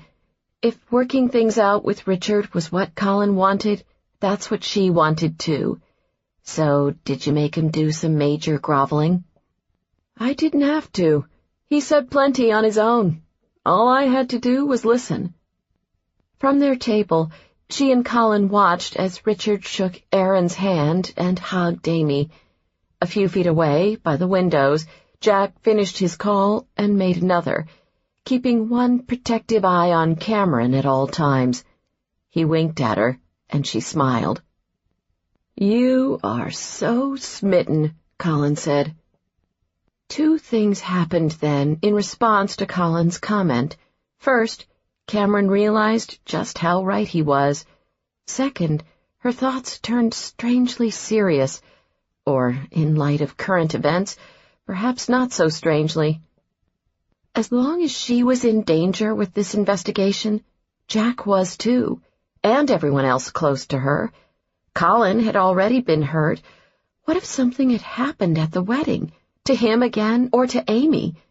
She trusted Jack, and the FBI in general, to keep them all safe, but still, as long as Mandy Robarts' killer was out there, she would always have a sense of dread hanging over her. It was the FBI's investigation, and she would do whatever they told her to. But she'd been working an idea in the back of her mind, something that could possibly speed things along, for all their sakes. Jack finished his call and came back to their table. "How are the pancakes?" he asked as he took his seat. "Delicious. How did your call go?" "The security system at your house is set up and ready to go, which makes me feel a lot better about being there." Jack grabbed his fork and stole a bite of pancake from her plate. "You're right. These are good." His comments about the security system got Cameron thinking. "You know, having seen you in action this weekend, I'm surprised you felt comfortable being down the hallway from me that first night. While we've been here, you haven't let me out of your sight for more than a half hour." She caught the look on Jack's face. "What?" "In the interest of full disclosure, I didn't let you out of my sight that night. I slept on your floor. Actually, more like against your wall." He mistook her silence. "I didn't say anything because I was trying not to scare you." She shook her head. No, I get it. I just didn't realize you had done that for me. Jack lowered his voice so Colin couldn't hear. Don't look so serious. Trust me, you more than made up for it last night. Cameron put on a smile, not wanting to ruin the mood. Sorry. I'll just be glad when this investigation is over. It will be soon. I promise, Jack said. She nodded in agreement, particularly if she had anything to say about it. They got on the road shortly after the brunch. Cameron wasn't eager to tempt fate. The entire weekend had been wonderful, and she wanted to keep it that way. She had a lot of time to think during the drive home. She had some thoughts on a possible next step in the Robards investigation, but she didn't want to bring it up until they were back at her house. After Jack confirmed that the security system was working, and after they had settled in and unpacked from the wedding, she was hoping the two of them could sit down and talk through her idea. She had a feeling Jack wasn't going to be particularly receptive, at least not at first. With the shorter fall days, it was just beginning to turn dark outside when Jack pulled the car into her garage. He told her to wait in the car while he checked to make sure the backyard was safe. Then he came back, grabbed their suitcases, deposited them at the back door, and escorted her to the house. Coming out of her garage, Cameron noticed the new French doors on her upstairs balcony. They looked just like the old ones, she observed. I had our security team put them in over the weekend. We needed them with the new alarm system. Jack unlocked the back door, left her standing outside for a few moments, then gestured for her to enter. To her, everything felt quiet and secure, but she followed him from room to room as he checked the house, waiting for him to confirm this. We're good, he finally said, after finishing up with the third and last floor. Cameron breathed easier after that, and even more so when Jack brought her over to the security keypad next to the door that led to the rooftop deck. He pushed a few buttons on the keypad, then showed her how it worked. We've got alarms on all the doors and windows, and glass break sensors on every floor. You can arm the entire house by pushing this button right here. You should see this red light come on, and then you know you're good to go. You should always have the system armed. I've programmed in a short delay. You'll only have 10 seconds after you enter the house to disarm the system before the alarm goes off. The security team put panels next to all the doors, so that should give you enough time. To disarm the alarm, you just enter the security code. What's the code? She asked. You pick. Any 4-character combination that's easy to remember. Not your birthday or anything obvious like that. He watched as she entered the code. What's 5225? It spells Jack on the keypad. Should be easy enough to remember. They headed back downstairs to the main floor. Jack had left her suitcase in the foyer, and Cameron grabbed it to bring it up to her bedroom to unpack. Jack's arms came around her and turned her to face him. Do you want to talk about whatever has been bothering you all afternoon? His eyes searched hers carefully. You were quiet during the car ride. Of course he would pick up on that. There is something I want to talk to you about, she admitted, but I thought maybe we could get settled in first. She saw the stubborn set to his jaw. I'm guessing you're not so keen on that plan? He took her by the hand and led her through the kitchen and into the great room. Good guess. He gestured for her to take a seat on the couch. How come every time we have one of these conversations, I feel like I should be in a room with a two-way mirror and a bright light shining in my face? Then I'll spare you the usual interrogation tactics and get right down to it, Jack said. Is it us? Is what us? Whatever's bothering you. Is it about us? Cameron looked at him strangely. Of course not. This was probably the most incredible weekend of my life. Why would I suddenly have a problem with us? She saw the tension drain out of Jack's face. He took a seat on the couch next to her. "Oh, good." He grinned and threw his arm along the back of the couch, getting comfortable. "Me too, you know. The most incredible weekend part. But you're still not going to like what I have to say." Glowering ensued. "Do I get the bright light now?" Cameron asked teasingly. "I think I might skip the light and go straight to that paperclip technique we discussed earlier if you don't start talking. Just promise me that you'll consider everything I have to say before you answer." Jack looked her over with his dark, predatory eyes. "All right," he finally agreed. Cameron tucked her knees underneath her. "I'm obviously very worried about the Robards investigation. This is a strain on me, on you, and it puts everyone I know at risk.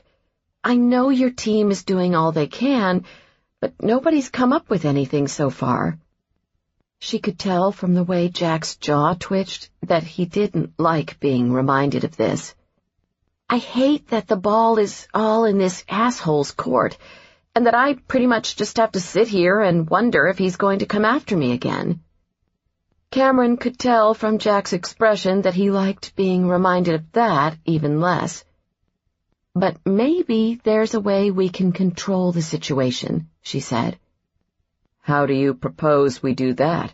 Jack asked. "That's what I was thinking about in the car, and I might have come up with something. We figured out that there's a leak.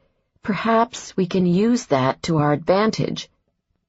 We know that the killer knew how to avoid the hotel cameras, but what if we spread the word that you guys have identified a guest who was using a camcorder in the peninsula that evening, maybe for a vacation or a bachelor party, something like that. You let it be known that this guest caught on tape a man wearing a gray hooded t-shirt, blazer, and jeans exiting the hotel shortly after Mandy's murder. You say that the FBI crime lab is trying to enhance the tape to come up with an image of the guy's face, and that you're hopeful you'll be able to identify him soon. Hopefully, word will spread to the right person." Jack got up from the couch. Odd that she'd ever found him hard to read, because right then she had absolutely no problem seeing how much he disliked this idea. "You know as well as I do that a man exiting the hotel wearing a gray hooded t-shirt around the time of the murder means nothing by itself," Jack said. "You are the one who can tie that person to the murder. The only one. And the killer knows that. So what you're really suggesting is that we give Mandy Robards' murderer extra incentive to get you out of the picture. I'm suggesting we motivate the murderer to make a move that we will be prepared for. Cut the crap. You want me to use you as bait. You want me to provoke this guy into attacking you again. I think it's an option we need to think about, yes. No. You said you would consider everything before you answered. It's been considered. Jack stared her right in the eyes. And I will spend the next 20 years sleeping on your floor before I ever willingly put you in danger. Hearing that, Cameron got up from the couch and walked over. After this weekend, I probably wouldn't make you sleep on the floor, you know. But Jack wasn't in the mood for teasing. He moved away from her, over by the window. I'm serious about this, Cameron. With you covering me, and a team of FBI agents who we'd set up in advance, don't you think I'd be safe? If you came to me as a prosecutor, this is exactly the type of operation I'd approve, particularly with such a high-profile crime. If I came to you as a prosecutor, you would ask me about the risks, and I would tell you that no one, including me, can ever guarantee safety in an operation like this. I can take those risks with other people, but not with you." His words hung in the air between them. Cameron finally spoke first. "I agreed that you're in charge. So if you don't think this is a good idea, I'll drop it. For now," she added. She knew he wanted to be all moody and broody right then, but too bad. She wasn't going to let him. "I can't promise I won't bring this up again in the future, though. I can be kind of fussy about these things when I want to be." She caught the glimmer of amusement in Jack's eyes. "When did you ever actually agree that I was in charge?" he asked. "I think I missed that." "It was more of an implied consent. I didn't reject the concept the 2 times you brought it up." He shook his head. "You are such a lawyer." He looked out the window and sighed. "I do think it's a good idea, Cameron, and I want this to be over just as much as you do." He turned back to the window, gazing out as he thought things through. He ran his hand over his mouth. "I don't know. Maybe if we could find a look-alike, some female agent who looks like you, who I could station in this house in your place." He turned around. "Maybe if—" He stopped suddenly, presumably seeing the look on her face. "What? What's wrong?" It was the thing he'd done right then, when he'd run his hand over his mouth. It struck Cameron, the piece she'd been missing all this time about the night of Mandy Robards' murder. There'd been something in that moment when she'd seen the killer through the peephole as he'd left Mandy's room, something she'd never been able to put her finger on. It was the way his blazer had pulled tight across his shoulders as he'd reached forward to push open the stairwell door. There'd been a faint imprint underneath his blazer, the same kind she'd just seen underneath Jack's blazer when he had reached up to rub his mouth. Cameron stared at Jack in surprise. "I don't know if this means anything, but I'm pretty sure the guy who killed Mandy Robards was wearing a gun the night he strangled her." 27.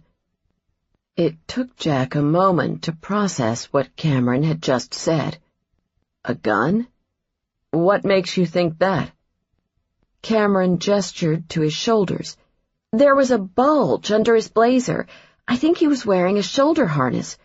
Working with FBI agents, I've probably seen it hundreds of times before, but never consciously paid any attention to it.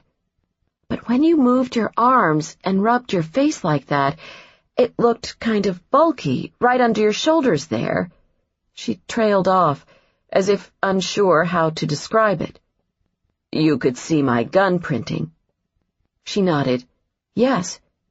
"And you're sure you saw the same thing with the guy who left Mandy Robards' room?" "Yes. I always felt like there was something I was missing. I just couldn't figure it out," Cameron said. "Does that mean anything, that he was wearing a gun?" Jack's mind worked through this new development. They knew so little about the killer, everything meant something. And this piece of information could mean a lot. "I certainly find it interesting that he suffocated Mandy Robards when he had a gun on him." "Guns make noise." "Yes, they do, although a professional could have brought a silencer to take care of that. I'm thinking more than ever now that this murder wasn't something that was planned." "A jealous boyfriend, perhaps? Maybe he confronted Mandy about Senator Hodges and it escalated?" Cameron suggested. Jack shook his head. "We already looked into that angle. The shoulder harness is an interesting development. You might not have recognized it, but someone with a trained eye would have spotted the gun right away. That would be a sloppy, risky move with the city's restrictions on handguns," he said, referring to the fact that Chicago citizens were not permitted to own or carry handguns. Makes me think this guy is licensed in this city to carry a concealed weapon. Like a cop, you mean? Or an agent? Maybe. Jack mused over this for a moment. Then something occurred to him. He strode over to the foyer and unzipped the duffel bag he'd left there earlier. He pulled out the case files he'd brought to the wedding. He'd made copies of everything and left the originals with Wilkins. He opened the file with the photographs of the people they'd interviewed in connection with Mandy's murder. He located the photograph he was searching for and took a closer look. Interesting. He handed the photograph over to Cameron. She pointed. This is one of the photos you showed me the night of the bachelorette party. His name is Grant Lombard, Jack said. He does private security for Senator Hodges. He carries a gun. I noticed it the night we interviewed him. He had the proper permits, and since Mandy had been suffocated, the gun didn't jump out to us as a red flag. I remember him from the interview, sort of a cool, professional type. I also recall him being about 5'11" and 170 pounds, so he matches the physical description of the guy we're looking for. I thought I remembered him having brown eyes, too, although I wanted to confirm that with the picture. The guy who attacked me had brown eyes, Cameron said. Yes, he did. By any chance, does Grant Lombard have an alibi for the night of Mandy Robards' murder? He says he was at home sleeping. Alone, Jack said. Given the time of the murder, there's probably not too much we can make of that, Cameron said. True, but perhaps I need to ask him if he has an alibi for the time of your attack. Cameron took a second look at the picture. He can't exactly use the at-home sleeping excuse for 4:30 in the afternoon. There's certainly enough here to make it worth checking into. Jack pulled his cell phone out of his pocket and dialed Wilkins. His partner didn't answer, so he left a message on his voicemail. Wilkins, it's Jack. I might have something in the Robards case. A lead worth looking into, at least. Call me when you get this message. I'll fill you in then. Jack hung up, glad to finally have an actual lead to pursue after 2 weeks of hunting and pecking in the dark. We're not going to talk to anyone about this except Wilkins and Davis, he told Cameron. Not yet, anyway. I don't want to take any chances that the wrong person could find out that you know more than we'd originally thought. Although he didn't say it out loud, Jack knew that Cameron, as a prosecutor, understood that the gun could be a key piece of evidence. If Lombard did turn out to be the guy they were looking for, she had just inadvertently stumbled upon the link that could ultimately lead to his arrest. The idea left Jack feeling very skittish. I'm sorry I didn't remember this right away, Cameron said. That night at the hotel, you warned me not to be sloppy. I should have thought of this earlier. She looked annoyed with herself. After all the times I've raked a witness over the coals for claiming to remember something after the fact, now I've done exactly the same thing. Jack reached for her. I hate to break this to you, Cameron, but you're only human. Shh, I've been trying to keep that under wraps for years.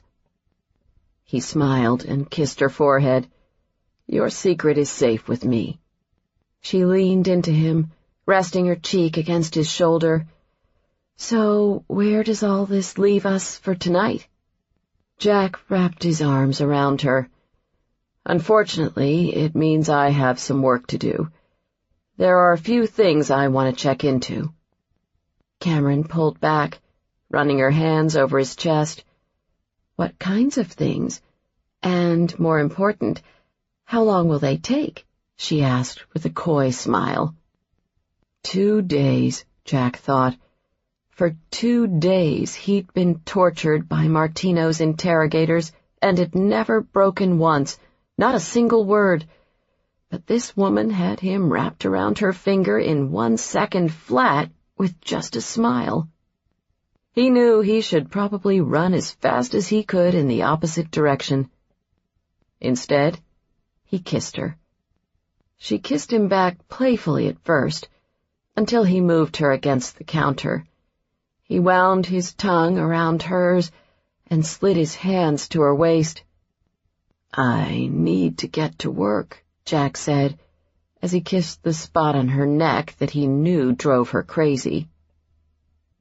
"You do," she agreed, as her hands wandered down his stomach, "and I need to unpack." "I'll walk you to the stairs," Jack said. They kissed the entire way as he backed her through the kitchen and to the staircase. By the time they got there, his hands had somehow made their way underneath her shirt. "So you'll come upstairs when you're done working then?" Cameron asked. "Yes. Shouldn't be too long." There was a lot of kissing after that, and suddenly they were on the stairs and he was between her legs. He pushed her shirt up and scooted down, trailing his lips across her stomach. She sucked in her breath. "Okay, I'm going." "Yes. Go." Jack pulled himself up and kissed her, just one last time. Then he felt Cameron's hands unzipping the fly of his jeans. She reached into his boxers, and he groaned as she wrapped her hand around him. He peered down and saw the sparkle in her eyes. Work would just have to wait a few damn minutes. "Do you have any condoms left in your suitcase?" he asked raggedly, at least having the presence of mind to think of that while she worked him over. The woman had the most incredible hands. "Top outer pocket," Cameron said. Jack stepped away, swore as he rummaged around, finally realized he was in the wrong pocket, grabbed a condom, and came back. Holy fuck. The little minx had taken the initiative of slipping off her jeans, but she'd left the naughty boots on. "You know I feel naked without my heels," Cameron said. Jack tossed the condom onto the stairs. He shrugged off his blazer, then took off his gun harness and set it on the stairs next to the condom. "Slide up 2 steps," he ordered her. She did. He spread her legs and knelt between them on a lower step. He watched her eyes widen as he slid one of her legs over his shoulder, then the other. He felt her tremble as he bent down and licked the top, lacy edge of her panties. "Jack," she murmured, threading her fingers through his hair. He hooked his finger around the waistband of her panties and pulled them down a few inches. He lowered his mouth. Cameron moaned. "Oh, God, you are the devil." Enough said. 28. Cameron stood in her closet, zipping her bridesmaid's dress into a garment bag, when she noticed a figure hovering in the doorway. "Were you just singing Betty Davis Eyes?" Jack asked with a lazy grin. Cameron blushed, not having realized that's what she'd been doing. Nice, a mind-blowing double orgasm, and Jack literally had her singing. "I might have been humming a little," she said nonchalantly. He cocked his head. "I thought that was your song with Colin." She laughed at this. "I don't have a song with Colin. It's just a song I like." Jack appeared somewhat appeased by this. "Your internet connection is too slow." Thank God, he was cranky about something. This Jack she could handle.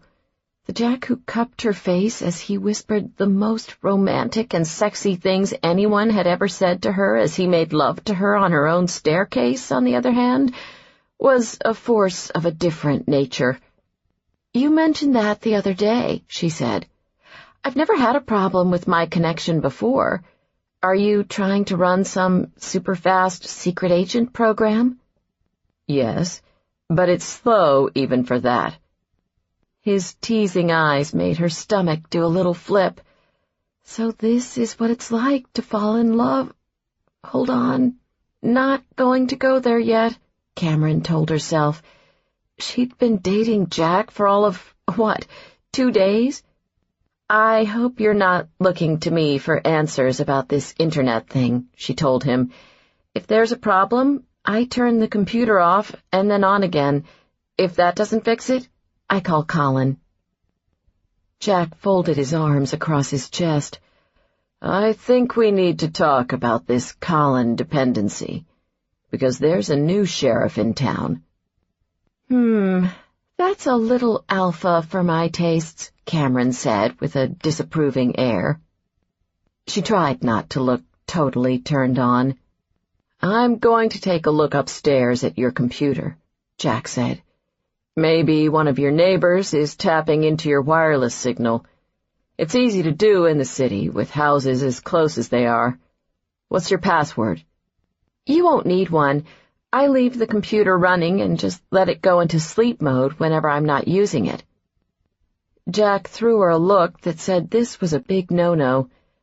I think I now know why you're having internet problems. What is it you're trying to do from your laptop anyway? Cameron asked. Just a few things I want to have ready when Wilkins calls.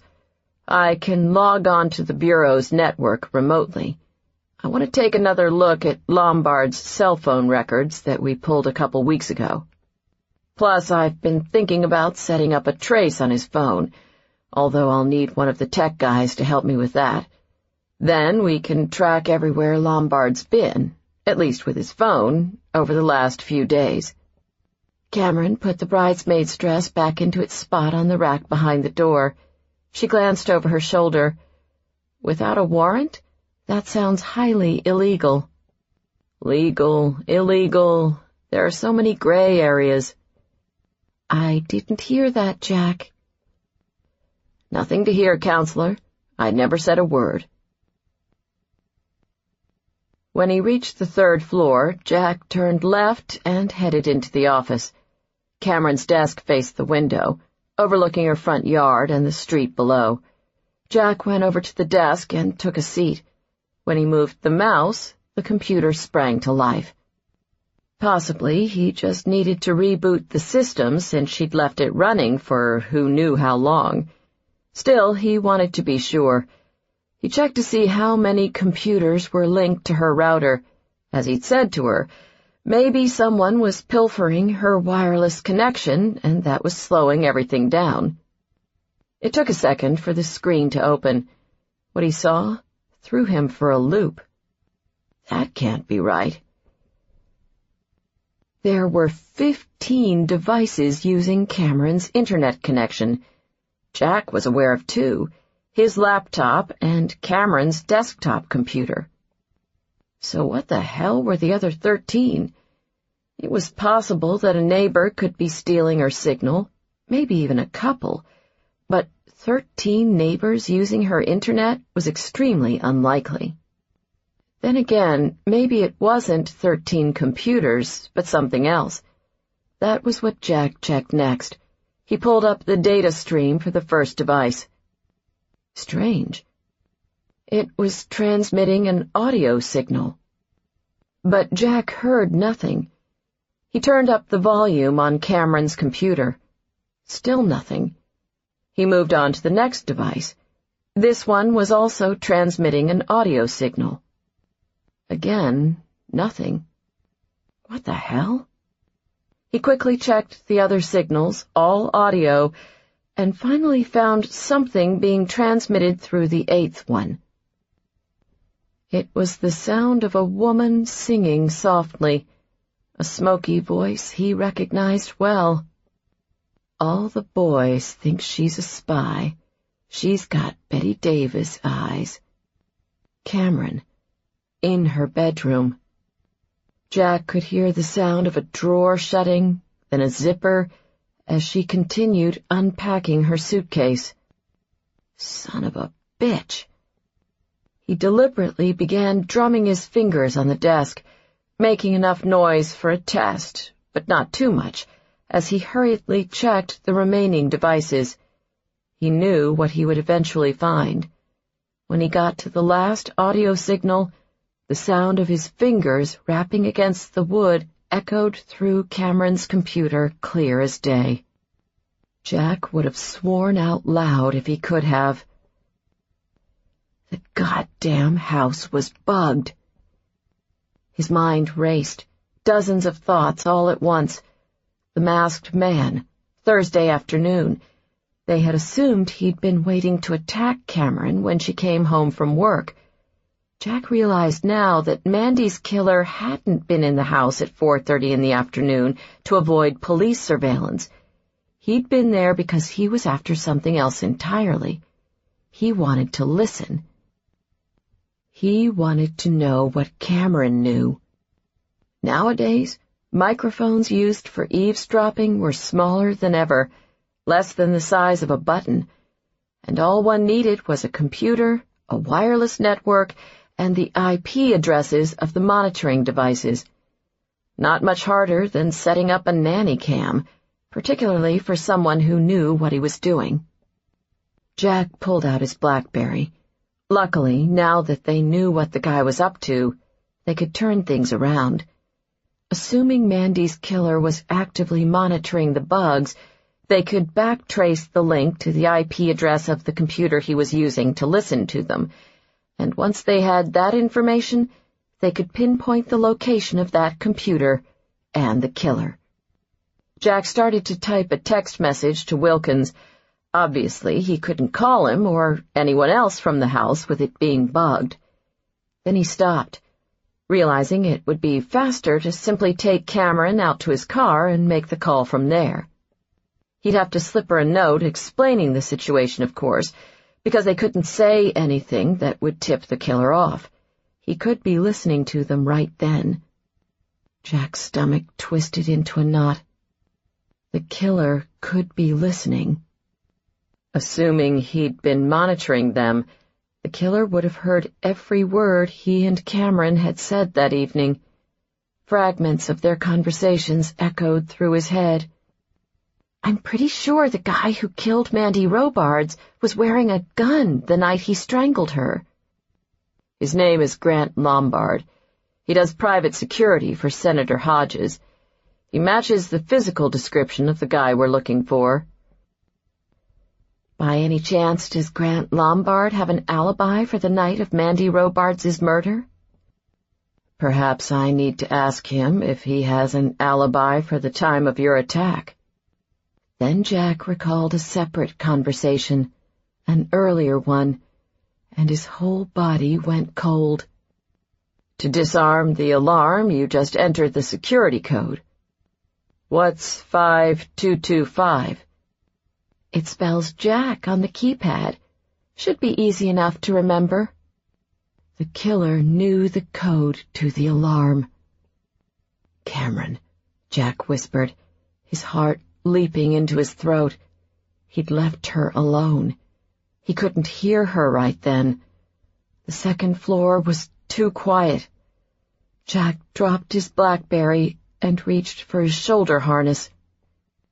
Don't make a fucking move, commanded a low voice behind him. The distinctive sound of the slide of a gun chambering around echoed through the room. With his hand frozen at his harness, Jack looked over his shoulder.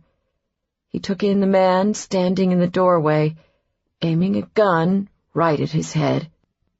Lombard, Jack growled. You almost had it there, Pallas. Almost, Lombard said. Now take the shoulder harness off, slowly. The first thing Jack noticed was that Lombard didn't have a silencer on his gun, which meant that Cameron was still alive downstairs. Lombard had come after him first. I said, take the shoulder harness off. Now, Lombard said quietly. Jack read the look on Lombard's face and knew he wasn't bluffing. He unhooked the harness and set it on the floor. He'd be no good to Cameron if Lombard blew his brains all over the office wall right then and there. "Kick it over here," Lombard said. Jack complied. His eyes remained trained on the trigger of Lombard's gun. One twitch, and he'd be out of that chair. Dive to the floor, pull the desk over, and use it as a shield. It wasn't the best plan, but it was something. Then Lombard changed the game. "Cameron Lynde?" he called out loudly, his voice reverberating through the top floor. "I have a gun pointed at your boyfriend's head. If you're not on the landing in 3 seconds, I will kill him." Jack forced himself to sound calm and controlled. "Get out of the house now, Cameron. Let me handle this." Lombard didn't so much as blink. 3 seconds, Cameron. 1, 2... "Don't!" The single shaky word came from the landing a half a floor below them. "Good girl, Cameron," Lombard said. The three of them remained in a holding pattern, Lombard in the doorway, pointing his gun at Jack, Cameron out of view on his other side, halfway down the stairs. "If I hear a gunshot, I'll run," she called up. "And I know it's me you really want." "Neither of you has to get hurt. I know a way we can work this out," Lombard said. "Don't listen to a fucking word he says, Cameron. Get out of the house now," Jack ordered her. "I want to make a deal," Lombard said, talking over him. "That's all. You're a prosecutor, Cameron. You can make it happen. And this gun in my hand gives you one hell of an incentive to do just that. I know things, like the name of the person who told me about you. There's a mole, a big one. I can help you nail him. But we need to talk about this face to face. How do I know you're not standing there with a phone in your hand calling the police right now? So come up the stairs slowly with your hands in front of you. Do it now, Cameron, or Jack dies." It almost sounded convincing. Jack prayed she wouldn't fall for Lombard's speech. "It's a setup, Cameron. You come up those stairs, and we're both dead." There was a pause. Cameron remained strangely silent, debating her options, presumably. Jack knew the time to act was now. In his mind, there was only one option, and that was getting her as far away from Lombard as possible, no matter what it took. She'd said she would run if she heard a gunshot. He had to count on that. He would draw Lombard's fire and give Cameron a chance to escape. He wouldn't stop until he reached Lombard, no matter what hit him. Other men had tried to kill him before. For Cameron's sake, he was willing to see if this asshole's luck was any better than the others. Jack got ready to make his move. Beads of sweat formed at Lombard's brow. He called down again, and his voice was strained and anxious. "You've got 2 fucking seconds, Cameron, so either get your ass up here or say goodbye to Jack." "Okay, I'm coming," Cameron shouted up urgently. But she wasn't on the landing anymore. There was the faint sound of a door opening. It came from the hallway on the floor beneath them. A hinge squeaked. Something metal rattled. "She's getting a goddamn gun," Lombard hissed. Fortunately, Jack knew the layout of the house a lot better than Lombard. Not a gun, he thought, realizing precisely what Cameron was up to. She was fucking brilliant. The door she had opened, the one closest to the stairs, was her linen closet, and while there wasn't a gun stashed in there, at least not one that Jack knew about, there was something else that could help them. The circuit breaker. Lombard snapped, having had enough. "Fuck you both!" His eyes narrowed in on Jack. Everything happened at once. He pulled the trigger as Jack dove for the ground, knowing what was coming. There was a loud click from downstairs, and all the lights in the house went out. The gun fired in the dark, and the bullet whizzed over Jack's head. Not wasting a moment, he leapt up and ran for Lombard. Lombard reacted more quickly to the surprise of the darkness than Jack had hoped. He took off into the hallway. Lombard fired wildly behind him, and bullets hit the walls beside Jack. He kept going. Gaining on Lombard right before the stairwell, Jack saw his chance. He dove and tackled Lombard full force. Grabbing for Lombard's gun, Jack pushed him backward at the same time, using all his strength to hurtle them toward the wooden banister. Jack braced himself. This was going to hurt, as they slammed against the banister and broke through with a loud crack. Tangled together, both men plummeted 35 feet down the open staircase. They landed hard on the first-floor foyer. Jack heard the sickening sound of breaking bone as he crashed on top of Lombard, who screamed out in pain. Jack instinctively lunged for Lombard's gun, gritting his teeth at the flash of pain in his chest. He must have broken a few ribs. Fighting off a wave of dizziness from the shock of the fall, he pushed away from Lombard, stood up, and pointed the gun at him. Jack caught his breath and wiped blood off his forehead with his sleeve. One of the bullets had hit the wall so close to his head he'd been cut by a flying piece of plaster. "Almost had it there, Lombard," he panted. "Almost." Jack heard footsteps above him. He looked up and saw Cameron running down the stairs. Seeing him, she stopped on the landing between the first and second floors and sank against the wall in relief. Jack realized then that he and Lombard must have fallen through the stairwell right past her. With a look of shock, Cameron peered up at the third floor, all 35 feet up, then back at him. "My God, Jack!" She caught sight of Lombard through the moonlight and swallowed. He lay on the floor before Jack with his right leg bent at a grotesque angle beneath him. Breathing heavily, he clutched his right arm to his chest and watched Jack warily. With all the action, Jack had lost count of how many times Lombard had fired at him. He popped out the clip of the gun to see if it was still loaded. 3 rounds left. More than enough. He slammed the clip back in. He and Lombard had some unfinished business to discuss. "Go upstairs to your bedroom, Cameron. Don't come out until I tell you," Jack said. She nodded. "Right. I'll call for backup and an ambulance." "Don't call anyone. Just go upstairs." Her eyes widened. "What are you going to do?" "You don't need to know.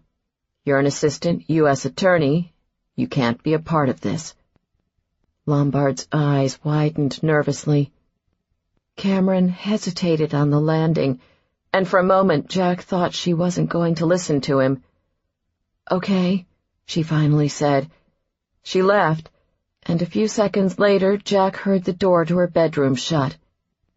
He turned his attention to Lombard, who was sweating profusely as he lay on the floor at his feet.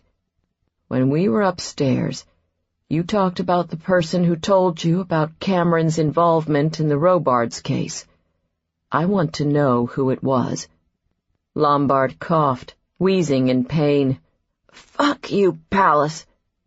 "You might want to save that for later. I haven't even gotten started yet." "Fuck you anyway." Jack squatted down at Lombard's side. "You've been listening to Cameron and me this whole time," he said quietly. Lombard tried to laugh, but it came out sounding hollow. "Almost every word. Loved the part where you wouldn't fuck her after I shot her. You're as weak as the rest, Pallas. All because of a woman." Maybe Lombard saw him as weak because of Cameron, Jack thought. But tonight, she was his greatest strength. "Since you've been listening, you know what she means to me. I would kill anyone who harmed her," he said with cold simplicity. "Give me a name, and I'll make an exception." Lombard didn't say anything. but he didn't look so smug anymore either. Jack brought the gun in closer. You shot her. I watched as you took this very gun and held it under her chin. Like this. He grabbed Lombard's jaw and shoved the gun right under his chin. Lombard flinched, breathing heavily through his nose. Jack pushed the barrel harder, digging into Lombard's skin. Give me an excuse to pull this trigger. I want to do it so badly I can taste it.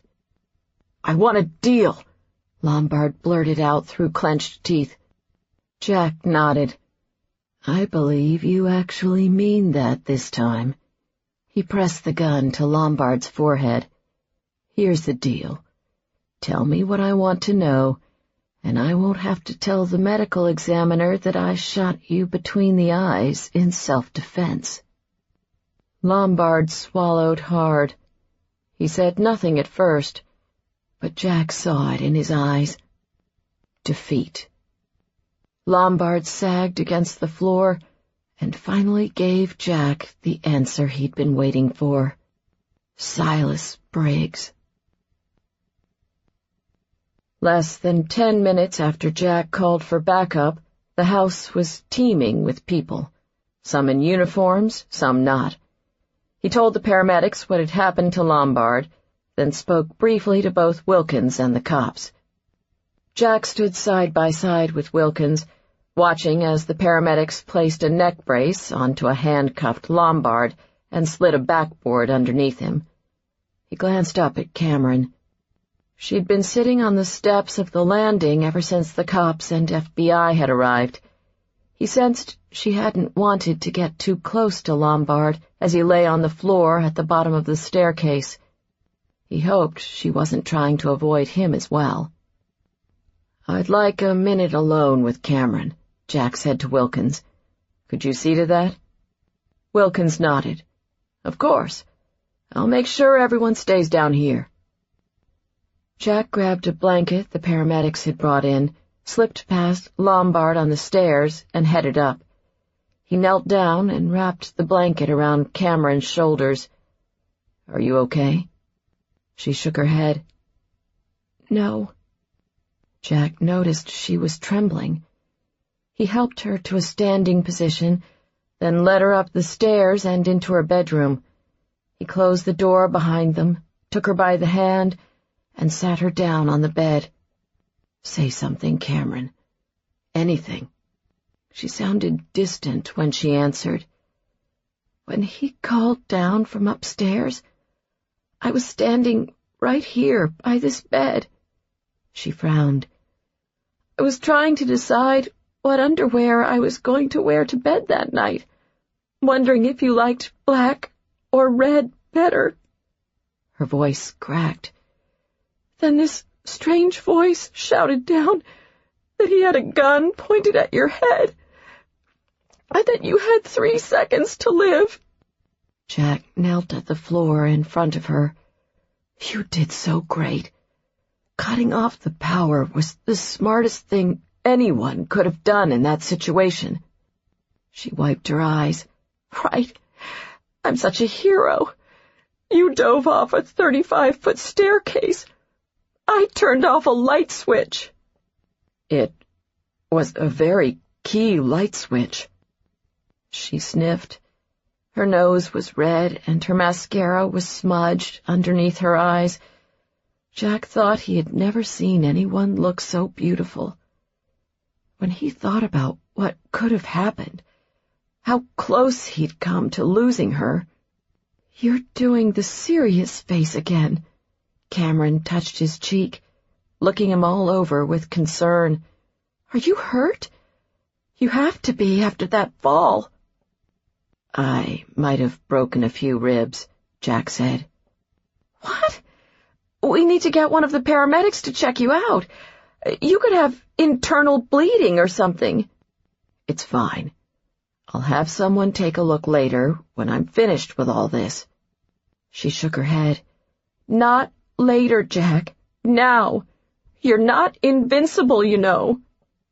Shh. I've been trying to keep that under wraps for years. That finally got a slight smile out of her. Jack got up and sat next to her on the bed. She leaned her head against his shoulder. "I didn't go into my room, you know. I stayed in the upstairs hallway to listen." "I figured as much." Cameron turned her head to look at him. "Those things you said to Lombard, were you bluffing?" Jack thought about his response to this. He'd said a lot of things to Lombard, but right or wrong, the man she'd heard down there was him. "Does it matter?" he asked her. She paused for a moment before shaking her head. "No." 29. "There's someone here to see you, Cameron." Cameron glanced at the clock on her desk computer.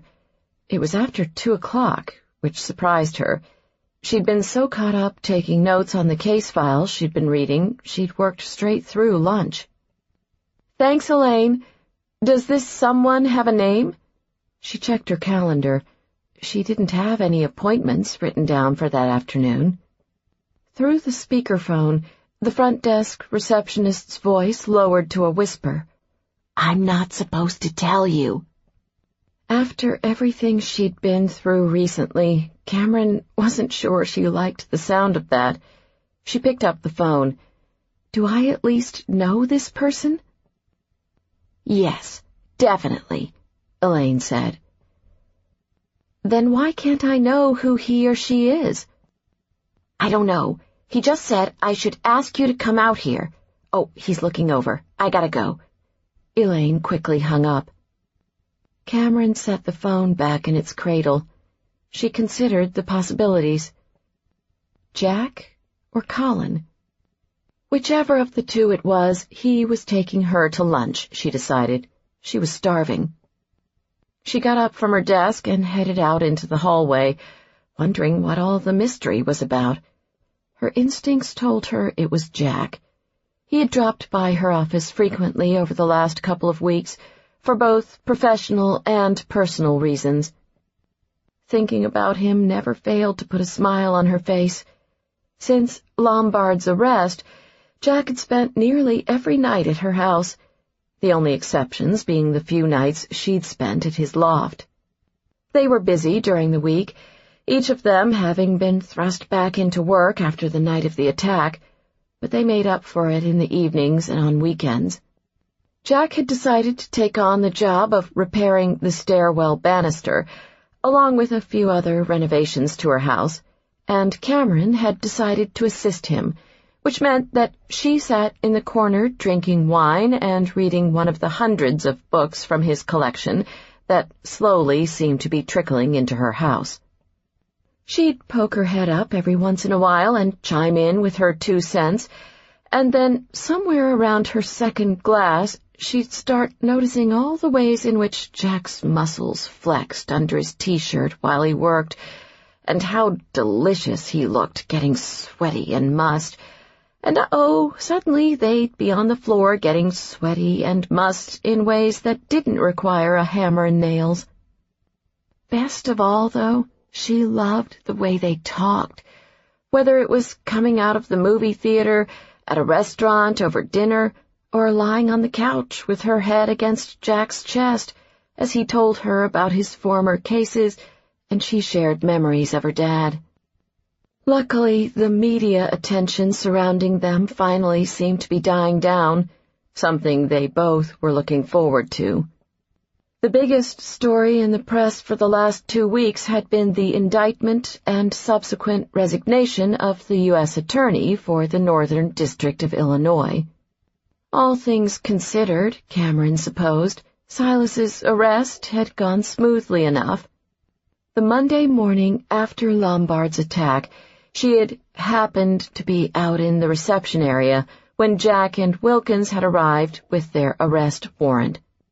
There had been a lot of yelling and swearing on Silas's part, particularly as Jack put the handcuffs on him. Standing off to the side with a few of the other assistant prosecutors, Cameron had watched as Jack remained calm and professional. He'd said something in a low voice only Silas could hear, and Silas nodded mutely, his lower lip quivering. Strangely, after that he'd been fully cooperative. Closely following the scandal involving Silas had been the one with Grant Lombard. It wasn't every day, after all, that a U.S. senator's private bodyguard was arrested for murdering a call girl in one of Chicago's most luxurious hotels. This arrest, unfortunately, had put Cameron and Jack directly in the spotlight. After the attacks, it became impossible to keep secret the fact that she had been a witness, sort of, to the murder. The media quickly linked her and Jack together from the apparently never-to-be-forgotten head-up-her-ass comment of 3 years ago. Although the rehashing of Jack's remarks usually brought on another glowering session on his part, Cameron personally found it amusing to watch. She'd even slipped once. While he was trying to wrestle the remote control out of her hands to turn off the 10 o'clock news, she'd teasingly said that they should share the footage with their kids someday as evidence of their love at first sight. When Jack hadn't immediately scrambled off the couch to head for the hills, and instead had gotten quite amorous after her comment, she took it as a sign that she hadn't completely freaked him out. Now, looking forward to Jack's unexpected visit, Cameron picked up her stride and turned the corner into the main reception area of the office. He wasn't there. The entire waiting area was empty, in fact. Over at the reception desk, Elaine held up her hands. "He told me he didn't want to wait out here. Said he wanted to speak to you someplace private.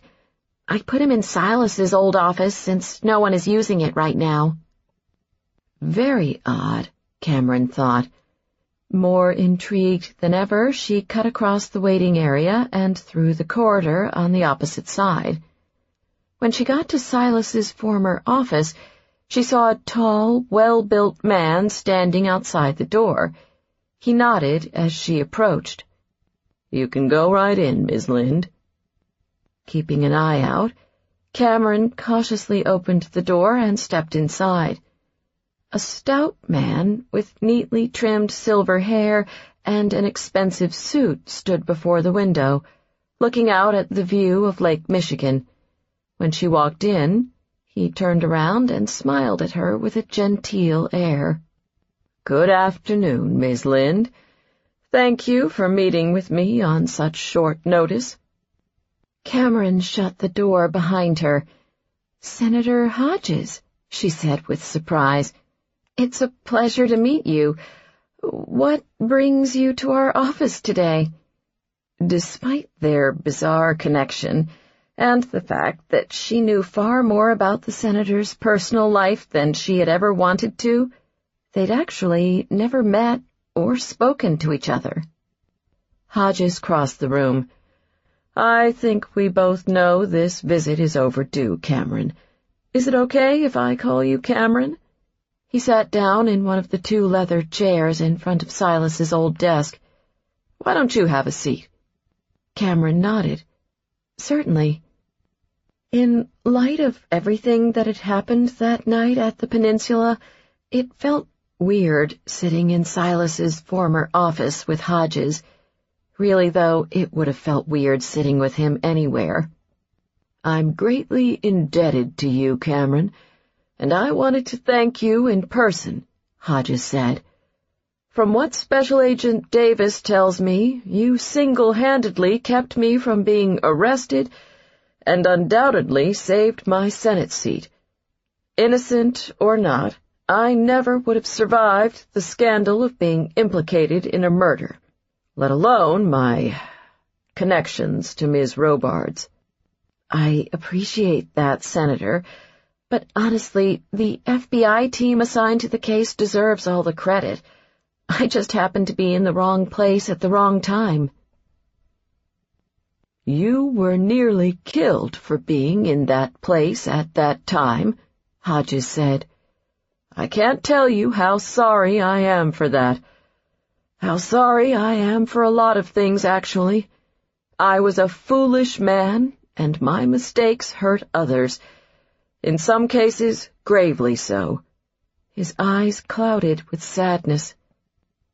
Cameron nodded, unsure how to respond. Talking to Hodges was sobering.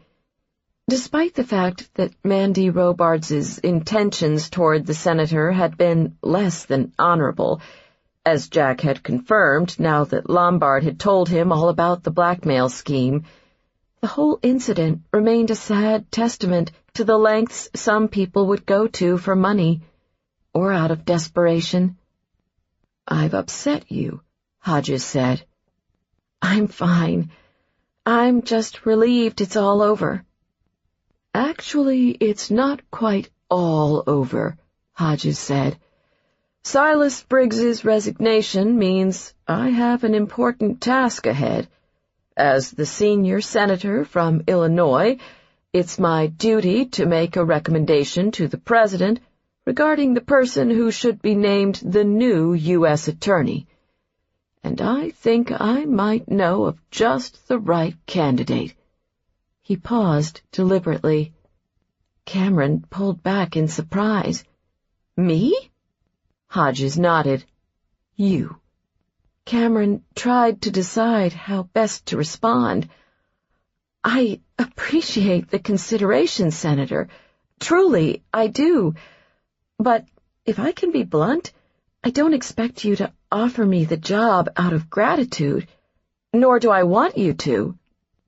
Hodges smiled at this, as if he approved of her answer. "I had a feeling you were going to say that. So let me assure you that this has nothing to do with gratitude. After the allegations being brought against Silas, the last thing I would do right now is risk further potential scandal by naming a candidate who isn't fully qualified for the job. If anything, your connection to me counted against you." Cameron remained skeptical. Hodges laughed. "Do I need to convince you further?" "If you're serious about this, then yes, you do." "Good God, they weren't kidding when they said you were a tough nut to crack," Hodges muttered.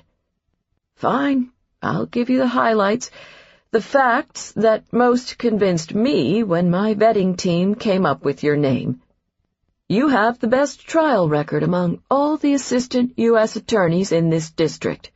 The judges, yes, we do talk to judges, say you're fearless and tenacious in the courtroom. After Briggs, frankly, that's what this office needs.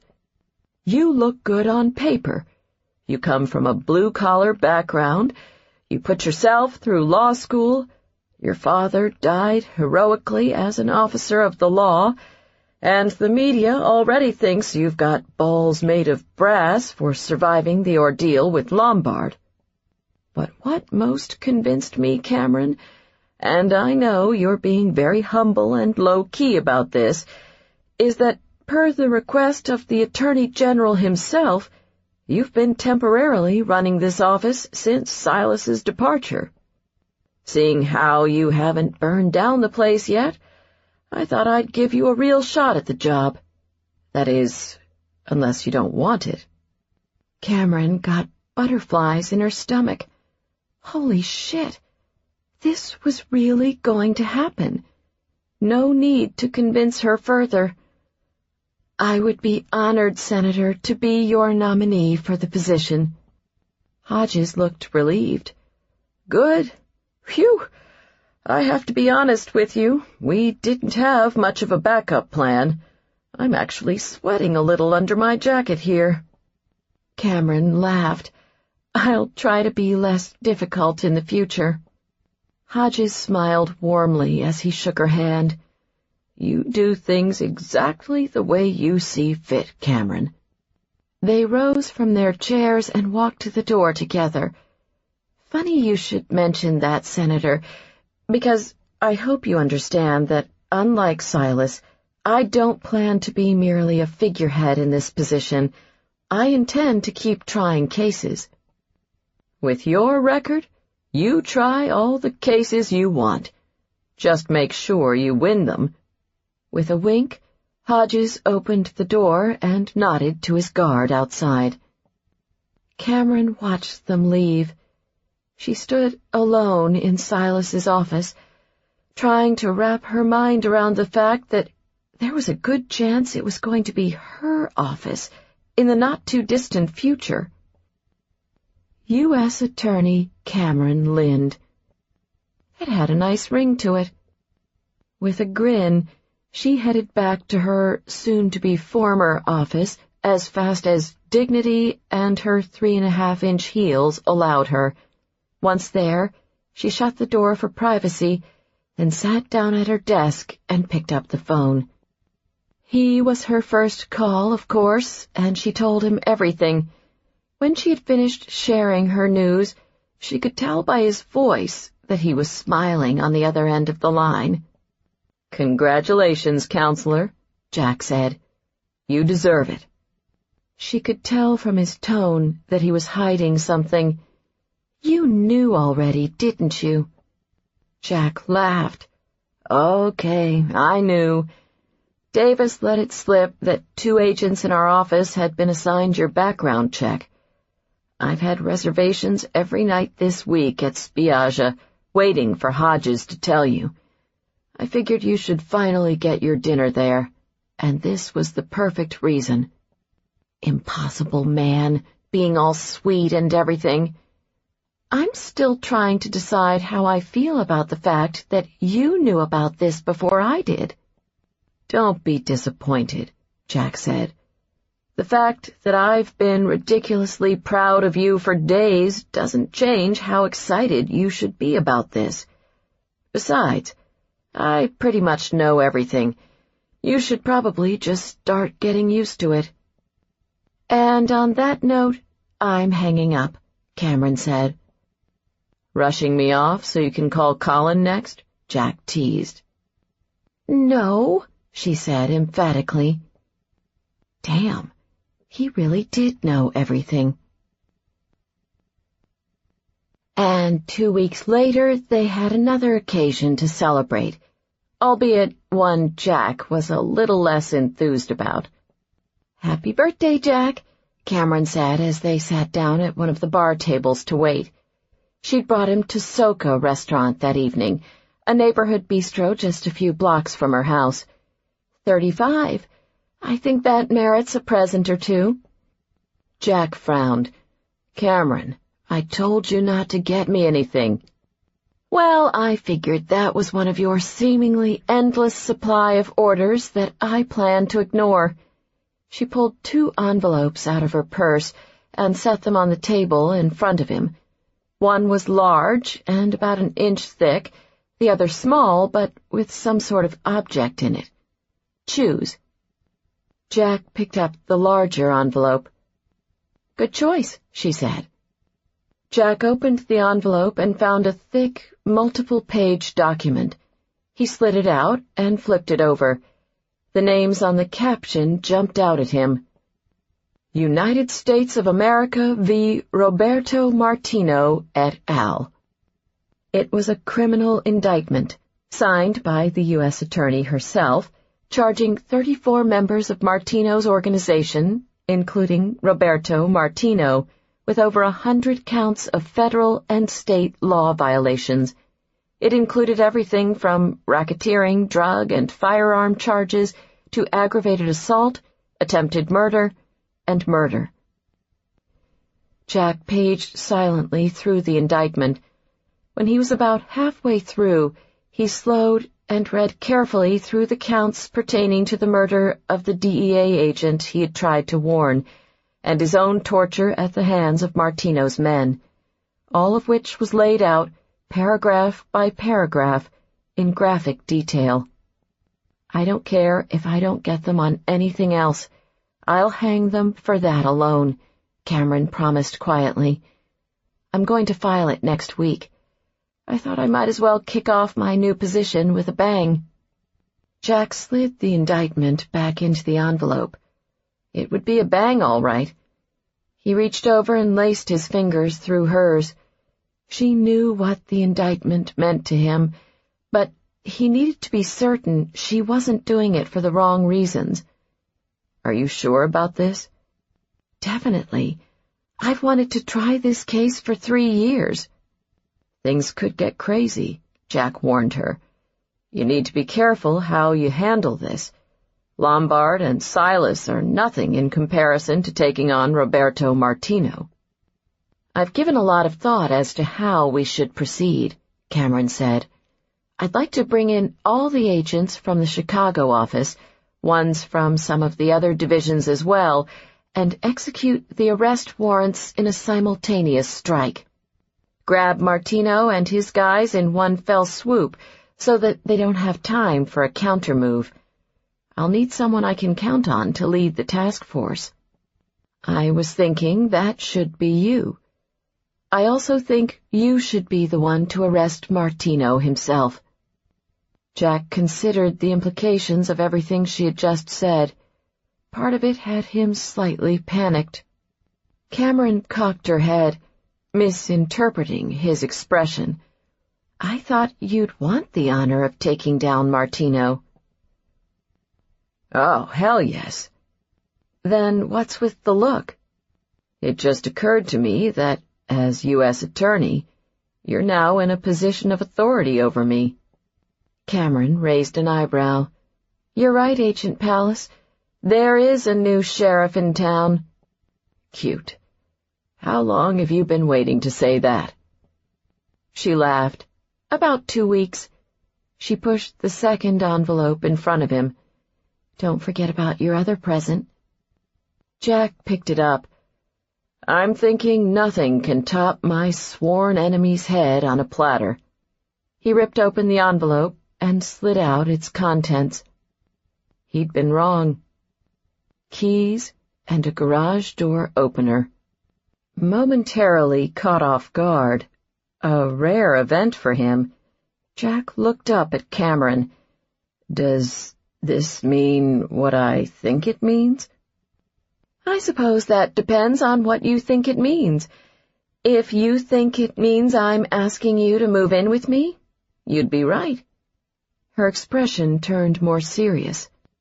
If you also think it means that I wake up every morning wondering what I did to deserve having you back in my life, well, you'd be right about that, too. Jack sat there for a moment, just stunned. No one had ever said anything like that to him. Come here, he said huskily. He grabbed her chair and pulled it toward his. He kissed her, softly at first, then his hand moved to her back and pushed her closer as his emotions got the better of him. He pulled back to hold her gaze. I love you, Cameron. You know that, right? She kissed him back, whispering the words in his ear. I love you, too. It took all of Jack's strength not to haul her out of the restaurant and drag her home right then and there. The combination of everything she'd just said, not to mention the black sweater, slim-fit skirt, and heels she was wearing, was driving him crazy. He threw her a sneaky grin. I hope you won't mind skipping dessert tonight. I've got to get you alone. I'm dying here. My God, Jack, with a look like that, you two should just get a room. And try not to pick the one with a dead body next to it this time. Hearing the familiar male voice, Jack swore under his breath. Seriously, Cameron, your friends have the worst timing ever. He turned around and saw Colin standing before him. Happy birthday, buddy, Colin grinned, slapping him on the back. Behind him, Jack could see Wilkins, Richard, Amy, and her husband. I invited a few people to help celebrate your birthday, Cameron said sheepishly. She threw up her hands. Surprise! We sort of come with the package, Colin explained. Think of it as a collective gift from all of us to you. 5 bona fide, annoying, and overly intrusive new best friends. It's the gift that keeps on giving, Wilkins said. Jack grinned. I'm touched. Really. And since it appears I'm going to be moving in, let me be the first to say that all of you are always welcome at my and Cameron's house, subject to a minimum of 48 hours prior notification. When the hostess came by to escort them to their table, Cameron held Jack back from the rest of the group. "You're okay with this?" she asked. "Yes, it's great." He kissed her forehead. "Thank you." She wrapped her arms around his neck. "And in answer to your earlier question, I don't mind skipping dessert. In fact, I already have a dessert planned for when we get home." Jack liked the sound of that. "Can I have a hint?" "It involves me wearing your handcuffs." Christ, full mast. The thought of her naked and at his mercy threw his body into a tailspin. Jack pulled her into a corner where they were out of sight. "The hell with dinner. We're leaving now," he growled. Cameron shook her head coyly. "We can't leave your party so early. That would be indecent." In response to her teasing, Jack put his hands on the wall next to her, pinning her in. "So, Miss Lynde, is that how it's going to be with you?" Her eyes flashed devilishly. "Always." This concludes Something About You. Please visit our website, www.tantor.com, for more information on our growing library of unabridged audiobooks and to take advantage of special offers. Or call toll-free 877-7-TANTOR to request a catalog. Audible hopes you have enjoyed this program.